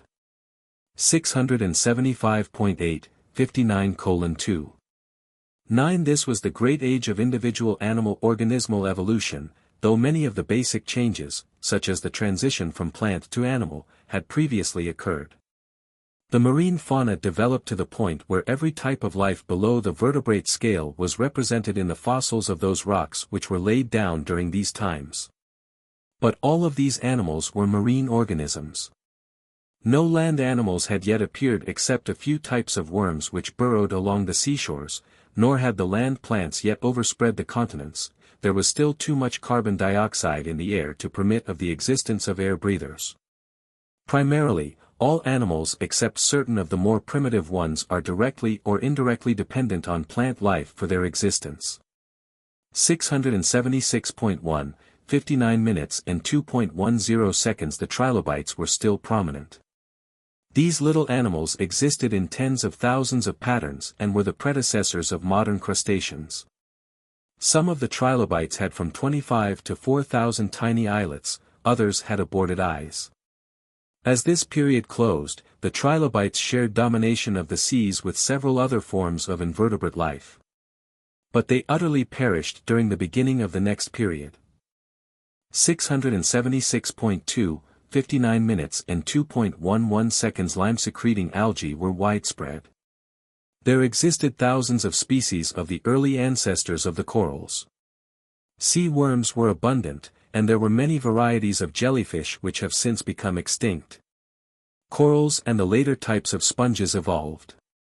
The cephalopods were well developed, and they have survived as the modern pearly nautilus, octopus, cuttlefish, and squid. 676.3, 59:2. 12. There were many varieties of shell animals, but their shells were not then so much needed for defensive purposes as in subsequent ages. The gastropods were present in the waters of the ancient seas, and they included single-shelled drills, periwinkles, and snails. The bivalve gastropods have come on down through the intervening millions of years much as they then existed and embraced the mussels, clams, oysters, and scallops. The valve-shelled organisms also evolved, and these brachiopods lived in those ancient waters much as they exist today. They even had hinged, notched, and other sorts of protective arrangements of their valves. 676.4, 59:2. 13. So ends the evolutionary story of the second great period of marine life, which is known to your geologists as the Ordovician. 3. The second great flood stage. The coral period, the Brachiopod age. 676.5, 59:3. 300 million years ago another great period of land submergence began. The southward and northward encroachment of the ancient Silurian seas made ready to engulf most of Europe and North America. The land was not elevated far above the sea so that not much deposition occurred about the shorelines. The seas teemed with lime-shelled life, and the falling of these shells to the sea bottom gradually built up very thick layers of limestone. This is the first widespread limestone deposit, and it covers practically all of Europe and North America but only appears at the Earth's surface in a few places. The thickness of this ancient rock layer averages about 1,000 feet, but many of these deposits have since been greatly deformed by tilting, upheavals, and faulting, and many have been changed to quartz, shale, and marble. 676.6, 59:3. 2. No fire rocks or lava are found in the stone layers of this period except those of the great volcanoes of southern Europe and eastern Maine and the lava flows of Quebec. Volcanic action was largely past. This was the height of great water deposition. There was little or no mountain building. 676.7, 59 minutes and 3.3 seconds. 290 million years ago the sea had largely withdrawn from the continents, and the bottoms of the surrounding oceans were sinking. The land masses were little changed until they were again submerged. The early mountain movements of all the continents were beginning, and the greatest of these crustal upheavals were the Himalayas of Asia and the Great Caledonian Mountains, extending from Ireland through Scotland and on to Spitsbergen. 677. 1, 59:3. For it is in the deposits of this age that much of the gas, oil, zinc, and lead are found, the gas and oil being derived from the enormous collections of vegetable and animal matter carried down at the time of the previous land submergence. While the mineral deposits represent the sedimentation of sluggish bodies of water. Many of the rock salt deposits belong to this period. 677.2, 59 minutes and 3.5 seconds. The trilobites rapidly declined, and the center of the stage was occupied by the larger mollusks, or cephalopods. These animals grew to be 15 feet long and 1 foot in diameter and became masters of the seas. This species of animal appeared suddenly and assumed dominance of sea life. 677.3, 59:3. 6. The great volcanic activity of this age was in the European sector. Not in millions upon millions of years had such violent and extensive volcanic eruptions occurred as now took place around the Mediterranean trough and especially in the neighborhood of the British Isles. This lava flow over the British Isles region today appears as alternate layers of lava and rock 25,000 feet thick. These rocks were laid down by the intermittent lava flows which spread out over a shallow seabed, thus interspersing the rock deposits, and all of this was subsequently elevated high above the sea. Violent earthquakes took place in northern Europe, notably in Scotland. 677.4, 59 minutes and 3.7 seconds. The oceanic climate remained mild and uniform, and the warm seas bathed the shores of the polar lands. Brachiopod and other marine life fossils may be found in these deposits right up to the North Pole. Gastropods, brachiopods, sponges, and reef-making corals continued to increase. 677.5, 59:3.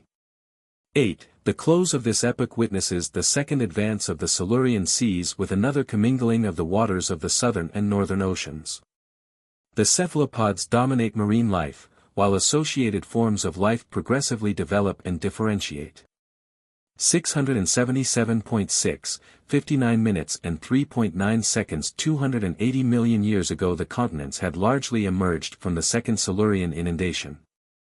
The rock deposits of this submergence are known in North America as Niagara limestone because this is the stratum of rock over which Niagara Falls now flows. This layer of rock extends from the eastern mountains to the Mississippi Valley region but not farther west except to the south. Several layers extend over Canada, portions of South America, Australia, and most of Europe, the average thickness of this Niagara series being about 600 feet. Immediately overlying the Niagara deposit, in many regions may be found a collection of conglomerate, shale, and rock salt. This is the accumulation of secondary subsidences. This salt settled in great lagoons which were alternately opened up to the sea and then cut off so that evaporation occurred with deposition of salt along with other matter held in solution. In some regions these rock salt beds are 70 feet thick. 677.7, 59 minutes and 3.10 seconds. The climate is even and mild, and marine fossils are laid down in the Arctic regions. But by the end of this epoch the seas are so excessively salty that little life survives. 677.8, 59:3. 11. Toward the close of the final Silurian submergence there is a great increase in the echinoderms, the stone lilies, as is evidenced by the crinoid limestone deposits. The trilobites have nearly disappeared, and the mollusks continue monarchs of the seas. Coral reef formation increases greatly. During this age, in the more favorable locations the primitive water scorpions first evolve. Soon thereafter, and suddenly, the true scorpions, actual air breathers, make their appearance.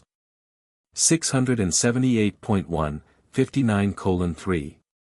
12. These developments terminate the third marine life period, covering 25 million years and known to your researchers as the Silurian. 4. The Great Land Emergence Stage. The Vegetative Land Life Period. The Age of Fishes. 678.2, 59:4. 1. In the age-long struggle between land and water, for long periods the sea has been comparatively victorious, but times of land victory are just ahead. And the continental drifts have not proceeded so far but that, at times, practically all of the land of the world is connected by slender isthmuses and narrow land bridges. 678.3, 59:4. 2. As the land emerges from the last Silurian inundation, an important period in world development and life evolution comes to an end. It is the dawn of a new age on Earth. The naked and unattractive landscape of former times is becoming clothed with luxuriant verdure, and the first magnificent forests will soon appear. 678.4, 59:4. 3. The marine life of this age was very diverse due to the early species segregation, but later on there was free commingling and association of all these different types. The brachiopods early reached their climax, being succeeded by the arthropods, and barnacles made their first appearance. But the greatest event of all was the sudden appearance of the fish family. This became the age of fishes, that period of the world's history characterized by the vertebrate type of animal. 678.5, 59 minutes and 4.4 seconds. 270 million years ago the continents were all above water. In millions upon millions of years not so much land had been above water at one time, it was one of the greatest land emergence epochs in all world history. 678.6, 59:4. 5 million years later the land areas of North and South America, Europe, Africa, Northern Asia, and Australia were briefly inundated, in North America the submergence at one time or another being almost complete. And the resulting limestone layers run from 500 to 5,000 feet in thickness. These various Devonian seas extended first in one direction and then in another so that the immense Arctic North American inland sea found an outlet to the Pacific Ocean through northern California. 678.7, 59:4. 260 million years ago, toward the end of this land depression epoch, North America was partially overspread by seas having simultaneous connection with the Pacific, Atlantic, Arctic, and Gulf waters. The deposits of these later stages of the first Devonian flood average about 1,000 feet in thickness. The coral reefs characterizing these times indicate that the inland seas were clear and shallow. Such coral deposits are exposed in the banks of the Ohio River near Louisville, Kentucky, and are about 100 feet thick, embracing more than 200 varieties. These coral formations extend through Canada and northern Europe to the Arctic regions. 678.8, 59 minutes and 4.7 seconds. Following these submergences, many of the shorelines were considerably elevated so that the earlier deposits were covered by mud or shale. There is also a red sandstone stratum which characterizes one of the Devonian sedimentations, and this red layer extends over much of the Earth's surface, being found in North and South America, Europe, Russia, China, Africa, and Australia. Such red deposits are suggestive of arid or semi-arid conditions, but the climate of this epoch was still mild and even. 679.1, 59 minutes and 4.8 seconds. Throughout all of this period the land southeast of the Cincinnati Island remained well above water. But very much of Western Europe, including the British Isles, was submerged. In Wales, Germany, and other places in Europe the Devonian rocks are 20,000 feet thick. 679.2, 59:4. 250 million years ago witnessed the appearance of the fish family, the vertebrates, one of the most important steps in all pre-human evolution. 679.3, 59 minutes and 4.10 seconds. The arthropods, or crustaceans, were the ancestors of the first vertebrates. The forerunners of the fish family were two modified arthropod ancestors. One had a long body connecting a head and tail, while the other was a backboneless, jawless prefish. But these preliminary types were quickly destroyed when the fishes, the first vertebrates of the animal world, made their sudden appearance from the north. 679.4, 59:4. 11 Many of the largest true fish belong to this age, some of the teeth-bearing varieties being 25 to 30 feet long. The present-day sharks are the survivors of these ancient fishes. The lung and armored fishes reached their evolutionary apex, and before this epoch had ended, fishes had adapted to both fresh and salt waters. 679.5, 59:4. 12 veritable bone beds of fish teeth and skeletons may be found in the deposits laid down toward the close of this period. And rich fossil beds are situated along the coast of California since many sheltered bays of the Pacific Ocean extended into the land of that region. 679.6, 59 minutes and 4.13 seconds. The Earth was being rapidly overrun by the new orders of land vegetation. Heretofore few plants grew on land except about the water's edge. Now, and suddenly, the prolific fern family appeared and quickly spread over the face of the rapidly rising land in all parts of the world. Tree types, 2 feet thick and 40 feet high, soon developed. Later on, leaves evolved, but these early varieties had only rudimentary foliage. There were many smaller plants, but their fossils are not found since they were usually destroyed by the still earlier appearing bacteria. 679.7, 59:4. 14 As the land rose, North America became connected with Europe by land bridges extending to Greenland. And today Greenland holds the remains of these early land plants beneath its mantle of ice. 679.8, 59:4. 15 240 million years ago the land over parts of both Europe and North and South America began to sink. This subsidence marked the appearance of the last and least extensive of the Devonian floods. The Arctic seas again moved southward over much of North America, the Atlantic inundated a large part of Europe and Western Asia, while the southern Pacific covered most of India. This inundation was slow in appearing and equally slow in retreating. The Catskill Mountains along the west bank of the Hudson River are one of the largest geologic monuments of this epoch to be found on the surface of North America. 679.9, 59 minutes and 4.16 seconds 230 million years ago the seas were continuing their retreat. Much of North America was above water, and great volcanic activity occurred in the St. Lawrence region. Mount Royal, at Montreal, is the eroded neck of one of these volcanoes. The deposits of this entire epoch are well shown in the Appalachian Mountains of North America where the Susquehanna River has cut a valley exposing these successive layers, which attained a thickness of over 13,000 feet. 680.1, 59:4. 17 The elevation of the continents proceeded, and the atmosphere was becoming enriched with oxygen. The earth was overspread by vast forests of ferns 100 feet high and by the peculiar trees of those days, silent forests. Not a sound was heard, not even the rustle of a leaf, for such trees had no leaves. 680.2, 59 minutes and 4.18 seconds and thus drew to a close one of the longest periods of marine life evolution, the Age of Fishes. This period of the world's history lasted almost 50 million years. It has become known to your researchers as the Devonian. 5. The crustal shifting stage. The fern forest Carboniferous period. The Age of Frogs. 680.3, 59:5. 1. The appearance of fish during the preceding period marks the apex of marine life evolution. From this point onward the evolution of land life becomes increasingly important.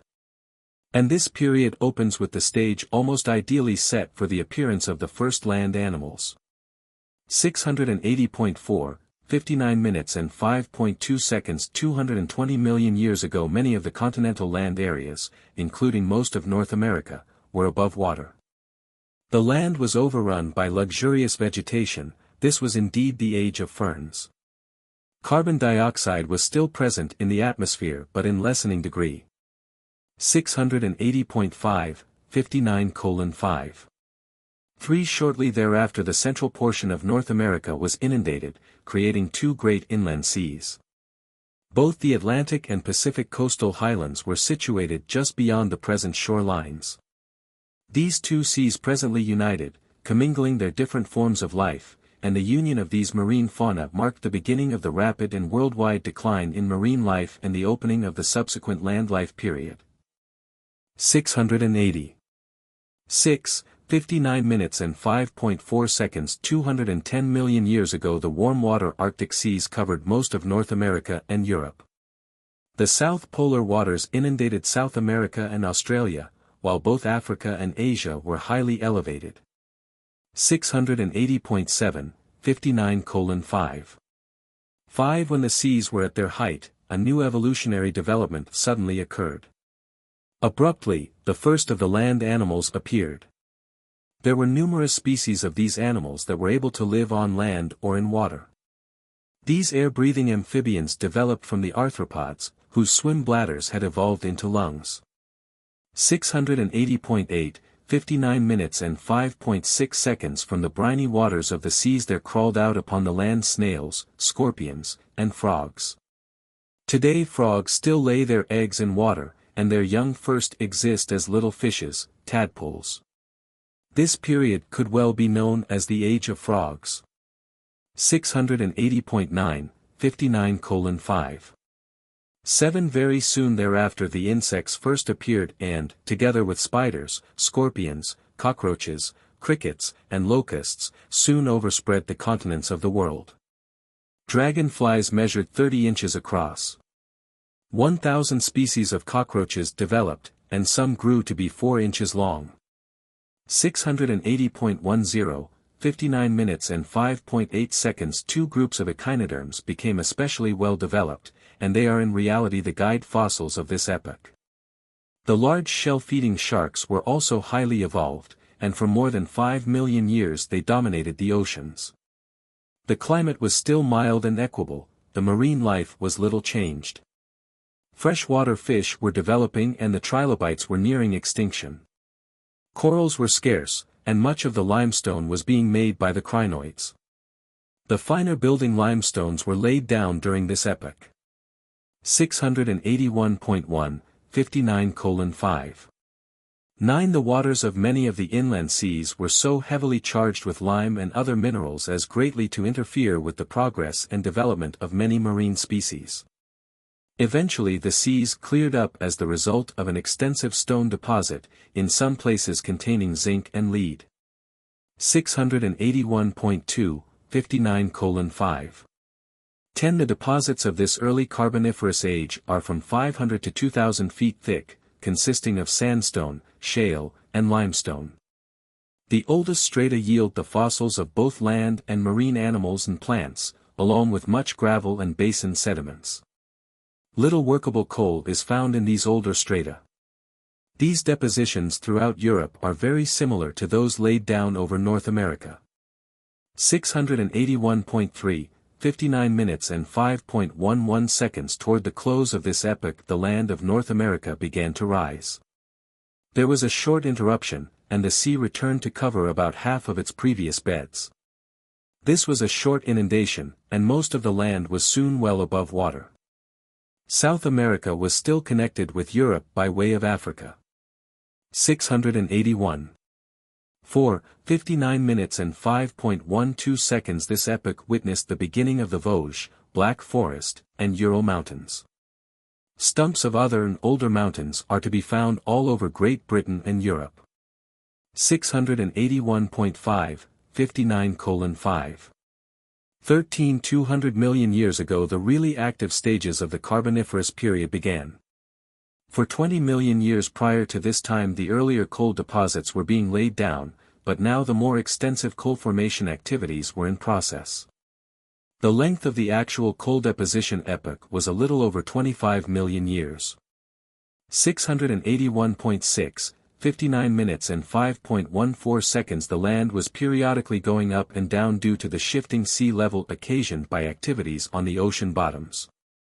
This crustal uneasiness, the settling and rising of the land, in connection with the prolific vegetation of the coastal swamps, contributed to the production of extensive coal deposits, which have caused this period to be known as the Carboniferous. And the climate was still mild the world over.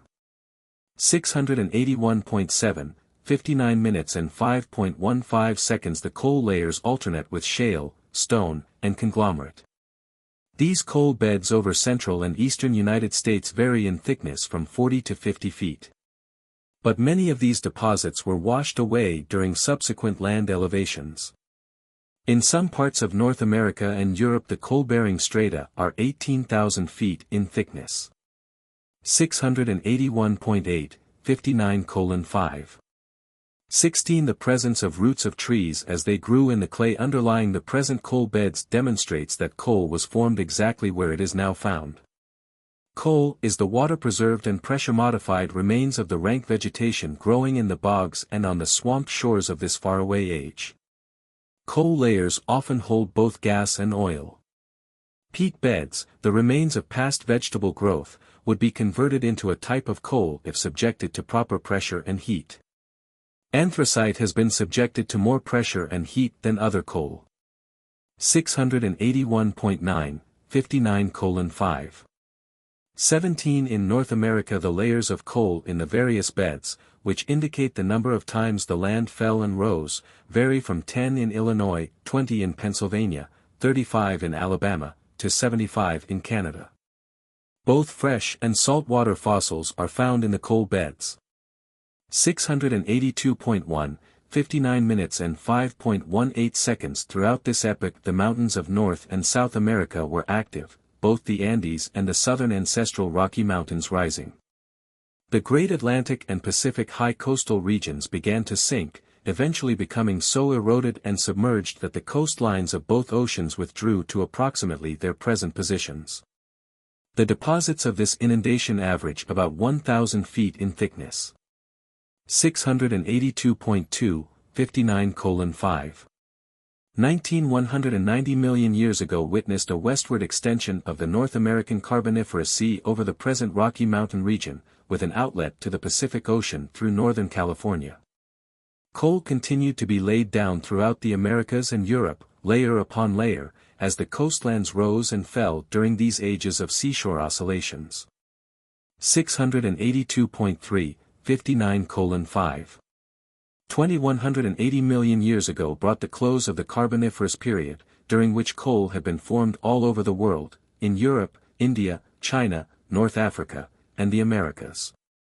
At the close of the coal formation period, North America east of the Mississippi Valley rose, and most of this section has ever since remained above the sea. This land elevation period marks the beginning of the modern mountains of North America, both in the Appalachian regions and in the West. Volcanoes were active in Alaska and California and in the mountain-forming regions of Europe and Asia. Eastern America and Western Europe were connected by the continent of Greenland. 682.4, 59:5. 21 Land elevation began to modify the marine climate of the preceding ages and to substitute therefore the beginnings of the less mild and more variable continental climate. 682.5, 59:5. 22 The plants of these times were spore-bearing, and the wind was able to spread them far and wide. The trunks of the Carboniferous trees were commonly 7 feet in diameter and often 125 feet high. The modern ferns are truly relics of these bygone ages. 682.6, 59 minutes and 5.23 seconds In general, these were the epochs of development for freshwater organisms. Little change occurred in the previous marine life.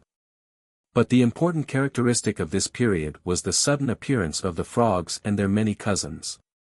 The life features of the Coal Age were ferns and frogs. 6. The climatic transition stage. The seed plant period.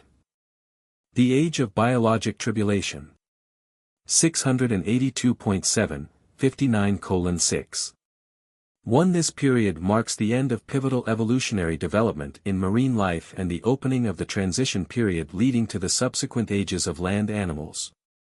682.8, 59 minutes and 6.2 seconds This age was one of great life impoverishment. Thousands of marine species perished, and life was hardly yet established on land. This was a time of biologic tribulation, the age when life nearly vanished from the face of the earth and from the depths of the oceans. Toward the close of the long marine life era there were more than 100,000 species of living things on Earth. At the close of this period of transition less than 500 had survived. 682.9, 59:6. 3 The peculiarities of this new period were not due so much to the cooling of the Earth's crust or to the long absence of volcanic action as to an unusual combination of commonplace and pre-existing influences, restrictions of the seas and increasing elevation of enormous land masses. The mild marine climate of former times was disappearing, and the harsher continental type of weather was fast developing. 683.1, 59:6. For 170 million years ago great evolutionary changes and adjustments were taking place over the entire face of the Earth. Land was rising all over the world as the ocean beds were sinking. Isolated mountain ridges appeared. The eastern part of North America was high above the sea, the west was slowly rising. The continents were covered by great and small salt lakes and numerous inland seas which were connected with the oceans by narrow straits. The strata of this transition period vary in thickness from 1,000 to 7,000 feet. 683.2, 59 minutes and 6.5 seconds. The Earth's crust folded extensively during these land elevations. This was a time of continental emergence except for the disappearance of certain land bridges, including the continents which had so long connected South America with Africa and North America with Europe. 683.3, 59:6. 6. Gradually the inland lakes and seas were drying up all over the world. Isolated mountain and regional glaciers began to appear, especially over the southern hemisphere, and in many regions the glacial deposit of these local ice formations may be found even among some of the upper and later cold deposits. 2. New climatic factors appeared, glaciation and aridity. Many of the Earth's higher regions had become arid and barren.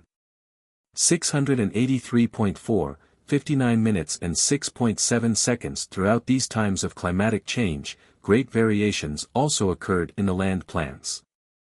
The seed plants first appeared, and they afforded a better food supply for the subsequently increased land animal life. The insects underwent a radical change. The resting stages evolved to meet the demands of suspended animation during winter and drought. 683.5, 59:6. 8. Among the land animals the frogs reached their climax in the preceding age and rapidly declined, but they survived because they could long live even in the drying up pools and ponds of these far distant and extremely trying times. During this declining frog age, in Africa, the first step in the evolution of the frog into the reptile occurred. And since the land masses were still connected, this pre-reptilian creature, an air breather, spread over all the world. By this time the atmosphere had been so changed that it served admirably to support animal respiration.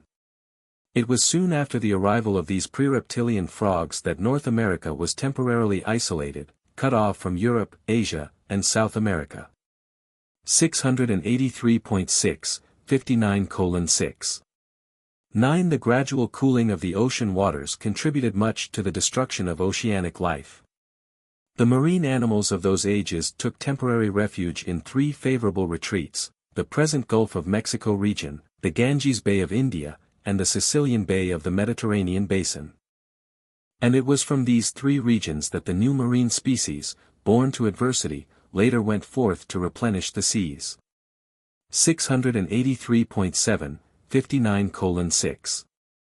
10. 160 million years ago the land was largely covered with vegetation adapted to support land animal life, and the atmosphere had become ideal for animal respiration. Thus ends the period of marine life curtailment and those testing times of biologic adversity which eliminated all forms of life except such as had survival value, and which were therefore entitled to function as the ancestors of the more rapidly developing and highly differentiated life of the ensuing ages of planetary evolution.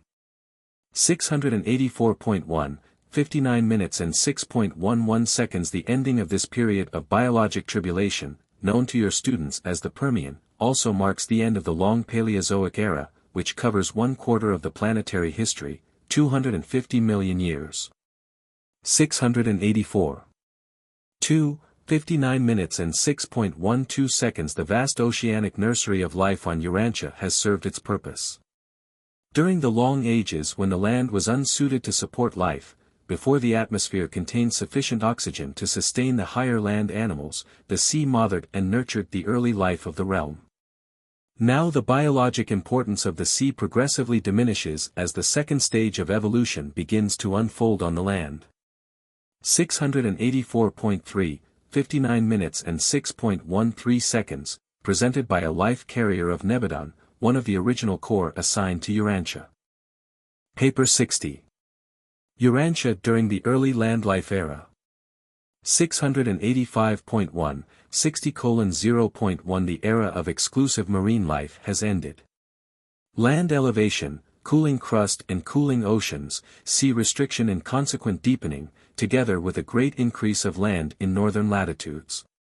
All conspired greatly to change the world's climate in all regions far removed from the equatorial zone. 685.2, 60:0.2 The closing epochs of the preceding era were indeed the age of frogs, but these ancestors of the land vertebrates were no longer dominant, having survived in greatly reduced numbers. Very few types outlived the rigorous trials of the preceding period of biologic tribulation. Even the spore-bearing plants were nearly extinct. 1. The early reptilian age. 685.3, 60:1. 1. The erosion deposits of this period were mostly conglomerates, shale, and sandstone. The gypsum and red layers throughout these sedimentations over both America and Europe indicate that the climate of these continents was arid. These arid districts were subjected to great erosion from the violent and periodic cloudbursts on the surrounding highlands. 685.4, 60:1. Too few fossils are to be found in these layers, but numerous sandstone footprints of the land reptiles may be observed. In many regions the 1,000 feet of red sandstone deposit of this period contains no fossils. The life of land animals was continuous only in certain parts of Africa. 685.5, 60:1.3 These deposits vary in thickness from 3,000 to 10,000 feet, even being 18,000 on the Pacific coast. Lava was later forced in between many of these layers. The Palisades of the Hudson River were formed by the extrusion of basalt lava between these Triassic strata. Volcanic action was extensive in different parts of the world. 685.6, 60:1. For over Europe, especially Germany and Russia, may be found deposits of this period. In England the new red sandstone belongs to this epoch. Limestone was laid down in the southern Alps as the result of a sea invasion and may now be seen as the peculiar dolomite limestone walls, peaks, and pillars of those regions. This layer is to be found all over Africa and Australia. The Carrara marble comes from such modified limestone. Nothing of this period will be found in the southern regions of South America as that part of the continent remained down and hence presents only a water or marine deposit continuous with the preceding and succeeding epochs.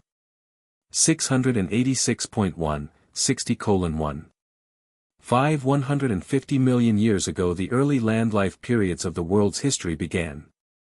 Life, in general, did not fare well but did better than at the strenuous and hostile close of the marine life era. 686.2, 60:1.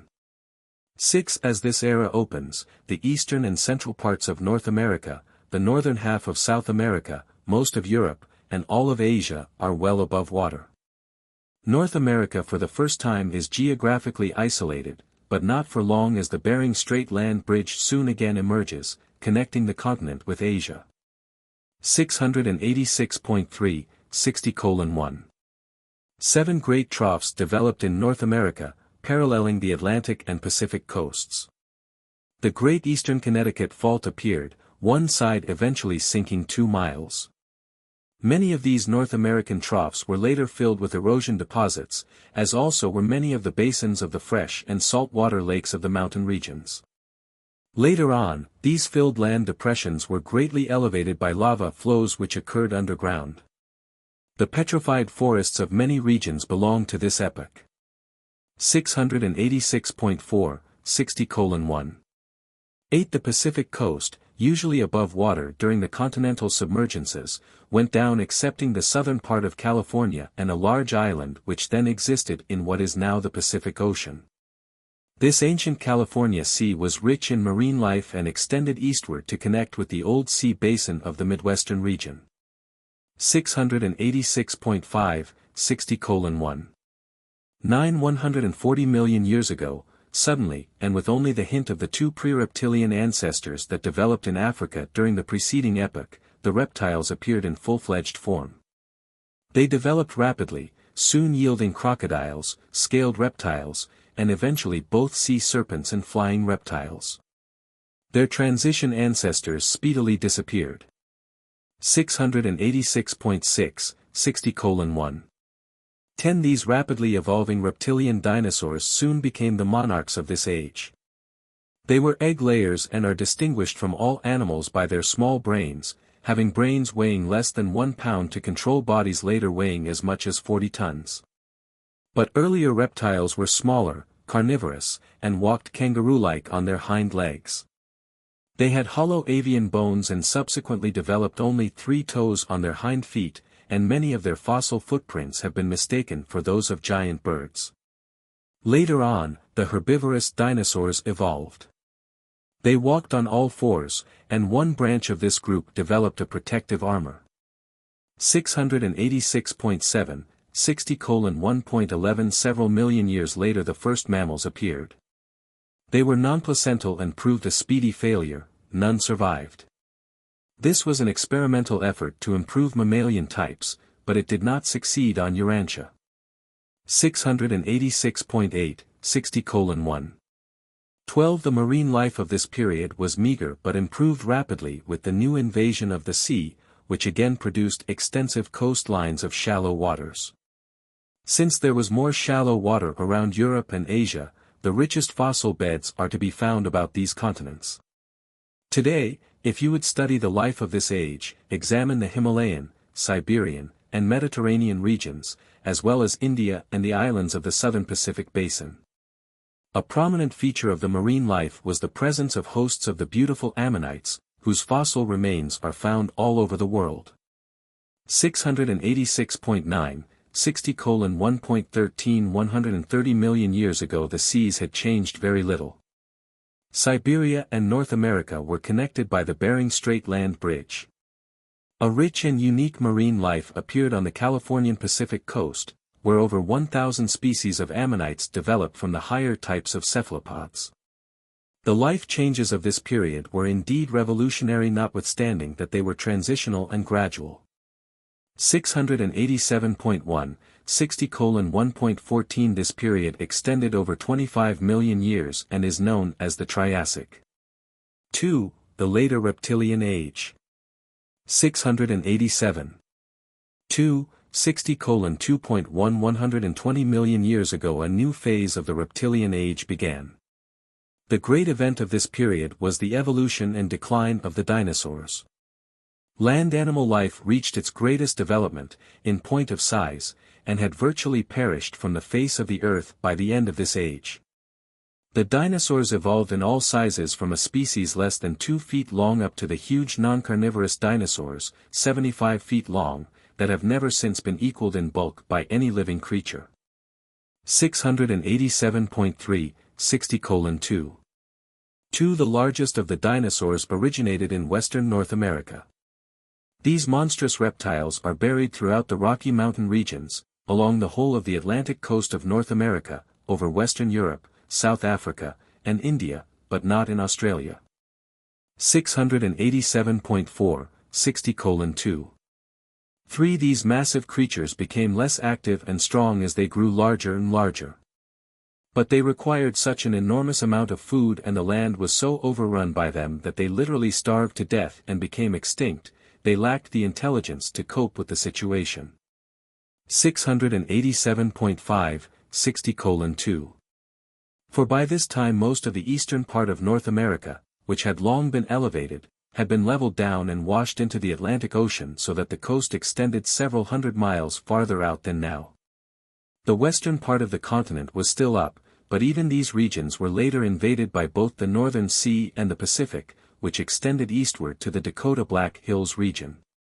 687.6, 60:2. 5. This was a freshwater age characterized by many inland lakes, as is shown by the abundant freshwater fossils of the so-called Morrison beds of Colorado, Montana, and Wyoming. The thickness of these combined salt and freshwater deposits varies from 2,000 to 5,000 feet, but very little limestone is present in these layers. 687.7, 60:2. 6. The same polar sea that extended so far down over North America likewise covered all of South America except the soon appearing Andes Mountains. Most of China and Russia was inundated, but the water invasion was greatest in Europe.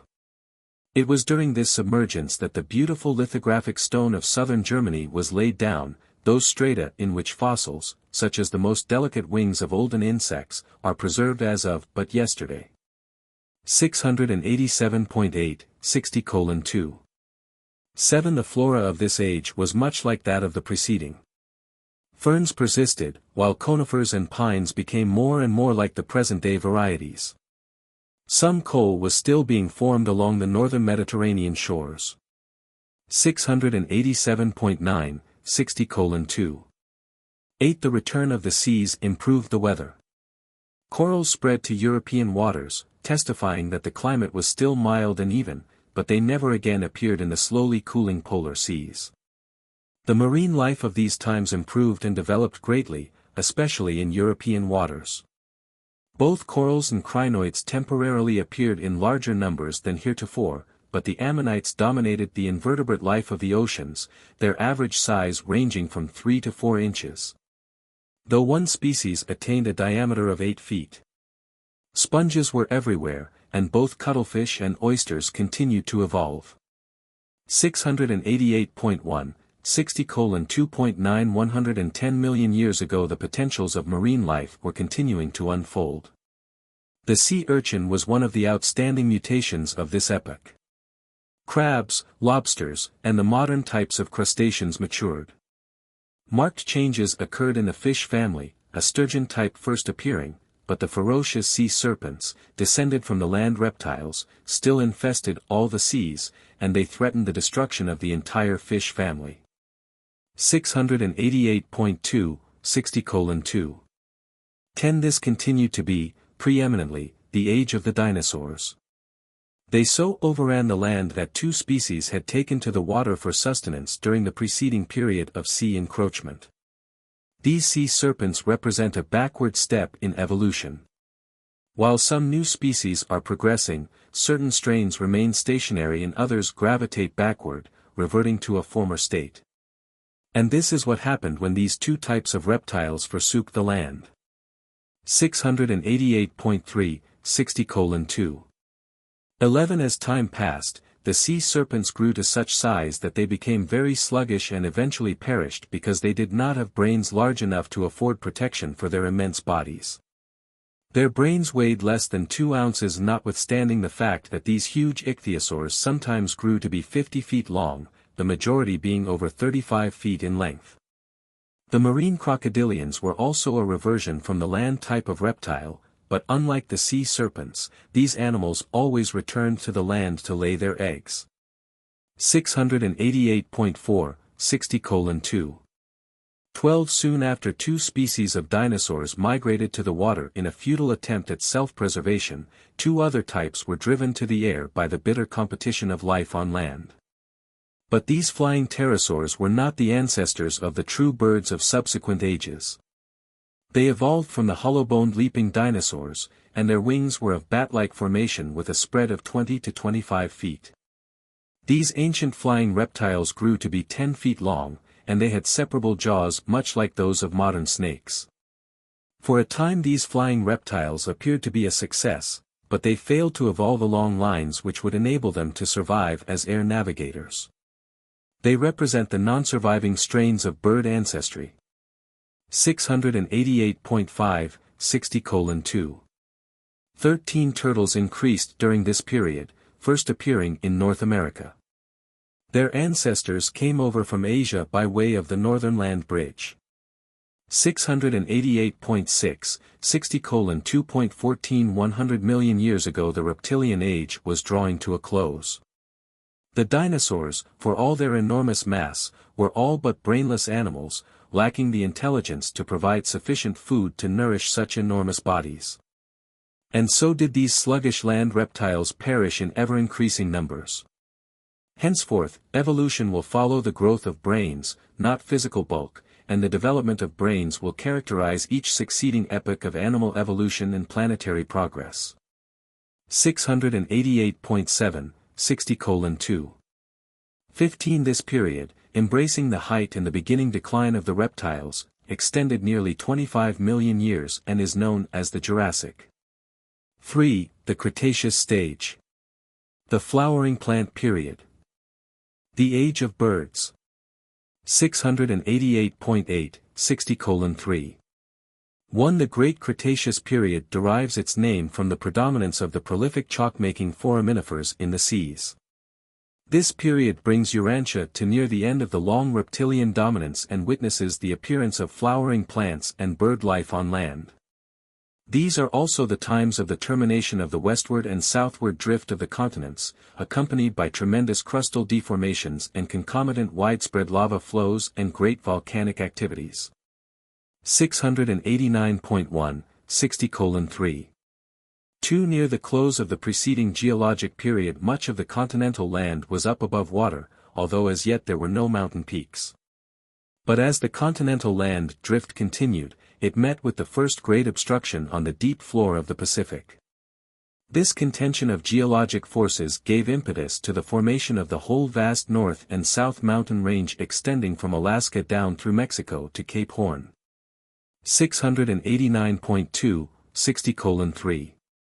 3. This period thus becomes the modern mountain building stage of geologic history. Prior to this time there were few mountain peaks, merely elevated land ridges of great width. Now the Pacific Coast Range was beginning to elevate, but it was located 700 miles west of the present shoreline. The Sierras were beginning to form, their gold-bearing quartz strata being the product of lava flows of this epoch. In the eastern part of North America, Atlantic sea pressure was also working to cause land elevation. 689.3, 60:3.4 100 million years ago the North American continent and a part of Europe were well above water. The warping of the American continents continued, resulting in the metamorphosing of the South American Andes and in the gradual elevation of the western plains of North America. Most of Mexico sank beneath the sea, and the southern Atlantic encroached on the eastern coast of South America, eventually reaching the present shoreline. The Atlantic and Indian Oceans were then about as they are today. 689.4, 60:3. 595 million years ago the American and European land masses again began to sink. The southern seas commenced the invasion of North America and gradually extended northward to connect with the Arctic Ocean, constituting the second greatest submergence of the continent. When this sea finally withdrew, it left the continent about as it now is. Before this great submergence began, the eastern Appalachian highlands had been almost completely worn down to the water's level. The many-colored layers of pure clay now used for the manufacture of earthenware were laid down over the Atlantic coast regions during this age, their average thickness being about 2,000 feet.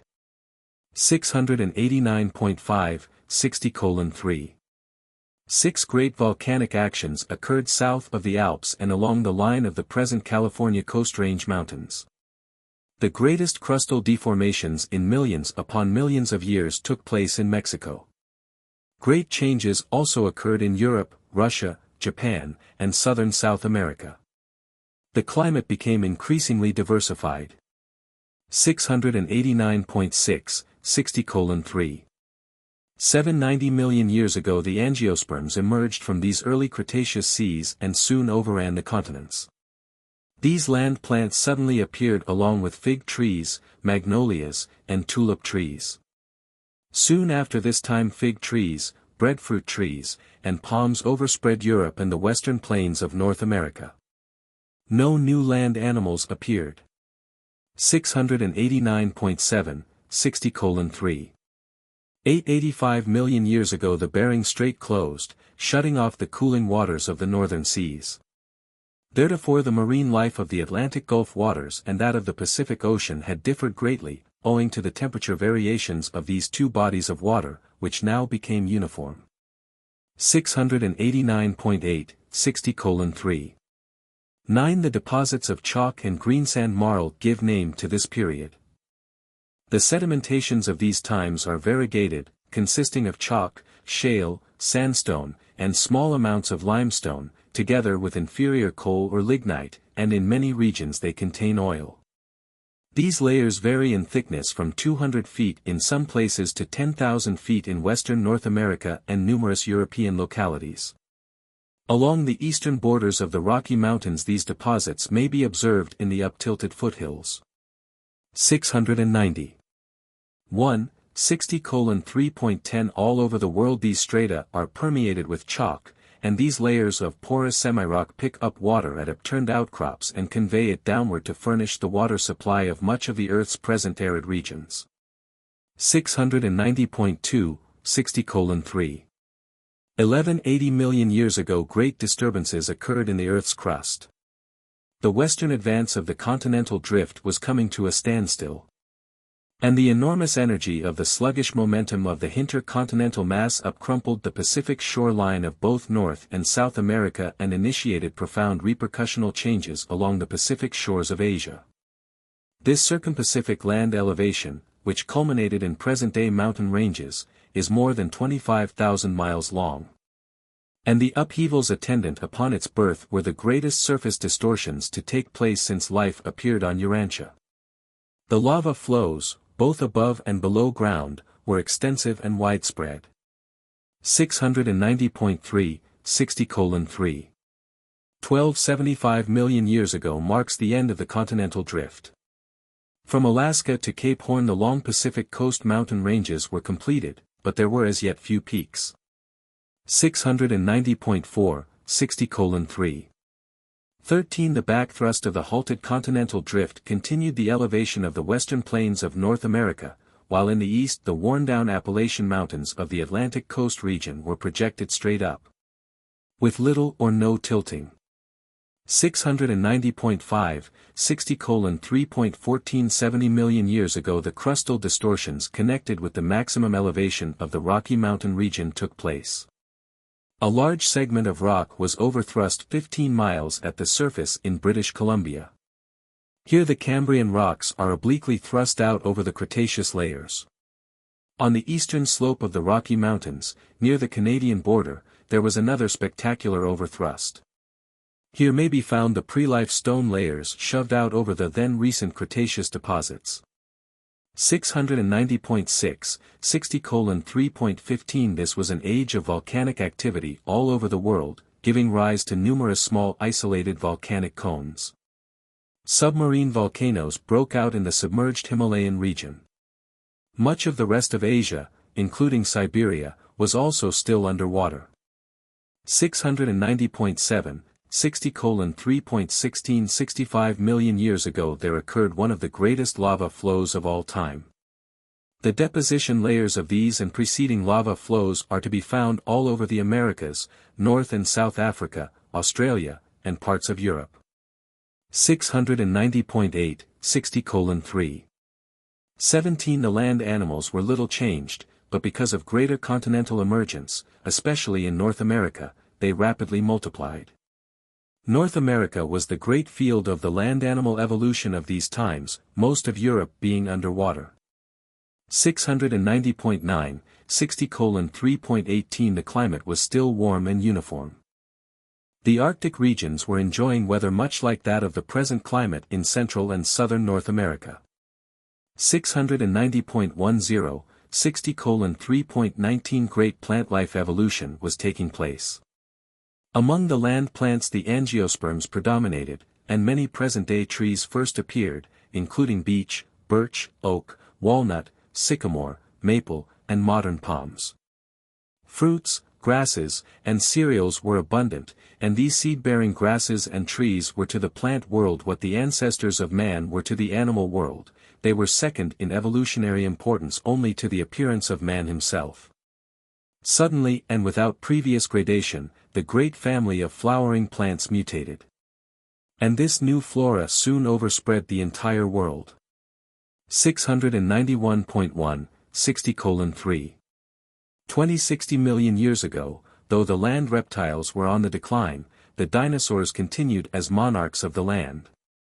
The lead now being taken by the more agile and active types of the smaller leaping kangaroo varieties of the carnivorous dinosaurs. But sometime previously there had appeared new types of the herbivorous dinosaurs, whose rapid increase was due to the appearance of the grass family of land plants. One of these new grass-eating dinosaurs was a true quadruped having 2 horns and a cape-like shoulder flange. The land type of turtle, 20 feet across, appeared as did also the modern crocodile and true snakes of the modern type. Great changes were also occurring among the fishes and other forms of marine life.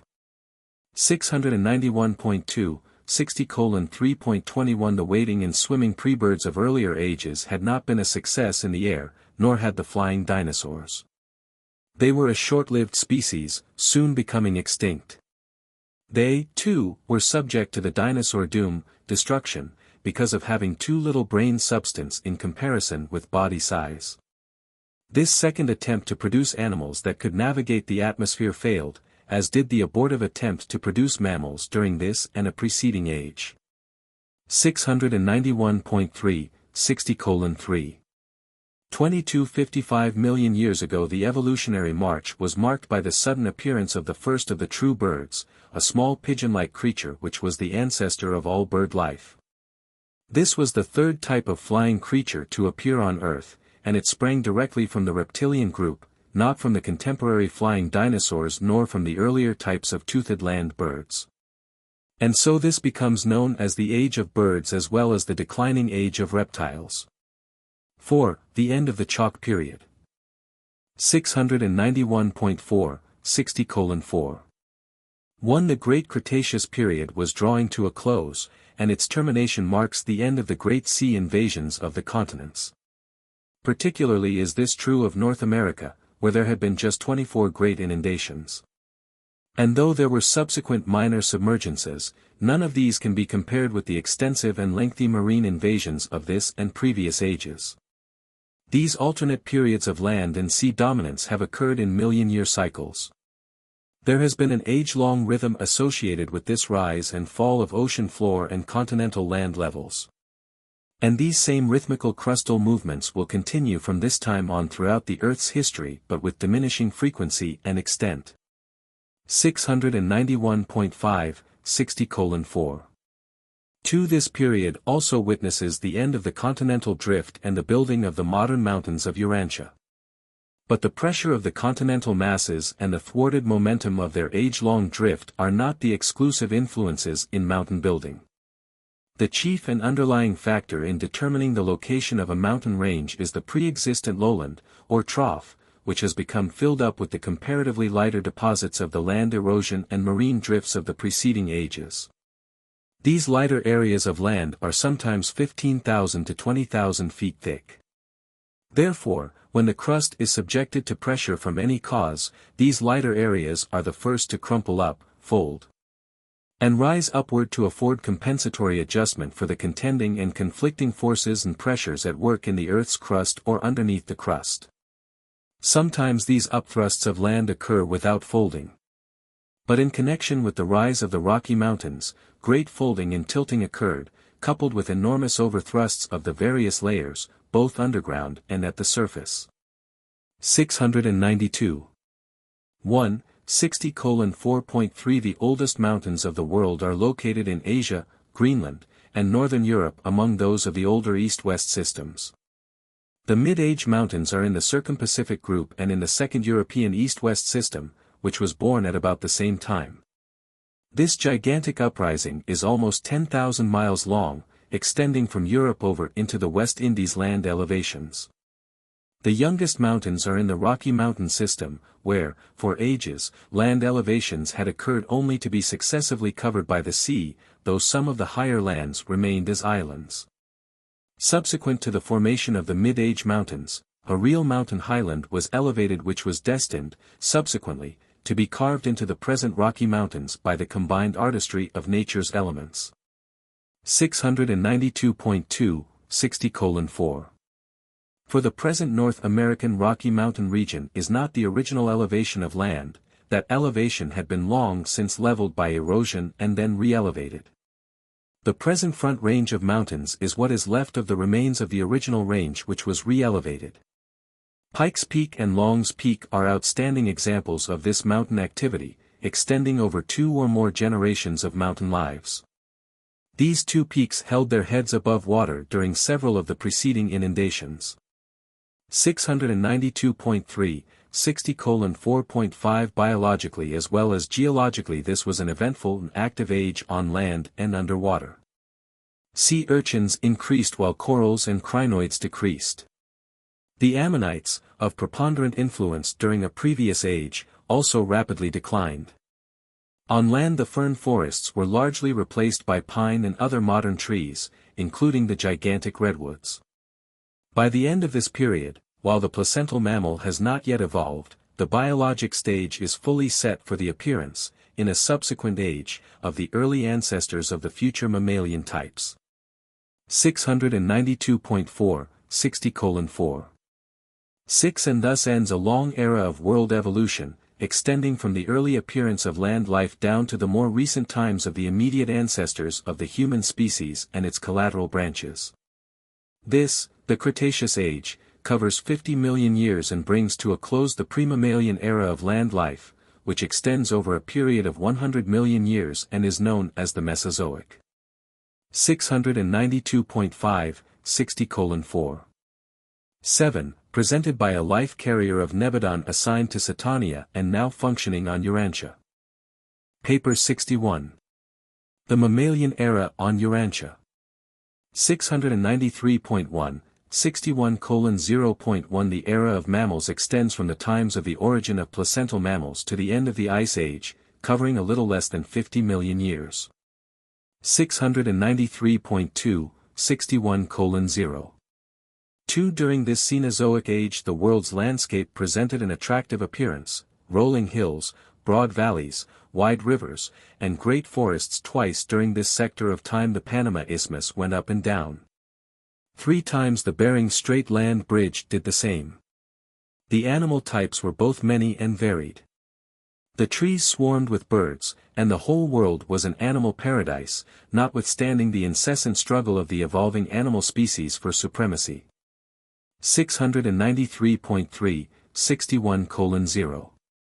3 The accumulated deposits of the 5 periods of this 50 million year era contain the fossil records of the successive mammalian dynasties and lead right up through the times of the actual appearance of man himself.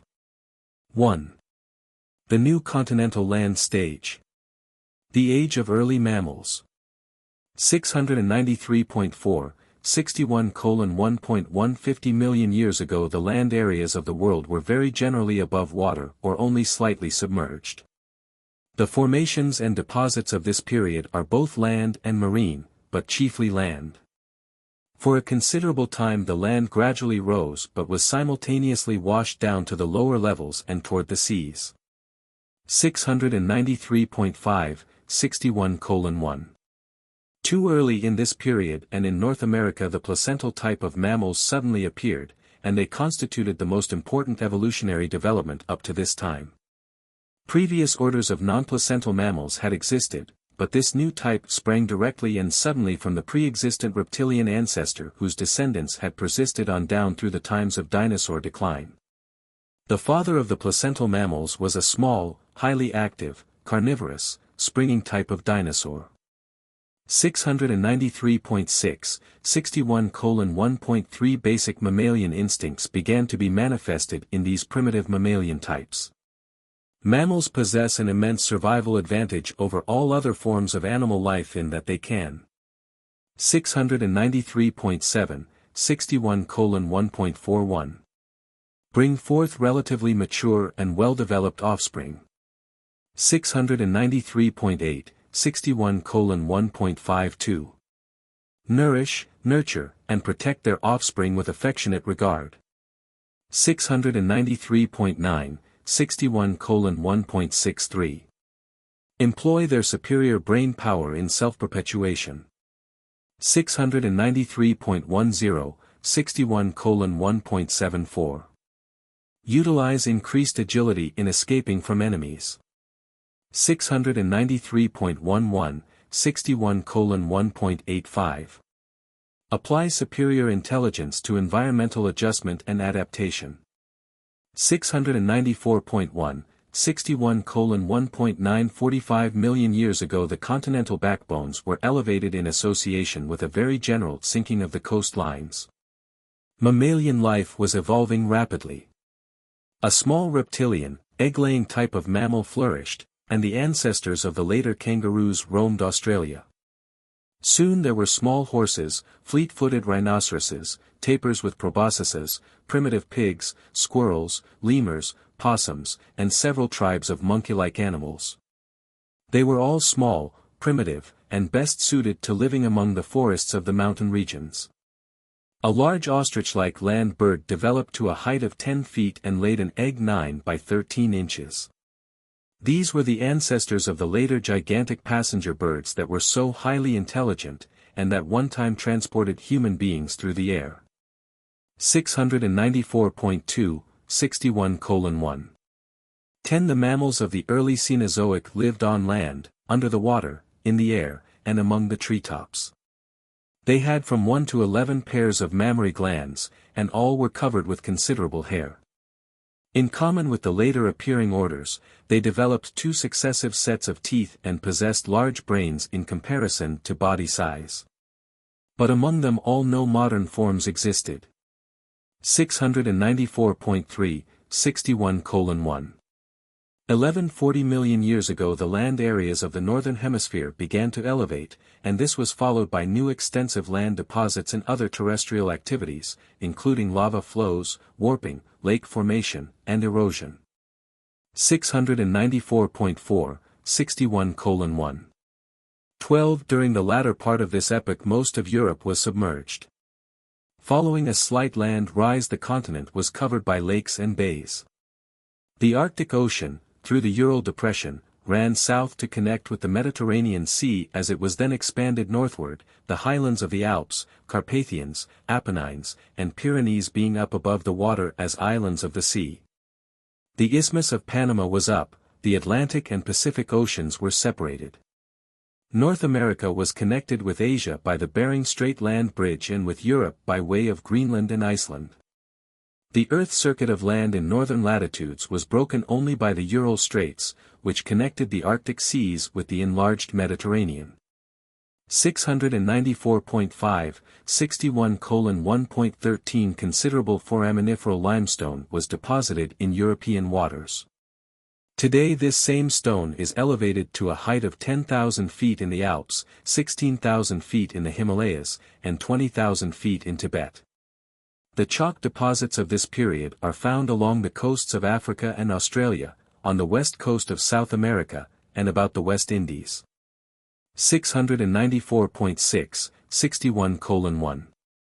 14. Throughout this so-called Eocene period the evolution of mammalian and other related forms of life continued with little or no interruption.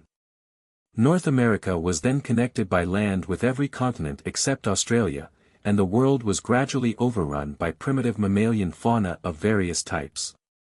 2. The recent flood stage. The age of advanced mammals.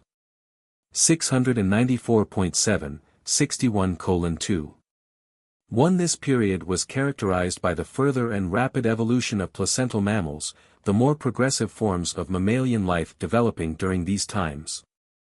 694.8, 61:2. 2. Although the early placental mammals sprang from carnivorous ancestors, very soon herbivorous branches developed, and, ere long, omnivorous mammalian families also sprang up. The angiosperms were the principal food of the rapidly increasing mammals, the modern land flora, including the majority of present-day plants and trees, having appeared during earlier periods. 695.1, 61:2. 335 million years ago marks the beginning of the age of placental mammalian world domination. The southern land bridge was extensive, reconnecting the then enormous Antarctic continent with South America, South Africa, and Australia. In spite of the massing of land in high latitudes, the world climate remained relatively mild because of the enormous increase in the size of the tropic seas, nor was the land elevated sufficiently to produce glaciers.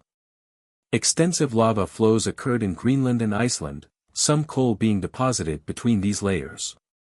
695.2, 61:2.4 Marked changes were taking place in the fauna of the planet. The sea life was undergoing great modification. Most of the present-day orders of marine life were in existence, and foraminifers continued to play an important role. The insect life was much like that of the previous era. The fluorescent fossil beds of Colorado belong to the later years of these far distant times. Most of the living insect families go back to this period, but many then in existence are now extinct, though their fossils remain. 695.3, 61:2. 5 On land. This was preeminently the age of mammalian renovation and expansion. Of the earlier and more primitive mammals, over 100 species were extinct before this period ended. Even the mammals of large size and small brain soon perished. Brains and agility had replaced armor and size in the progress of animal survival. And with the dinosaur family on the decline, the mammals slowly assumed domination of the Earth, speedily and completely destroying the remainder of their reptilian ancestors. 695.4, 61:2. 6 Along with the disappearance of the dinosaurs, other and great changes occurred in the various branches of the saurian family. The surviving members of the early reptilian families are turtles, snakes, and crocodiles, together with the venerable frog, the only remaining group representative of man's earlier ancestors. 695.5, 61:2. 7 Various groups of mammals had their origin in a unique animal now extinct. This carnivorous creature was something of a cross between a cat and a seal. It could live on land or in water and was highly intelligent and very active. In Europe the ancestor of the canine family evolved, soon giving rise to many species of small dogs. About the same time the gnawing rodents, including beavers, squirrels, gophers, mice, and rabbits, appeared and soon became a notable form of life, very little change having since occurred in this family. The later deposits of this period contain the fossil remains of dogs, cats, coons, and weasels in ancestral form. 695.6, 61:2. 30 million years ago the modern types of mammals began to make their appearance. Formerly the mammals had lived for the greater part in the hills, being of the mountainous types. Suddenly there began the evolution of the plains or hoofed type, the grazing species, as differentiated from the clawed flesh-eaters. These grazers sprang from an undifferentiated ancestor having 5 toes and 44 teeth, which perished before the end of the age. Toe evolution did not progress beyond the 3-toed stage throughout this period. 695.7, 61:2. 9 The horse, an outstanding example of evolution, lived during these times in both North America and Europe, though his development was not fully completed until the later Ice Age. While the rhinoceros family appeared at the close of this period, it underwent its greatest expansion subsequently. A small hog-like creature also developed which became the ancestor of the many species of swine, peccaries, and hippopotamuses. Camels and llamas had their origin in North America about the middle of this period and overran the western plains. Later, the llamas migrated to South America, the camels to Europe, and soon both were extinct in North America, though a few camels survived up to the Ice Age. 696.1, 61:2. 10 About this time a notable thing occurred in western North America. The early ancestors of the ancient lemurs first made their appearance. While this family cannot be regarded as true lemurs, their coming marked the establishment of the line from which the true lemurs subsequently sprang. 696.2, 61:2. 11 Like the land serpents of a previous age which betook themselves to the seas, now a whole tribe of placental mammals deserted the land and took up their residence in the oceans. And they have ever since remained in the sea, yielding the modern whales, dolphins, porpoises, seals, and sea lions. 696.3, 61:2.12 The bird life of the planet continued to develop, but with few important evolutionary changes. The majority of modern birds were extant, including gulls, herons, flamingos, buzzards, falcons, eagles, owls, quails, and ostriches. 696.4, 61:2. 13 By the close of this Oligocene period, covering 10 million years, the plant life, together with the marine life and the land animals, had very largely evolved and was present on Earth much as today. Considerable specialization has subsequently appeared, but the ancestral forms of most living things were then alive. 3. The modern mountain stage. Age of the elephant and the horse. 696.5, 61:3. 1. Land elevation and sea segregation were slowly changing the world's weather, gradually cooling it, but the climate was still mild. Sequoias and magnolias grew in Greenland, but the subtropical plants were beginning to migrate southward. By the end of this period, these warm climate plants and trees had largely disappeared from the northern latitudes, their places being taken by more hardy plants and the deciduous trees. 696.6, 61:3. 2. There was a great increase in the varieties of grasses, and the teeth of many mammalian species gradually altered to conform to the present-day grazing type. 696.7, 61:3. 325 million years ago there was a slight land submergence following the long epoch of land elevation. The Rocky Mountain region remained highly elevated so that the deposition of erosion material continued throughout the lowlands to the east. The Sierras were well re-elevated, in fact, they have been rising ever since. The Great 4-Mile Vertical Fault in the California region dates from this time. 696.8, 61:3. 20 million years ago was indeed the golden age of mammals. The Bering Strait land bridge was up, and many groups of animals migrated to North America from Asia, including the four-tusked mastodons, short-legged rhinoceroses, and many varieties of the cat family. 696.9, 61:3. 5. The first deer appeared, and North America was soon overrun by ruminants, deer, oxen, camels, bison, and several species of rhinoceroses, but the giant pigs, more than 6 feet tall, became extinct. 697.1, 61:3. 6. The huge elephants of this and subsequent periods possessed large brains as well as large bodies, and they soon overran the entire world except Australia. For once the world was dominated by a huge animal with a brain sufficiently large to enable it to carry on. Confronted by the highly intelligent life of these ages, no animal the size of an elephant could have survived unless it had possessed a brain of large size and superior quality. In intelligence and adaptation the elephant is approached only by the horse and is surpassed only by man himself. Even so, of the 50 species of elephants in existence at the opening of this period, only 2 have survived. 697.2, 61:3. 715 million years ago the mountain regions of Eurasia were rising, and there was some volcanic activity throughout these regions, but nothing comparable to the lava flows of the Western Hemisphere. These unsettled conditions prevailed all over the world. 697.3, 61:3. 8. The Strait of Gibraltar closed, and Spain was connected with Africa by the old land bridge, but the Mediterranean flowed into the Atlantic through a narrow channel which extended across France. The mountain peaks and highlands appearing as islands above this ancient sea. Later on, these European seas began to withdraw. Still later, the Mediterranean was connected with the Indian Ocean, while at the close of this period the Suez region was elevated so that the Mediterranean became, for a time, an inland salt sea. 697.4, 61:3.9. The Iceland land bridge submerged, and the Arctic waters commingled with those of the Atlantic Ocean.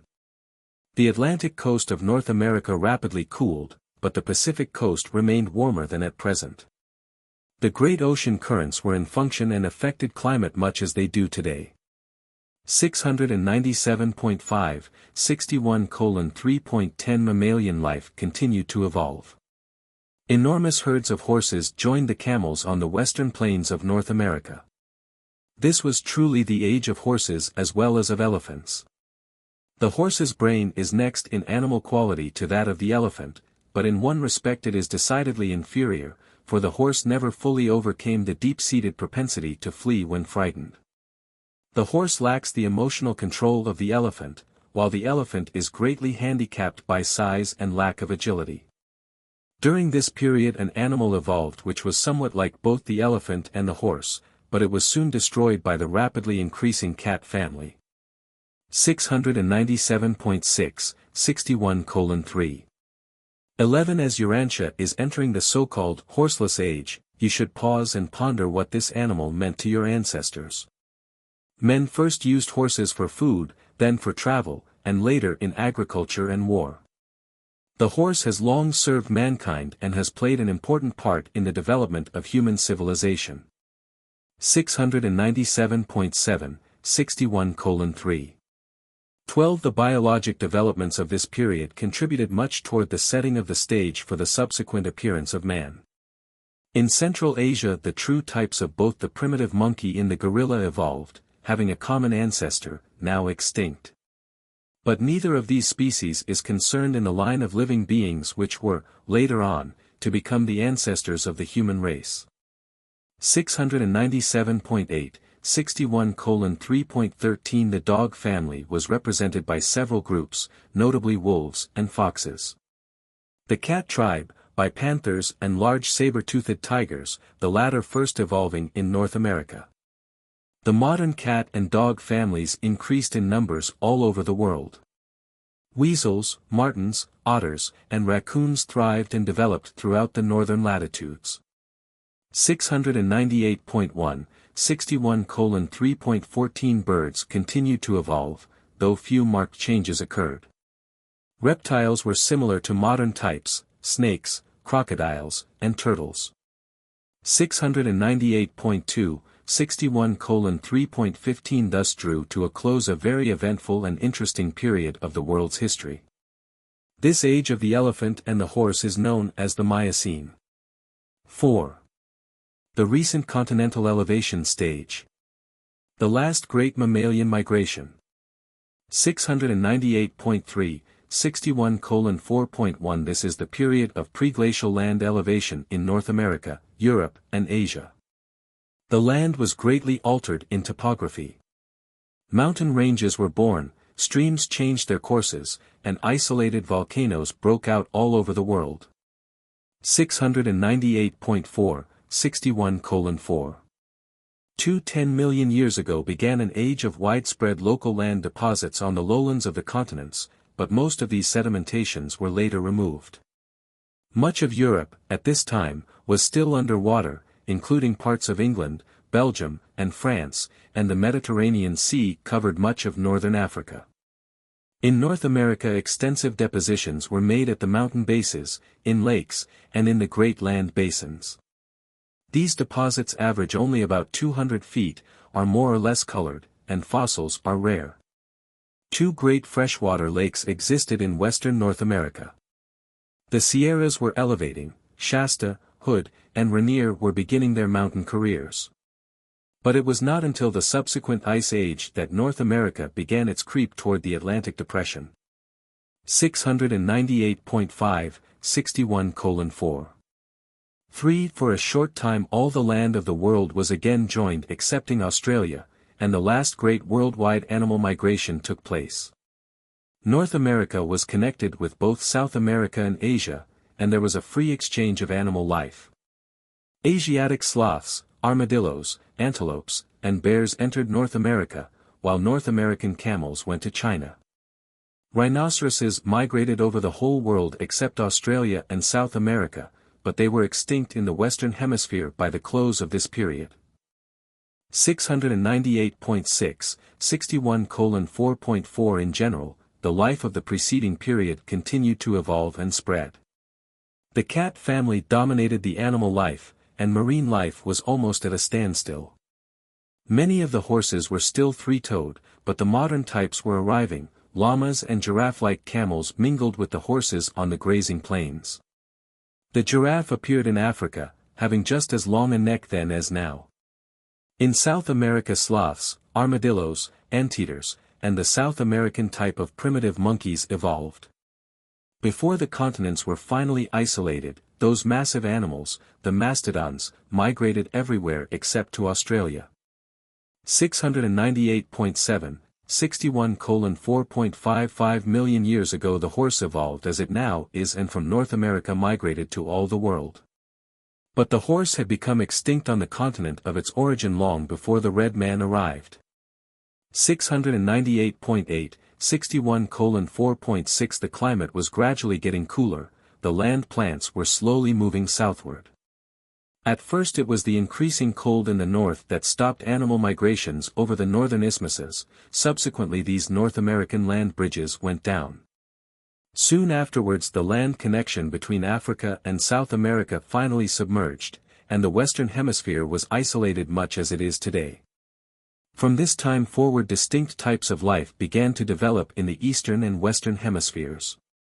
699.1, 61 to 4.7 And thus does this period of almost 10 million years duration draw to a close, and not yet has the ancestor of man appeared. This is the time usually designated as the Pliocene. 5. The Early Ice Age. 699.2, 61:5. 1. By the close of the preceding period the lands of the northeastern part of North America and of northern Europe were highly elevated on an extensive scale, in North America vast areas rising up to 30,000 feet and more. Mild climates had formerly prevailed over these northern regions, and the Arctic waters were all open to evaporation, and they continued to be ice-free until almost the close of the glacial period. 699.3, 61:5. 2. Simultaneously with these land elevations the ocean currents shifted, and the seasonal winds changed their direction. These conditions eventually produced an almost constant precipitation of moisture from the movement of the heavily saturated atmosphere over the northern highlands. Snow began to fall on these elevated and therefore cool regions, and it continued to fall until it had attained a depth of 20,000 feet. The areas of the greatest depth of snow, together with altitude, determined the central points of subsequent glacial pressure flows. And the Ice Age persisted just as long as this excessive precipitation continued to cover these northern highlands with this enormous mantle of snow, which soon metamorphosed into solid but creeping ice. 699.4, 61:5.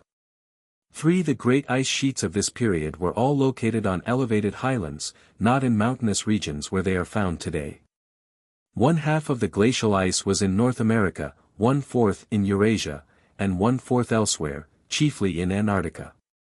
Africa was little affected by the ice, but Australia was almost covered with the Antarctic ice blanket. 699.5, 61:5.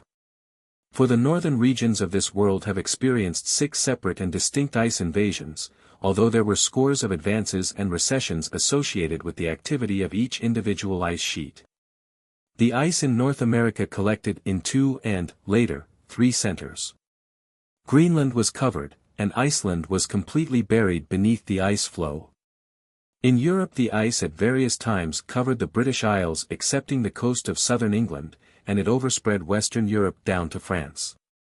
699.6, 61:5.5 2 million years ago the first North American glacier started its southern advance.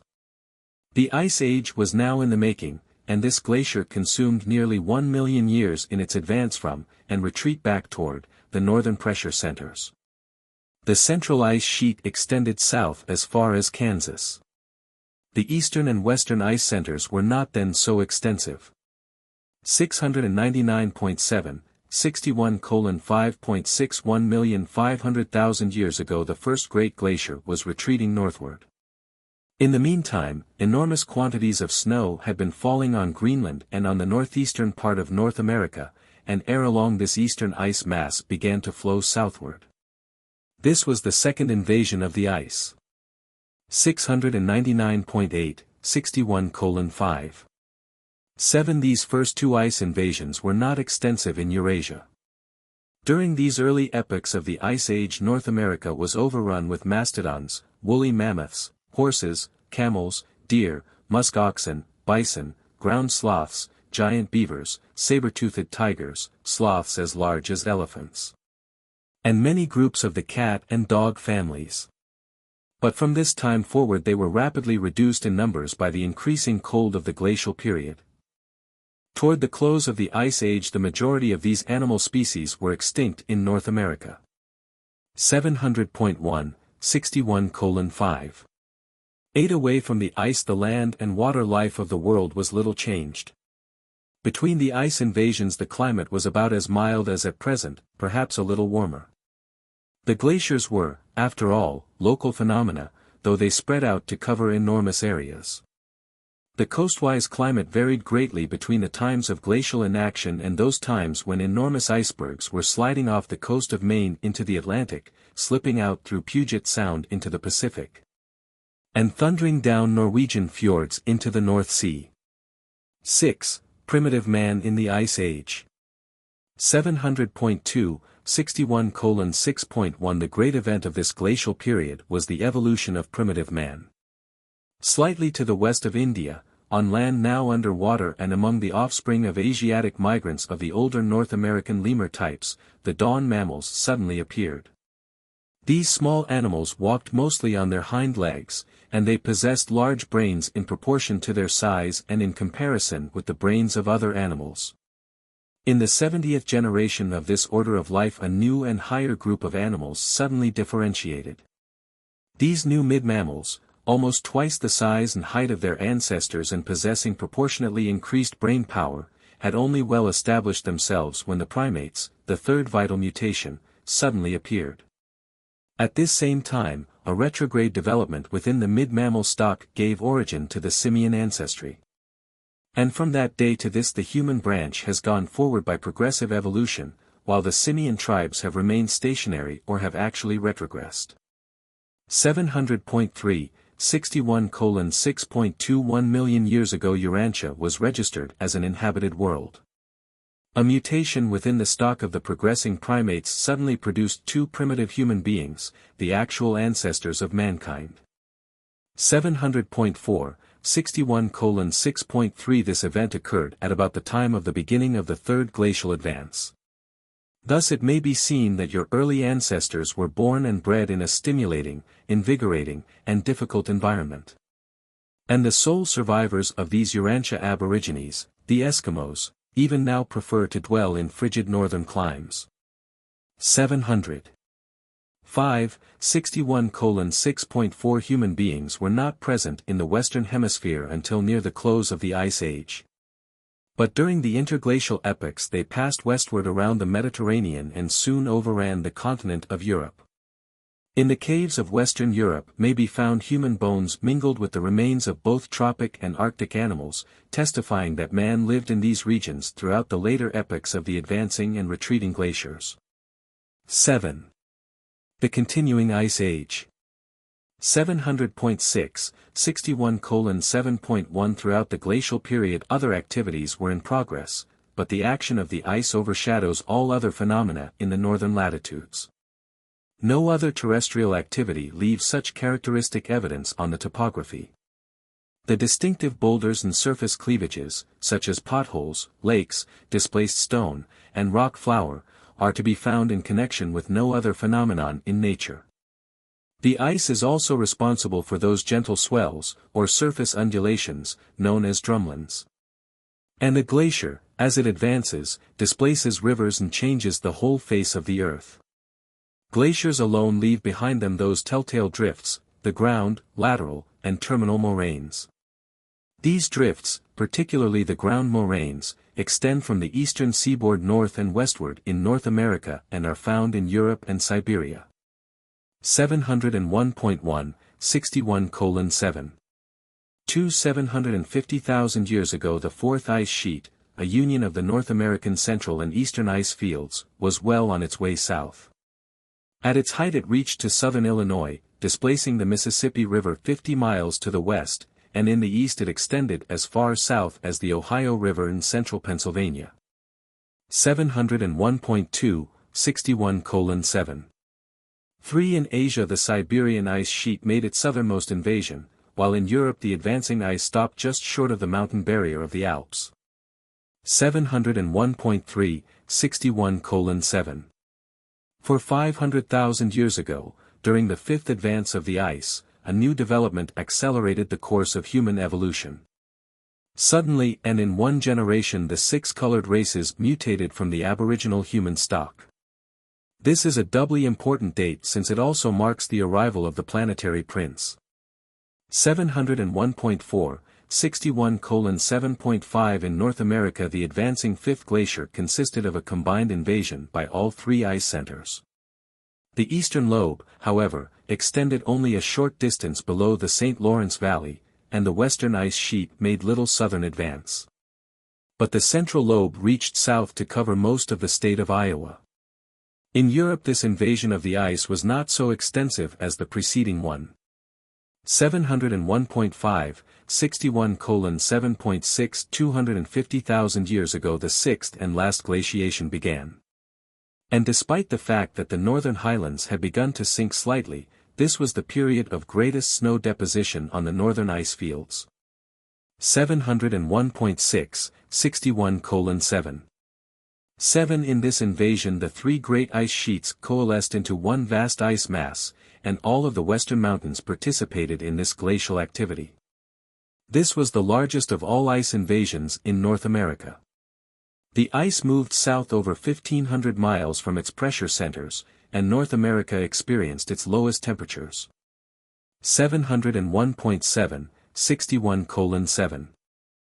200,000 years ago, during the advance of the last glacier, there occurred an episode which had much to do with the march of events on Urantia, the Lucifer rebellion. 701.8, 61:7. 150,000 years ago the sixth and last glacier reached its farthest points of southern extension, the western ice sheet crossing just over the Canadian border, the central coming down into Kansas, Missouri, and Illinois. The eastern sheet advancing south and covering the greater portion of Pennsylvania and Ohio. 701.9, 61:7.10 This is the glacier that sent forth the many tongues, or ice lobes, which carved out the present-day lakes, great and small. During its retreat the North American system of Great Lakes was produced. And Urantian geologists have very accurately deduced the various stages of this development and have correctly surmised that these bodies of water did, at different times, empty first into the Mississippi Valley, then eastward into the Hudson Valley, and finally by a northern route into the St. Lawrence. It is 37,000 years since the connected Great Lakes system began to empty out over the present Niagara route. 702.1, 61:7. 100,000 years ago, during the retreat of the last glacier, the vast polar ice sheets began to form, and the center of ice accumulation moved considerably northward. And as long as the polar regions continue to be covered with ice, it is hardly possible for another glacial age to occur, regardless of future land elevations or modification of ocean currents. 702.2, 61:7. 12 This last glacier was 100,000 years advancing, and it required a like span of time to complete its northern retreat. The temperate regions have been free from the ice for a little over 50,000 years. 702.3, 61:7. 13 The rigorous glacial period destroyed many species and radically changed numerous others. Many were sorely sifted by the to-and-fro migration which was made necessary by the advancing and retreating ice. Those animals which followed the glaciers back and forth over the land were the bear, bison, reindeer, musk ox, mammoth, and mastodon. 702.4, 61:7. 14 The mammoth sought the open prairies, but the mastodon preferred the sheltered fringes of the forest regions. The mammoth, until a late date, ranged from Mexico to Canada. The Siberian variety became wool-covered. The mastodon persisted in North America until exterminated by the red man, much as the white man later killed off the bison. 702.5, 61:7. 15 In North America, during the last glaciation, the horse, tapir, llama, and saber-toothed tiger became extinct. In their places sloths, armadillos, and water hogs came up from South America. 702.6, 61:7. 16 The enforced migration of life before the advancing ice led to an extraordinary commingling of plants and of animals, and with the retreat of the final ice invasion, many Arctic species of both plants and animals were left stranded high upon certain mountain peaks, whither they had journeyed to escape destruction by the glacier. And so, today, These dislocated plants and animals may be found high up on the Alps of Europe and even on the Appalachian Mountains of North America. 702.7, 61:7. 17. The Ice Age is the last completed geologic period, the so-called Pleistocene, over 2 million years in length. 702.8, 61:7. 35,000 years ago marks the termination of the Great Ice Age excepting in the polar regions of the planet. This date is also significant in that it approximates the arrival of a material son and daughter and the beginning of the Adamic dispensation, roughly corresponding to the beginning of the Holocene or post-glacial period. 702.9, 61:7. 19. This narrative, extending from the rise of mammalian life to the retreat of the ice and on down to historic times, covers a span of almost 50 million years. This is the last, the current, geologic period and is known to your researchers as the Cenozoic or recent times era. 702.10, 61:7.20, sponsored by a resident life carrier. Paper 62. The Dawn Races of Early Man. 703.1, 62:0.1. About 1 million years ago the immediate ancestors of mankind made their appearance by 3 successive and sudden mutations stemming from early stock of the lemur type of placental mammal. The dominant factors of these early lemurs were derived from the Western or later American group of the evolving life plasm. But before establishing the direct line of human ancestry, this strain was reinforced by contributions from the Central Life implantation evolved in Africa. The Eastern Life group contributed little or nothing to the actual production of the human species. 1. The early lemur types. 703.2, 62:1. 1. The early lemurs concerned in the ancestry of the human species were not directly related to the pre-existent tribes of gibbons and apes then living in Eurasia and northern Africa, whose progeny have survived to the present time. Neither were they the offspring of the modern type of lemur, though springing from an ancestor common to both but long since extinct. 703.3, 62:1. 2. While these early lemurs evolved in the Western Hemisphere, the establishment of the direct mammalian ancestry of mankind took place in southwestern Asia. In the original area of the Central Life implantation but on the borders of the eastern regions. Several million years ago the North American type lemurs had migrated westward over the Bering Land Bridge and had slowly made their way southwestward along the Asiatic coast. These migrating tribes finally reached the salubrious region lying between the then expanded Mediterranean Sea and the elevating mountainous regions of the Indian Peninsula. In these lands to the west of India they united with other unfavorable strains, thus establishing the ancestry of the human race. 703.4, 62:1. 3. With the passing of time the seacoast of India southwest of the mountains gradually submerged, completely isolating the life of this region. There was no avenue of approach to, or escape from, this Mesopotamian or Persian peninsula except to the north, and that was repeatedly cut off by the southern invasions of the glaciers. And it was in this then almost paradisiacal area, and from the superior descendants of this lemur type of mammal, that there sprang 2 great groups, the simian tribes of modern times and the present-day human species. 2. The dawn mammals. 703.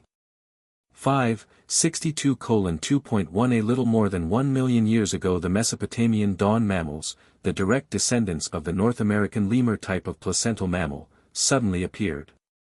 They were active little creatures, almost 3 feet tall. And while they did not habitually walk on their hind legs, they could easily stand erect. They were hairy and agile and chattered in monkey-like fashion, but unlike the simian tribes, they were flesh-eaters. They had a primitive opposable thumb as well as a highly useful grasping big toe. From this point onward the pre-human species successively developed the opposable thumb while they progressively lost the grasping power of the great toe. The later ape tribes retained the grasping big toe but never developed the human type of thumb. 704.1, 62:2.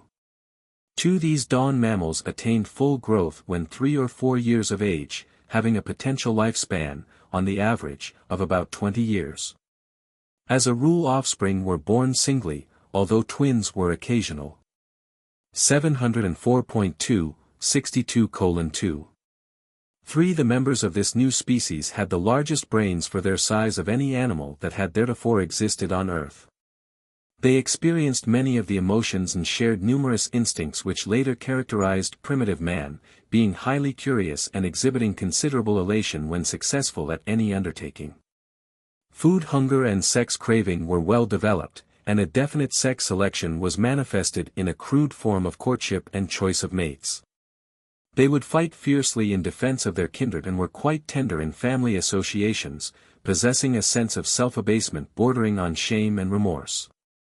They were very affectionate and touchingly loyal to their mates, but if circumstances separated them, they would choose new partners. 704.3, 62:2.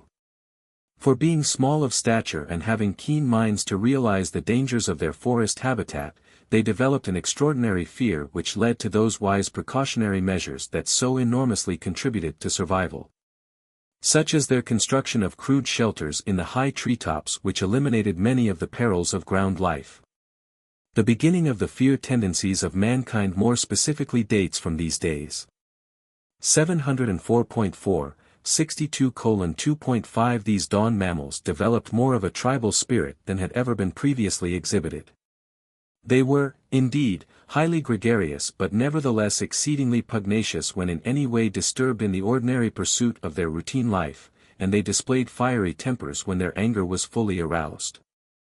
Their bellicose natures, however, served a good purpose. Superior groups did not hesitate to make war on their inferior neighbors, and thus, by selective survival, the species was progressively improved.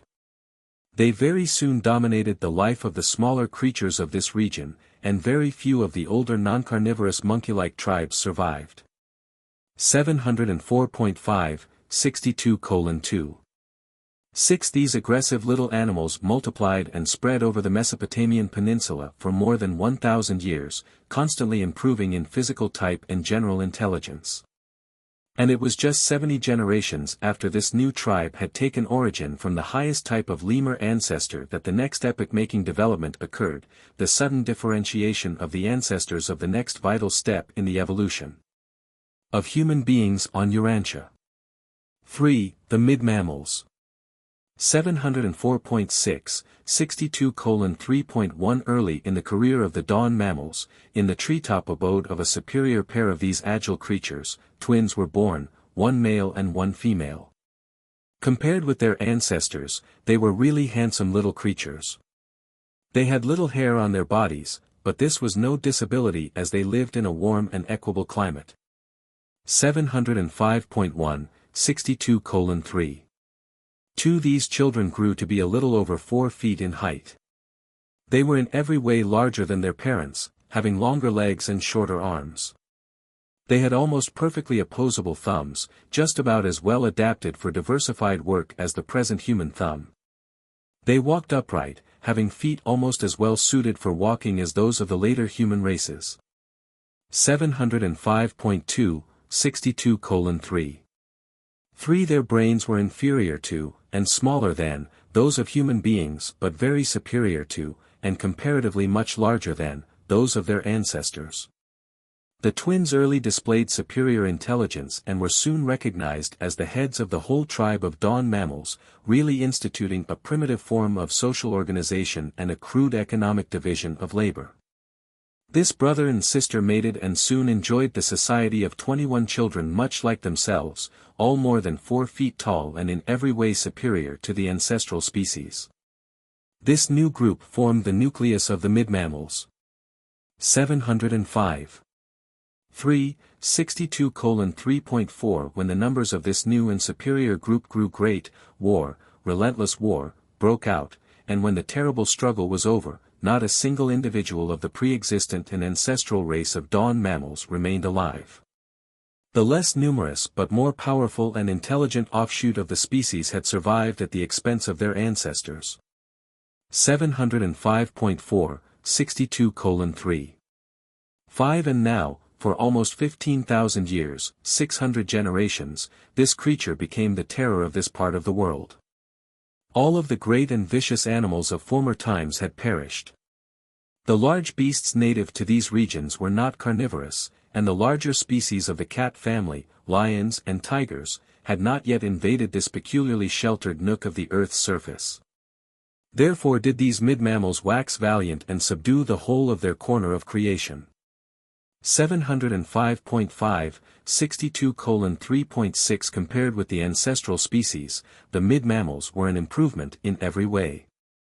Even their potential lifespan was longer, being about 25 years. A number of rudimentary human traits appeared in this new species.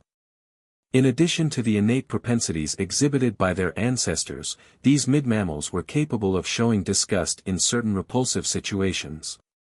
They further possessed a well-defined hoarding instinct. They would hide food for subsequent use and were greatly given to the collection of smooth round pebbles and certain types of round stones suitable for defensive and offensive ammunition. 705.6, 62:3. 7 These mid-mammals were the first to exhibit a definite construction propensity, as shown in their rivalry in the building of both treetop homes and their many tunneled subterranean retreats. They were the first species of mammals ever to provide for safety in both arboreal and underground shelters. They largely forsook the trees as places of abode, living on the ground during the day and sleeping in the treetops at night. 705.7, 62:3.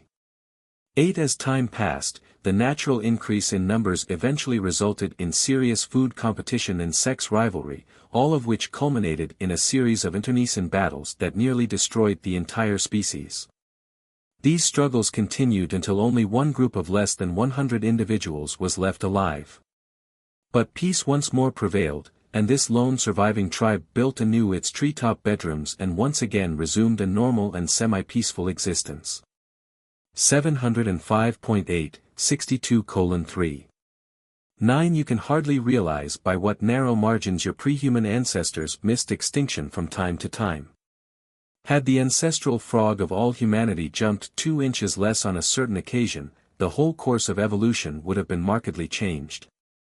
The immediate lemur-like mother of the dawn mammal species escaped death no less than 5 times by mere hairbreadth margins before she gave birth to the father of the new and higher mammalian order.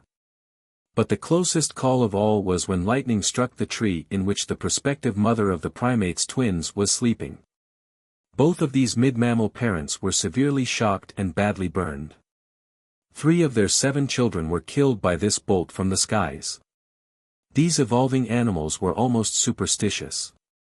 This couple whose treetop home had been struck were really the leaders of the more progressive group of the mid-mammal species.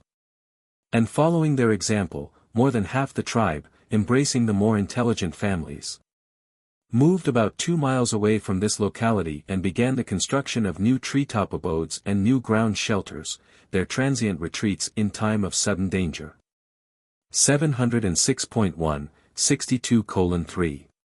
10 Soon after the completion of their home, this couple, veterans of so many struggles, found themselves the proud parents of twins, the most interesting and important animals ever to have been born into the world up to that time.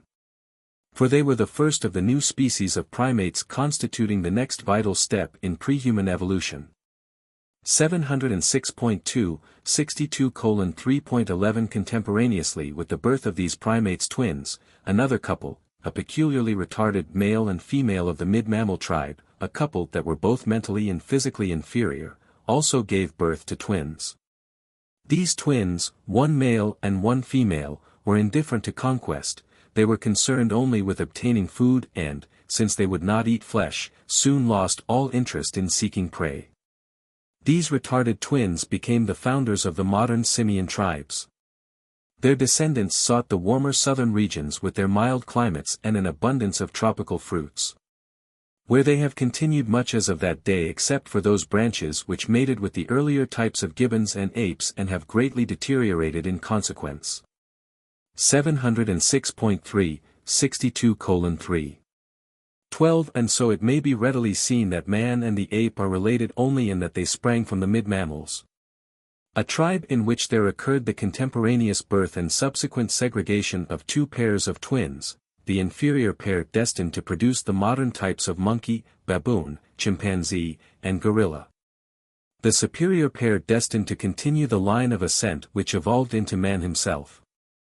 706.4, 62:3.13 Modern man and the simians did spring from the same tribe and species but not from the same parents.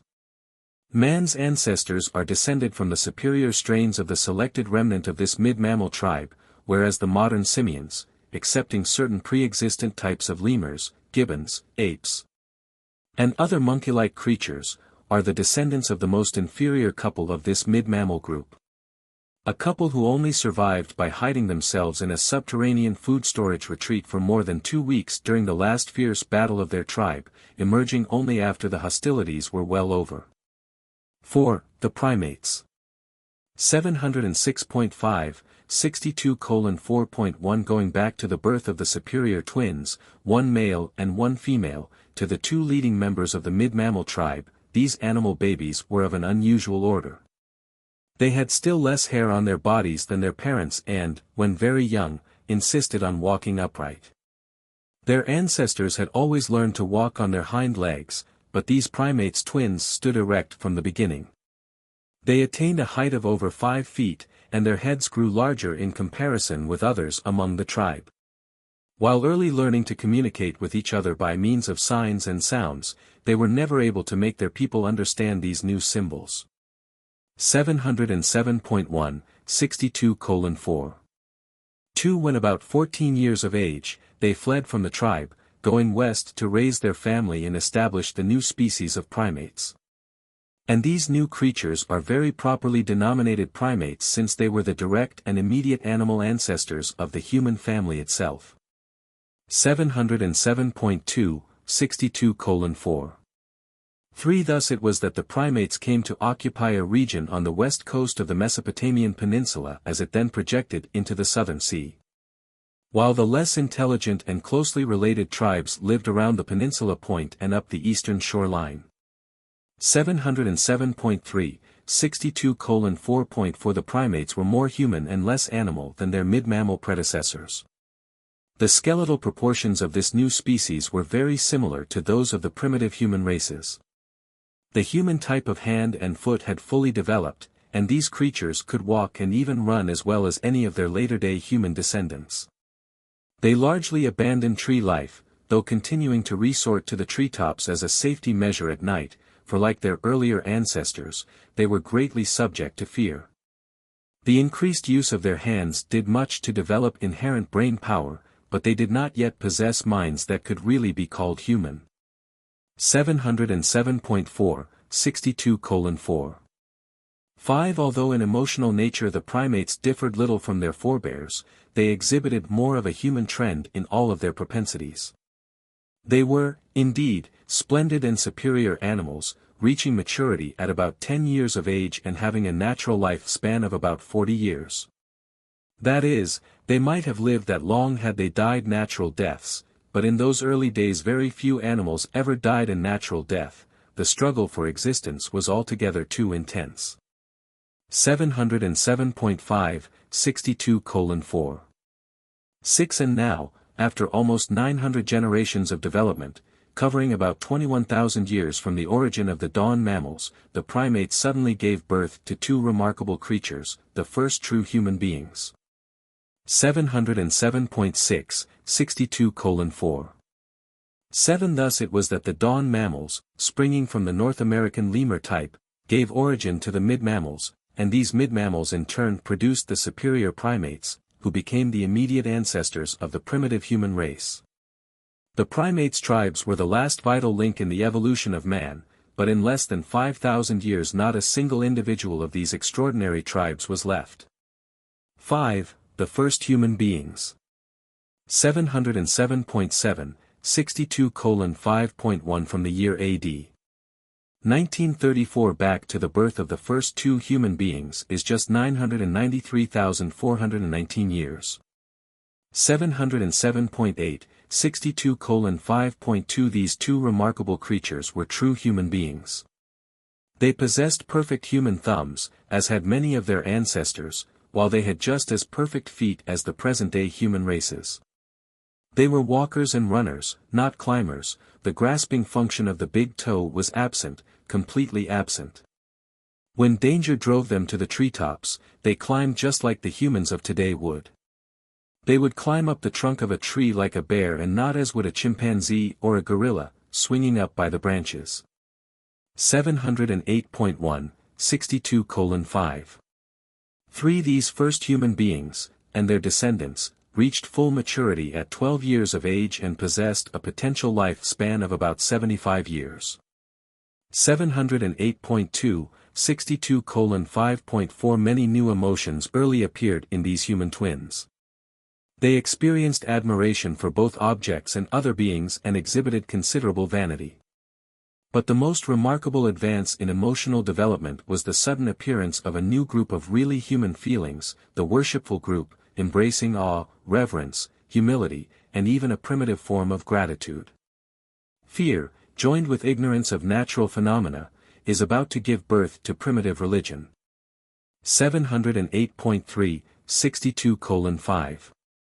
5. Not only were such human feelings manifested in these primitive humans, but many more highly evolved sentiments were also present in rudimentary form. They were mildly cognizant of pity, shame, and reproach and were acutely conscious of love, hate, and revenge, being also susceptible to marked feelings of jealousy. 708.4, 62:5. 6. These first two humans, the twins, were a great trial to their primates' parents. They were so curious and adventurous that they nearly lost their lives on numerous occasions before they were 8 years old. As it was, they were rather well scarred up by the time they were 12. 708.5, 62:5.7. Very early they learned to engage in verbal communication.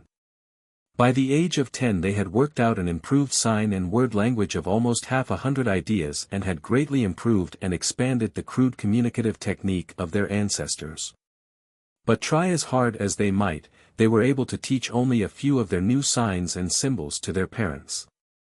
708.6, 62:5.8. When about 9 years of age, they journeyed off down the river one bright day and held a momentous conference.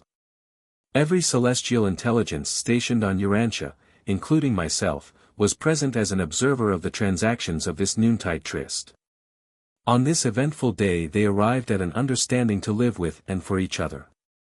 And this was the first of a series of such agreements which finally culminated in the decision to flee from their inferior animal associates and to journey northward, little knowing that they were thus to found the human race. 708.7, 62:5.9. While we were all greatly concerned with what these two little savages were planning, we were powerless to control the working of their minds. We did not, could not, arbitrarily influence their decisions. But within the permissible limits of planetary function, we, the life carriers, together with our associates, all conspired to lead the human twins northward and far from their hairy and partially tree-dwelling people. And so, by reason of their own intelligent choice, the twins did migrate. And because of our supervision they migrated northward to a secluded region where they escaped the possibility of biologic degradation through admixture with their inferior relatives of the primates tribes. 708. 8, 62:5.10. Shortly before their departure from the home forests they lost their mother in a gibbon raid. While she did not possess their intelligence, she did have a worthy mammalian affection of a high order for her offspring, and she fearlessly gave her life in the attempt to save the wonderful pair. Nor was her sacrifice in vain, for she held off the enemy until the father arrived with reinforcements and put the invaders to rout. 709.1, 62:5. 11. Soon after this young couple forsook their associates to found the human race, their primate's father became disconsolate, he was heartbroken. He refused to eat, even when food was brought to him by his other children. His brilliant offspring having been lost, life did not seem worth living among his ordinary fellows, so he wandered off into the forest, was set upon by hostile gibbons and beaten to death. 6. Evolution of the human mind. 709.2, 62:6. 1. We, the life carriers on Urantia, had passed through the long vigil of watchful waiting since the day we first planted the life plasm in the planetary waters. And naturally the appearance of the first really intelligent and volitional beings brought to us great joy and supreme satisfaction. 709.3, 62:6.2 We had been watching the twins developmentally through our observation of the functioning of the 7 adjutant mind spirits assigned to Urantia at the time of our arrival on the planet. Throughout the long evolutionary development of planetary life, these tireless mind ministers had ever registered their increasing ability to contact with the successively expanding brain capacities of the progressively superior animal creatures. 709.4, 62:6.3 At first only the spirit of intuition could function in the instinctive and reflex behavior of the primordial animal life. With the differentiation of higher types, the spirit of understanding was able to endow such creatures with the gift of spontaneous association of ideas. Later on we observed the spirit of courage in operation. Evolving animals really developed a crude form of protective self-consciousness. Subsequent to the appearance of the mammalian groups, we beheld the spirit of knowledge manifesting itself in increased measure. And the evolution of the higher mammals brought the function of the spirit of counsel, with the resulting growth of the herd instinct and the beginnings of primitive social development. 709.5, 62:6. For increasingly, on down through the dawn mammals, the mid-mammals, and the primates, we had observed the augmented service of the first 5 adjutants. But never had the remaining 2, the highest mind ministers, been able to function in the Urantia type of evolutionary mind. 709.6, 62:6. 5 Imagine our joy one day, the twins were about 10 years old, when the spirit of worship made its first contact with the mind of the female twin and shortly thereafter with the male. We knew that something closely akin to human mind was approaching culmination. And when, about a year later, they finally resolved, as a result of meditative thought and purposeful decision, to flee from home and journey north. Then did the spirit of wisdom begin to function on Urantia and in these 2 now recognized human minds. 709.7, 62:6.6 There was an immediate and new order of mobilization of the 7 adjutant mind spirits. We were alive with expectation, we realized that the long-waited-for hour was approaching. We knew we were upon the threshold of the realization of our protracted effort to evolve will creatures on Urantia. 7. Recognition as an inhabited world. 709.8, 62:7.1 We did not have to wait long. At noon, the day after the runaway of the twins, there occurred the initial test flash of the universe circuit signals at the planetary reception focus of Urantia. We were, of course, all astir with the realization that a great event was impending. But since this world was a life experiment station, we had not the slightest idea of just how we would be apprised of the recognition of intelligent life on the planet. But we were not long in suspense. On the 3rd day after the elopement of the twins, and before the life carrier corps departed, there arrived the Nebadon Archangel of initial planetary circuit establishment. 710.1, 62:7. 2 It was an eventful day on Urantia when our small group gathered about the planetary pole of space communication and received the first message from Solvington over the newly established mind circuit of the planet. And this first message, dictated by the chief of the Archangel Corps, said. 710.2, 62:7.3 To the life carriers on Urantia, greetings. We transmit assurance of great pleasure on Solvington, Urantia, and Jerusalem in honor of the registration on the headquarters of Nebadon of the signal of the existence on Urantia of mind of will dignity. The purposeful decision of the twins to flee northward and segregate their offspring from their inferior ancestors has been noted. This is the first decision of mind, the human type of mind, on Urantia and automatically establishes the circuit of communication over which this initial message of acknowledgement is transmitting. 710.3, 62:7. For next over this new circuit came the greetings of the Most Highs of Urantia, containing instructions for the resident life carriers forbidding us to interfere with the pattern of life we had established. We were directed not to intervene in the affairs of human progress. It should not be inferred that life carriers ever arbitrarily and mechanically interfere with the natural outworking of the planetary evolutionary plans, for we do not. But up to this time we had been permitted to manipulate the environment and shield the life plasm in a special manner, and it was this extraordinary, but wholly natural, supervision that was to be discontinued. 710.4, 62:7. 5 And no sooner had the Most Highs left off speaking than the beautiful message of Lucifer, then sovereign of the Satania system, began to planetize. Now the life carriers heard the welcome words of their own chief and received his permission to return to Jerusalem. This message from Lucifer contained the official acceptance of the life carriers' work on Urantia and absolved us from all future criticism of any of our efforts to improve the life patterns of Nebadon as established in the Satania system. 710. 5, 62:7.6 These messages from Solvington, Urantia, and Jerusalem formally marked the termination of the life carriers' age-long supervision of the planet. For ages we had been on duty, assisted only by the 7 adjutant mind spirits and the master physical controllers. And now, the power of choosing to worship and to ascend, having appeared in the evolutionary creatures of the planet, we realized that our work was finished and our group prepared to depart. Urantia being a life modification world, permission was granted to leave behind 2 senior life carriers with 12 assistants, and I was chosen as one of this group and have ever since been on Urantia. 710.6, 62:7. 7 It is just 993,408 years ago, from the year AD 1934, that Urantia was formally recognized as a planet of human habitation in the universe of Nebadon. Biologic evolution had once again achieved the human levels of will dignity. Man had arrived on planet 606 of Satania. 710.7, 62:7.8, sponsored by a life carrier of Nebadon resident on Urantia. Paper 63. The First Human Family. 711.1, 63:0.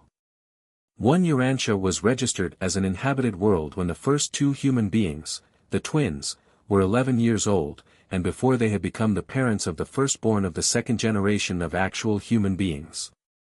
And the Archangel message from Solvington, on this occasion of formal planetary recognition, closed with these words.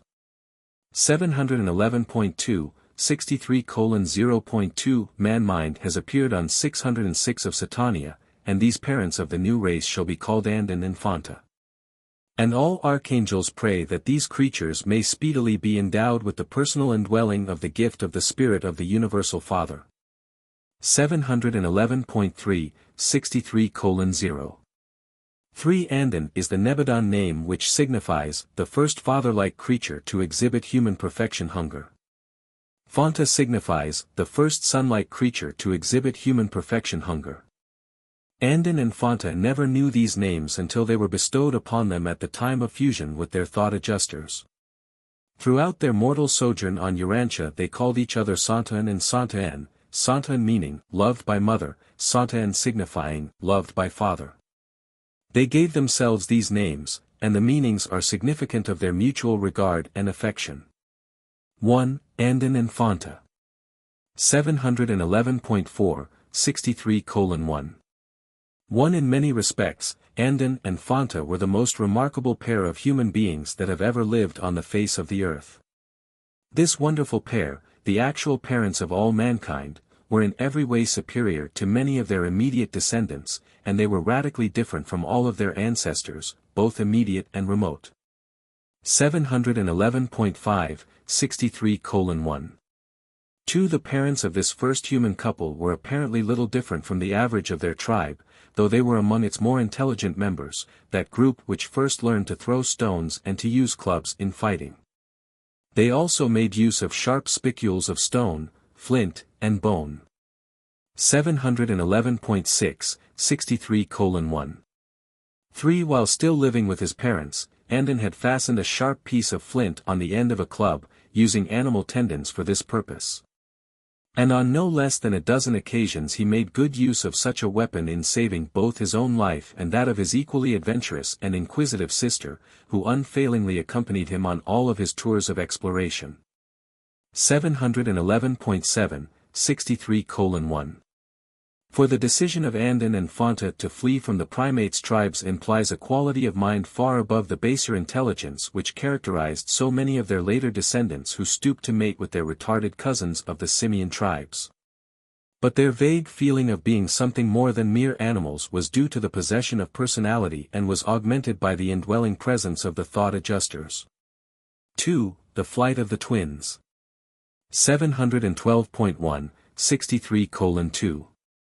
One after Andon and Fonta had decided to flee northward, they succumbed to their fears for a time, especially the fear of displeasing their father and immediate family. They envisaged being set upon by hostile relatives and thus recognized the possibility of meeting death at the hands of their already jealous tribesmen. As youngsters, the twins had spent most of their time in each other's company and for this reason had never been overly popular with their animal cousins of the primates tribe. Nor had they improved their standing in the tribe by building a separate, and a very superior, tree home. 712.2, 63:2. 2. And it was in this new home among the treetops, one night after they had been awakened by a violent storm, and as they held each other in fearful and fond embrace, that they finally and fully made up their minds to flee from the tribal habitat and the home treetops. 712.3, 63:2.3. They had already prepared a crude treetop retreat some half-day's journey to the north.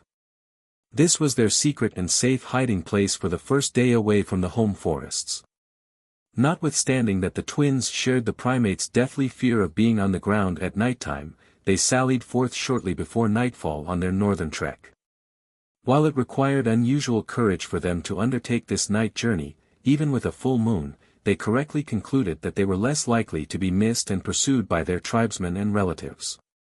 And they safely made their previously prepared rendezvous shortly after midnight. 712.4, 63:2.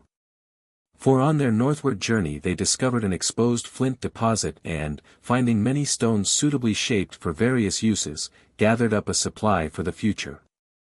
In attempting to chip these flints so that they would be better adapted for certain purposes, Andon discovered their sparking quality and conceived the idea of building fire. But the notion did not take firm hold of him at the time as the climate was still salubrious and there was little need of fire. 712.5, 63:2. 5. But the autumn sun was getting lower in the sky, and as they journeyed northward, the nights grew cooler and cooler. Already they had been forced to make use of animal skins for warmth. Before they had been away from home one moon, Andon signified to his mate that he thought he could make fire with the flint. They tried for 2 months to utilize the flint spark for kindling a fire but only met with failure. Each day this couple would strike the flints and endeavor to ignite the wood. Finally, one evening about the time of the setting of the sun, the secret of the technique was unraveled when it occurred to Fonta to climb a nearby tree to secure an abandoned bird's nest. The nest was dry and highly inflammable and consequently flared right up into a full blaze the moment the spark fell upon it. They were so surprised and startled at their success that they almost lost the fire, but they saved it by the addition of suitable fuel, and then began the first search for firewood by the parents of all mankind. 712.6, 63:2. 6. This was one of the most joyous moments in their short but eventful lives. All night long they sat up watching their fire burn, vaguely realizing that they had made a discovery which would make it possible for them to defy climate and thus forever to be independent of their animal relatives of the southern lands. After 3 days' rest and enjoyment of the fire, they journeyed on. 712.7, 63:2. 7. The primates' ancestors of Andon had often replenished fire which had been kindled by lightning, but never before had the creatures of Earth possessed a method of starting fire at will. But it was a long time before the twins learned that dry moss and other materials would kindle fire just as well as birds' nests. 3. Andon's family. 713.1, 63:3. 1. It was almost 2 years from the night of the twins' departure from home before their first child was born. They named him Suntad, and Suntad was the first creature to be born on Urantia who was wrapped in protective coverings at the time of birth. The human race had begun. And with this new evolution there appeared the instinct properly to care for the increasingly enfeebled infants which would characterize the progressive development of mind of the intellectual order as contrasted with the more purely animal type. 713.2, 63:3.2 and Infanta had 19 children in all, and they lived to enjoy the association of almost half a hundred grandchildren and half a dozen great-grandchildren. The family was domiciled in 4 adjoining rock shelters, or semi-caves, 3 of which were interconnected by hallways which had been excavated in the soft limestone with flint tools devised by Andon's children. 713.3, 63:3. 3. These early Andonites evinced a very marked clannish spirit. They hunted in groups and never strayed very far from the home site. They seemed to realize that they were an isolated and unique group of living beings and should therefore avoid becoming separated. This feeling of intimate kinship was undoubtedly due to the enhanced mind ministry of the adjutant spirits. 713. 4. 63:3.4 Andon and Infanta labored incessantly for the nurture and uplift of the clan. They lived to the age of 42, when both were killed at the time of an earthquake by the falling of an overhanging rock. 5 of their children and 11 grandchildren perished with them, and almost a score of their descendants suffered serious injuries. 713.5, 63:3. 5. Upon the death of his parents, Suntad, despite a seriously injured foot, immediately assumed the leadership of the clan and was ably assisted by his wife, his eldest sister. Their first task was to roll up stones to effectively entomb their dead parents, brothers, sisters, and children. Undue significance should not attach to this act of burial. Their ideas of survival after death were very vague and indefinite, being largely derived from their fantastic and variegated dream life. 713.6, 63:3. 6. This family of Andon and Infanta held together until the 20th generation, when combined food competition and social friction brought about the beginning of dispersion. 4. The Andonic clans. 713.7, 63:4. 1 primitive man, the Andonites, had black eyes and a swarthy complexion, something of a cross between yellow and red. Melanin is a coloring substance which is found in the skins of all human beings. It is the original Andonic skin pigment. In general appearance and skin color these early Andonites more nearly resembled the present-day Eskimo than any other type of living human beings. They were the first creatures to use the skins of animals as a protection against cold. They had little more hair on their bodies than present-day humans. 713.8, 63:4. 2. The tribal life of the animal ancestors of these early men had foreshadowed the beginnings of numerous social conventions, and with the expanding emotions and augmented brain powers of these beings, there was an immediate development in social organization and a new division of clan labor. They were exceedingly imitative, but the play instinct was only slightly developed, and the sense of humor was almost entirely absent. Primitive man smiled occasionally, but he never indulged in hearty laughter. Humor was the legacy of the later Adamic race. These early human beings were not so sensitive to pain nor so reactive to unpleasant situations as were many of the later evolving mortals. Childbirth was not a painful or distressing ordeal to Infanta and her immediate progeny. 714.1, 63:4.3 They were a wonderful tribe. The males would fight heroically for the safety of their mates and their offspring. The females were affectionately devoted to their children. But their patriotism was wholly limited to the immediate clan. They were very loyal to their families. They would die without question in defense of their children, but they were not able to grasp the idea of trying to make the world a better place for their grandchildren. Altruism was as yet unborn in the human heart, notwithstanding that all of the emotions essential to the birth of religion were already present in these Urantia aborigines. 714.2, 63:4. For these early men possessed a touching affection for their comrades and certainly had a real, although crude, idea of friendship. It was a common sight in later times, during their constantly recurring battles with the inferior tribes, to see one of these primitive men valiantly fighting with one hand while he struggled on, trying to protect and save an injured fellow warrior.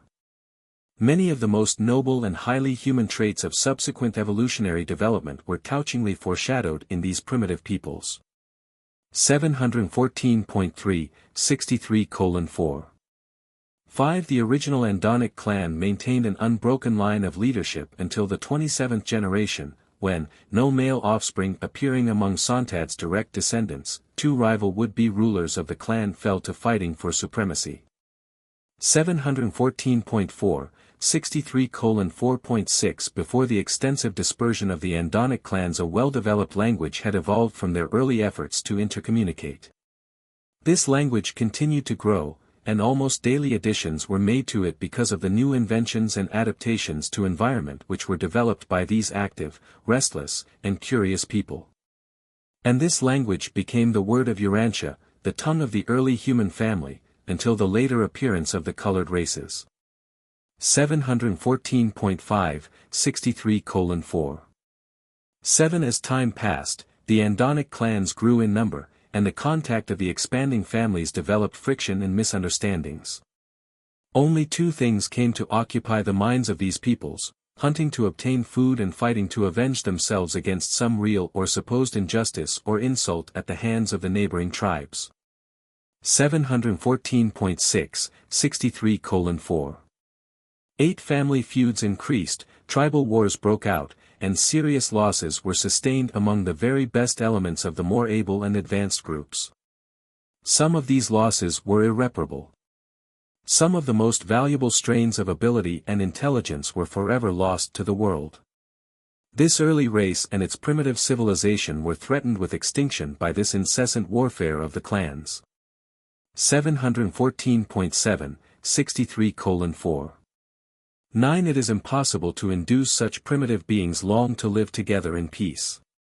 Man is the descendant of fighting animals, and when closely associated, uncultured people irritate and offend each other. The life carriers know this tendency among evolutionary creatures and accordingly make provision for the eventual separation of developing human beings into at least 3, and more often 6, distinct and separate races. 5. Dispersion of the Andonites. 715.1, 63:5.1. The early Andon races did not penetrate very far into Asia, and they did not at first enter Africa. The geography of those times pointed them north, and farther north these people journeyed until they were hindered by the slowly advancing ice of the third glacier.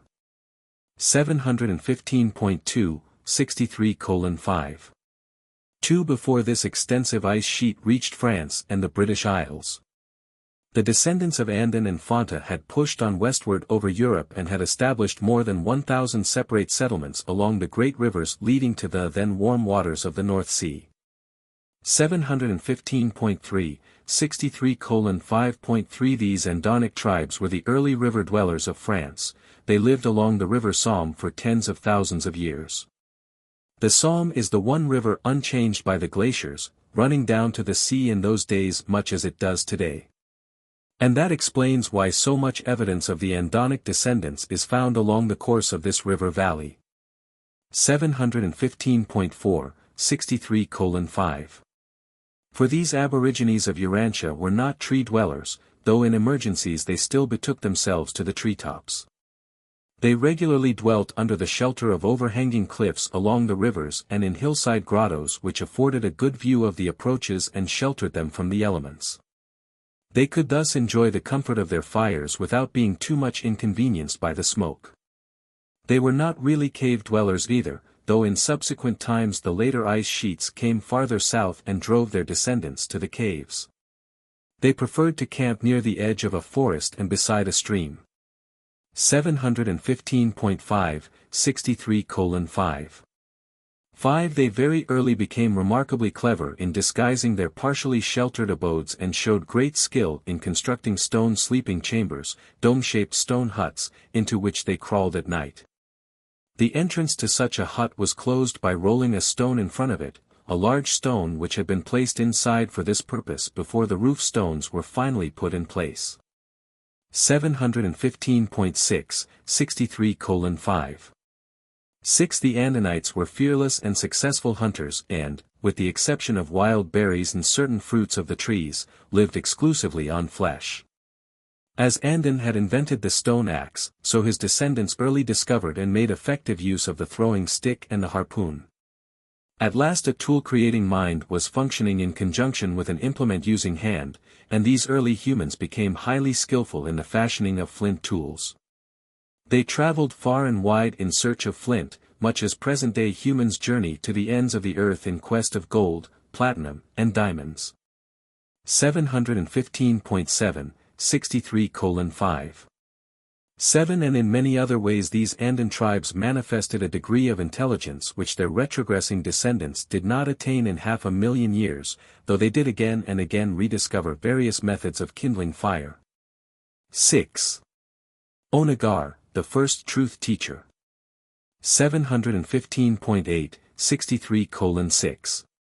1. As the Andonic dispersion extended, the cultural and spiritual status of the clans retrogressed for nearly 10,000 years until the days of Onagar, who assumed the leadership of these tribes, brought peace among them, and for the first time led all of them in the worship of the breath-giver to men and animals. 716.1, 63:6.2. Andin's philosophy had been most confused. He had barely escaped becoming a fire worshipper because of the great comfort derived from his accidental discovery of fire. Reason, however, directed him from his own discovery to the sun as a superior and more awe-inspiring source of heat and light, but it was too remote, and so he failed to become a sun worshipper. 716.2, 63:6. 3. The Andinites early developed a fear of the elements, thunder, lightning, rain, snow, hail, and ice. But hunger was the constantly recurring urge of these early days, and since they largely subsisted on animals, they eventually evolved a form of animal worship. To Andin, the larger food animals were symbols of creative might and sustaining power. From time to time it became the custom to designate various of these larger animals as objects of worship. During the vogue of a particular animal, crude outlines of it would be drawn on the walls of the caves, and later on, as continued progress was made in the arts, such an animal god was engraved on various ornaments. 716.3, 63:6. For very early the Andonic peoples formed the habit of refraining from eating the flesh of the animal of tribal veneration. Presently, in order more suitably to impress the minds of their youths, they evolved a ceremony of reverence which was carried out about the body of one of these venerated animals. And still later on, this primitive performance developed into the more elaborate sacrificial ceremonies of their descendants. And this is the origin of sacrifices as a part of worship. This idea was elaborated by Moses in the Hebrew ritual and was preserved, in principle, by the Apostle Paul as the doctrine of atonement for sin by the shedding of blood. 716.4, 63:6. 5. That food was the all-important thing in the lives of these primitive human beings is shown by the prayer taught these simple folks by Onagar, their great teacher. And this prayer was 716.5, 63:6. 6. O breath of life, give us this day our daily food, deliver us from the curse of the ice, save us from our forest enemies, and with mercy receive us into the great beyond. 716.6, 63:6. 7. Onagar maintained headquarters on the northern shores of the ancient Mediterranean in the region of the present Caspian Sea at a settlement called Oban. The tarrying place on the westward turning of the travel trail leading up northward from the Mesopotamian southland. From Oban he sent out teachers to the remote settlements to spread his new doctrines of one deity and his concept of the hereafter, which he called the Great Beyond. These emissaries of Onagar were the world's first missionaries. They were also the first human beings to cook meat, the first regularly to use fire in the preparation of food. They cooked flesh on the ends of sticks and also on hot stones. Later on they roasted large pieces in the fire, but their descendants almost entirely reverted to the use of raw flesh.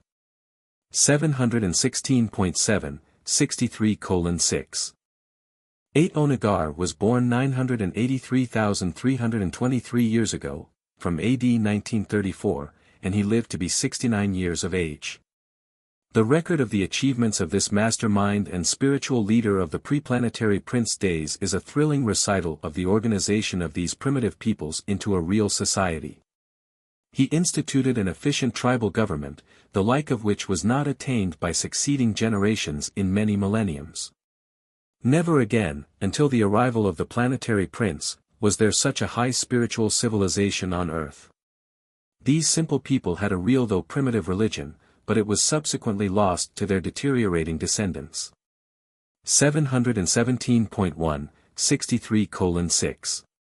9 Although both Andon and Fonta had received thought adjusters, as had many of their descendants, it was not until the days of Onagar that the adjusters and guardian seraphim came in great numbers to Urantia. This was, indeed, the golden age of primitive man. 7. The survival of Andon and Fonta. 717.2, 63:7.